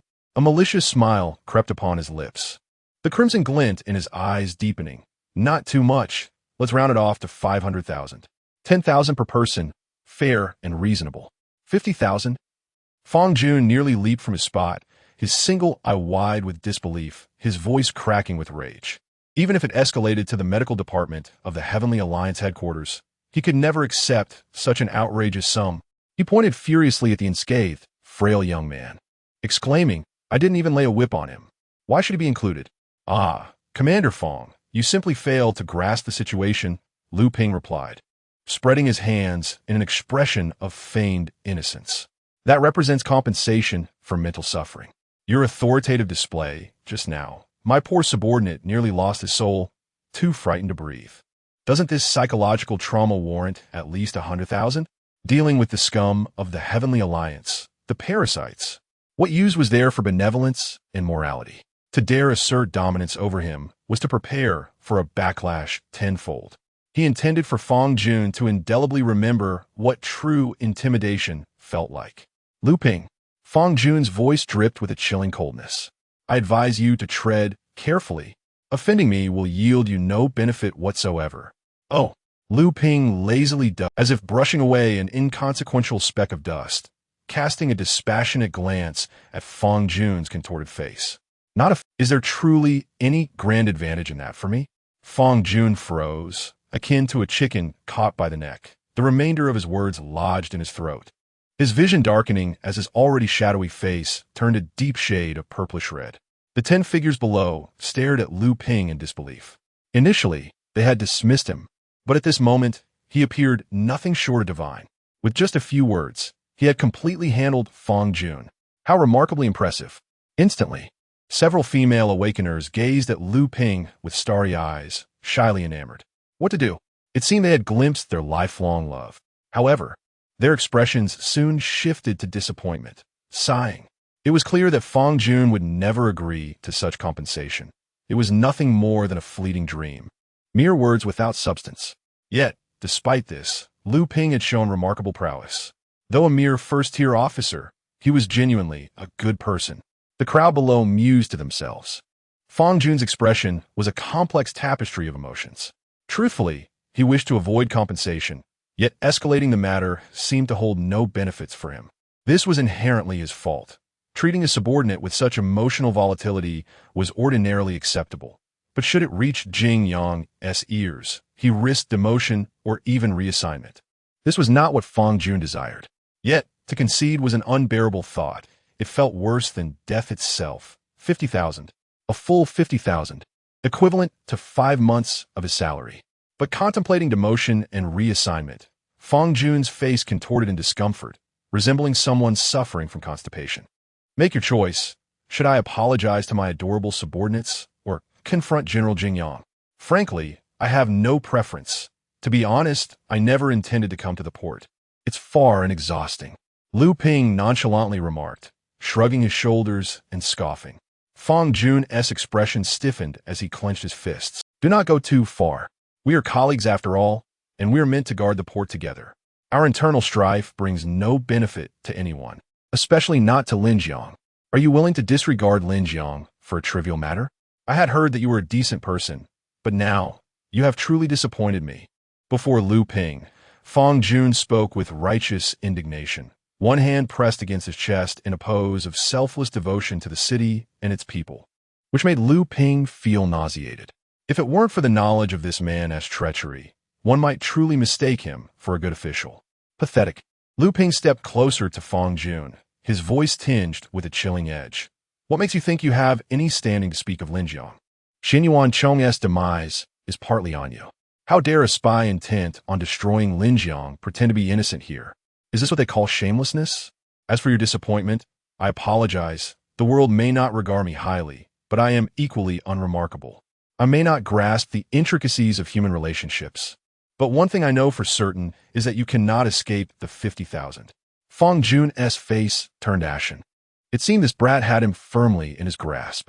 How could Lu Ping be so certain he wouldn't cause a scene? What gave him such confidence? The words, "What makes you think you have any standing to speak of Lin Jiang?" pierced Fang Jun's nerves like a needle. In a flash of insight, he considered a terrifying possibility. Could it be that Lu Ping already knew of his identity as a spy? Was that why he was so certain and his demeanor so contemptuous? The very assertion of his unworthiness to speak of Lin Jiang made everything fall into place. Why did my mere show of authority evoke such a strong reaction from Lu Ping? Huh, youngster, your composure is lacking. You've alarmed the snake by rustling the grass. You are still too inexperienced. In life, one must be steady and keep secrets well. It appears we have some misunderstandings between us, Lu Ping thought. Let us not disturb the general any longer. I will cover the 50,000. Observe closely. This is what I call restraint, an essential quality for a spy. It seems we truly have some misunderstandings. However, since Director Fang is willing to compensate, let us draw a line under this matter. I hope we can coexist amicably in the future. Lu Ping's lips curled into a slight smile. The other party likely already realized he was sent by Jing Yang to investigate him, right? Though avoiding alarming the snake and slowly seeking clues has merit, Lu Ping preferred to cast out bait first and then capture everything in one fell swoop. Chapter 60, Fraud Sequence 47, Fraud Perception. Why did Lu Ping stir the grass and startle the snake? From the moment Fang Jun deliberately targeted him, Lu Ping understood that the covert investigation of this path had been entirely thwarted. The only ones who could remain hidden were unnoticed shadows. Yet, the moment he made his entrance, he became the prime target on Fang Jun's blacklist. Unless he chose to grovel and exhaust time to gain the trust of this venomous serpent, waiting for that elusive opportunity to strike. Too slow. Far too slow. Xiao Ming. She cannot wait. Time is the most ruthless of grinders. Rather than being shackled under Fang Jun's frigid gaze, it would be better to transform himself into the most conspicuous target. If concealment is futile, then let me serve as bait to draw forth your hidden fangs from the depths of the abyss. Lu Ping murmured within himself. You 5 assemble tonight. Do not be late. Fang Jun barked at the remaining newcomers with irritation. He turned his face, his single eye piercingly scrutinizing Lu Ping's overly tranquil visage. What an ignorant fool. Do you truly believe that the support of the chief can allow you to swagger through the harbor? The venom within him threatened to overflow. A mere first-tier insect to crush you would be akin to squashing a common bug. In the harbor, Making you vanish without a trace is but a trifling matter. Huh. A cold scoff escaped his lips, and Fong Jun ceased his idle chatter. He turned and climbed into a black SUV parked in the shadows. The engine emitted a suppressed growl, stirring dust as it sped away towards Linjiang City. The day and night at the harbor were starkly divided. Lu Ping ruled the daylight, from 9 in the morning to 9 at night, while Fong Jun reigned over the night, from 9 at night to the dawn of the following day. Like the alternating shifts of patrols within the city, light and darkness exchanged places, and the silent struggle had quietly begun. Lu Ping withdrew his gaze from the vehicle's taillights, which swiftly faded into the gray morning mist. He turned around. The bait had been set, and thus his inaugural day as an officer officially commenced. The five below exchanged glances, the air thick with awkwardness and 100,000 per person. Can Chief Fong truly deliver? One murmured, eyes glinting with a mix of greed and fear. What are you thinking? Dreams can encompass anything. A burly man scoffed, nearly spitting in derision. If we aren't held grudgingly, we'll count ourselves fortunate. Let us not forget, we will have to earn our livelihoods under his command, offending a direct superior, unless you strike it lucky and break through to the second tier, or join the city patrol. You might as well prepare to be crushed underfoot for eternity. But it seems we have already offended him. A timid voice broke the silence, belonging to a frail youth. He pushed up his glasses that had slid down to the tip of his nose. His voice thin as a mosquito's buzz, and I believe following Officer Lu Ping may not be such a bad thing. You spineless wretch. Who gave you the right to speak? The burly man glared, shoving him aside, questioning whether he had lost his senses. Can't you discern the prevailing winds? Indeed. Do you think that money is easily acquired? If the official grants it to you, do you dare to reach for it? Another man chimed in fiercely. The frail youth turned pale, his lips trembling, but this is what we deserve. Indeed, it is what you are owed. Lu Ping's cold voice interjected abruptly, piercing through the taut atmosphere like a steel needle. Unbeknownst to them, he had already positioned himself before the five. A lifeless smile gracing his lips, his gaze sweeping over the four hostile figures before finally resting on the frail youth. His voice was neither loud nor soft, yet it bore an undeniable weight, each word crashing down upon them. You have no retreat left. Either you wholeheartedly become my people. He deliberately emphasized those three words, his eyes like icy daggers piercing the four, or prepare to be crushed between two forces, left with nowhere to turn. Mockery? Disdain? Selling oneself? Being a pretty face? Lu Ping chuckled inwardly. Once you board my ship, there shall be no easy exit. To deal with such self-important troublemakers, one must use a noose to bind them tightly to oneself. A few seconds of silence ensued. The four, who had previously regarded Lu Ping with disdain, suddenly felt as though they had plunged into an ice cavern. They lifted their heads abruptly, their eyes filled with uncertainty as they gazed at Lu Ping. Their pupils constricted in fear. He was doing this intentionally demanding compensation on their behalf. What seemed to be a pursuit of their benefit was, in truth, cold sweat instantly drenched their backs. He had indeed severed their means of retreat. As for waffling or playing both sides, in this relentless struggle between the two officials, those who wavered would only meet a more tragic end. Not to mention, they had already offended Fong Jun. The only path to survival lay in boarding Lu Ping's ship. Lu Ping no longer regarded the pale-faced individuals, his gaze now fixed upon the frail youth. What is your name? The youth immediately straightened his posture, attempting to present an impeccable military stance, his voice youthful yet striving for steadiness. Reporting, sir. Fong Tian. Fong Tian. Lu Ping mused with interest. Just now, you were the only one to speak on my behalf. Are you not afraid of being targeted for retribution? Fong Tian inhaled deeply, the sharpness of his gaze behind his glasses suddenly intensifying, no longer concealing his mocking clarity. Because they are foolish. As subordinates, they fail to discern priorities and betray their own. Utterly ridiculous. They cannot even grasp their own worth, nor can they recognize who truly holds their fate. Lu Ping raised an eyebrow slightly. Interesting. This lad is not merely bold. Rather, he possesses insight. He was taking a gamble. Clinging to power? Lu Ping inwardly smirked, alas. I truly came, as they say, to gill my reputation. The world scorns me, yet I do not contest. However, this little fox's vision was far sharper than that of the crowd. Fong Tian, you are talking nonsense. The burly man, filled with embarrassment and rage, pointed at Fong Tian, roaring, Sir, don't believe him. He just wants to step over us, to climb higher. This lad is thoroughly wicked. Yes, yes, he deliberately belittles us to appear fiercely loyal. A treacherous scoundrel. Several others echoed, spitting words in fervor. Lu Ping feigned indifference, merely observing Fong Tian. There is some merit in their claims. Fong Tian, your earlier remarks have surely offended everyone. Do you still have anything to say? A slow, confident smile crept across Fong Tian's lips, a stark contrast to his previous timid demeanor, his eyes glinting with an almost wicked cunning, as if he had finally torn away the carefully crafted mask. Esteemed Commander, he spoke with clarity, imbued with a chilling insight into human nature, is a sycophant who shifts from arrogance to humility truly worthy of your trust? It is only those who choose to stand by your side from the very beginning. He paused, casting a glance at the four pallid colleagues, his smile deepening, who are most suited to become your blade, a swift instrument to cleanse the gate and manage this unruly lot. The truth revealed itself. Lu Ping regarded the youth before him, whose demeanor had undergone a remarkable transformation, intrigue coursing through him. You claim to have always followed me. Lu Ping mused, savoring the words. Fong Tian bowed, slightly in humble acknowledgement. Yet his speech brimmed with calculation.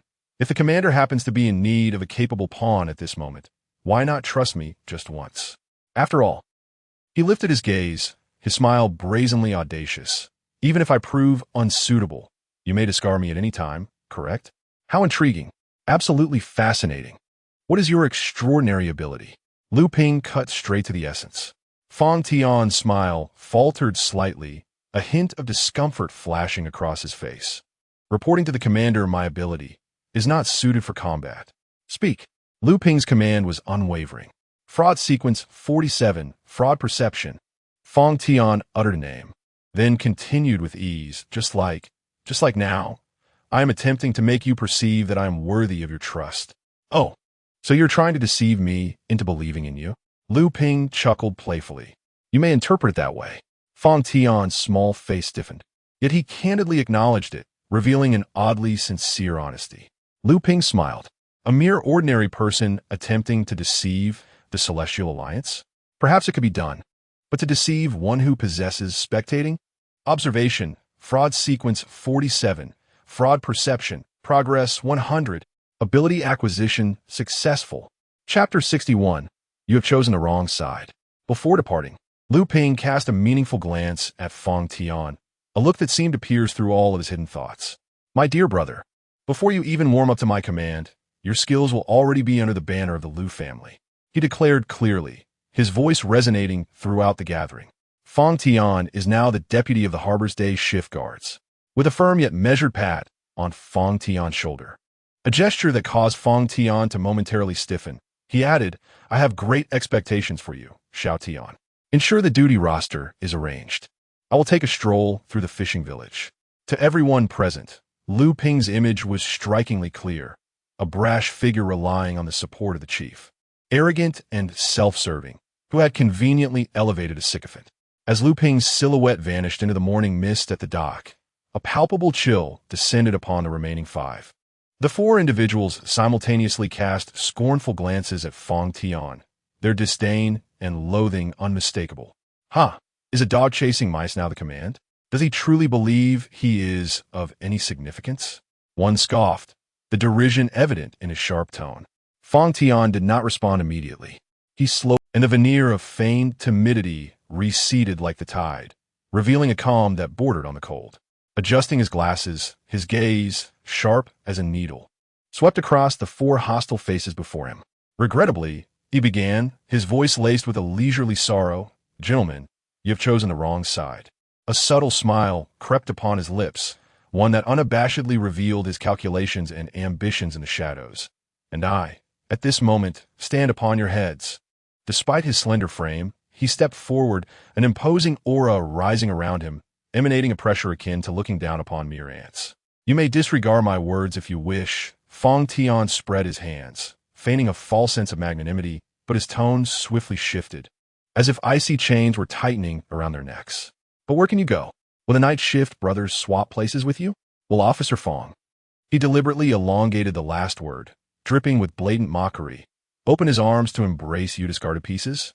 Even in Officer Fong's eyes, Fong Tian's gaze, a piercing probe, delved into the shrinking pupils of the four out of fear. We five have already been inscribed in his little black book. Now, you have no choice. Each word was delivered with a merciless finality, either comply, or be cast out of the Tianming. Be cast out of the Tianming. The weight of those four words struck the four like a hammer, sending a wave of cold sweat cascading down their foreheads, their earlier bravado utterly shattered. They gazed at Fong Tian in bewilderment, as if seeing this effeminate companion for the first time. Damn it, pretending to be a rabbit. Yet turns out to be the most venomous of cobras. Wang Wan.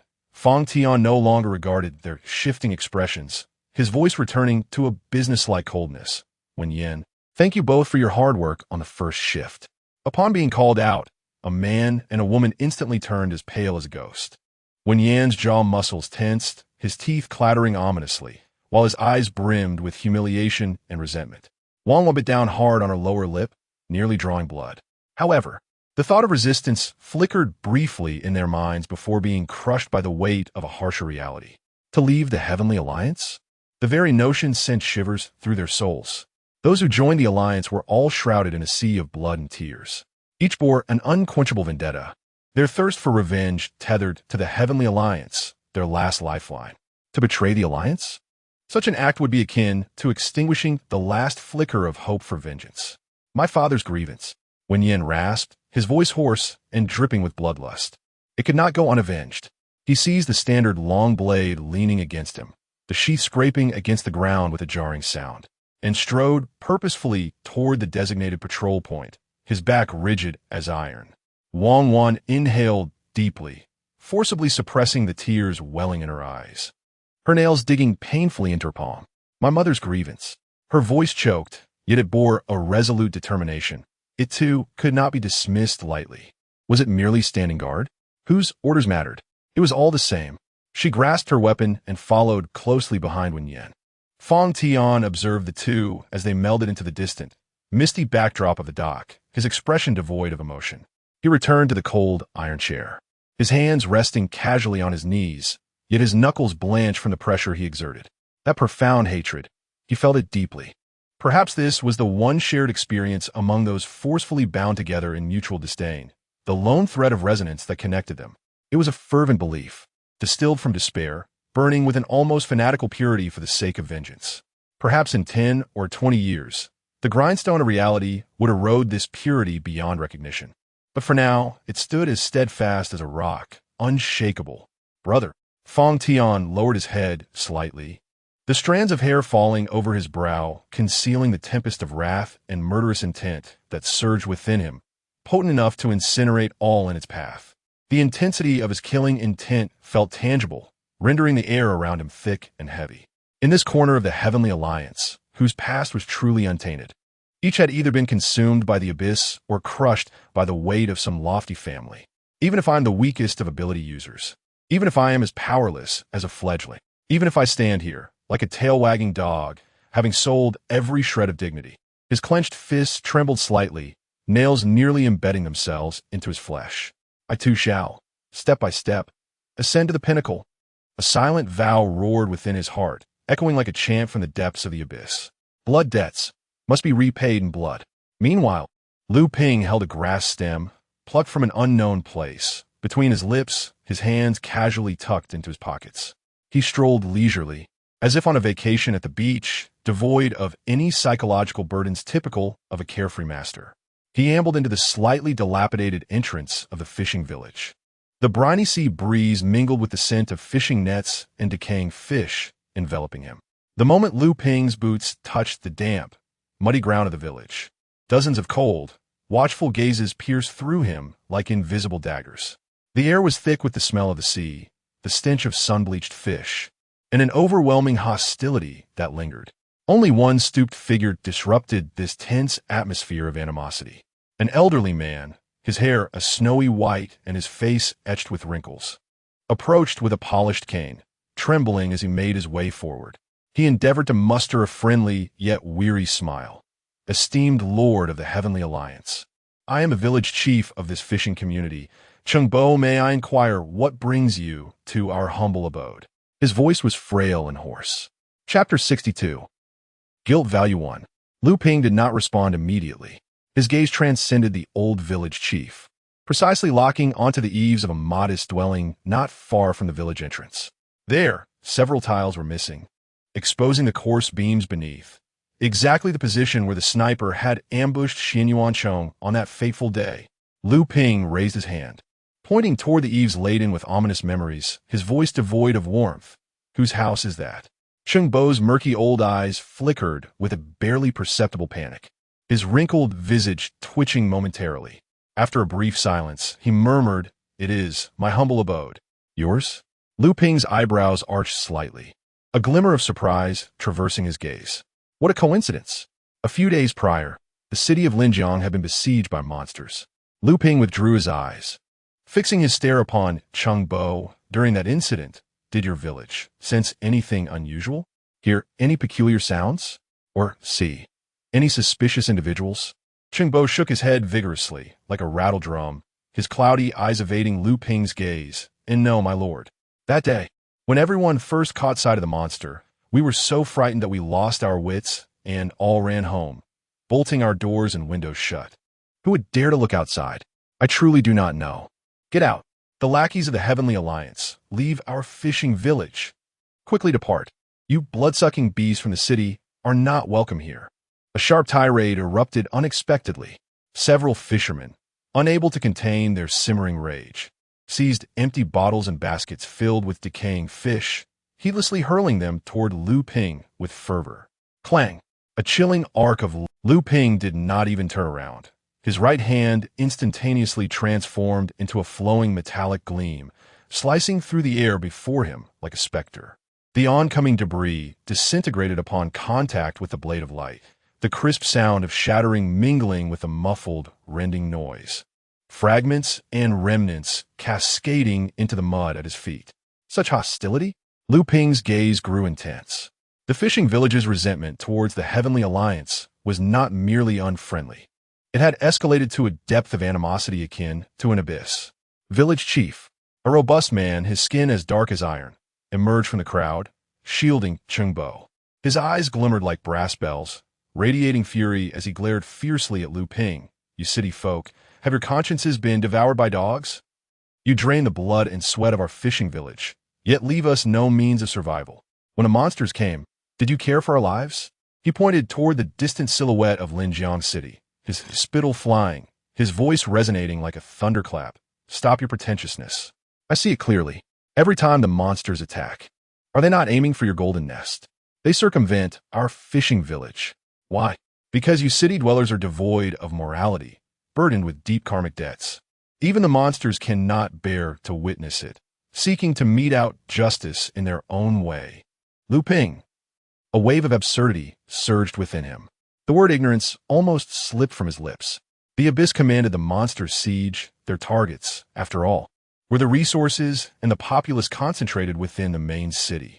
Yet the fishing village remains unscathed, which itself raises significant doubts. Moreover, the sniper's ambush took place right under the eaves of the village. How has this paradoxically become evidence of divine retribution against the townsfolk? Lu Gong, silence yourself. Cheng Bo trembled with rage, striking the ground heavily with his cane. Withdraw.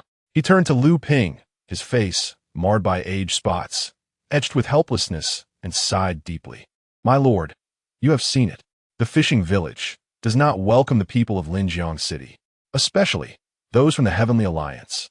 Lu Ping inhaled deeply, striving to reaffirm his stance. The first front line of the harbor is not merely. It's nothing but a farce. Wu Gang interrupted with brutal force, veins bulging at his neck. Protection? I perceive it as confinement. The fish we toil to catch, to sell in the city for a fair price, we struggle even to pay that damned entry tax. Ultimately, we must sell to those unscrupulous merchants in the city for a pittance. What difference is there from outright robbery? Were it not for the need to procure salt and kerosene to survive, who would endure such indignity? The plight of the fishing village is thus excruciatingly dire? Lu Ping furrowed his brow, confronted with an unfamiliar perspective. To affirm Wu Gang's words, he surveyed the surrounding dilapidated dwellings. Through windows obscured by newspapers or tattered cloth, the scenes that met his gaze were harrowing.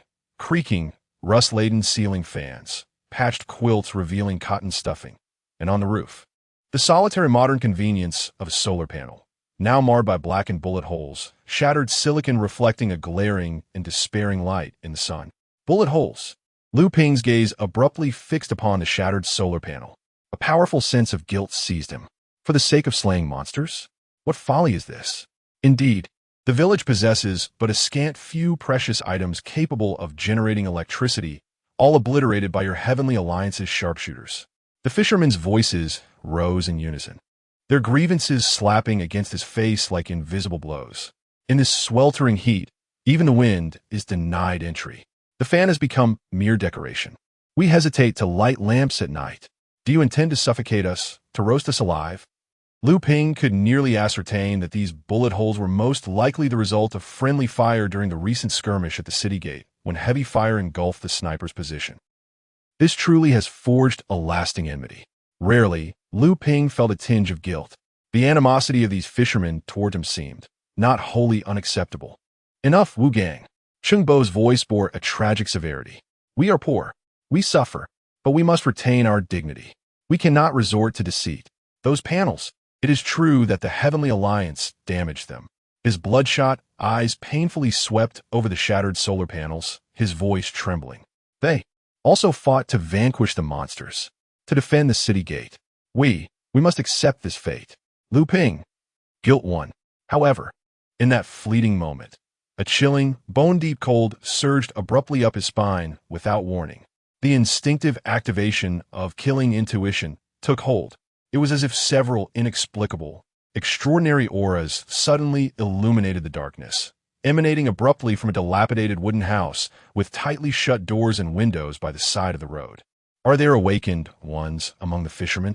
Lu Ping's gaze sharpened instantaneously like a blade. His entire body tensed, all feelings of guilt and sentimentality vanishing without a trace. He turned sharply towards the small house, his voice as frigid as ice, piercing through the clamor of the fishing village chief Chung. His eyes were fixed intently on that broken window, each word deliberate and infused with undeniable inquiry. In your fishing village, where do these awakened ones come from? Who exactly are those hidden within the house? Chapter 63, The Weak. The Awakened. The surrounding fishermen were taken aback. The burly man scoffed. What? Is it merely money you seek? Is it necessary to go through such elaborate schemes to frame us? Wu Gang. Silence. My old bones have yet to give up the ghost, so it is not your place to interject. Chung Bo glared at Wu Gang. He turned to Lu Ping and calmly explained, You appear unfamiliar. Are you new here? Indeed. You may not be aware, but our fishing village engages in trade not only with the city, but also with the outer town. The awakened individuals you sensed may belong to a merchant caravan. They have come to procure seafood from our village, Chung Bo elucidated. Procurement of seafood? The outer town. That does elucidate why there are so many awakened individuals present, as their numbers suggest approximately 7 extraordinary presences. However, the sense of slaughter can only perceive their aura, without discerning their strength. I wonder how formidable they truly are. Ah, I see it as a distinguished member of the Heavenly Alliance. I beg your pardon. A veiled woman gracefully emerged, her movements fluid like a serpent. Her voice was melodious, akin to the song of a warbler. On this sweltering day, we have sought refuge indoors to escape the heat, and it is indeed a transgression to neglect your presence. With a glimmer in her eyes and a tongue as smooth as silk, she continued, We are the merchant caravan, in need of seafood from the inland. Hence our visit to procure some. The journey through the mountains and rivers is fraught with peril, with monsters lurking in the woods. So we have enlisted some awakened individuals for protection. You must be a powerful figure within the slaughter sequence. No wonder you could detect our guards. Lu Ping disregarded the woman, his gaze sweeping over the caravan behind her. He noticed each pair of eyes fixated upon him, radiating a palpable wariness.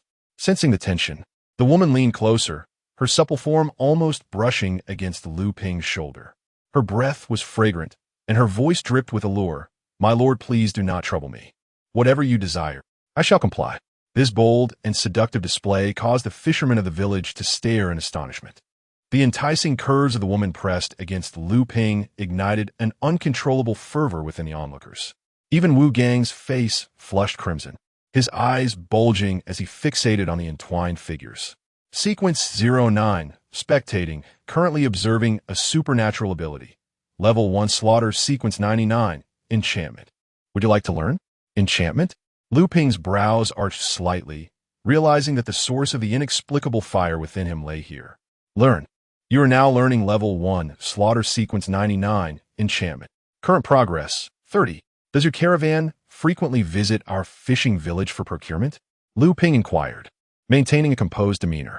The woman beamed like a blossoming flower, her serpentine arms affectionately entwining Lu Ping's. Of course. My lord, who does not know that the prices in the fishing village are the most reasonable in these waters? We are indeed loyal patrons. How long have you been coming here? Current progress, 90. For 2.5 years now. Without fail, solely for the seafood. Her voice was sweet, her fingertips lightly grazing Lu Ping's arm. 100. Successfully acquiring supernatural abilities. Level 1 killing. Sequence 99, Enchantment. Lu Ping swiftly withdrew his arm, displaying a decisive and efficient motion. His icy gaze fell upon the woman's face, devoid of any warmth. Your name. Suddenly feeling an emptiness in her embrace. The woman was momentarily taken aback, then clenched her delicate fist in silent resentment, thinking, hypocrite, acting like a wooden puppet until he had his fill, then withdrawing. Not a hint of compassion for the fairer sex. Her slender fingers twisted around a strand of hair as she spoke in a sultry tone. I am called Gongshi. Bullshit? Lu Ping raised an eyebrow, his tone flat. Gongshi paused momentarily. You misheard. It is Gongshi. Gongshi, is it? Lu Ping scrutinized her. The curve of Gongshi's lips faltered for a moment. Indeed. Why did the village chief become so frightened upon your arrival? Lu Ping's gaze swept over the elderly man in the distance, curiosity evident. At that moment, the men present were entranced by her allure. Yet the old village chief appeared as pale as a ghost, trembling uncontrollably, as though he had encountered the most terrifying entity in existence. The weather is too hot. The village chief's eyes widened in panic, gasping for breath, his voice sharp in protest. Absolutely not afraid of Miss Gong. Gongshi cast a sidelong glance at him while still supporting the village chief, her voice as gentle as flowing water. You are unwell. Perhaps it would be best to return to your room and rest. She turned to Lu Ping, her smile radiant. Surely. A respected figure from Tianming would not make things difficult for an elderly man. The people here are more than sufficient for your inquiries. No need. Lu Ping averted his gaze, his tone indifferent. What needs to be known is already known. Before his words had fully settled, he had already turned away, striding directly toward the harbor camp. Left behind were Chung Bo, drenched in sweat, and Gongshi, her eyes fixated on Lu Ping's retreat, glinting with a cold venom akin to a scorpion's tail.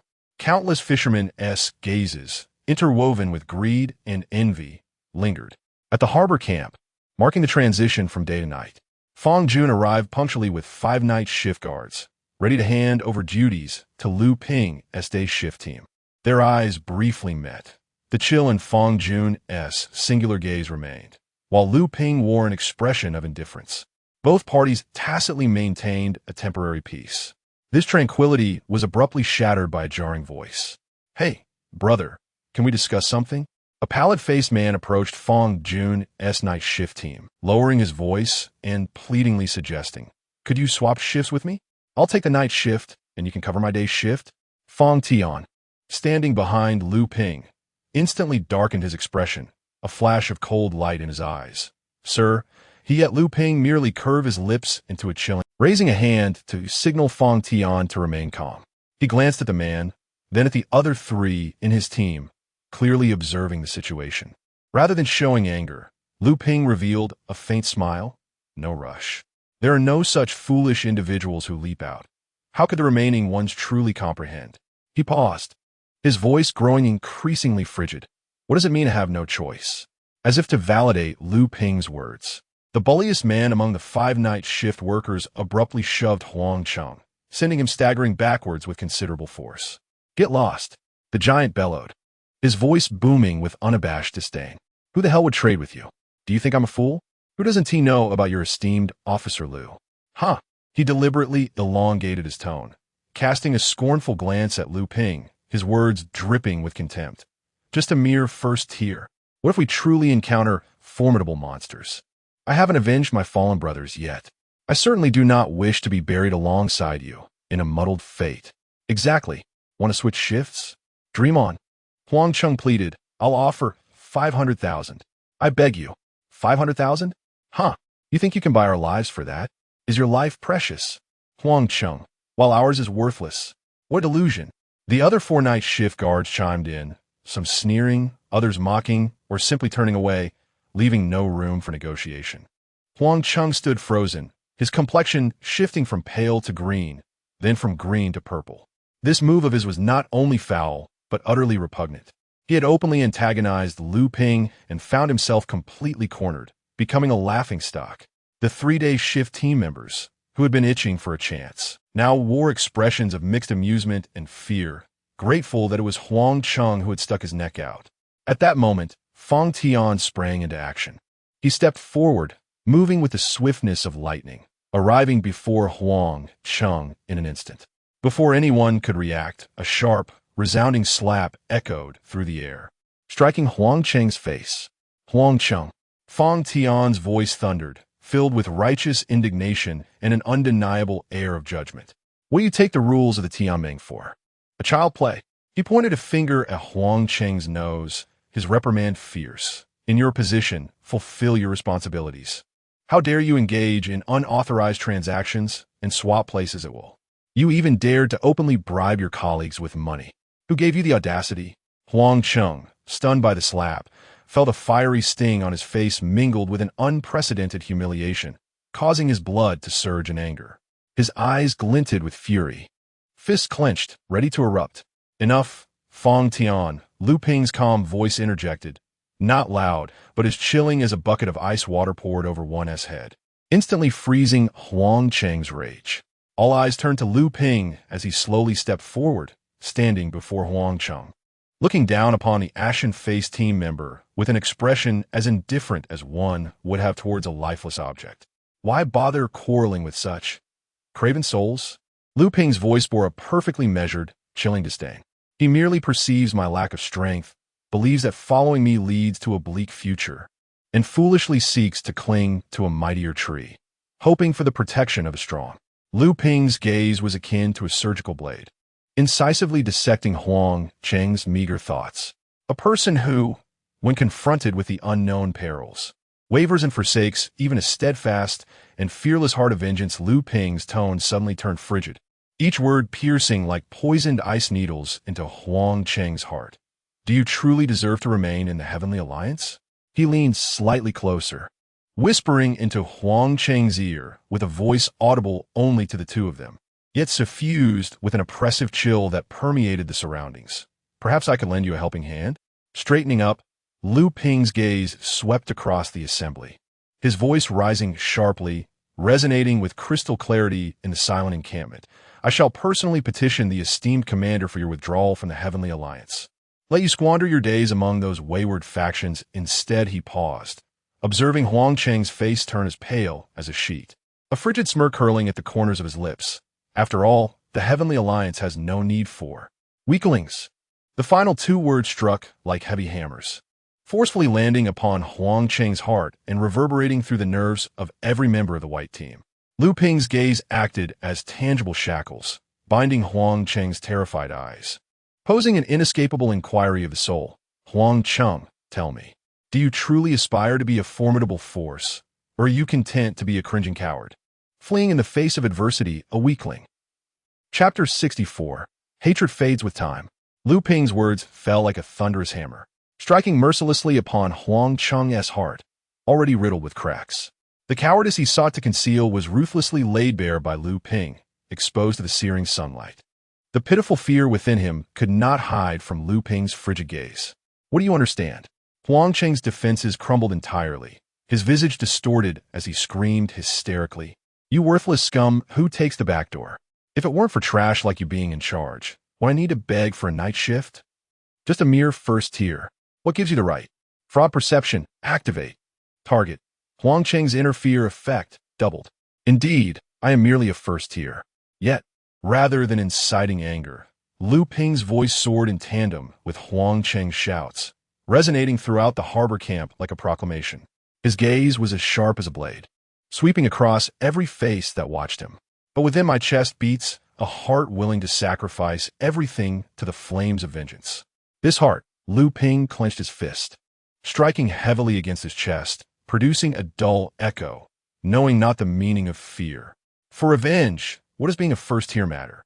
He stepped forward with the force of a volcanic eruption. Tell me, you all, who has faced the colossal beast that looms like a mountain, its fangs capable of devouring fortresses? Who has witnessed a being more formidable than a steel giant, its body swirling with flames that consume all? And who has beheld the monstrous sword, pierced by countless sharp blades, yet still radiating a golden brilliance, exuding an aura of death? Each question was accompanied by visions akin to purgatory, striking against the consciousness of all present. You think I stand here as your commander by chance? By connection? It is because I've crawled out from the depths of a blood-soaked abyss deeper than any of you have known. It is because I have endured under the claws of horrors more terrifying than you can imagine, time and again. Lu Ping's voice rang out like cold iron striking iron, resolute. I survived. His gaze, piercing as a beacon, swept over every wavering eye, enjoining the heavenly alliance. Who does not bear the weight of deep-seated enmity? Your hatred for the abyss is no less than mine. But do not forget, his tone shifted to one of chilling calm. Hatred fades with the passage of time. This statement pierced the hearts of all present like especially Fong Jun, who clutched his chest, feeling an icy chill freeze his blood, as if countless invisible blades were torturing his soul. The sinner who forgets their hate. He is more than a sinner. More than. Lu Ping's voice rose again, like the clarion call of judgment.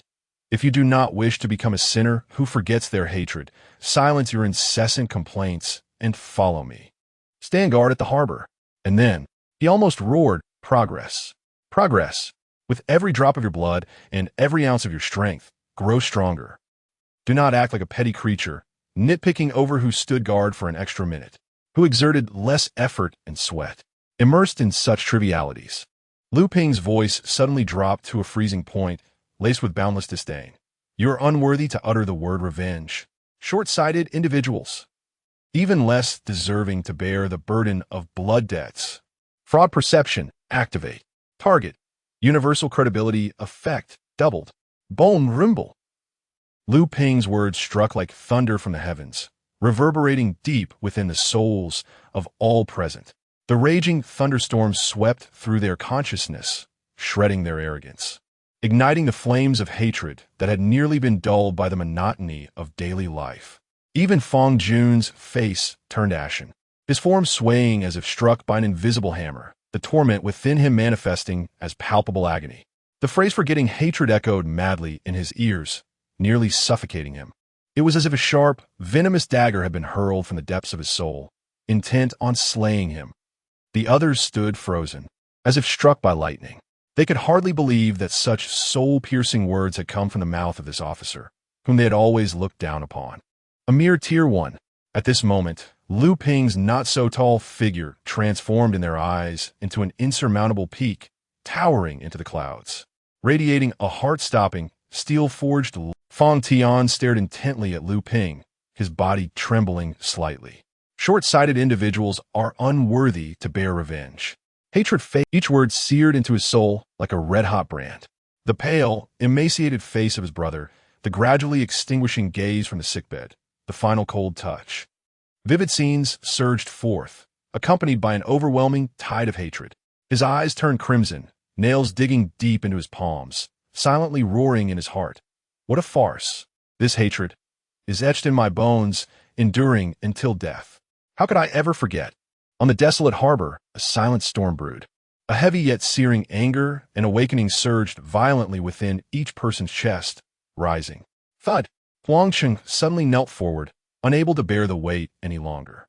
He clenched his teeth, his gums nearly bleeding, his fist tightly pressed against his violently heaving chest, expending every ounce of strength to roar. Officer Lu, I was wrong. I willingly accept punishment.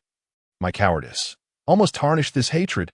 Tears mixed with blood surged forth, if not for revenge. Why would I have joined the Heavenly Alliance? Grow stronger. I must grow stronger. Revenge, The cold sea wind howled through the camp, attempting to extinguish that blazing flame. Yet, the chill entwined in the wind cannot penetrate the fervent heat of blood and the indomitable spirit of vengeance that envelopes each heart at this moment. Cowardice, timidity, fear. Lu Ping's voice resounded once more, like a resounding bell echoing through the realms. The peculiar crimson hue in his eyes suddenly blazed with intensity, emanating an almost enchanting aura that compelled one to submit and follow. Slaughter Sequence 99, Seduction, activate. From the day you lost your dearest loved ones, stripped of everything by the abyss, they were already slain by the abyss. Chapter 65. Homecoming. He stepped forward, his blood-red pupils surveying the crowd, his voice imbued with an irresistible charm. Now, those who question my authority as your commander, step forward. A deathly silence enveloped the scene, the only sound being the lament of the sea breeze. No one dared to move an inch. All present, whether from the day shift or the night shift, were captivated, their gazes magnetically drawn to Lu Ping, fervent and resolute, even imbued with a near-manic adoration. Fixated upon him as if he were the sole beacon of light in the darkness, the one true leader. Very well. Lu Ping's voice regained its calm, yet resonated with an ironclad authority. Since you acknowledge me as your commander, henceforth, my word is law. Those who dare defy my orders or attempt to flee in battle, get out of the Heavenly Alliance. His gaze fell upon the kneeling Huang Chung. As for you, Huang Chung, tomorrow, you shall man the post at the harbor all day, alone. No one to relieve you. Do you comply? Yes, Commander Lu. Huang Cheng's response trembled with the remnants of a narrow escape and an almost fanatical conviction. Lu Ping uttered no further words, abruptly turning away. His black and red uniform billowed in the thickening twilight and sea breeze, his figure standing tall like a sword drawn from its sheath. Each step shattering the doubts and scorn of your. Xiao Tian, keep up. Yes, yes, Commander Lu. Fong Tian immediately gathered his wits, suppressing the swirling resentment and shock, hastening to follow the figure that seemed capable of cleaving through the darkness. Only when the silhouettes of the day shift completely merged into the dim path leading to the city did the harbor camp awaken from what felt like a soul-shattering dream. Fong Jun remained frozen in place, his expression a tumultuous blend, his gaze harboring unutterable waves of turmoil. His tightly clenched fists turned pale, the conflicting emotions of regret, fear, and a flicker of resonance, ignited yet extinguished, threatening to tear him apart. The other night, shift members gazed in the direction Lu Ping had vanished, their eyes shimmering with unmistakable shock and a glimmer of yearning stars. This guy, his words, are just too powerful. I almost found myself shouting slogans alongside him. Regrettably, Fong Jun slowly closed his solitary eye, forcibly suppressing the last vestige of discordant ripples within him. He swallowed, the motion akin to consuming not saliva, but the bitter, icy despair of lost hope. The path of retreat? It has long ceased to exist. He turned away, facing the darkness that had swallowed Lu Ping's figure, turning his back on his remaining conscience. The cold sea breeze wailed, lifting the edges of his clothing, as if it sought to rob him of his last vestige of warmth, dragging him into the endless, churning, fathomless black waves. As he departed from the bustling seaside camp, the gentle breeze of Jiangcheng's quieter streets enveloped him, allowing Lu Ping's taut nerves to finally relax. Instinctively, he rubbed his chin, savoring the remnants of exhilaration that lingered after his speech. Had he perhaps been too grave? He scratched his head, pondering the peculiar state he had experienced, as if some dormant instinct within him had been awakened, unleashing a torrent of words imbued with a power unfamiliar even to himself. However, he slightly turned his head, casting a glance over his shoulder. Fong Tian, Huang Chung, Wang Wan, Wen Yin, and another team member followed closely behind. Their demeanor had transformed from casual indifference or resistance to a burgeoning semblance of devoted guardianship. The effect seemed rather promising. A flicker of intrigue stirred within Lu Ping. It appeared that the fear ignited by deceptive senses in Huang Chung, combined with the allure of charm, enhancing overall persuasion, had created an unexpectedly potent synergy. This dual enhancement likely accounted for the persuasive impact of his impromptu oration. Upon entering the south gate, they each dispersed, returning to their respective homes. Since Lu Ping finished work at 9, Su Kerson naturally took the bus or a taxi home. Arriving at his doorstep, Lu Ping quietly pushed the door open, anticipating a shroud of darkness. Instead, he was greeted by bright lights. The warm yellow glow of the living room gently filled the small space. On the dining table, several meticulously prepared dishes were carefully covered with cling film, their enticing colors still vibrant, though the warmth had long since dissipated. On the living room sofa, a slender figure curled up, breathing evenly. She lay on her side, cradling a soft cushion, her long eyelashes casting delicate shadows on her eyelids. Her serene expression suggested she had waited too long and succumbed to slumber. This scene struck Lu Ping like a silent wave of warmth, unexpectedly washing over his weary heart, dispelling the coldness of the harbor and the fervor of his earlier speech, leaving only a bittersweet warmth in its wake. He tread softly to the sofa, crouching beside her. The faint fragrance of the girl mingled with the lingering aroma of the meal, becoming particularly vivid in the stillness of the living room. Lu Ping's gaze softened inexplicably as he cautiously extended his arms, one cradling the back of her neck, the other slipping beneath her knees, intending to carry her back to the bedroom. His movements were gentle, fearful of disturbing her peaceful dreams. "I'm sorry to have kept you waiting," he sighed, almost silently, laden with regret, whispering in her ear. The girl in his embrace seemed stirred by his subtle motion and voice. Her long eyelashes fluttered slightly, releasing a soft murmur. Little Ping Gidge?" Su Kerson drowsily opened her eyes, her voice thick with sleep, resembling a languid cat. "Why did you come back so late? I'm so sleepy." "Shoo, go back to sleep," he murmured. Lu Ping's voice was as gentle as a soothing stream. And as he carried her towards the bedroom, he began to say, "I'll take you back." Before he could finish his sentence, Su Kerson, who had been half asleep, felt an uncontrollable flutter of her delicate nostrils as she drew closer to Lu Ping's neck. In the next moment, her drowsy eyes flew wide open. The clarity in her gaze instantly dispelled all remnants of slumber, piercing directly into Lu Ping's face, which was mere inches away. Her slender arms remained draped around his neck, and though her voice was still soft and tender, it struck like a needle laced with ice, precisely pricking at Lu Ping's nerves. "Xiao Pingge, where does this womanly charm of yours come from?" Chapter 66. It's time to sleep, dear. It's 9 o'clock. The essence of femininity. As Lu Ping's words faded, the warmth and softness in his arms seemed to freeze in an instant, a palpable chill coursing through Su Kerson's body. The corners of his mouth twitched imperceptibly, and he hurriedly clarified, "Today in the fishing village, I encountered an incoming merchant caravan." "A merchant caravan?" Su Kerson tilted her head slightly upward from his embrace, the remnants of drowsiness dissipating as curiosity glimmered in her eyes. "Yes, they claim to be from Tuching, purchasing seafood." As Lu Ping spoke, he carefully carried her into the bedroom, gently laying her on the soft bed and pulling the thin blanket over her. "But I sensed something was amiss, so I paid closer attention." "And then you paid attention by embracing them?" Su Kerson, wrapped in a blanket, revealed only her bright eyes, her voice muffled yet tinged with a barely perceptible tinge of jealousy. "From such a distance, could the scent even reach you?" Lu Ping found himself momentarily choked by her incisive inquiry, feeling an inexplicable sense of guilt despite his self-assured innocence. Sitting at the edge of the bed, he patiently sought to redirect the conversation. "It's not as you think. The woman in charge approached me herself. The crucial point is that there were 7 awakened individuals in their troop. Moreover, the old village chief, Chengbo, exhibited a peculiar attitude towards them. It was not the courtesy one would show to partners, but rather, like a mouse encountering a cat." He paused, searching for a more fitting description. It was a fear that ran deep to the marrow. Such terror cannot be feigned. Su Kerson, initially displaying a hint of emotional discontent, began to knit her brows tighter, her professional instinct swiftly overshadowing her jealousy. "Wait, Xiao Pingge," she propped herself up, the blanket slipping from her shoulder, disregarding it. "Please repeat, which caravan did you say it was from?" "Tuching. What is the surname of the woman in charge?" "It seems to be Gong." Lu Ping observed her suddenly serious expression with surprise. "What's wrong?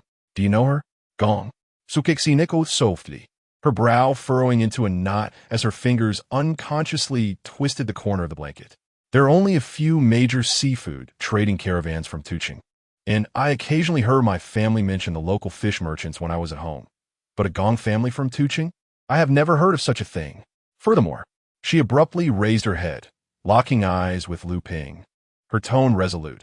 A caravan capable of sustaining 7 awakened individuals as guards must undoubtedly be significant, with considerable scale, routes, and transaction volumes. It cannot possibly be obscure in Tuching. Yet, my impression is that there is no such notable caravan associated with the Gong family. Su Kersen's words further validated his deepest suspicions. The identity of this Tuching caravan was most likely a fade. Their intentions were far from innocent. He had deliberately hinted at the existence of awakened individuals in the fishing village, and his parting remark, laden with meaning, indicated that he had gleaned all he wished to know.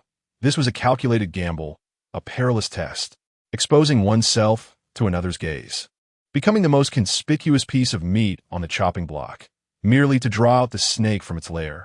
The more restrained the adversary becomes, the more flaws they will reveal. It seems that the waters of the fishing village run deeper than anticipated. The urgent task at hand is to devise a means to mend a relationship with those fishermen. They are caught in the middle, both victims and potentially the soul breakthrough. Following this thread, one is bound to unearth the poisonous fruit. Perhaps I might not even need to exert myself in the search. The threatened serpent will inevitably emerge to bite. Little Ping, the arms of Su Kersen, which were entwined around Lu Ping's neck, tightened rather than loosened. She slightly tilted her face upwards, her eyes shimmering, long eyelashes casting alluring shadows in the warm light, resembling a freshly bloomed rose, exuding an unguarded sweetness, inviting one to pluck. Lu Ping's heartbeat instantaneously transformed into a war drum, uncontrollably thundering within his chest. A wave of heat surged from his heart to his head. Even his breath grew heavier. There was no room for contemplation or retreat. Suddenly, Su Kersen exerted force, pulling him down closer. Her warm, delicate form pressed against him without a gap. In the next moment, her lips, imbued with undeniable warmth and moisture, found his. Soft, scorching, infused with the unique sweetness of youth, it launched an instant siege. Lu Ping was left bewildered, his mind blank.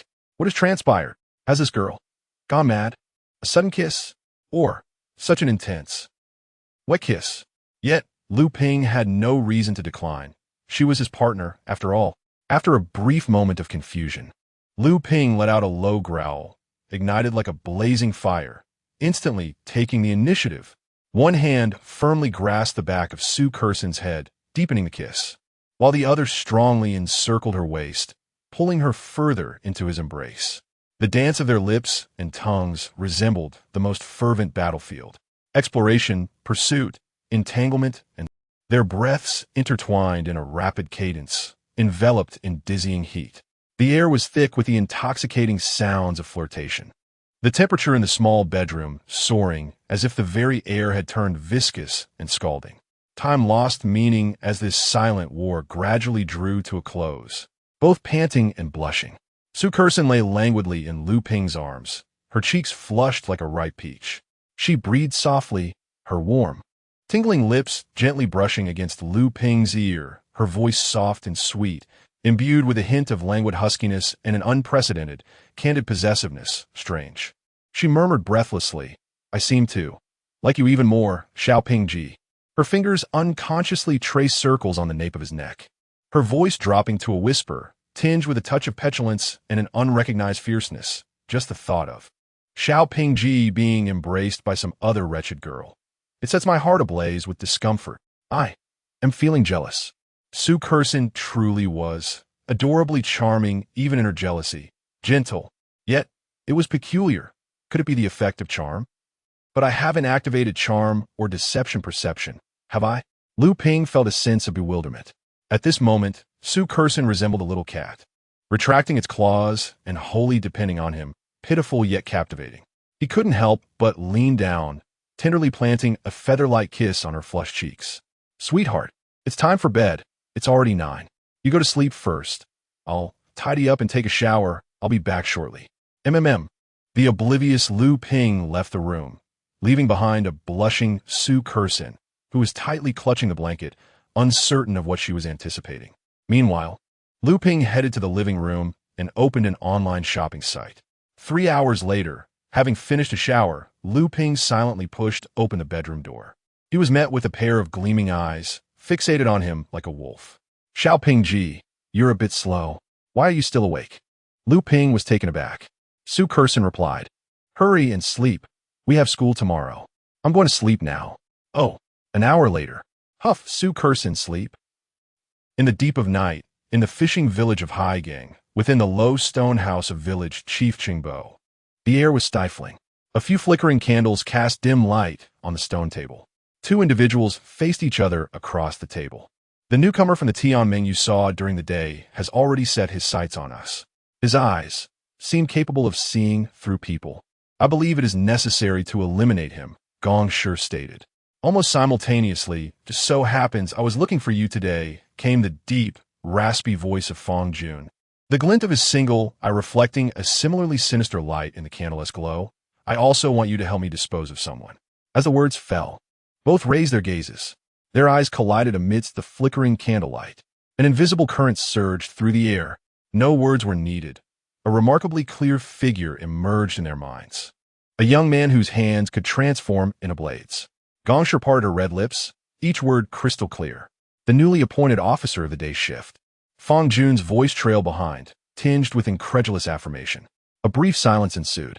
Fong Jun's singular eye widened in surprise, his pupil constricting. Could it truly be him? He was well aware of Lu Ping's abilities. That was the blade transformation of the 100 Soldiers sequence. The secret of Lu Ping's replication sequence remained undisclosed, known only to a select few, such as Jingming. "HM?" A mocking smirk curled at the corner of Gong Shi's lips beneath her veil. "Isn't it customary for your Tianming officers to start at least from the second tier? When did a mere first-tier rookie manage to rise above you all?" He is different." Fong Jun scoffed lightly, claiming that during the last monster siege initiated by the doctor, this lad had merely stumbled upon some luck and earned a small merit, thus receiving an exceptional promotion from that old Ku Jingyang. He lowered his voice intentionally. The news had spread far and wide. This lad must have sold his soul to climb so high. A mere first tier, and he dares to assume the role of an officer? What audacity! No wonder. I sensed something off about that lad during the day. Strutting around as if he owned the place. Turns out he is merely a favored one officer. The thought of Lu Ping's smug face ignited a wave of fury within Gong Shi. It seems we're indeed on the same page this time. "Speak. How shall we eliminate him?" However, Fong Jun did not respond immediately. After a lengthy contemplation, he finally spoke. "Killing him cannot be rushed." Gong Shi let out a playful snort. "What's this? Our ruthless officer Fong. Has he softened?" "Softened?" Fong Jun chuckled at what he perceived as a grand joke, a self-deprecating smile tugging at his lips, an already blackened heart. Where could softness reside? "I merely wish to be more prudent. Let us not be so hasty." Fong Jun's mind was as clear as day. To kill Lu Ping now would be akin to proclaiming one's collusion with the abyss right under Jing Ming's nose. Once exposed, he would lose all value to the abyss. The abyss would care not for the survival of an exposed, useless watchdog. To kill Lu Ping was not the goal, merely a means to an end. What he truly yearned for was to absolve himself of suspicion, to secure a safer position aboard this ship of the abyss. For instance, to valiantly resist the abyssal assassins in order to protect this newly arrived, irksome officer, and ultimately sustain grievous injuries, yet still retain honor in defeat? Or perhaps, something even more tragic, letting Lu Ping sacrifice himself to save his loyal subordinate, and then he miraculously survives?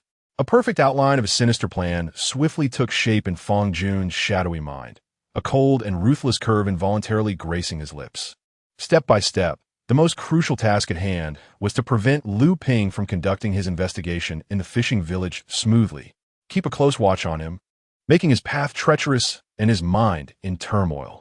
Regarding the notion of eliminating him, Fong Jun solitary, I turned towards Gong. After he had floundered about like a headless fly in his investigation for quite some time, yielding not a shred of evidence, he had become a complete laughingstock. Thus, it would not be too late to terminate him. Moreover, he deliberately paused, accentuating his tone, At that juncture, you must adhere strictly to my script. Otherwise, I shall expose your collusion with the abyss, and you shall lose me, this invaluable pawn, in vain. Crack! A sound, exceedingly faint yet piercingly sharp, echoed through the air. The abrupt snap of a branch being crushed underfoot emanated from the impenetrable darkness outside. It was as though a taut string, stretched to its limits, had been plucked. Inside the stone dwelling, every sound, every movement, every breath froze instantaneously. The flickering candlelight quivered violently. Two pairs of eyes, akin to venomous serpents struck by lightning, radiated a chilling blend of terror and murderous intent, swiftly darting towards the tightly shut wooden door that led into the boundless abyss of darkness. Who goes there? Chapter 67. Shall I assist you in searching? On the following morning, after bidding farewell to Su Kersin, Lu Ping deliberately took a detour to visit Lu Ming. The black motorcycle roared past the southern gate. A glance at the watch revealed it was precisely 8:55. The timing was impeccable. With a swift maneuver, the motorcycle executed a neat turn and came to a steady halt at the entrance of the harbor camp. Two figures were already standing in the morning light. Huang Cheng, standing in penance, and Fong Tian, whose expression was grave. Commander. Fong Tian hastened to meet him, his voice deliberately subdued, laced with a barely perceptible anxiety. There's been an incident. One person is missing from the night shift. Missing? Lu Ping furrowed his brow. Lu Lang, the burly man who was compelled by Huang Cheng to swap shifts yesterday. Fong Tian's speech quickened.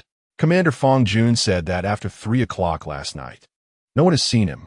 Within the camp, the atmosphere was stifling, akin to the eerie silence before a tempest. Fong Jun remained at the humble podium, though today his figure appeared somewhat rigid in the morning light. His gaze swept over Lu Ping, who had just entered the camp, and his voice, though maintained with an effortful calm, betrayed an undercurrent of unease. Commander Lu, last night, Lu Lang has gone missing. Without pausing his stride, Lu Ping approached the podium, his sharp gaze scanning the assembly like a searchlight, ultimately fixing on Fong Jun's face. A living person in this heavily guarded harbor camp simply goes missing? A veil of sorrow momentarily clouded Fong Jun's countenance as he sighed. Currently, we are indeed unable to make contact. Perhaps he merely returned to the city without permission. Returned to the city? Lu Ping's tone suddenly turned frigid. Entries and exits at the city gates are meticulously recorded. Such self-deceptive reassurances are best left unspoken. He paused briefly, surveying the anxious faces below, his words deliberate and piercing, akin to ice picks driven into the hearts of all present. Do you comprehend what this signifies? This implies he is highly likely deceased. Right here, last night, above this harbor that we are sworn to protect. Boom! This declaration struck like a boulder cast into still waters, instantly stirring tumult among the crowd. Fear washed over them like a chilling tide, engulfing every soul present. The terror of death loomed overwhelmingly, suffocating the flames of revenge that flickered within their hearts. Their faces drained of color, their bodies trembled uncontrollably. Who will be next? No matter how fervent the flames of vengeance burned, they could not wholly dispel the ordinary cowardice in the face of unknown mortality. This was not a shadow that could be easily erased with mere slogans. Everyone! Lu Ping's voice suddenly soared, shattering the pervasive dread like a resounding bell. He stepped onto the podium, positioning himself beside Fong Jun. Fraudulent perception. Charm. The dual abilities activated instantaneously. An indescribable, formidable presence erupted from Lu Ping, akin to an invisible halo. He seemed to transform into a lighthouse amidst darkness, radiant and resplendent. The fearful, bewildered gazes of all team members were irresistibly drawn to him, as if they had suddenly glimpsed a blazing sun in an endless cold night, dispelling all trepidation and darkness. Do you see it? The voice of Lu Ping possessed a magical power that pierced through the fog, striking at the very core. The hidden rats, unable to contain themselves, revealed their fangs. This, precisely, is proof of their fear. They dread the impending exposure of their shameful facade.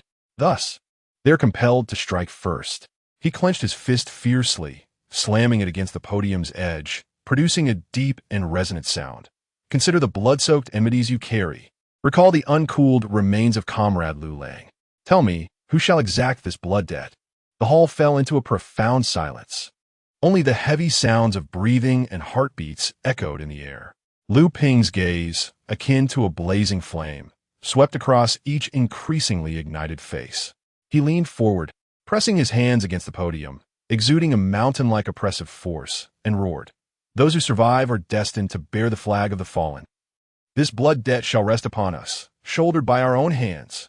Before his words faded, Lu Ping's right hand, swift as lightning, unsheathed the finely crafted steel sword hanging at his waist with a resonant clang, catching Fong Jun unprepared. The icy blade glimmered with a piercing radiance under the morning sun. Blood debt. Lu Ping raised the sword high, its tip pointing towards the heavens, his voice erupting like thunder. "It must be repaid in blood. The abyss.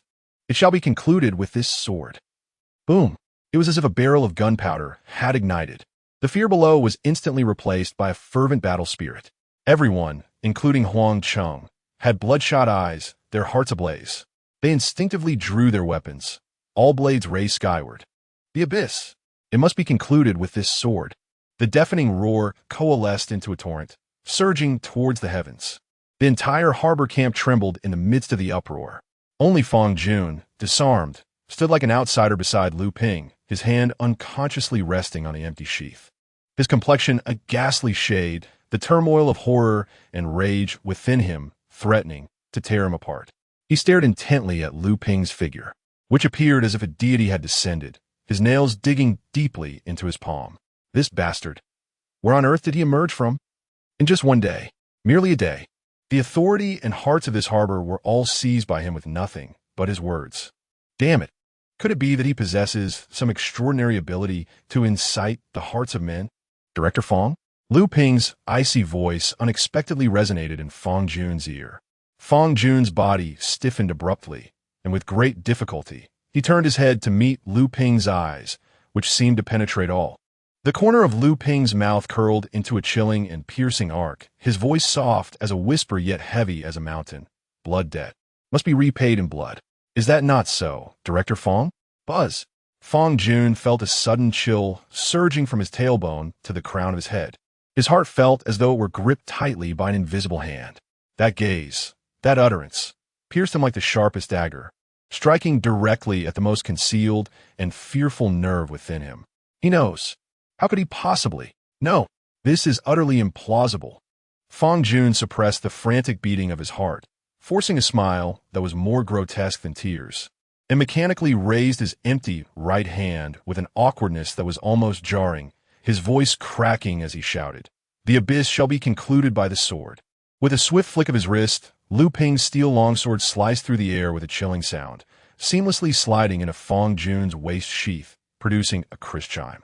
Lu Ping, arms crossed before his chest, loomed over Fong Jun with an air of superiority, his voice devoid of warmth. "Officer Fong, it is time for you to clock out." Leaning slightly closer, he whispered into Fong Jun's ear, a tone audible only to the two of them.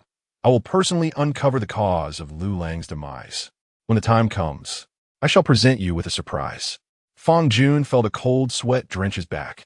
He dared not meet Lu Ping's gaze any longer, nearly stumbling as he turned, his steps unsteady as he made his way out of the camp. That was the best course of action. The blinding morning sun filtered through the camp's gaps, illuminating Fong Jun's retreating figure. Instinctively, he raised his arm to shield his eyes, as if the brightness were too scorching, too glaring, threatening to incinerate his facade entirely. As they watched Fong Jun's frantic silhouette vanish beyond the camp gate, the remaining 4 night shift team members remained rooted in place, none daring to follow. They exchanged uncertain glances until they confirmed Fong Jun's departure, at which point they turned towards Lu Ping at the podium as if freed from invisible chains. "Officer Lu." One of them gathered the courage to speak, his voice trembling with suppressed emotion. We have something to discuss." Lu Ping's calm gaze swept over them. "Speak." "We suspect." Another member swallowed hard. "That Lu Lang's disappearance is somehow connected to Officer Fong." Lu Ping's eyes narrowed imperceptibly for a moment. Even they had noticed? This exceeded his expectations. It seemed that Lu Lang's disappearance was not a calculated act of malice, but rather a forced silencing following an unplanned incident. What had Lu Lang heard last? What earth-shattering secret could compel Fong Jun to risk exposure in order to ensure Lu Lang's eternal silence? Reasons. Lu Ping's voice remained steady, yet carried an undeniable weight. The four men, as if finding an outlet for their pent-up emotions, began to murmur in a flurry, their voices urgent. Officer Fong left the camp partway through, claiming he was going to investigate the fishing village. Yes, then that guy Lu Lang, after waiting a long time without seeing Officer Fong return, grew anxious and said he would go take a look. But he never came back. The most suspicious part is, the speaker's face was etched with terror. Later, we inquired with the officer in charge of the housing about whether he had seen Lu Lang near the fishing village, and he categorically asserted that he had not. This was simply impossible. Finally, one individual interjected, raising his voice a few notches, insisting that they had clearly seen him heading towards the fishing village. The camp is only a few hundred meters from the village. How could a living person walk there without being seen? Regardless, Lu Lang had indeed vanished in the fishing village. Lu Ping listened calmly to their chaotic recounting, his demeanor as tranquil as water, an understanding flickering in his eyes. It was precisely as he had initially surmised. It was indeed Fong Jun who had acted, eliminating Lu Lang, most likely to silence him. Keep these thoughts to yourselves for now. Do not mention Lu Lang's matter to anyone else, he advised. I will personally report this to headquarters and initiate a thorough investigation. This statement was merely a comfort. Lu Ping had been dispatched specifically to investigate the incident. Remember, after dark, do not venture out alone. Watch out for one another. Lu Ping instructed. Understood, Officer Lu. The four nodded vigorously, their tense expressions relaxing slightly. Return now, Lu Ping gestured. Yes, Officer Lu. The four of them felt as if they had been granted a reprieve, hastening towards the camp's entrance. However, just as they were about to step outside, a sudden chill froze their movements, leaving them rigid in place. The color drained from their faces in an instant. There, outside the camp gate, stood Fong Jun, who should have long departed, silently looming at the juncture of light and shadow. He was there, resembling a cold stone statue, his single eye glinting like a poison hook, scraping across their horrified faces inch by inch. Fong! Officer Fong! You haven't left? The four exclaimed in unison, their voices sharp and distorted by sheer terror. Fong Jun's features twitched violently, a profound darkness threatening to manifest itself around him. With immense willpower, he suppressed the murderous intent surging from his chest, nearly overwhelming him. Everything had spiraled out of control. An unprecedented, suffocating sense of helplessness engulfed him like a frigid tide. This feeling was maddeningly loathsome. He was acutely aware that his hasty handling of Lu Lang the previous night had left numerous flaws. Yet, there was no alternative. That fool Lu Lang had stumbled upon his conspiracy with Gong Shi, hearing things he should not have. He had to die. Immediately. However, he had never anticipated that before confronting him, Lu Lang would deliberately greet these four individuals. Even more astonishing was that these seemingly meek individuals had decided to play their own games. And he, in his folly to extricate himself from the situation, had unwittingly uttered the damning phrase, "I did not see." It was over. Fong Jun's heart plunged into an icy abyss. His identity, the elaborate fade he had painstakingly constructed, was likely entirely exposed before these four fools and Lu Ping. The invisible noose has already tightened around his neck. In this suffocating silence, a voice, calm to the point of malevolence, emerged. Officer Fong? Lu Ping had unknowingly strolled to the camp entrance, his tall figure perfectly shielding the trembling four team members from Fong Jun's predatory gaze. With hands tucked into the pockets of his uniform, could it be that something of great importance has been left behind in the camp? If so, would you like me to assist you in searching for it? Chapter 68. Silence. Enough. It's nothing, Fong Jun remarked, tugging at the corner of his mouth to display a rigid smile. He had initially intended to wait for my inept team members to regroup, ensuring some semblance of safety on our way back to the city.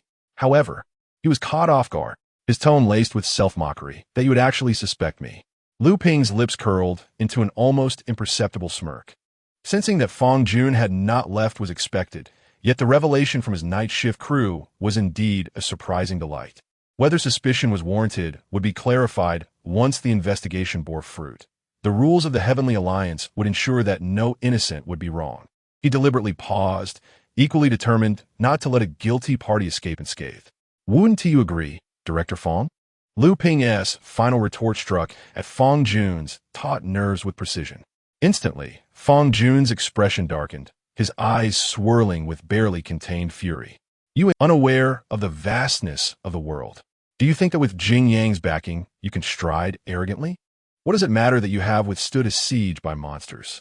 You are but a first tier. You are, without a doubt, a complete weakling. I could easily obliterate you. I have plenty of underhanded tricks up my sleeve. Enjoy your moment of triumph for now. Once the storm passes, just wait and see how I clean up you and those backstabbing scoundrels one by one. Naturally, Fong Jun spat out through clenched teeth, forcing a semblance of a hollow smile across his face before he turned abruptly. He flung open the car door with a brutish motion.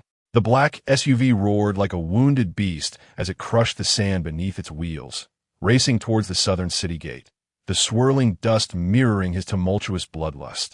Beside him, Fong Tian had observed the silent clash of blades and shadows, which had previously seemed vague, now crystallizing into clarity with startling lucidity. So that's it. No wonder Lu Ge confronted Fong Jun so fiercely upon his arrival. The notion that a new officer would make a show of power was merely a facade. Lu Ge's true target was likely Fong Jun, the insider. Lu Lang was almost certainly silenced by Fong Jun. What are you pondering?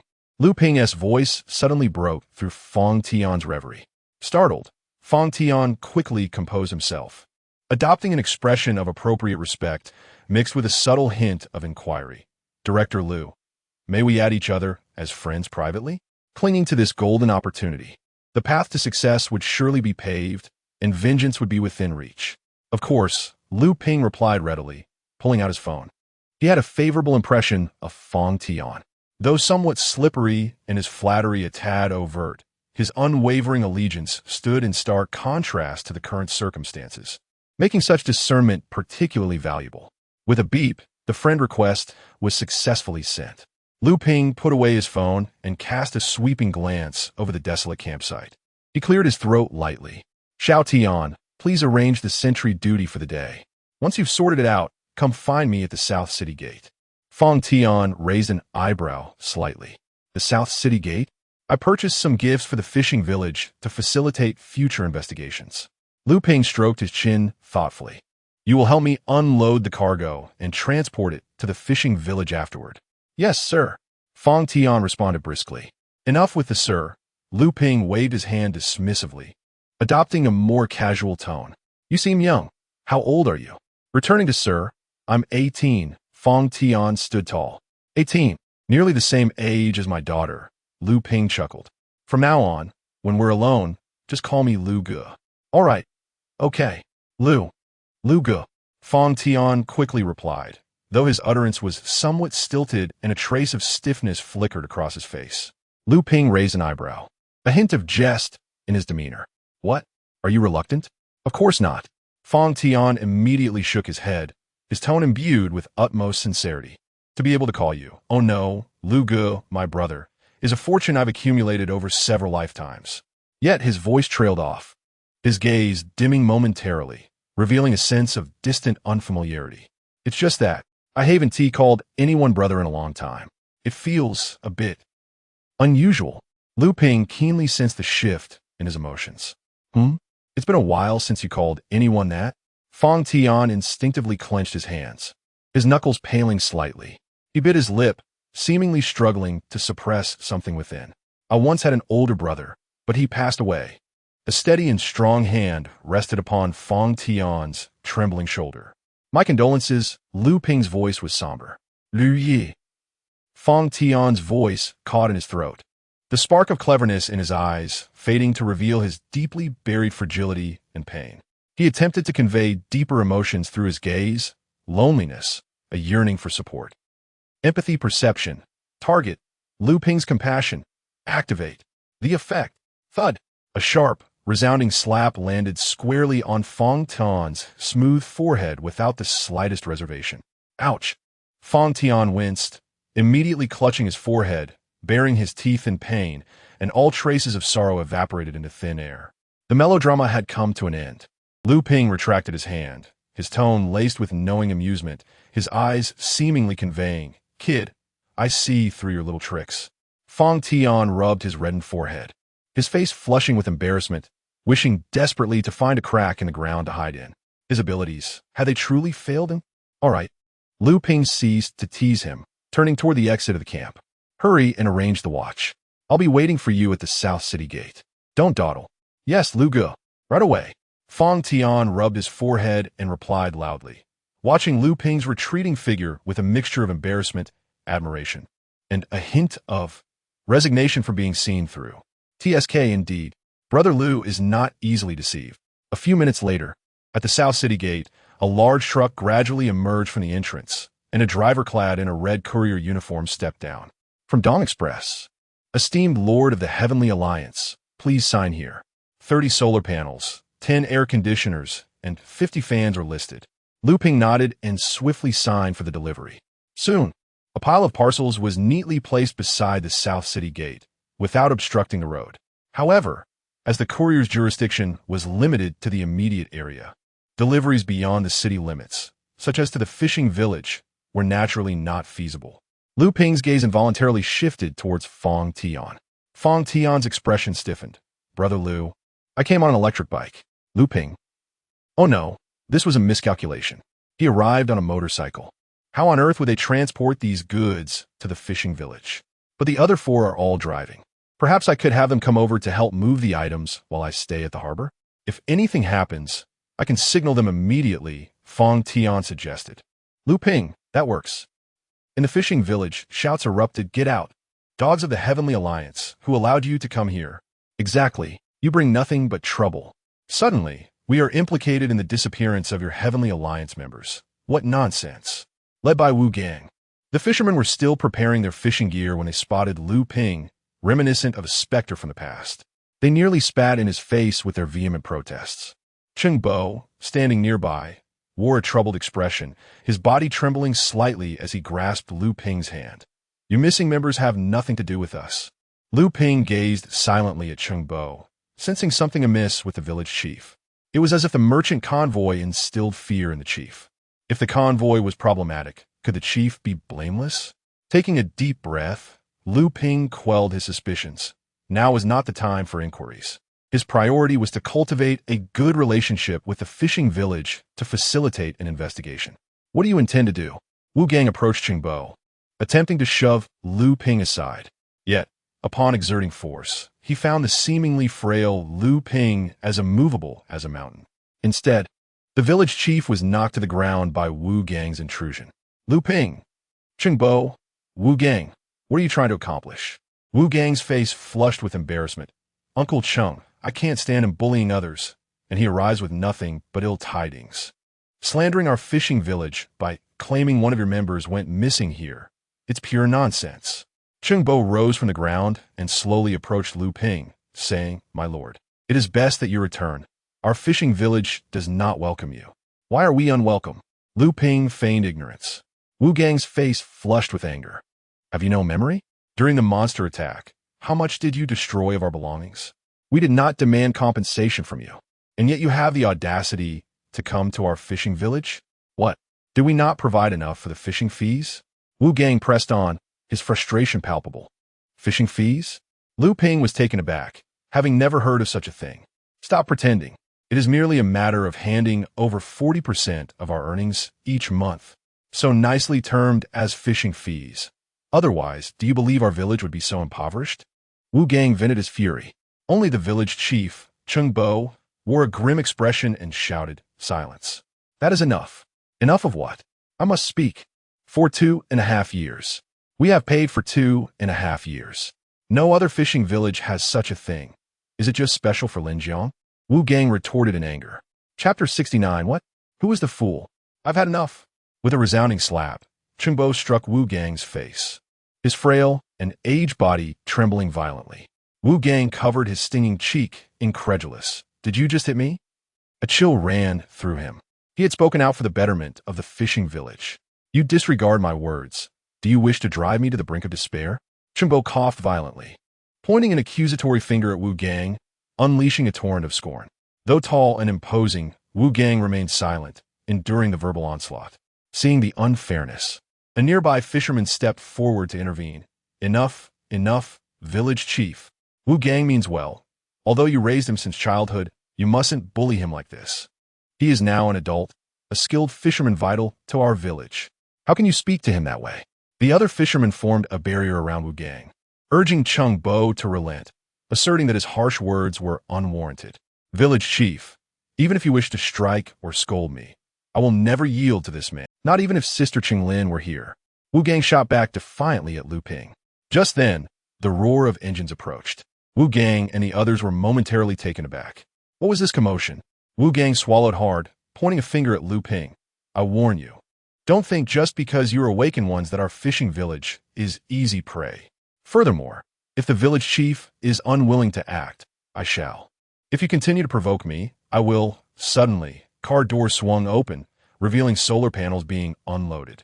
Wen Yin emerged from the trunk, carrying several electric fans, while Wang Wan retrieved multiple air conditioning units from inside the vehicle. An eerie silence enveloped the scene. Cheng Bo felt his throat dry. The sun was growing fiercer, and the villagers had previously complained about the monster attacks that had damaged their few solar panels.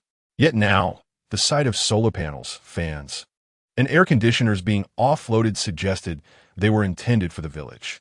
But accepting these would mean allowing the awakened ones to conduct their investigations in the fishing village without restraint. I had intended to provide these to your village without charge. However, it seems your village does not appreciate my generosity, Lu Ping remarked with a smirk. He turned to Wu Gang, stroking his chin, a hint of amusement in his eyes. I have changed my mind. I no longer wish to offer these freely. Summer is exceedingly hot, and the weak and elderly in the village rely on fans and air conditioning to combat the heat. But because of you, it appears they may not receive such relief. It is but a jest. Even a clay Buddha possesses a flicker of fire within. Lu Ping believes he has not wronged the fishing village. Yet why such discontent? Is it merely because Lu Ping is an easy target? Last night, he toiled through the night over solar panels, air conditioners, and electric fans, financing everything from his own pocket. Lu Ping has only received 2 months' salary, and now he is left with nothing. Had it not been for the fact that the solar panels in the fishing village were indeed damaged due to his influence, he would never assume the role of the scapegoat. After all, while he may have caused the damage, the very presence of abyssal beings in the village signifies that there must be collusion within the village itself. The village deserves its misfortunes. Were it not for Lu Ping's kind heart and the genuine need for friendship with the village to facilitate his inquiries, he would not have spent his own money. But now, having only just arrived, he is already embroiled in turmoil. He must address this Wu Gang, who has targeted him twice. Even a clay Buddha has its limits.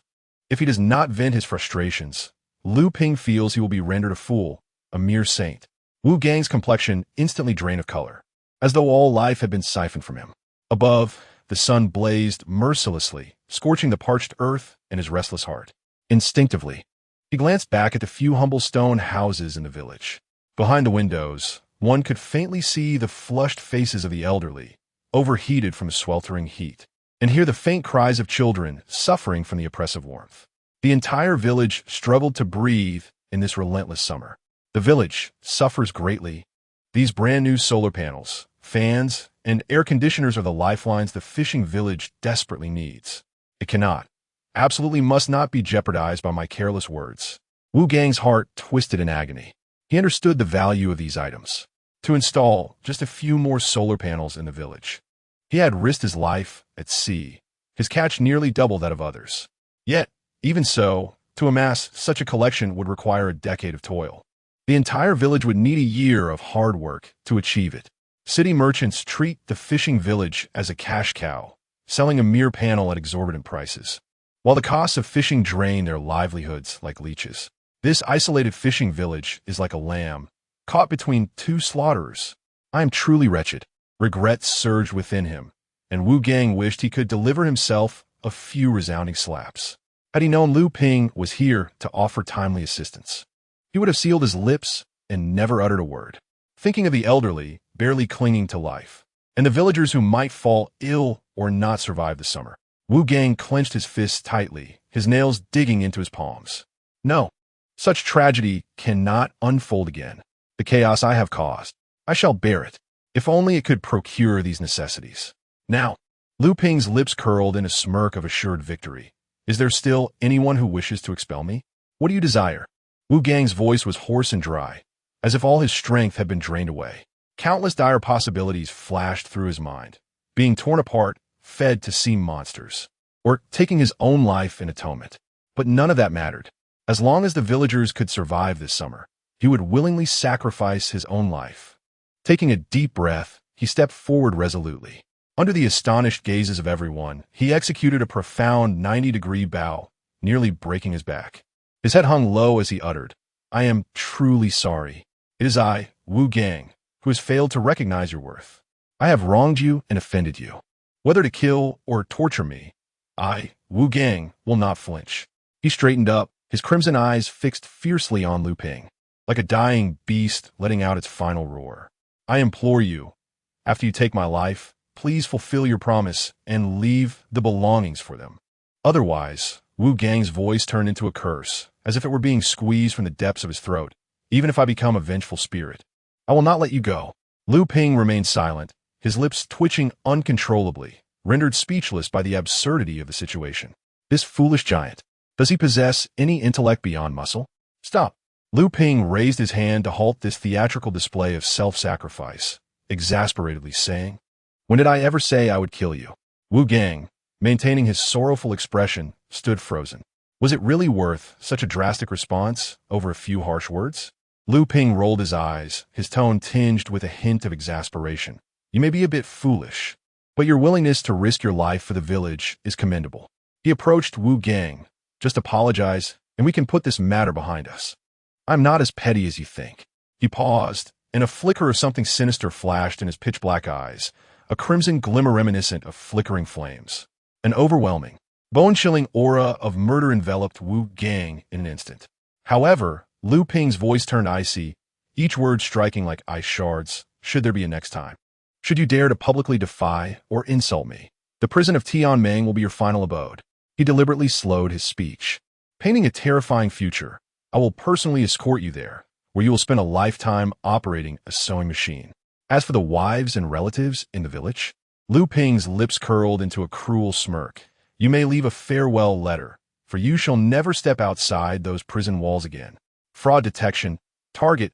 Wu Gang's credibility. Activate. Effect doubled. Buzz. Wu Gang felt a chilling sensation surge from the soles of his feet to the crown of his head. Even the marrow in his bones quivered with cold. The scene Lu Ping described, a pitch-black cell, an endless sewing machine, and the despair of bidding farewell to loved ones, was 100 times more terrifying than a beheading. Death seemed not so frightening after all. Just as this unfathomable thought crossed his mind, Wu Gang shivered violently and quickly dismissed it. His mind was consumed by the haunting echo of Lu Ping's words about toiling at a sewing machine for a lifetime. However, he scratched his head, and a profound question eclipsed his fear as he stared directly at Lu Ping. "So, are these things compensation bestowed upon us by the Heavenly Alliance?" Lu Ping cast a cold glance in his direction and scoffed dismissively, "The fool who bought them." Wu Gang, even more bewildered, instinctively pressed for clarification. "Huh? The fool? Who is that?" Chapter 70. Reflections on the old fishing village, particularly in recent years. To Wu Gang's foolish inquiries, Lu Ping could scarcely muster the energy to blink. A simpleton indeed, the verdict was clear. He had grown tall, yet his mind seemed filled with seaweed, offering nothing of substance. Such naivety rendered him utterly exasperating. Lu Ping chose to disregard him entirely, redirecting his gaze to Chung Bo Village Chief Chung. He began, his voice imbued with an intangible pressure. "The Chung Lin Wu Gang mentioned. What is her relation to you?" He deliberately paused, his eyes meticulously capturing every flicker of emotion on Chung Bo's face. "From what I gather, she is not in the fishing village." A palpable tension filled the air. Despite Chung Bo's efforts to mask his reaction, the mere mention of Chung Lin caused his pupils to constrict sharply. The shock was as fleeting as a flash of lightning. Yet it was laid bare under Lu Ping's discerning gaze. The old village chief's expression twitched imperceptibly, and he instinctively lowered his head. This lapse in composure lasted but a moment before a formidable will suppressed it. When he raised his head again, a bitter smile had taken residence on his face. You mean Lin Lin?" He sighed heavily. "She is my daughter. 2 years ago, she left with a merchant caravan, eager to explore and witness the world beyond. He paused, his throat constricting as if swallowing unspoken sorrow. Eventually, she truly settled in the outer city. I hear her life there is satisfactory. However, the distance is great, and she has been preoccupied. It has been many days since she last came to visit her old father. 2 years? Another span of 2 years. Lu Ping's heart jolted violently, as though gripped by an unseen, frigid hand. Since his arrival at the harbor, this 2-year mark had incessantly surfaced, entwining itself within his thoughts. Wu Gang's denunciation of the Tianming's fishing fees, 2.5 years. The Gongshu caravan's claims of procuring seafood from the fishing village, precisely within these 2 years. Now, even the village chief's daughter, Cheng Lin's departure to establish a home, happened exactly 2 years ago. A coincidence? Absolutely impossible. An outline of an invisible web materialized in Lu Ping's mind with a thunderous clarity. 2.5 years prior, this net had silently unfurled, enveloping the fishing village, the harbor, and even the city of Linjiang. All clues, all concealments, all distorted fears. The source was firmly anchored in that vague yet pivotal 2.5 years ago. What transpired 2.5 years ago? Cheng Lin's departure was far from a mere pursuit of a tranquil life. The harbor's guardianship. Wait, aside from Fong Jun, there was another officer. Yang Ke. A spark of insight flickered in Lu Ping's eyes. It seemed he should pay a visit to this old friend tonight. What truths from 2 years prior did Yang Che possess? Officer, everything has been transported as per your instructions. Wen Yin stood behind Lu Ping, his voice barely above a whisper. Lu Ping did not even lift his eyelids, retorting, "Can you manage it?" "Huh." Wen Yin was momentarily taken aback, lent a hand, and helped them set up. Lu Ping's tone was languid, as if he were discussing a trivial matter. "Yes," Wen Yin replied, unable to suppress his curiosity. "By the way, sir, is this funding from above for the fishing village?" Before Lu Ping could respond, Wang Wan, hands on her hips, interjected with a voice that rang throughout the village. "Funding? Dream on. This is straight from the commander's own pocket." She raised her voice even higher, fearful that the fishermen might not hear her. Yesterday, on the way back, the commander was already grumbling about it. After returning to the city, he ran around tirelessly to gather these items: brand new solar panels, air conditioners, fans, all paid for by the commander himself. Wang Wan's words struck Wu Gang like a thunderclap, leaving him dumbfounded. His mouth hung open, cracked lips moving without sound. His gaze was glued to the gleaming new appliances: solar panels, air conditioners, fans. All items the villagers would take ages to acquire. Looking back at Lu Ping, he saw a figure still standing tall, exuding an air of nonchalance, as if he had simply tossed a few candies to a noisy child. A wave of overwhelming guilt washed over Wu Gang, burning through his heart like a red-hot iron. He felt his blood freeze instantly, his limbs turning icy cold.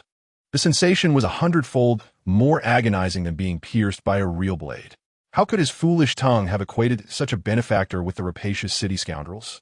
It turned out there was light in the city after all. He had been blind and corrupt. He deserved to be punished 1,000 times over. Thud!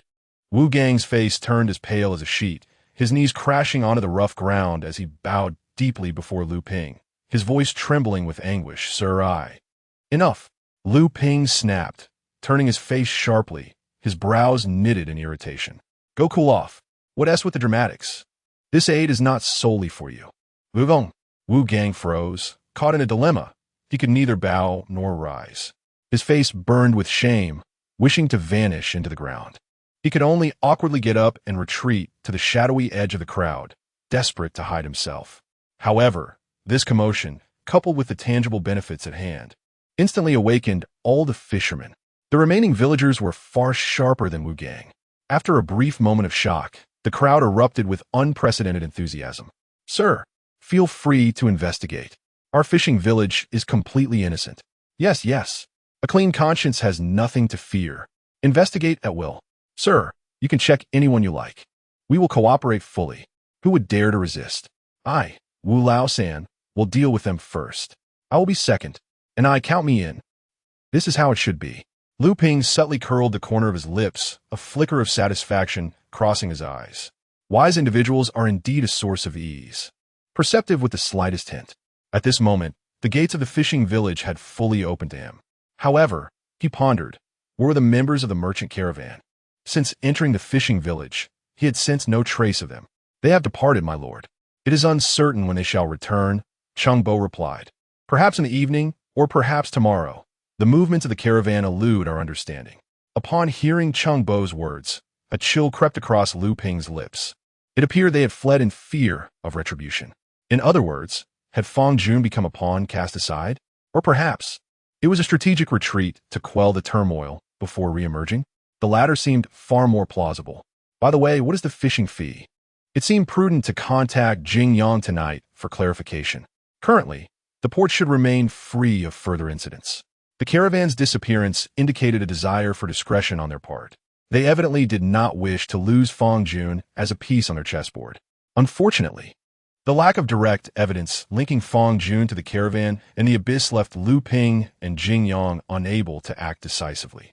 It was akin to the Interpol apprehending an international fugitive. Detaining them was one matter, but without proof, they would have to let them go. This was a matter of principle, and chaos could not ensue. Otherwise, without evidence, everyone would be grasping at shadows, and the ones to suffer would be the innocent. With a multitude of thoughts swirling in his mind, and having secured the goodwill of the fishing village, Lu Ping embarked on his investigation without obstruction. Several hours later, dust clung to his clothes as the sun dipped low on the horizon. Abandoned houses, storerooms, corners of the docks, and even the edges of the mudflats had been thoroughly searched, yet yielded nothing. The scene was so pristine, it was as if nothing amiss had ever occurred. However, this was within Lu Ping's expectations. After all, if even the clues were not meticulously concealed, he would have to question whether Fang Jun was indeed a long-standing spy. The day swiftly waned. After completing his routine night duties at the port, Lu Ping and his companions returned to the southern city gate. The night was as dark as ink, with the stars hanging low. Leaning against the cold city wall, Lu Ping retrieved his phone. The screen's cool light illuminating his serene profile. He dialed a familiar number. Hello? Jing Yang's voice came through the receiver, laced with his usual alertness. Any leads? None. Lu Ping replied succinctly. I need Yang Che's phone number and address. Yang Ke. Jing Yang paused, clearly taken aback. What do you need him for? To inquire about the village's past, particularly events from recent years. He might possess useful information, Lu Ping said, gazing into the night sky. Understood. Jing Yang did not press further, promptly relaying a series of numbers and an address. Remember, the phone number is 1XXXXXXXXX, and the address is. Chapter 71. Give me money. Before the villa, a figure clad in black and red stood still like a pine. Yang Che stepped out, dressed casually in a brown t-shirt and black shorts. He nonchalantly retrieved a cigarette case from his pocket, flicked out a cigarette, and placed it between his lips. Casting a glance at the other person. Looking for me? He inquired ambiguously, the corner of his mouth lifting slightly as he added, Care for a smoke? No, thank you, came the flat reply from Lu Ping. That's all right, just being polite. Yang Che chuckled lightly, skillfully striking a match to ignite the cigarette. Taking a deep draw as white smoke slowly dissipated. Leaning casually against the pristine white wall of the courtyard, he said, Go ahead, what else on your mind? His demeanor was relaxed, yet his eyes held a questioning glint. The fishing village, Lu Ping stated directly, foregoing any circumlocution. How much do you know? Fishing village. Yang Che echoed, flicking off the ash with his fingertips. Not much, to be honest. I've only been stationed at the harbor for about 3 or 4 years. As the smoke curled around him, a seriousness crept into his expression. However, there are indeed matters worth discussing. Such as? Lu Ping pressed. 3 years ago, Yang Che revealed a time frame. A strange fog enveloped the sea. The once pristine waters were suddenly shrouded in a thick white haze. The villagers, who could previously venture into the deep sea to catch large fish, now found themselves confined to the shores, barely scraping by with small catches of shrimp and fish. He raised his gaze to Lu Ping. What else would you like to know? About the village chief, Lu Ping cut straight to the point. What do you know about Qingbo? And the merchant caravan? Yang Che flicked the ash from his cigarette, watching the glowing ember fall. He tilted his head, contemplating for a moment, as if piecing together fragments in his mind. Ah, he exhaled the smoke, I see. You wish to inquire about the connection between the merchant caravan and the village chief? Your understanding is accurate. Lu Ping did not deny it.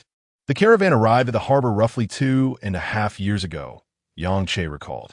Their spending was quite lavish, far more generous than the miserly merchants of Linjiang City. Naturally, the fishing village was eager to foster a good relationship with them. He paused, his tone resolute. In my opinion, the village chief should feel gratitude towards the caravan. Gratitude? Lu Ping furrowed his brow. The uncontrollable tremor Chung Bo exhibited in the presence of Gong Shi, that deep-seated fear, seemed worlds apart from the notion of gratitude. Yes, Yang Che remained oblivious to Lu Ping's doubts.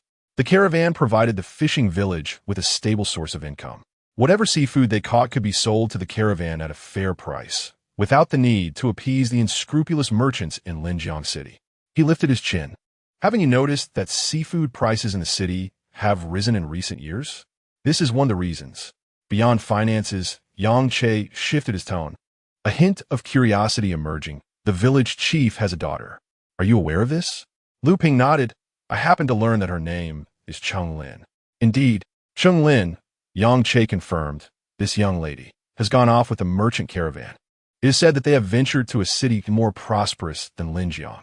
The merchant caravan has connections that can assist her in obtaining a household registration in the city. Thus, she would become an authentic city dweller.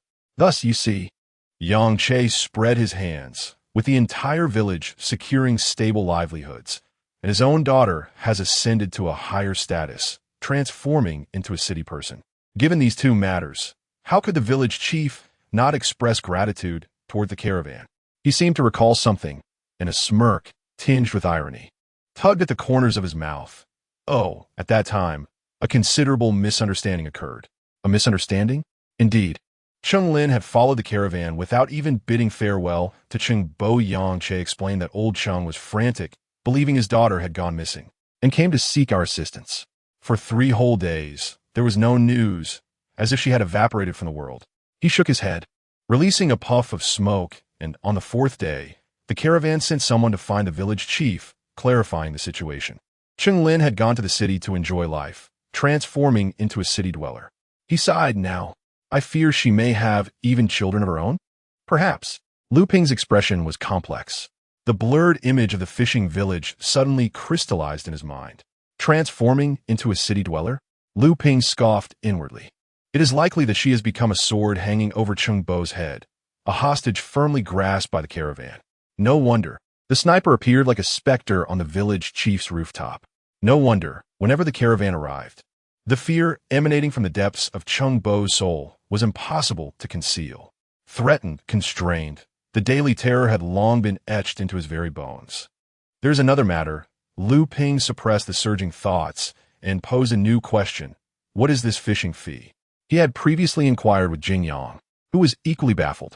Now was the perfect moment to seek confirmation from Yang Che. Fishing fee?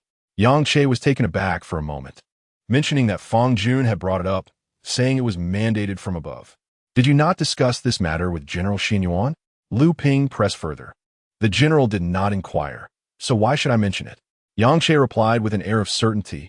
Fang Jun surely would not deceive me over such a trivial matter. His tone carried a hint of uncertainty. Fang Jun claimed it was not a significant amount. Why? Yang Che looked at Lu Ping with confusion. Is there a problem with this? Lu Ping's expression darkened, his gaze piercing as he fixed it on Yang Che. Nearly half of the hard-earned income of the fishermen has gone towards this fishing fee. He paused. Fang Jun has deceived you. What? How could they do such a thing? Yang Che's eyes widened in disbelief, nearly aflame with indignation. This is tantamount to severing the fishermen's means of survival. He could hardly believe it, bellowing, Are you certain they have taken a full half of the income? 100%. Lu Ping's lips curled in a wry smile. For this, I nearly faced the wrath of angry fishermen and was expelled from the fishing village twice. However, his voice suddenly turned icy. You have misunderstood. This money is not collected by Tianming. Yang Che's pupils constricted sharply. Are you implying Fang Jun? How dare he? Is he seeking death? Yang Che's fury ignited in an instant. His parents had perished at the claws of abyssal monsters. Instead of seeking vengeance for the grievous blood feud, he audaciously dared to establish a pretext for illicit gain. Was his mind trampled by a freight truck? He abruptly shook his head, seemingly trying to cast aside the visage of Fong Jun from his thoughts. Laughter tinged with rage escaping his lips as he crushed the cigarette tightly in his palm, the burning ember obliterated alongside it. Sparks and ash erupted from his fingers.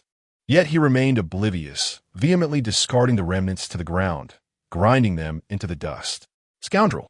He bellowed, veins bulging at his temples, plundering the common folk's resources with impunity. Had his conscience been fed to dogs? Feasting on the bounty from the Heavenly Alliance, smashing the bowls of the populace. Why didn't Fong Jun just roll into the abyss to feed the monsters? Damn it! A chilling murderous intent radiated from Yang Che's eyes. Have you reported this to the commander? Do you want me to join forces with you to drag out that scoundrel Fong Jun right now? His clenched fists cracked ominously. The fierce determination was no jest. He genuinely wished to tear Fong Jun apart on the spot. Lu Ping's steady hand rested upon his taut shoulder. Calm down. Yang Che's fiery ire momentarily waned. You're feeling guilt-ridden, aren't you? Lu Ping inquired. Yang Che fell silent for a moment, then nodded heavily, his voice hoarse. Obviously, right under my nose. I allowed this parasite to gnaw at the fishing village for 2 long years. I must have been blind. Not even once. Did I suspect him? Lu Ping's tone was remarkably tranquil, even infused with a hint of agreement, his analysis astute. It was precisely due to your negligence and lack of vigilance that the fishing village endured 2 years of needless suffering. Yang Che's lips twitched. Lu Ping, are you saying this now to stoke the flames of my ire, intending to provoke me? Certainly not. Lu Ping met his smoldering gaze directly. I merely ask you, do you wish to atone for your transgressions? Yang Che's throat tightened, his expression intricate. Yes, of course. But how can I mend this gaping wound? Incorrect. Lu Ping suddenly shouted, extending his arm forcefully, pulling Yang Che closer with exaggerated urgency. Utterly wrong. He then thumped Yang Che's chest emphatically, producing a dull thud. Just by accomplishing one thing, the wounds of the fishing village can be healed. Yang Che was taken aback by this unexpected action, his eyelids twitching. What is it? Lu Ping's lips curled into a meaningful smile as he enunciated clearly. Give money. Yang Ke. The night was thick as impenetrable ink. However, from the direction of the fishing village, a blinding crimson suddenly erupted. It was not the festive glow of bonfires, but a consuming inferno, illuminating half the sky with its fierce flames. Heart-wrenching wails pierced the suffocating silence of the night. Someone, help! The fire! The village chief's home. The chief's house is ablaze. Wu Gang, have you lost your mind? Another voice screamed in terror. The fire is raging so fiercely, yet you rush in? Stop. Do you wish to perish within? Chapter 72, you did it. The following day, the sun blazed down fiercely at 9 o'clock. Lu Ping stood before a charred ruin in the fishing village, his expression as grim as iron. Before him lay the remnants of the village chief's house, which had collapsed and burned the previous night. The scorched wooden debris emitted a pungent odor, distorting in the searing sunlight. Brother Chong Lu, I have ascertained the facts. Fong Ping approached briskly, his face equally troubled. The incident in the fishing village placed the blame squarely on them, the guardians of the harbor. Last night, the village chief's house had suddenly caught fire. The surrounding fishermen reported hearing a single anguished scream, with the chief trapped inside. Fortunately, the villagers acted swiftly. Otherwise, the flames could have consumed half the village. Fong Ping added, and the cause of the fire? Lu Ping's voice was low and somber. Fong Ping hesitated for a moment. The fishermen speculate. It might have been a candle accidentally igniting something during the night. Nonsense. Lu Ping scoffed inwardly. Lu Lang had vanished from the fishing village the night before, and the merchant caravan had mysteriously disappeared the following day. Now, the village chief was engulfed in flames? This chain of events was no mere coincidence. The chief was silenced. At this critical juncture, there were only 2 possible culprits with motive and means. Fong Jun, driven to desperation, or the merchant caravan returning. Lu Ping leaned towards the latter. Fong Jun had already exposed himself significantly. Adding blood to his hands would only dig his own grave. Anyone with a modicum of sense would avoid such reckless peril. Wu Gang has awakened. A voice called out from a nearby low house. Wu Gong. Lu Ping frowned. Had he also encountered trouble? Fong Ping spoke in hushed tones. The fisherman said that when the fire broke out last night, Wu Gang, in his foolishness, charged right in, nearly turning himself to ash. He managed to drag the village chief's body out, but what emerged was nothing more than a charred mass. Lu Ping was momentarily speechless. He understood Wu Gang's simplicity, but had not anticipated such a degree of foolishness. "Let us go see," he said, turning towards the small, crowded house. Inside, the air was thick with the scent of herbs and charred remnants. The fishermen gathered around a makeshift bed, their faces etched with sorrow. "You foolish boy, have you lost your mind?" An old fisherman lamented. "The village chief is gone, and you have reduced yourself to this wretched state. How will you live on from here? Indeed, the chief raised you, treated you like his own son. We all know your gratitude, but you cannot repay it with your life." Another woman wiped her tears. On the bed, Wu Gang lay wrapped in blood-soaked bandages, with only one swollen eye visible. His throat rasped, his voice like sandpaper. "When I was 8, my parents were gone. The village chief, he was my father." He gasped painfully. "Now that he is gone, how can I bear to witness this? I hate myself for arriving too late."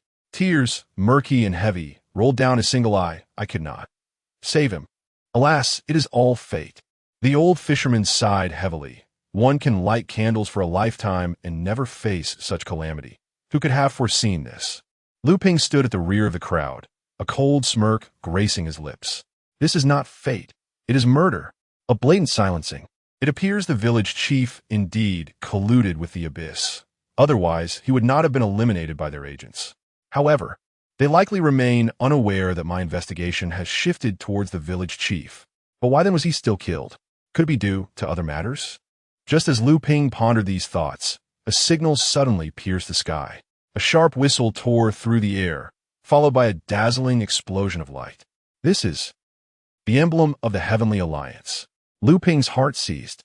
Two crossed long swords, surrounded by wings of stars, emerged against the azure sky. Has something happened at the harbor? Lu Ping's heart sank. "Lu Ye, it's a signal from the harbor," Fong Tian exclaimed, fearing that a monster had come ashore. "I know," Lu Ping replied hastily. "You stay here and continue the investigation, especially the clues from last night. I will head to the harbor." Before he finished speaking, he darted from the small house like an arrow released from a bow, racing towards the harbor. Fong Tian gazed at the swiftly vanishing figure, his expression tinged with complexity. With Lu Ping's strength, could he truly handle a monster if one appeared? His first-tier combat power always left something to be desired. He turned to the sorrowful fisherman, his voice cutting through the air. "Last night, apart from the fire, did you see anything else?" Fraud detection. Target. All fishermen. Descriptive urge. Activating. Effect doubled. I. A middle-aged fisherman momentarily lost in thought, his lips quivering as if pried open by an invisible force. I got up in the middle of the night, and I think I saw several shadows creeping into the village chief's house. At the time, I thought I was seeing things. Lu Ping spurred his pace, returning to the camp in a mere 30 seconds.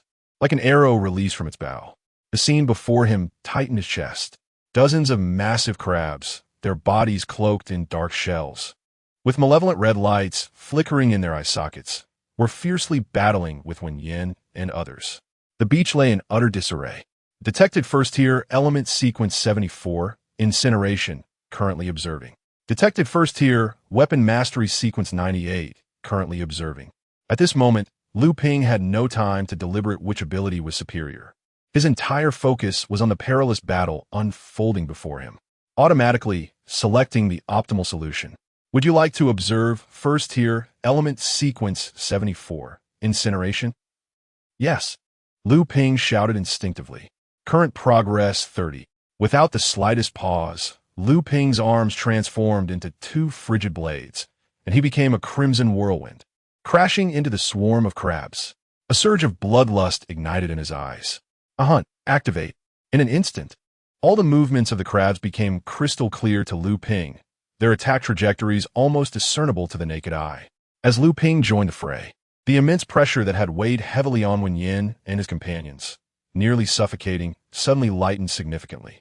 A swift, blurred crimson shadow flitted through the scene. Blood dance unleashed in its entirety. Lu Ping's speed surged to its zenith, transforming him into a scarlet arc of death, whereupon passing, a chilling brilliance erupted. The clawing crab monsters were swiftly and cleanly severed, their dismembered limbs and viscous fluids splattering in the air.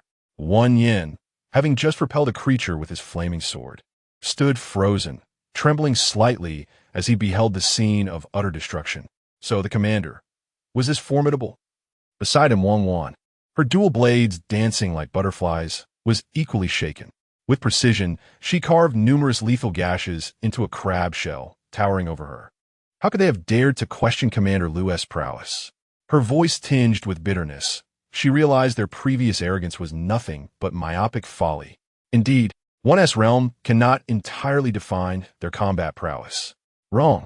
Wenyan's gaze sharpened as he ignited his fiery sword with fervor, delivering a crushing blow to another approaching crab, the intense flames seeping into the shell's crevices, instantly charring its insides.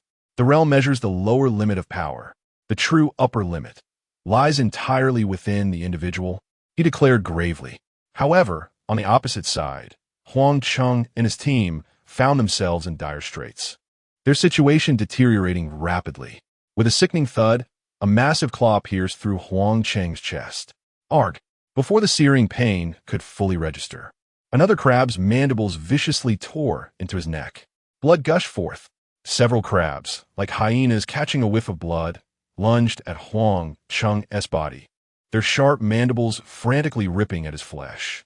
The fate of his comrades was even more tragic, as another giant claw clamped tightly around 1's neck, snapping shut with a horrifying crack. The sound of shattering bones sent chills down the spine. Blood erupted like an uncontrollable fountain, instantly staining the golden sands beneath them. Huang Cheng acutely felt his life force draining rapidly from the gaping wound in his chest, the injury to his neck, and the numerous bites he sustained. His consciousness began to blur. The excruciating pain threatened to engulf him, yet a fiercer flame ignited from the depths of his being. He coughed violently, expelling a mouthful of blood that stained his chin crimson. Despite his body bending in agony, he summoned every last ounce of strength, miraculously standing tall once more. The abyss. With the remnants of his strength, he raised his sword high, a hoarse roar overshadowing all the noise around him. His eyes ablaze with an indelible hatred and unwavering resolve. The sword shall end this. I will never forget the blood feud. 18 years later. I'm still a true hero. Weakness and fear were, in that moment, shattered by his own hand. He was no longer the timid youth, wielding the blood-stained sword. He struck fiercely at the monsters clinging to him in the boundless darkness, delivering the final, most valiant blow of his life. Ultimately, however, he was easily ensnared by the giant pincers. Officer Lu, Huang Cheng's body could no longer withstand the strain, heavily leaning on his sword. He knelt in the pool of blood on one knee. A bitter smile struggled to break through on his bloodied face. It seemed that I have failed. I'm still a weakling. I feel as though I am about to perish. How unwilling I am. I thought I could rise again. Before the words could escape his lips, the light in his eyes suddenly extinguished. His pupils fully dilated. All vitality forever froze upon that blood-soaked beach. Only the defiant silhouette of his sword-wielding form remained, solidified in time. A strikingly tragic arc of crimson light abruptly illuminated his surroundings. The crabs that clung and bit at him, along with the pincers that pierced his chest, were instantaneously severed into two neat halves by this bloodthirsty strike. No, you have not failed, Huang Cheng. You have achieved greatness. You are now a hero, deserving of respect from all. You stand tall, while they shall accompany you in death. Chapter 73. A More Comfortable Death? As Lu Ping gazed upon Huang Cheng's final smile, a profound chord within him trembled violently. Clenching his teeth, he surveyed the advancing horde of crab-like monstrosities, his eyes darkening with rage. Yuanjua, Lu Ping then gestured with a flourish, summoning several clusters of pitch-black flames that surged towards the relentless creatures crawling up the shore. A cacophony of monstrous wails erupted from the inky flames. Lu Ping's eyes burned crimson as he beheld the pool of blood at his feet, the decapitated corpse lying sprawled on the ground, and the sword-wielding figure of Huang Cheng before him, smiling yet eternally lifeless. A flicker of anguish coursed through Lu Ping's chest. as a torrent of fury began to swell within him. At that moment, a phone call interrupted his reverie. Upon seeing the caller's name, Fong Tian, an unsettling thought crossed his mind. Had something happened in the fishing village? A shudder ran through him, yet he answered the call before he could quell the tempest of emotions within. Hello, Brother Liu. We've gathered some information. Last night, several shadows infiltrated the village chief's residence, and shortly thereafter, his room was engulfed in flames. The voice on the other end continued. It is highly likely that it was the merchant caravan. Furthermore, they wish to speak with you. They claim they want to clear their name. Upon hearing this, Lu Ping fell silent for a moment, then spoke with a voice as unyielding as steel. I understand. Brother Liu, why do you sound so furious? Hearing Fong Tian's concern, Lu Ping cast a somber glance at the scene of devastation, his voice still resolute. Inform the members of the caravan to prepare themselves. They had better come ready with their tricks. Otherwise, his eyes blazed like fire. Let them await the torment of my wrath. There was a brief silence on the other end. I understand, Brother Liu. Beep, beep, beep. The call was abruptly ended by Lu Ping. He pocketed his phone and gently closed Huang Cheng's eyes, brushing over them with one hand. Do you remember what I said? Those who survive must bear the banner of the fallen. The weight of blood debt rests upon us, shouldered by our own hands. Blood debts must be repaid with blood. The abyss must be met with the sword. Wan Yin and Wang Wan trembled with fury, their eyes ablaze with the same resolve. Standing tall and saluting in perfect military fashion, we vow to follow Commander Liu to the death. For Brother Huang Cheng, for all our fallen comrades, we will avenge their blood. No. Lu Ping shook his head, his tone unwavering. You must stay behind. He took the bloodied longsword from Huang Cheng's hand, feeling the cold metal and the sticky warmth of blood, and gently laid Huang Cheng down on the beach, slowly closing his eyes. His gaze swept across the harbor. Recently stained by battle, the harbor must not remain unguarded. With that, Lu Ping turned away, no longer looking at anyone else. He slowly turned around, dragging a heavy body as if burdened by an ocean of blood-soaked grievances, step by step, treading on the blood of comrades and the remains of monsters, heading towards the fishing village. The bloodied longsword in his hand carved a serpentine, glaringly crimson trail upon the sandy shore. The fading light of the sunset elongated his silhouette, leaving stark bloodstains beneath the shadow. The flag of the deceased had been hoisted by his own hands. This debt, steeped in blood, would be settled by him, severed with the very sword he wielded. In the fishing village, within the dwelling where the merchant caravan had taken refuge, a table was laden with food and drink, the sounds of laughter and merriment faintly escaping. Outside, the fishermen stared intently at the tightly shut doors and windows, their eyes ablaze with fury. It was the caravan that had slain the old village chief. Why? By what right? A figure, bound in bandages, stumbled to the front of the house, expending the last of his strength to roar. It was you. You killed the old chief. Wu Gang stood at the door like an enraged bear, bellowing into the interior. Why? The fishing village has treated you well. Why unleash such venomous hands? Fong Tian reached out to intervene. However, a bloodstained hand gently rested on Wu Gang's shoulder. A voice, imbued with an enigmatic power, resonated from behind him. Leave it to me. Wu Gang abruptly turned, recognizing the newcomer, and was instantly struck dumb, his eyes wide with astonishment. The person who had laughed lightly just the day before now bore a countenance dark as the stillness before a tempest, clad in crimson black armor, with a bloodied longsword, and eyes as red as the very blood he carried. He walked with an aura reminiscent of a judge returned from the depths of hell. Lu Ping stepped forward, forcefully kicking open the heavy door. Inside, Gong Shi led the caravan members gathered around a round table. Gong Shi lifted her gaze to the blood-soaked Lu Ping, a smirk curling at her lips. Ah, Officer Liu, it seems you've endured quite the battle. Haven to you? How did it go, smoothly? Your pallor suggests otherwise surely no one in your party was so weak as to be torn apart by monsters. TSK, you should have mentioned.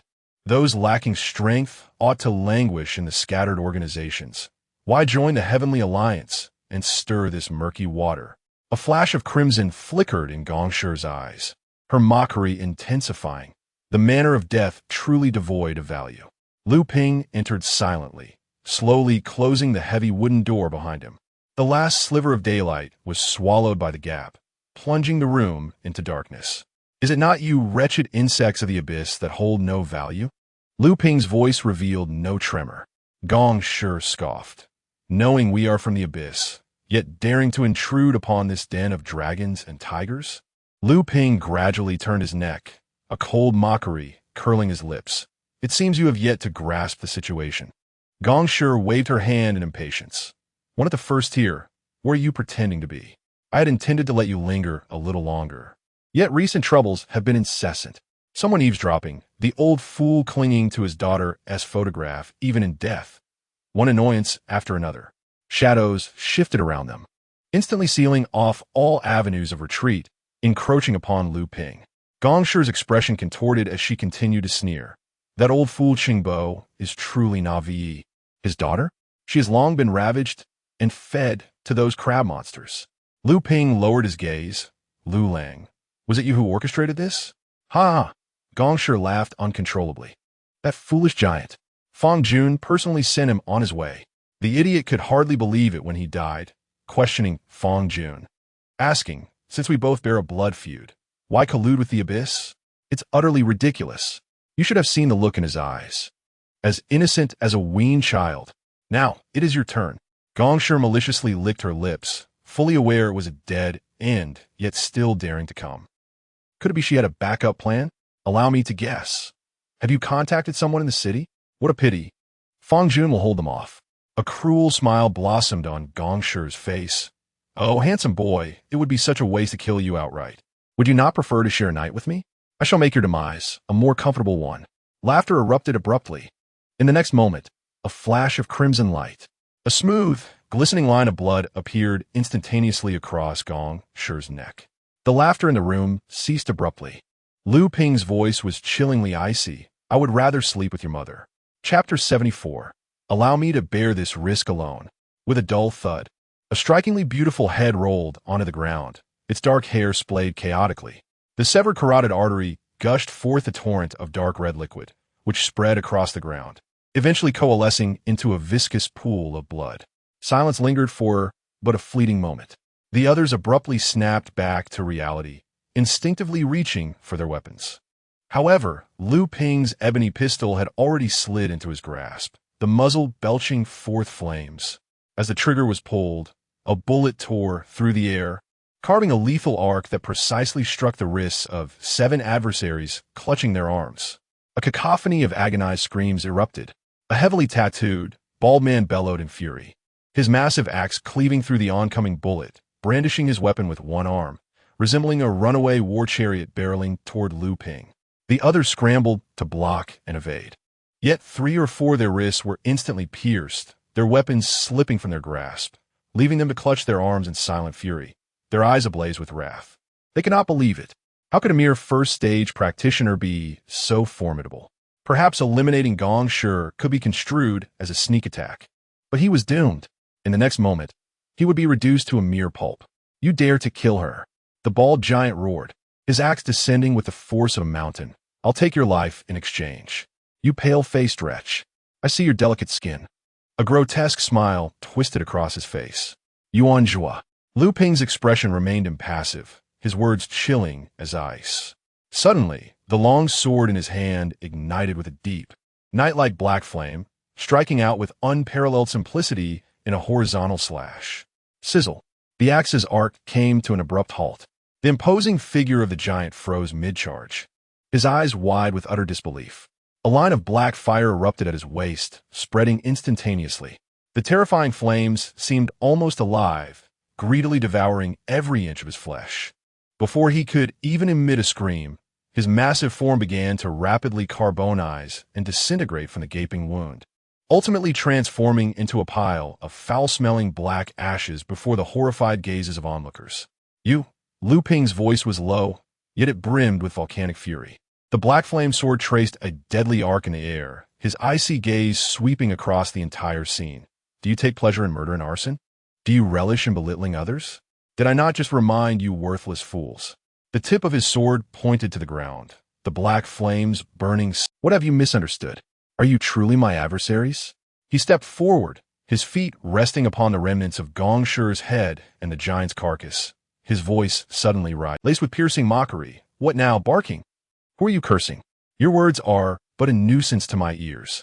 With a forceful kick, Lu Ping sent the burning black charred remains flying, his heavy military boot crushing down upon Gong Shi's beautiful head, the skull emitting a sickening crunch. He gazed down at the remaining enemies, still reeling from shock, his voice resonating like that from the depths of a hellish abyss. You wretches dare to invoke Huang Chung? In my eyes, you are more repugnant than the filth in a sewer. No, you cannot kill us. A voice, distorted by terror, erupted into a frantic scream. The individual trembled violently, as if shaking off grains of sand, and cried out at a breathless pace. We are valuable. We know the lair of the abyss. Take us back to the city. Spare our lives. Imprisonment is acceptable.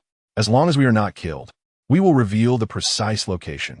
Lu Ping's black flame sword hesitated momentarily, his voice devoid of warmth. Where?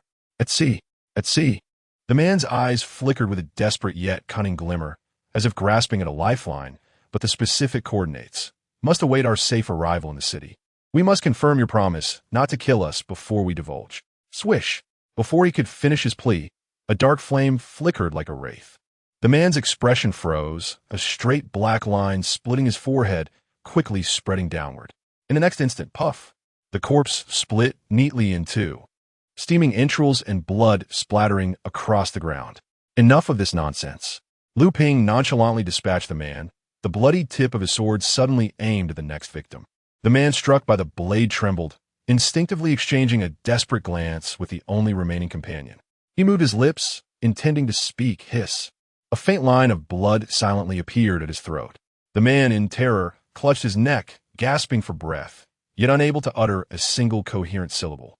Soon after, his head lolled weakly to the side, the carotid artery severed entirely, hot blood gushing forth like a small fountain, drenching the last two individuals.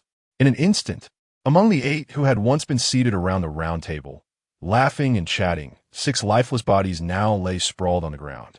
The stench of blood thick enough to suffocate. Enough! Lu Ping's voice was as cold as iron. The tip of his sword shifted once more, locking onto the final 2. Next, fraud perception, target, remaining 2, sense of fear. The effect intensified. A bone-chilling cold instantly seized the last 2, as if plunged into a bottomless ice cavern. He is a madman. One of them suddenly clutched his hair, eyes bulging in terror as he stared at Lu Ping, his voice warped by sheer dread. He won't spare us. Even if we speak, we will surely die. He is a devil. Amidst the frenzied shouts, he abruptly produced a uniquely shaped flare gun from his pocket, recklessly aiming it at the window and pulling the trigger. Whoos, bang! The piercing shriek sliced through the air, a flare soaring into the sky, bursting open against the cerulean backdrop. A massive, sinister black skull pattern emerged, radiating an ominous glow in the sunlight. Lu Ping's expression darkened abruptly. He had anticipated a desperate fight. He never expected it to be a signal. This complicates matters. Lu Ping's voice deepened, his grip on the black flame, sword tightening, murderous intent coalescing into near tangibility. It was of no use to keep you alive. Yet, to his astonishment, the last remaining individual, unlike the one in despair who had fired the flare, had been utterly broken. He lay prostrate on the ground like a puddle of mud, tears streaming down his face, desperately bowing to Lu Ping. I confess everything. Please don't kill me. I beg you. Spare my life. I swear to turn over a new leaf and become a better person. Lu Ping casually executed the man who had just fired a signal flare, then bent down. The icy tip of his sword nearly pressed against the forehead of the man crumpled on the ground, his crimson gaze locking onto the pleading eyes. The location. The exact location. Where is it? The man trembled uncontrollably, his fingers shaking as he retrieved a half-wet leather map from his clothing, stammering as he pointed to a marked spot. This, here, the marked location is it really that simple? Lu Ping snatched the map, his sharp gaze sweeping over the marked point, skepticism lacing his tone. I swear, I would never dare deceive you. The man's voice pitched in desperation, hastily adding, but this marked point requires decoding. Its true meaning is, he fought against his fear, his finger laboriously moving a few inches to the right on the map. The actual location is about 5 or 6 kilometers to the right of the mark point. That is the true entrance to the abyss base. No sooner had he spoken than, swish, a dreadful arc of blood swept through the air like lightning. 5 severed fingers, along with the man's hand that pointed at the map, were instantly severed from his body. Lu Ping carelessly tucked the map into his clothing.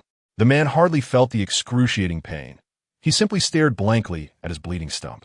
And then his entire being seemed to be sliced by an invisible blade, countless fine lines of blood emerging and tearing through his body. Lu Ping slowly straightened. Towering over the convulsing form in the pool of blood, his voice calm and devoid of emotion. "I apologize. I am not a man of principles." He paused, a cold smile curving his lips as if stating a rather simple fact. "Your principles seem merely to be torn apart. Chung Lin was casually slaughtered by you.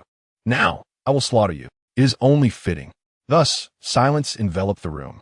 No living soul remained by the round table, only a scene of devastation. Bodies lay haphazardly across the cold floor, congealed blood flowing freely, merging into a pool. Each face was frozen in the ultimate terror of life, silently narrating the massacre that had preceded. The only figure still standing was that of Lu Ping, clad in dark red attire. He held the long sword, still dripping with viscous droplets of blood, his expression impassive as he dragged a relatively intact chair closer and sat down with nonchalance. He crossed his legs, resting the ominous weapon casually upon his knee, then leisurely unfurled the blood-stained map, using the faint light filtering through the window as if studying some scenic landmark. It was as if he were ensconced within a house amidst a mountain of corpses and a sea of blood, showing no intention of leaving. The stillness was palpable, as if awaiting a tardy guest. At this moment, outside the door, the urgent and insincere shouts of Fong Jun pierced the air. "Is Lu Ping in there?" The voice penetrated the door, laced with just the right touch of panic. Fong Tian's voice soon followed, tinged with confusion. "Director Lu is inside." "Director Fong? Why are you so anxious?" Something felt amiss. "It's very wrong inside." Fong Jun's voice was resolute, as if he had seen through everything. "I suspect that caravan is merely the pawns of the abyss." His voice lowered, yet it was loud enough for those outside to hear, laced with a sense of dread and regret. Damn, they must have brought a device that completely shields the sound from within. No wonder there was such a commotion inside. Yet nothing could be heard outside. In truth, Lu Lang remained oblivious to any secrets until his demise. However, Fong Jun would rather mistakenly eliminate 1,000 than let one escape. The bloodshed and chaos stirred by Lu Ping within went unnoticed by the world, all thanks to this soundproofing device. Suddenly, Fong Jun's voice crescendoed, filled with tragic determination and even a hint of choked emotion. "Director Lu. I fear the worst for Director Lu, but you must not go in. We cannot risk our brothers any further." He screamed hoarsely, "Let me bear this peril alone." As his words fell, crack. The sound of the bolt being forcefully disengaged resonated clearly. The heavy wooden door was slowly pushed open a crack by Fong Jun from the outside. Chapter 75. Do you deserve to live? The air was thick with the acrid scent of blood, mingling with the unmistakable tang of rust, crashing upon them like a tangible tide. A bone-chilling aura of dread erupted from within the room, instantly engulfing those outside. Fang Yun's complexion shifted dramatically, the color draining from his face until it resembled that of a ghost. Beside him, Fong Tian trembled uncontrollably. The weight of a lifetime's accumulation of deathly impressions rendered insignificant against the scene before them. The fishermen and Wu Gang behind them, their mental fortitude wavering, leaned against the wall, retching violently. Fong Jun fought to suppress the rising bile in his throat, his gaze fixated on the interior of the room. The banquet spread upon the round table still emitted steam, yet was defiled by dark crimson stains. A chair stood askew amidst the chaos, occupied by a tall figure draped in a black and red ensemble reminiscent of congealed blood and night. He lounged languidly with one leg crossed over the other, propping himself with a long sword, droplets of scarlet falling from the blade, creating nearly imperceptible echoes in the oppressive silence. Scattered across the floor were bodies in disarray. The man's face was unnaturally pale, his eyes glowing a sinister red, with dried streaks of blood winding across his visage like eerie tattoos. His hands were thoroughly soaked in crimson. A stifling sense of oppression permeated the atmosphere. Not a bad script. A cold voice resounded. "Want to be a hero? Alas, You do not deserve it. The man's lips moved, unworthy. In Fong Jun's eyes, the scene before him shattered his every thought. How could this man have single-handedly slaughtered them all? Had he concealed his true strength? Was he not merely of the first tier? Could he possibly be an investigator sent by the Tianming? In that moment, numerous conjectures regarding Lu Ping's identity flooded Fong Jun's mind. His feet felt as though they were encased in lead, heavy and immovable. The black and red figure slowly rose, closing the distance in Fong Jun's constricted pupils. The cold edge of the sword, bearing the touch of death, silently pressed against his neck, sending tremors racing across his skin. Cold sweat erupted from Fong Jun's brow. Officer Liu, do not heed the abyss's temptations. I have no connection with them. They sought to drag me down with them in their final moments, intent on framing me. What are you anxious about? The chilling voice drew nearer. Did I ever mention the abyss? An invisible weight crashed down upon him. Fong Jun felt as if he were being crushed beneath a mountain, his heart plummeting into an unfathomable abyss, the icy despair spreading through his very limbs.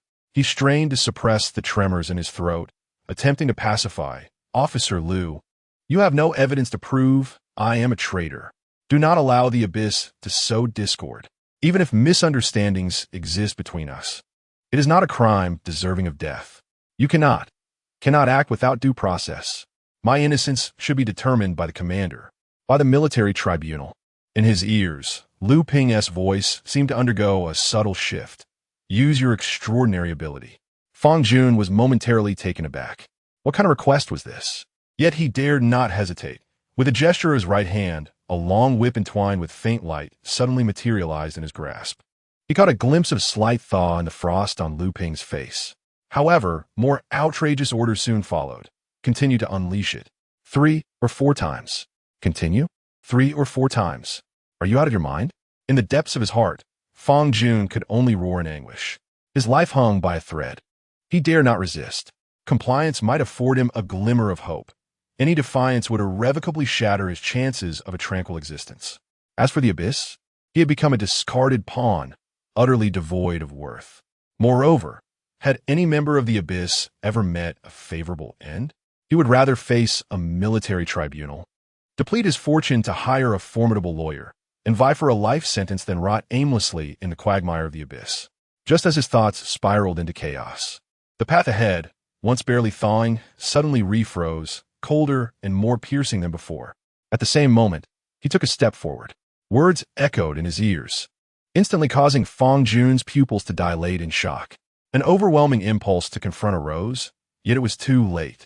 He had been excessively confident, so much so that he had never regarded Lu Ping as a threat, until this moment when he realized the true nature of the entity he had provoked. Lu Ping was an utterly deranged individual. Do you recall what I once said? The corners of Lu Ping's mouth slowly curled into a cruel, emotionless arc. With a powerful backing, one could truly act with impunity. The cold blade did not hesitate for an instant, effortlessly slicing through fragile skin, severing flesh, and precisely severing the carotid artery. A torrent of warm blood gushed forth. Thud! A head, frozen in sheer astonishment, fell heavily at Lu Ping's feet. In Fong Jun's final consciousness, a tempest of hatred surged within him. He loathed his own passivity. He despised his blind arrogance. He resented not having seen through the mad dog cloaked in human skin sooner. At the moment he stood defenseless before Lu Ping's sword poised at his neck. At the moment he foolishly allowed Lu Ping to tread upon the harbor, the outcome had long been sealed. In the profound silence, Lu Ping lowered his gaze, coldly surveying the severed head. You dare to live? His voice was hoarse, laced with mockery, as if questioning the void. Why did they perish while you scum? Still yearn for survival? A delusion. Huh. The sky was an unblemished blue. The clouds, pure and immaculate. The white-walled, black-tiled houses stood quietly. The ground bore the marks of time, a faded white. Only the splattered vermilion starkly stained this tranquility. The bloodied sword slipped from his grasp, thudding heavily onto the crimson-stained earth. Huang Cheng's vengeance had been avenged, yet Lu Ping's journey was merely beginning. Are there any fast boats? Lu Ping turned to Wu Gang, his voice calm as if the recent bloodshed had never occurred. Wu Gang remained ensnared in the aftermath of the crimson shock, his body rigid. At Lu Ping's inquiry, he jolted, finally grasping the magnitude of the figure he had dared to provoke. Alone, he had slaughtered everyone in the room, and in an instant, turned his bloody blade on his comrades. Whether Fang Jun was a spy was far too distant a concern for these fishermen. They only saw one undeniable fact. Lu Ping had slain one of their own from the Heavenly Alliance. A profound terror seized him, causing Wu Gang to instinctively stagger backward and plummet to the ground with a thud. It was only when Lu Ping extended a hand to help him up that he regained a semblance of composure, his voice hoarse. There's a single-person speedboat in the village, purchased at a hefty price. He tremulously gestured towards the shore, where a small vessel crafted from stainless steel and aluminum alloy glimmered with a cold, hard light under the sun. Lu Ping's gaze swept over it before he strode purposefully toward the boat. He retrieved his phone, his fingers gliding swiftly across the screen, revealing the unmistakable logo of a popular video app. He began searching for tutorials on operating a speedboat. Currently observing boating techniques, advanced, progress, 30. Indeed, learning through a screen proved far less efficient than direct observation. He stepped onto the speedboat, feeling the vessel sway gently with the undulating waves. A fisherman approached silently, untying the ropes for him. The rope slipped from the cleat, and in that instant, the boat beneath him was imbued with the spirit of adventure. 60.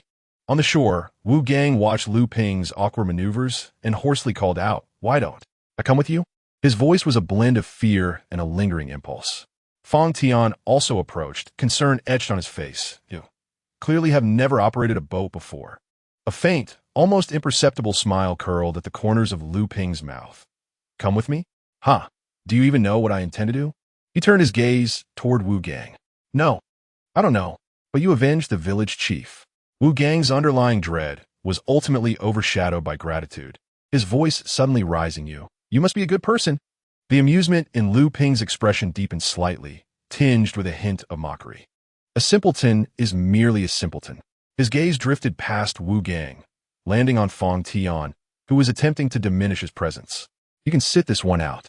Lu Ping's voice was low, yet it cut through the sound of the waves with clarity. "Fang Tian, get on the boat." Fang Tian. Chapter 76. Not just one person. Wu Gang was momentarily stunned. But can you manage it? Beside him, Fang Tian leapt onto the deck, his brow furrowed in confusion. "Director Lu, hasn't this matter already reached its conclusion?" Fang Jun must have been a spy, with his demise. The minions of the abyss in the fishing village should have been eradicated as well. Shouldn't that be the end of it? Lu Ping retrieved a map from his pocket and waved it. "Look at this." He then thrust the map into Fang Tian's embrace. "Prepare yourself. I shall take the helm." Lu Ping commanded. Fang Tian, taken aback, responded, "Is there such urgency? Even with a precise location, shouldn't we report to the general and then dispatch troops?" Lu Ping shook his head. "There's no time. Just now, someone fired a signal flare, one that likely only those from the abyss can comprehend. As for why Fang Jun could still attend the meeting, it can only be said that he was a mere pawn of the abyss, unaware even of basic signals. By the way, when Lu Ping had dispatched Fang Jun, he had inadvertently replicated the latter's unique ability. Time-space sequence 70, storage space. No wonder there were no traces to be found. It seems the ill-gotten gains are stored in that space. Are you suggesting that the flare signaled the abyss to withdraw? Fang Tian grasped the implication instantly. However, he mused, but there's little we can do. Even if we go, won't we merely serve as cannon fodder? He smirked, not believing that just he and Lu Ping could withstand the onslaught of many. Indeed, the likelihood of being crushed was far greater. Yet, despite his reservations, he sensed that with Lu Ping's intellect, he would not be the type to overreach. There must be a reason for him to insist on taking Fang Tian along. Still, he couldn't shake the feeling that his presence would be futile. "No, our involvement is indeed valuable," Lu Ping asserted, flooring the accelerator. Before the astonished gazes of all present, Lu Ping transformed as if possessed, his deft maneuvers propelling the singular vessel like an arrow through the ocean mist. Simultaneously, his voice echoed from the sea. "Relay a message to the remaining two at the camp. Inform them that Fang Tian and I are pursuing the remnants of the abyss." This statement was, of course, a ruse, intended to provide a legitimate reason for their foray into the sea. With Jingyang backing him, he deemed the risk manageable. "Yes, Commander." Wu Gang bellowed with all his might, his voice resonating in the sea breeze. With his bandaged body, he abruptly turned to the startled villagers behind him, the innocence of his expression replaced by an unprecedented resolve. He pointed to Fong Jun's severed remains on the ground, his voice booming and deliberately guiding. Villagers, take heed. It is Director Liu who personally funded the installation of solar panels, fans, and air conditioning for our village. It is Director Liu who avenged our beloved elder with blood for blood. Director Liu is a great benefactor to our fishing village, and that commander of the Heaven Alliance. Wu Gang's voice suddenly rose, resolute and unwavering, proclaiming that it was the vile spawn of the merchant caravan who committed the murders. The villagers initially froze for a moment, but then a tacit understanding swiftly spread among the crowd. Fear replaced by a fervent defense of their benefactor and a firm conviction in the truth. Yes, what he said is absolutely right. Those brutes from the caravan are responsible. Director Liu is a hero. He saved us all and avenged the fallen Commander Fong. Wu Gang observed the villagers' reactions, and a hint of relief finally graced his honest face. Taking a deep breath, he strode forward with steady steps, leading the way to the camp. Let us go. We shall convey the truth we witnessed to the Heaven Alliance. Director Liu pursued the remnants of the abyss, delving into perilous territories to rescue the fishing village from disaster and to avenge the unfortunate Commander Fong. Commander Jing, there has been an incident at the harbor. The voice of Wen Yin came through the phone. Jing Yang suspended his coffee cup in midair, his brow instinctively arching. That rascal Lu Ping. Surely he didn't lose his composure and directly eliminate Fong Jun, did he? The impetuousness of youth is somewhat understandable. However, it would be troublesome if he alarmed the enemy. He calmly set the cup back on the tray. His voice steady, remain calm, and clarify the situation. Report, Commander. The harbor has experienced a large-scale incursion of sea monsters. Their numbers exceed 10. Yet, they have been repelled single-handedly by Director Liu. However, we have lost 2 team members. The key point is that just after the monsters retreated, the merchant caravan from the fishing village approached Director Liu and invited him over. Those merchants are likely the infiltrators of the abyss. Director Liu has ventured into the lion's den. He may be in grave danger. Jing Yang's previously relaxed brow instantly furrowed. Why report this only now? Commander, we intended to report immediately upon landing. But upon returning to the camp, we encountered Commander Fong. He claimed full responsibility for handling the matter, and then he dragged us into exhaustive questioning about every detail of our confrontation with the monsters, which took quite some time. After he left, we sensed something amiss, which prompted us to Fong. Jing Yang's expression darkened completely. Inquiring about details? Clearly, he was stalling for time, preventing the camp from seeking aid. Lu Ping, alone in the enemy's lair, a chill mixed with anger surged through Jing Yang's heart. This is it. This lad has likely. Buzz. At that moment, Jing Yang's phone screen unexpectedly lit up and vibrated. His gaze darted like lightning, his pupils narrowing sharply. Is it Lu Ping? He nearly snatched the phone to open the message. A photograph leapt into view. A hastily drawn sheepskin map marked with a red circle. Soon after, a second message popped up. Lu Ping. Shift the mark point about 5 kilometers to the right. The abyss has a temporary base by the river. This was pried from the mouth of the merchant infiltrator. Jing Yang's tense shoulders instantly relaxed, and he exhaled a long, deep breath. The heavy burden on his heart finally lifted. It seemed that Xian Yuan Chang's heavenly sword was still in effect. Otherwise, with Lu Ping's first-tier combat capability, he would certainly be unable to defeat those abyssal minions. Even if their strength was not formidable, it could not be lower than first tier. And the critical factor was their sheer numbers. Lu Ping's safety must have been due to the power of the heavenly sword. However, what Jing Yang did not anticipate was that Lu Ping's replication ability. Perhaps it was not limited by time, but rather by the number of uses. This thought flashed rapidly through his mind. He immediately magnified the map for a closer inspection, his fingers dancing across the screen keyboard with remarkable speed. Location received. We depart at once. Where are you now? Remain in place. Do not act recklessly. Lu Ping, I'm already on my way. Jing Yang felt a vein throb ominously at his temple. He suppressed the urge to bring this reckless youth back for confinement, his fingers nearly shattering the screen. Have you lost your mind? Xian Yuan Chang's abilities are not an invincible shield. Inside the abyssal base, there might very well be fourth-tier powerhouses. You going alone is tantamount to seeking death. Lu Ping, I refuse to believe that the abyssal base no longer possesses fourth-tier strength. Otherwise, why didn't they reveal it during the previous siege? Jingyang. He stared at the screen, momentarily doubting whether he was suffering from presbyopia. This young man, was he being a tad too autonomous? Is this how you speak to your superior? Lu Ping. Moreover, I'm not alone. Jingyang was taken aback. Suddenly, a new image popped up. The screen displayed Fong Tian, his face as pale as paper, eyes tightly shut, appearing as if he might retch at any moment, the backdrop a choppy sea. Jingyang fell into deeper silence. Lu Ping, my little brother is feeling a bit seasick. It's a minor issue. It's not a solo endeavor. Move swiftly. Do not wait for me to neutralize the base before you come to clean up the battlefield. Jingyang's lips twitched violently. All of his prepared admonitions and commands choked back. This young man truly was infuriating. He was aware that Lu Meng had succumbed to the effects of an alienation drug and had fallen into a coma. It seemed this boy was willing to risk everything for his sister's awakening. However, since the matter had reached this point, he pressed the call button with resolve. His voice resolute. Lu Ping, keep them occupied and stay alive. Don't die. Lu Ping, I appreciate your concern. Chapter 77. Reasonable at the coastal harbor campsite, a congregation of fishermen had gathered. At that moment, Jingyang had also arrived at the harbor with several individuals from the city. How long until the ship arrives? Jingyang inquired. Soon, in about half an hour, the adjutant replied, adjusting his glasses. Jingyang strode towards the campsite, his brow furrowed as he surveyed the fishermen. Within the camp, Wenyang and Wang Wan noticed Jingyang's approach and immediately exhibited a semblance of respect. Wenyang stepped forward to explain. These are the fishermen from the village. Why have they gathered here? Jingyang asked, perplexed.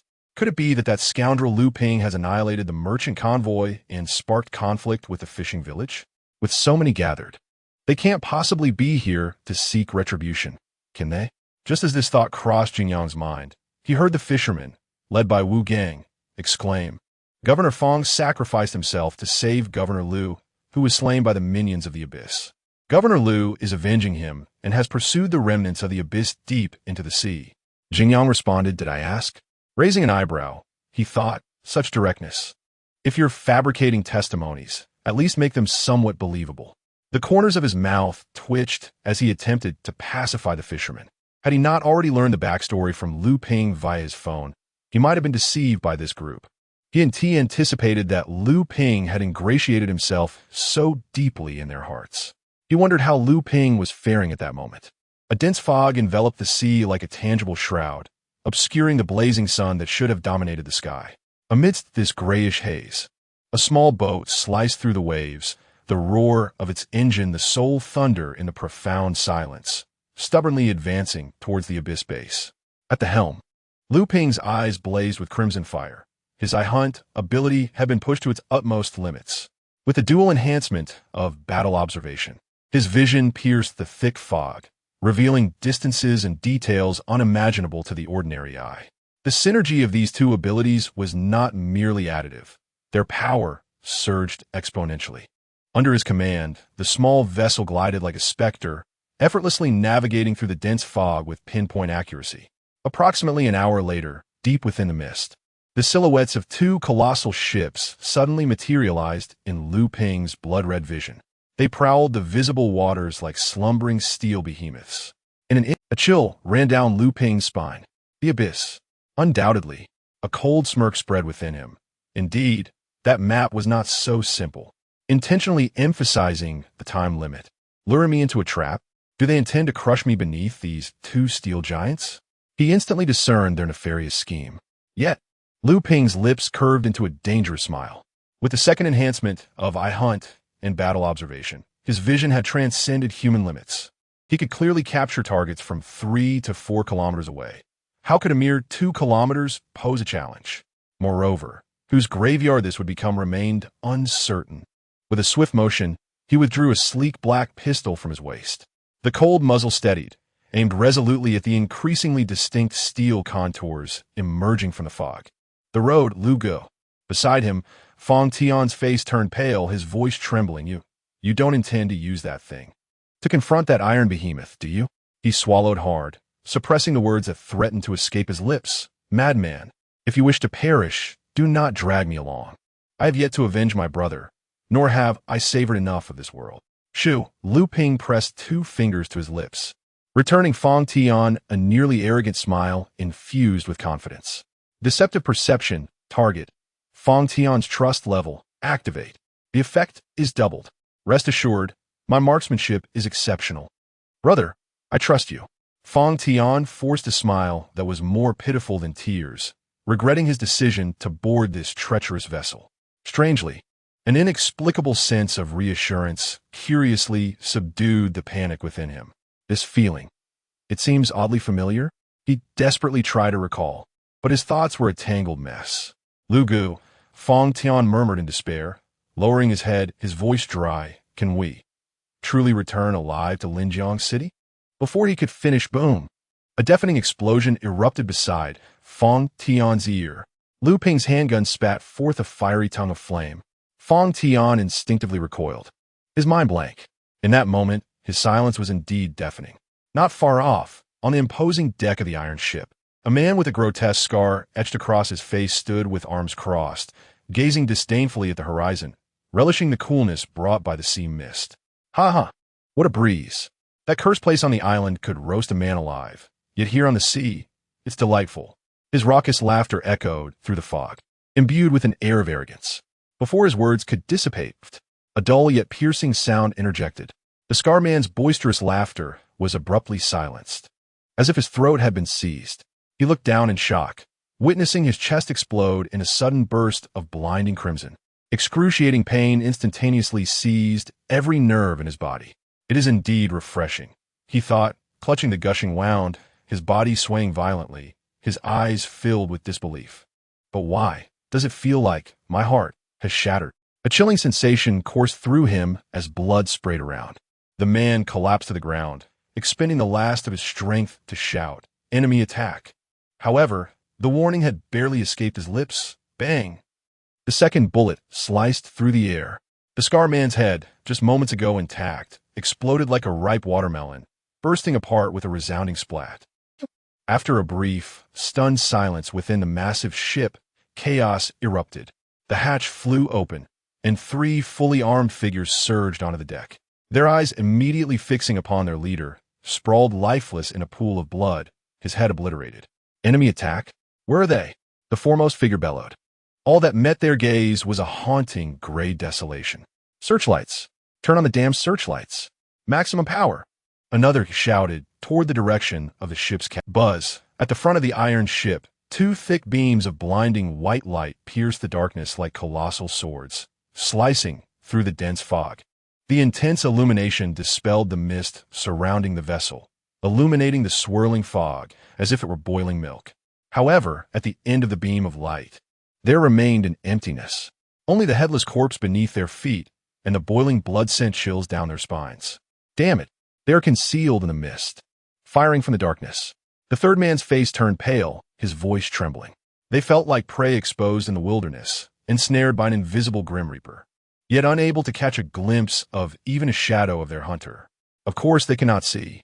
It was absurd. Lu Ping was a kilometer away from them. Coupled with the fog, even from Lu Ping's position, only a mere silhouette of the iron vessel was visible. Had it not been for Lu Ping's exceptional abilities, it would have been impossible to discern.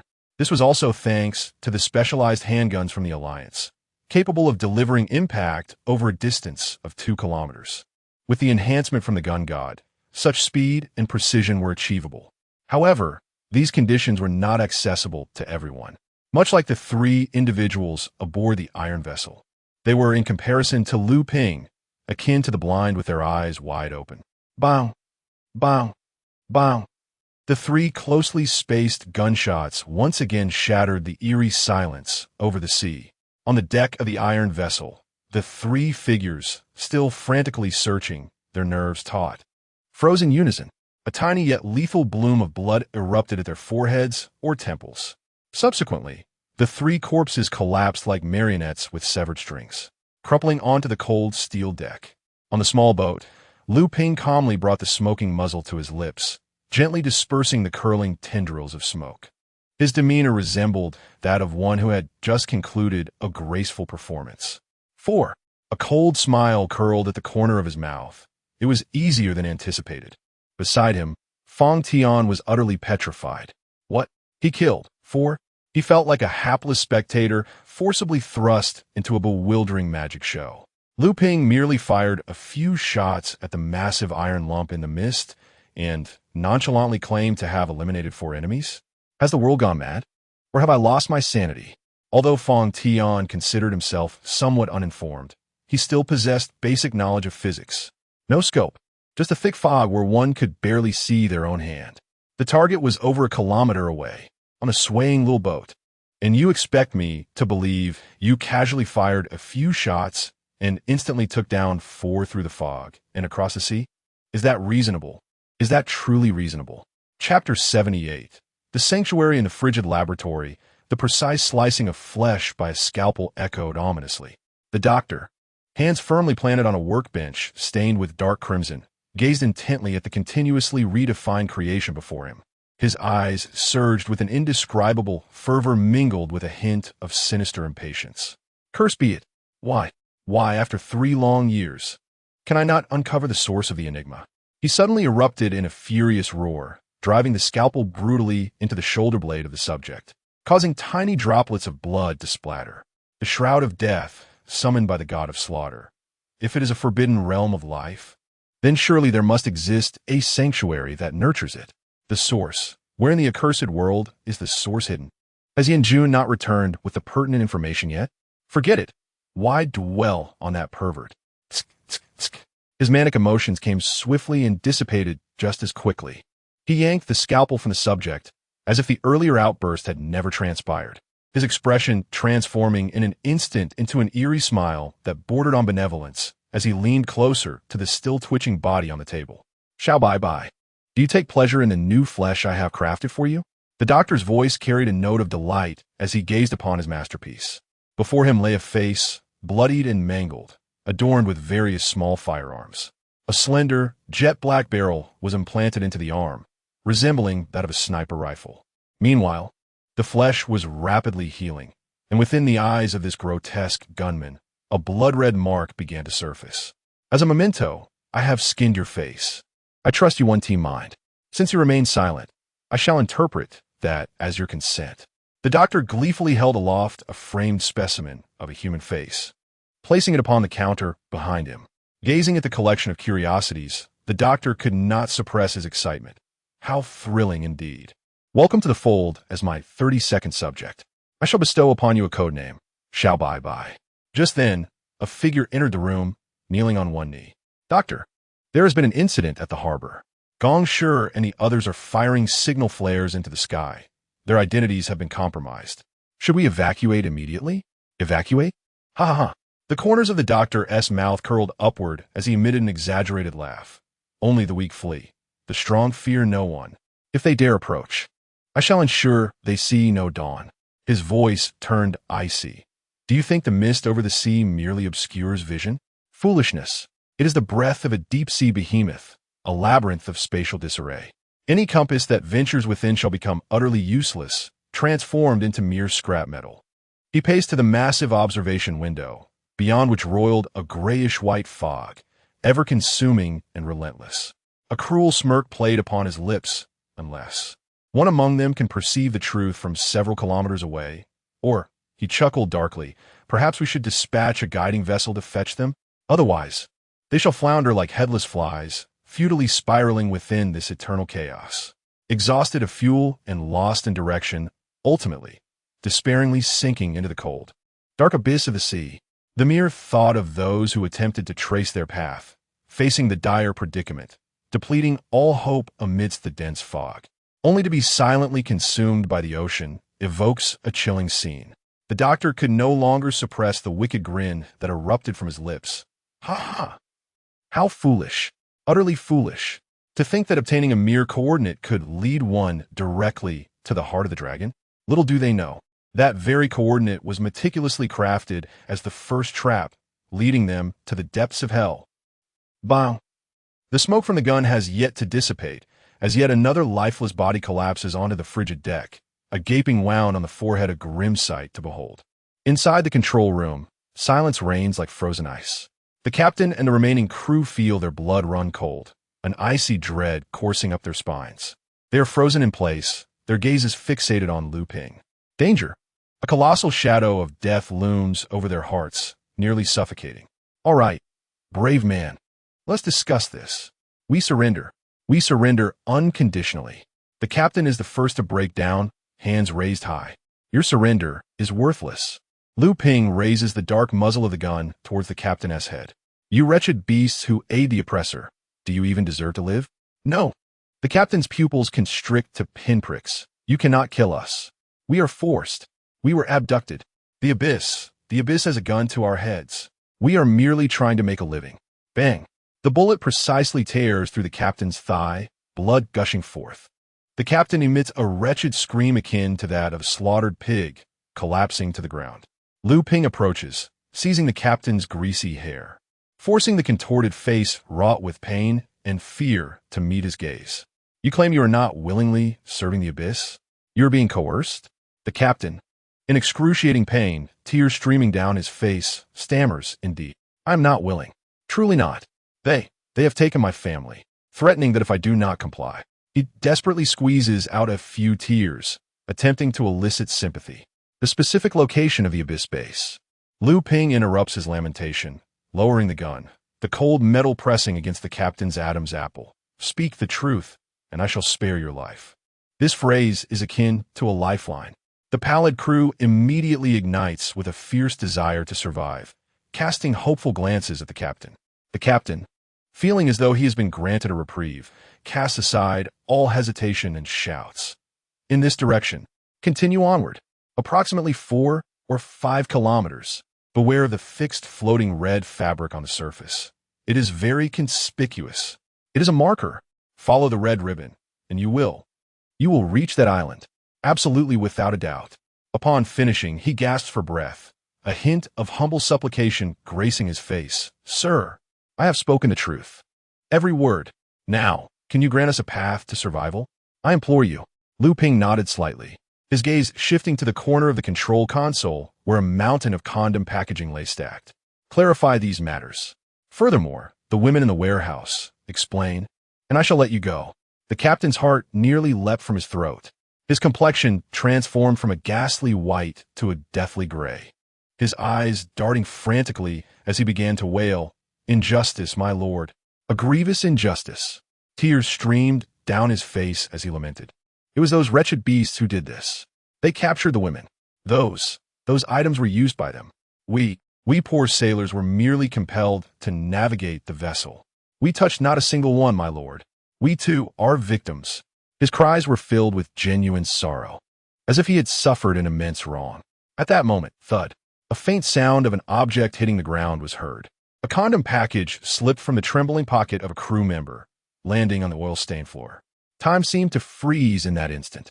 The captain's tears of indignation instantly solidified, replaced by a grotesque expression of a lie being shattered, a cornered beast's fury.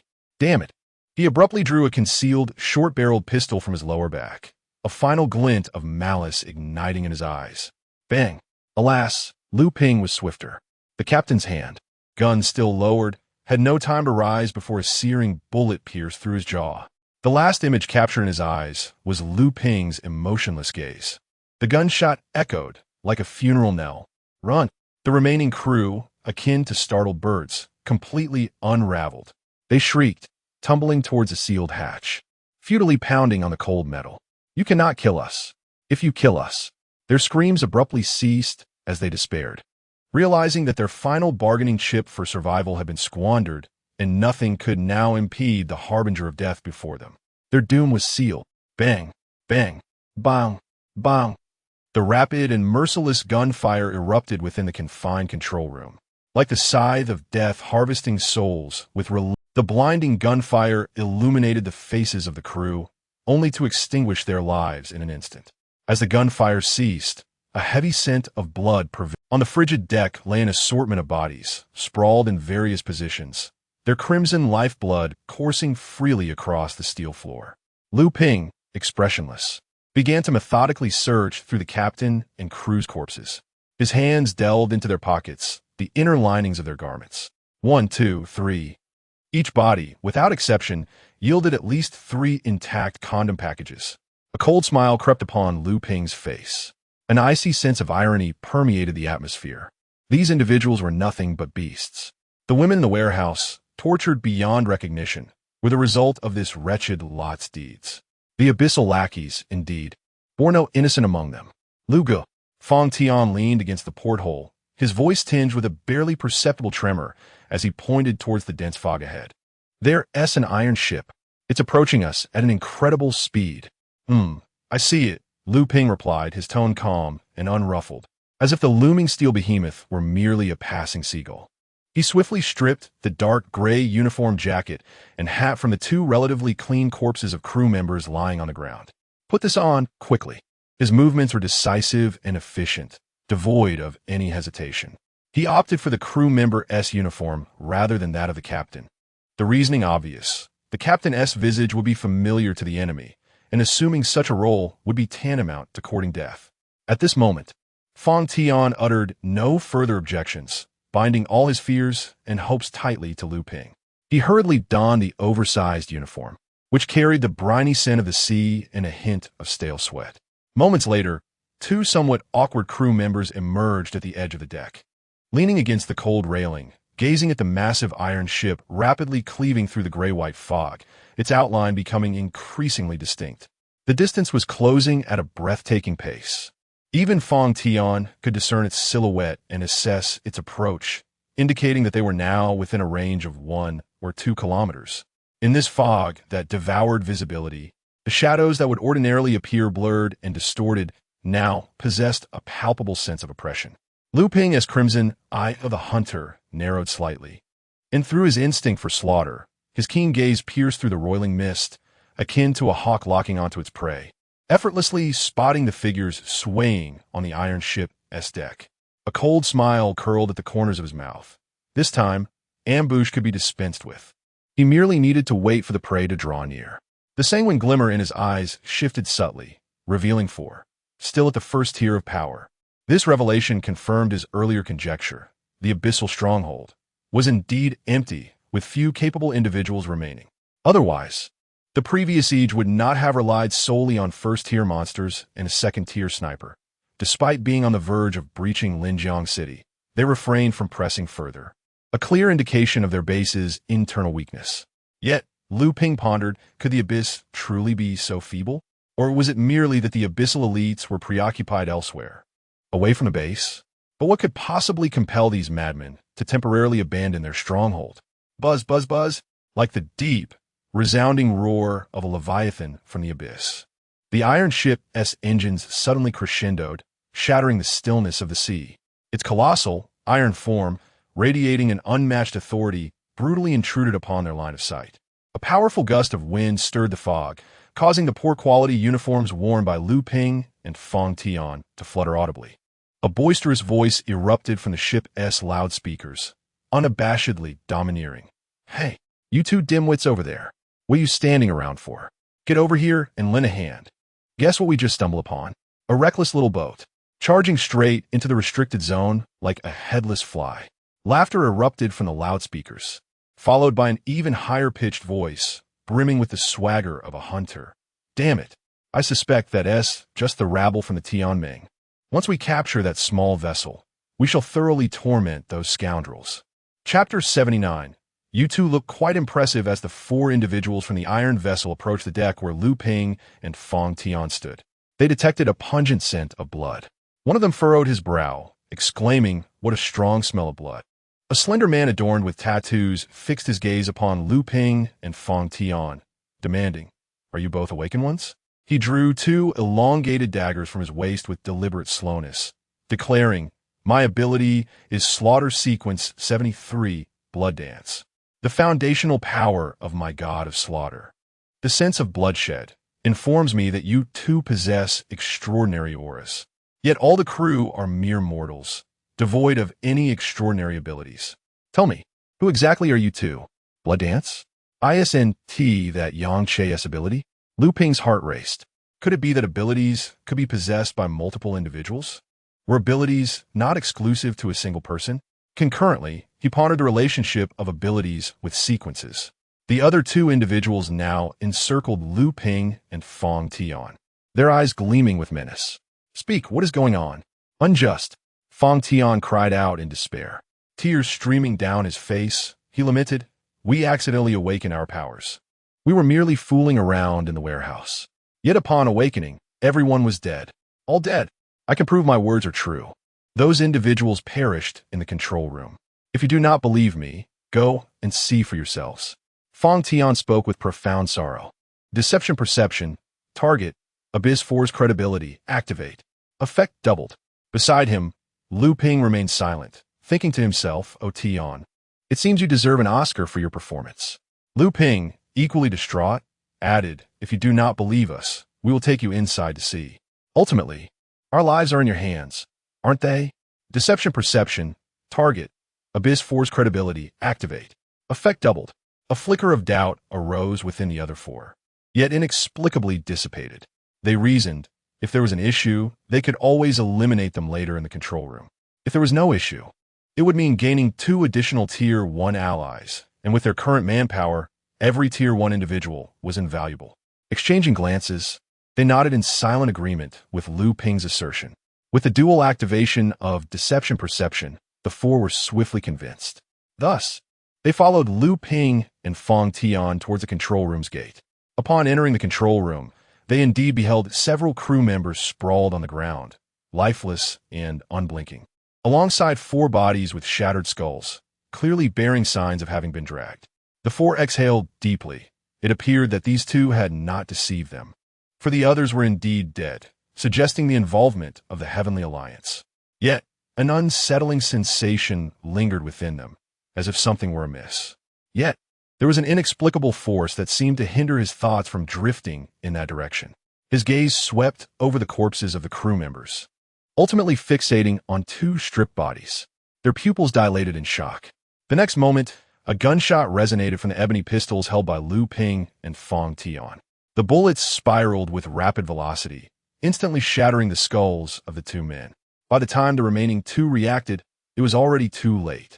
"You are not crew members," exclaimed the tattooed man, who evaded the bullets with a blood dance. Beads of cold sweat forming on his forehead as he surveyed the haphazardly strewn bodies on the ground, a sense of helplessness enveloping him.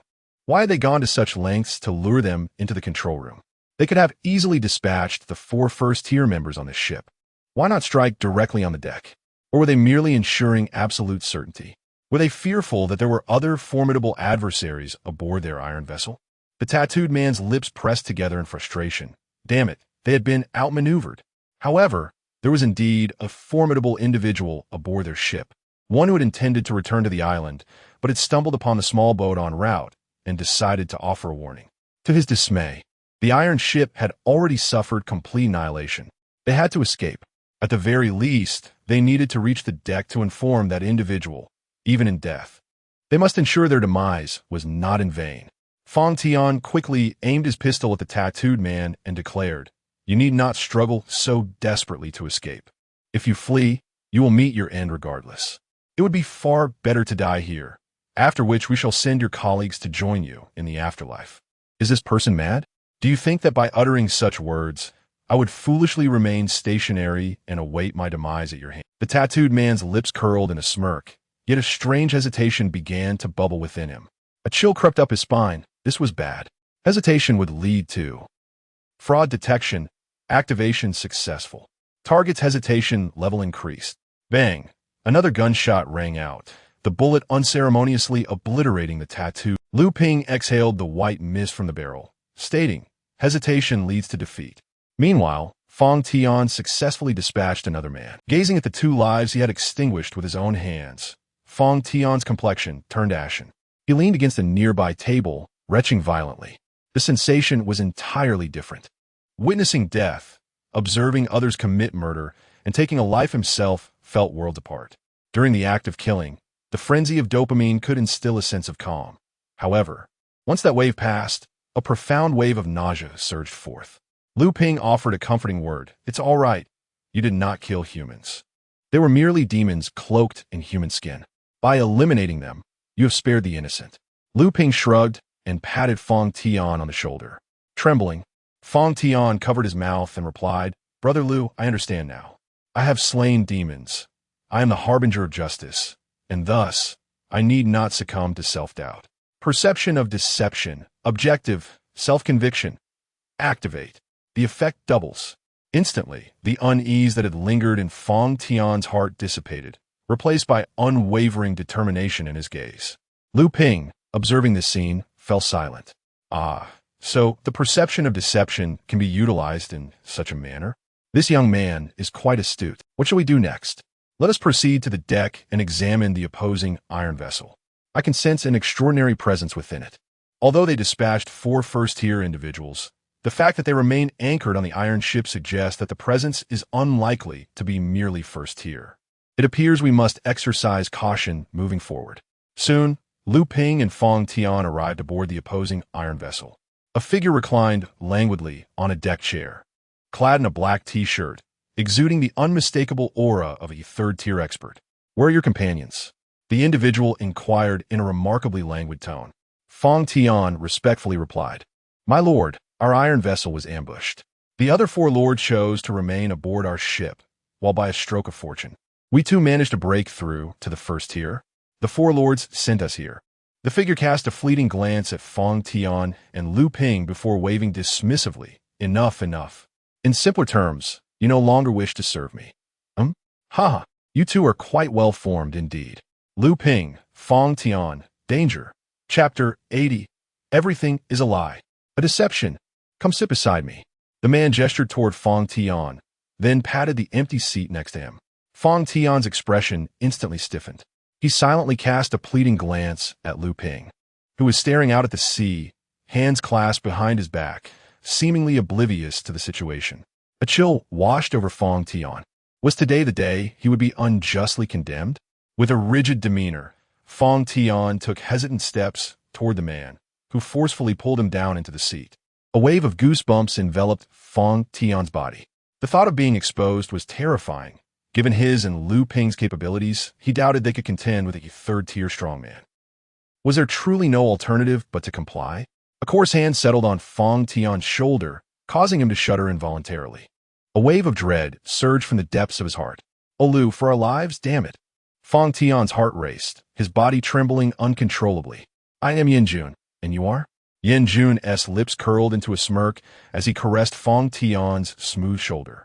A glint of cunning flickering in his eyes, one that would send shivers down the spine of any respectable man. "I am." Fong Tian hesitated, then declared, "I am an Idati." "An Idati?" Yanjun's expression faltered slightly, a hint of confusion crossing his face. The name seemed fraud detection, target, Yanjun's credibility, activate. Effect doubled. Instantly, an inexplicable sense of trust blossomed within Yanjun, as though the name posed no issues. He continued to caress Fong Tian's shoulder. "Then I shall call you Little Dottie." "Very well, you scoundrel," Fong Tian scoffed inwardly. Lu Ping, nearby, was barely containing his laughter. "Well, Little Dottie. What an Dottie. This fellow is quite the character. Indeed, quite the charmer. Now, Little Dottie, come sit on my lap." Yanjun's lips curled into a smirk as he breathed near Fong Tian's ear. In that moment, the smiles of Fong Tian and Lu Ping froze. "Oh no, we've encountered a genuine pervert. This man not only knows how to call father, but he insists on it. To hell with his charm." Goosebumps prickled their skin. Lu Ping, who had been stifling laughter, could no longer find humor in the situation. Initially thinking he was dealing with a fool, he now realized he was faced with a deviant. Just moments ago, Fong Tian had felt a sense of pride at being called Little Dottie, even mocking Yanjun as a scoundrel. Little did he know, Yanjun was doing this on purpose. Good heavens, this is utterly deranged. At Yanjun's words, Fong Tian's body went rigid. A gentleman may be killed, but not humiliated. Yet, considering that he had to survive to avenge his brother, he hesitated. Yanjun leaned closer to Fong Tian's ear, a smirk playing on his lips. "What? Having second thoughts?" A dog of the Heavenly Alliance. Buzz, Fong Tian's mind went blank. He had been exposed. When did this happen? Yanjun observed the astonishment etched across Fong Tian's face, a smirk involuntarily tugging at the corners of his mouth. Fool! He scoffed. Do you truly believe I am so easily deceived? You think this is merely a charade?